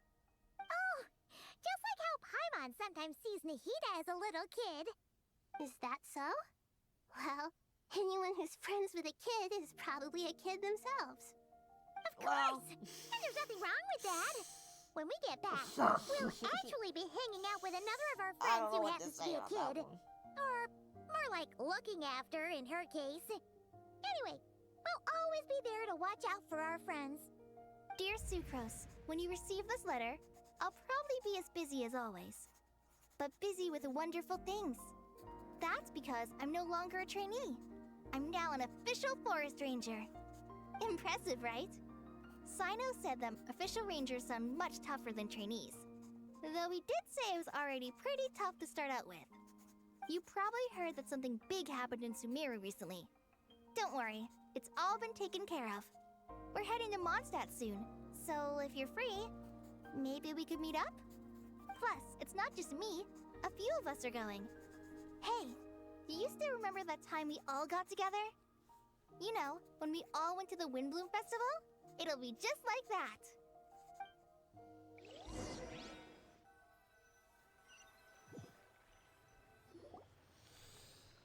Oh man, I need to stretch my Dainari, legs out now. is that... Don't you say it! Is that the great Vayuvyastra? Behold, the great Vayuvyastra, General Mahamatra. How times have changed. I wasn't expecting you to beat me to the punchline. You've changed. You've really upped the aggression in your battle against Sino's jokes. Kale, how did you know what I was going to say? For the love of...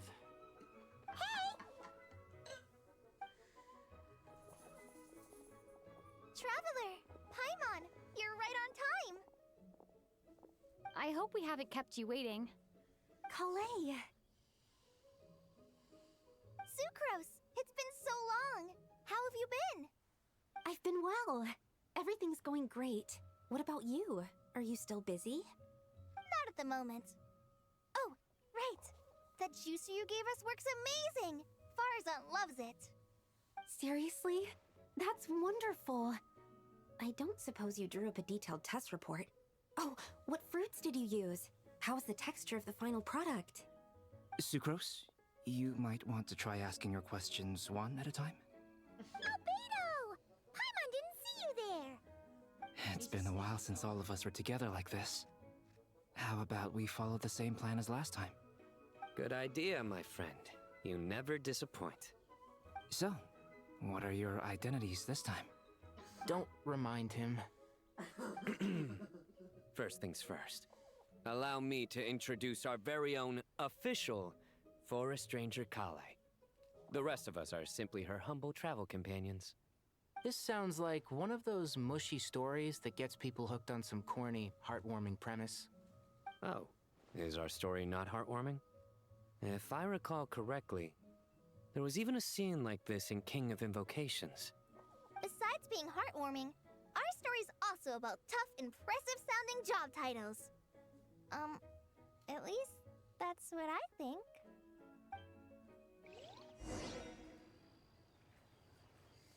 We're hopping all the way all over the place, huh?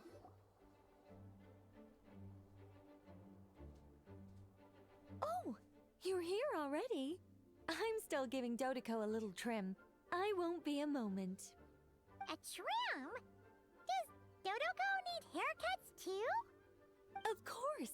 It's important to know how to take loving care of the apples of your eye. All of these trivial matters get left to me.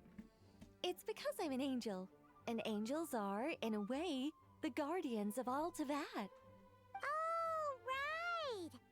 Well, that's definitely an impressive-sounding job title. What are you writing? I'm just brainstorming some cool-sounding lines. Oh, write them on these card backs. Of course. Clearly, my lines are pretty amazing, wouldn't you say? Miss Nicole. Kale? You seem a little nervous. I was just wondering, who was the person you mentioned who needed their wish fulfilled? Wish? What do you mean? Miss Nicole asked if we could meet up in Mondstadt once everything was over. She said a friend of hers had a wish that needed my help to come true. Well, you never mentioned that before. All we knew was that you'd arranged to meet in Mondstadt. But we thought it had something to do with the god remains. To be fair, everything I told you was true. Anyway, my friend is waiting. Come on, let's pay her a visit. A friend, huh? Who's this friend?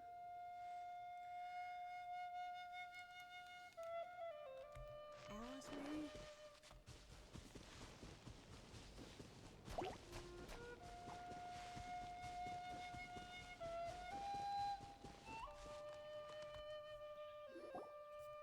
Huh? You're... Surprised? I bet you weren't expecting to meet a woman like me beneath this beautiful tree in a faraway land. An oasis will spring from the place where a djinn resides. That saying falls somewhat flat here in Mondstadt, given that everywhere is already so lush and green. Lilupar! What are you doing here? I made friends with Miss Nicole. I asked her to bring me here and then invite Kale to come. The prologue to this story is that I have a wish. It has stirred within my heart for centuries, millennia even. Originally, it was merely Al-Ahmar's lie, but now it has become reality. Could this be... related to the goddess of flowers? My dear young lady, my mistress left her final trace in this world upon you. I can't tell you how glad I am to see you here. And now I have seen you, and peered into your heart.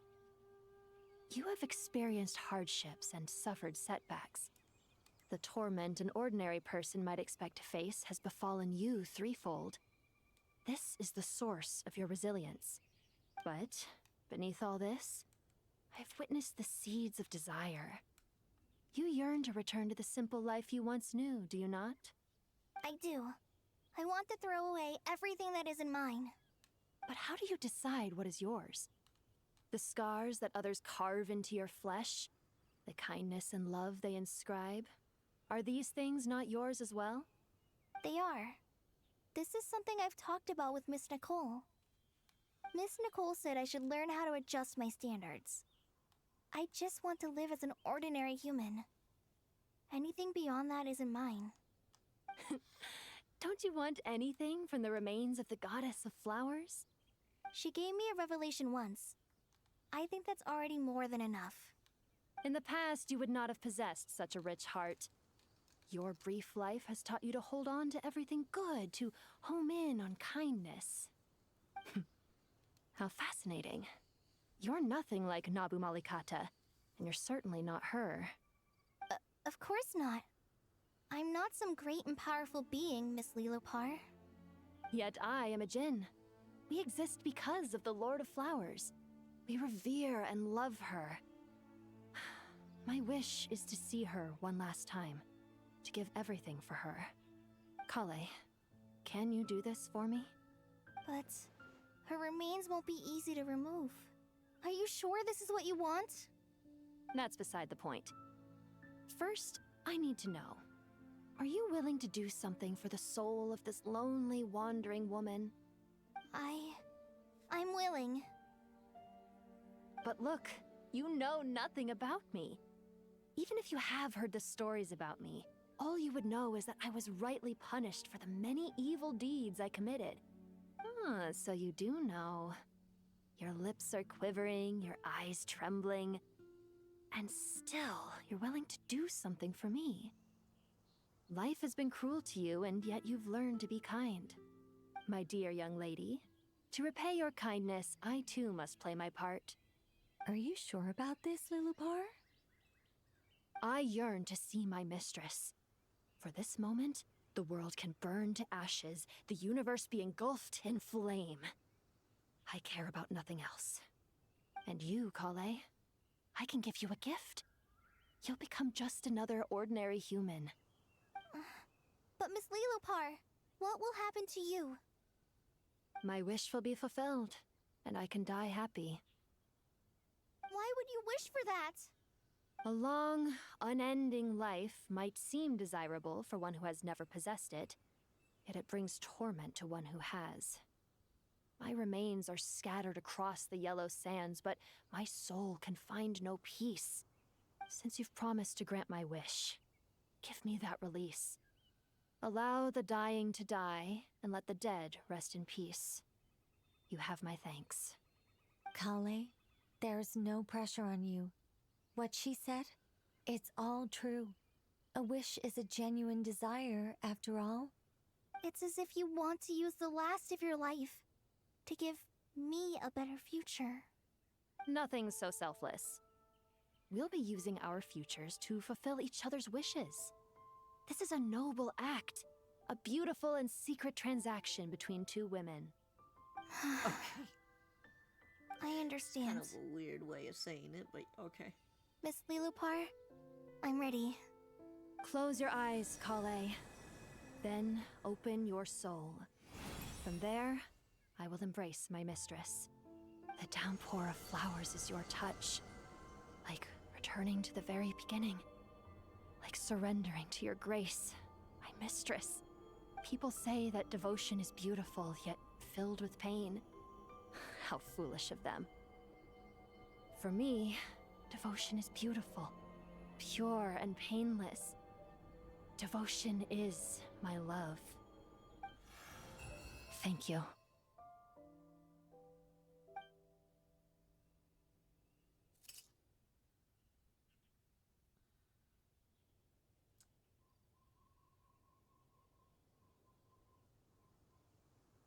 Lilopar! She disappeared? She left, carrying the blessing of flowers. Kale, are you alright? I'm fine. Now that the remains are gone, I don't actually feel any different at all. Those remains weren't hurting Kale. Not as she is now. They simply exist. Besides, I could sense a deep yearning within her. Kale must have already received what she was yearning for. I'm doing fine. I feel relaxed. There's really no need to worry. Then my wish has come true, too. To become ordinary? That's just one of my wishes. Actually, I have a few more. For instance, I want to protect the people I meet and help them find happiness. That sort of thing. So between Miss Lilopar and me, you've fulfilled 2 wishes already, and protected 2 people. Wonderful, isn't it? I feel so fantastically happy. I guess that settles things here. So what's next? What do you want to do when we get back to town? Clay, look who I've brought to see you. Hey, it's Amber. Hey, Kale! I heard you guys were holding some kind of secret event. How come you started without me? Huh? Oh no, it's nothing like that. We were just saying goodbye to an old friend. Really? Who? Don't worry about it. Me. The old me. So that's what this is all I about. guess that. Did you come all the way to Mondstadt for that? Because we knew the old you so we could witness the change? Exactly. The old me is gone. I puffed her into the air, and she became a fluffy pink cloud, floating into the sky, before disappearing forever. Do you think, maybe up in the sky, she has friends waiting for her with test tubes, flasks, and bows? Oh, when you put it like that, it doesn't sound so bad after all. What do you think, Miss Nicole? I think maybe that's right. At least, if it were up to me, I'd consider that a happy ending. Dear Sucrose, even though my childhood ended long ago, these past few days have really felt like growing up again. I've become stronger, and I feel like I can finally accomplish things by myself. Surely someone as mysterious as you will find a friend like this fascinating? Always growing, always thriving like a plant. I came to say goodbye to my old self. I know that after this, she'll be gone. Thinking about it makes me feel a little lonely. I know the weakness that kept me company will one day leave me too. But somewhere in my heart, I feel a great sense of joy. It feels like I've always wanted to take this step. To walk towards the new me.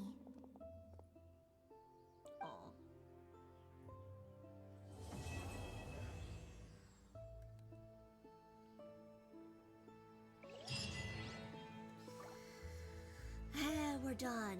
Oh, thank goodness we're done. Oh my goodness, that is one long stream that I did not want to do. Icky, what, you wanna say bye?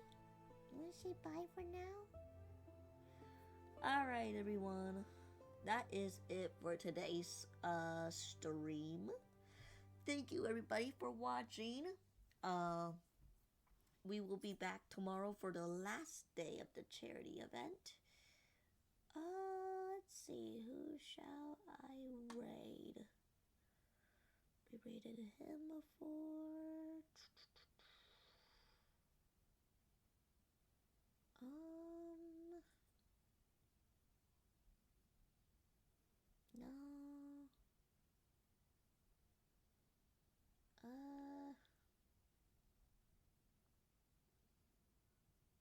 I don't know.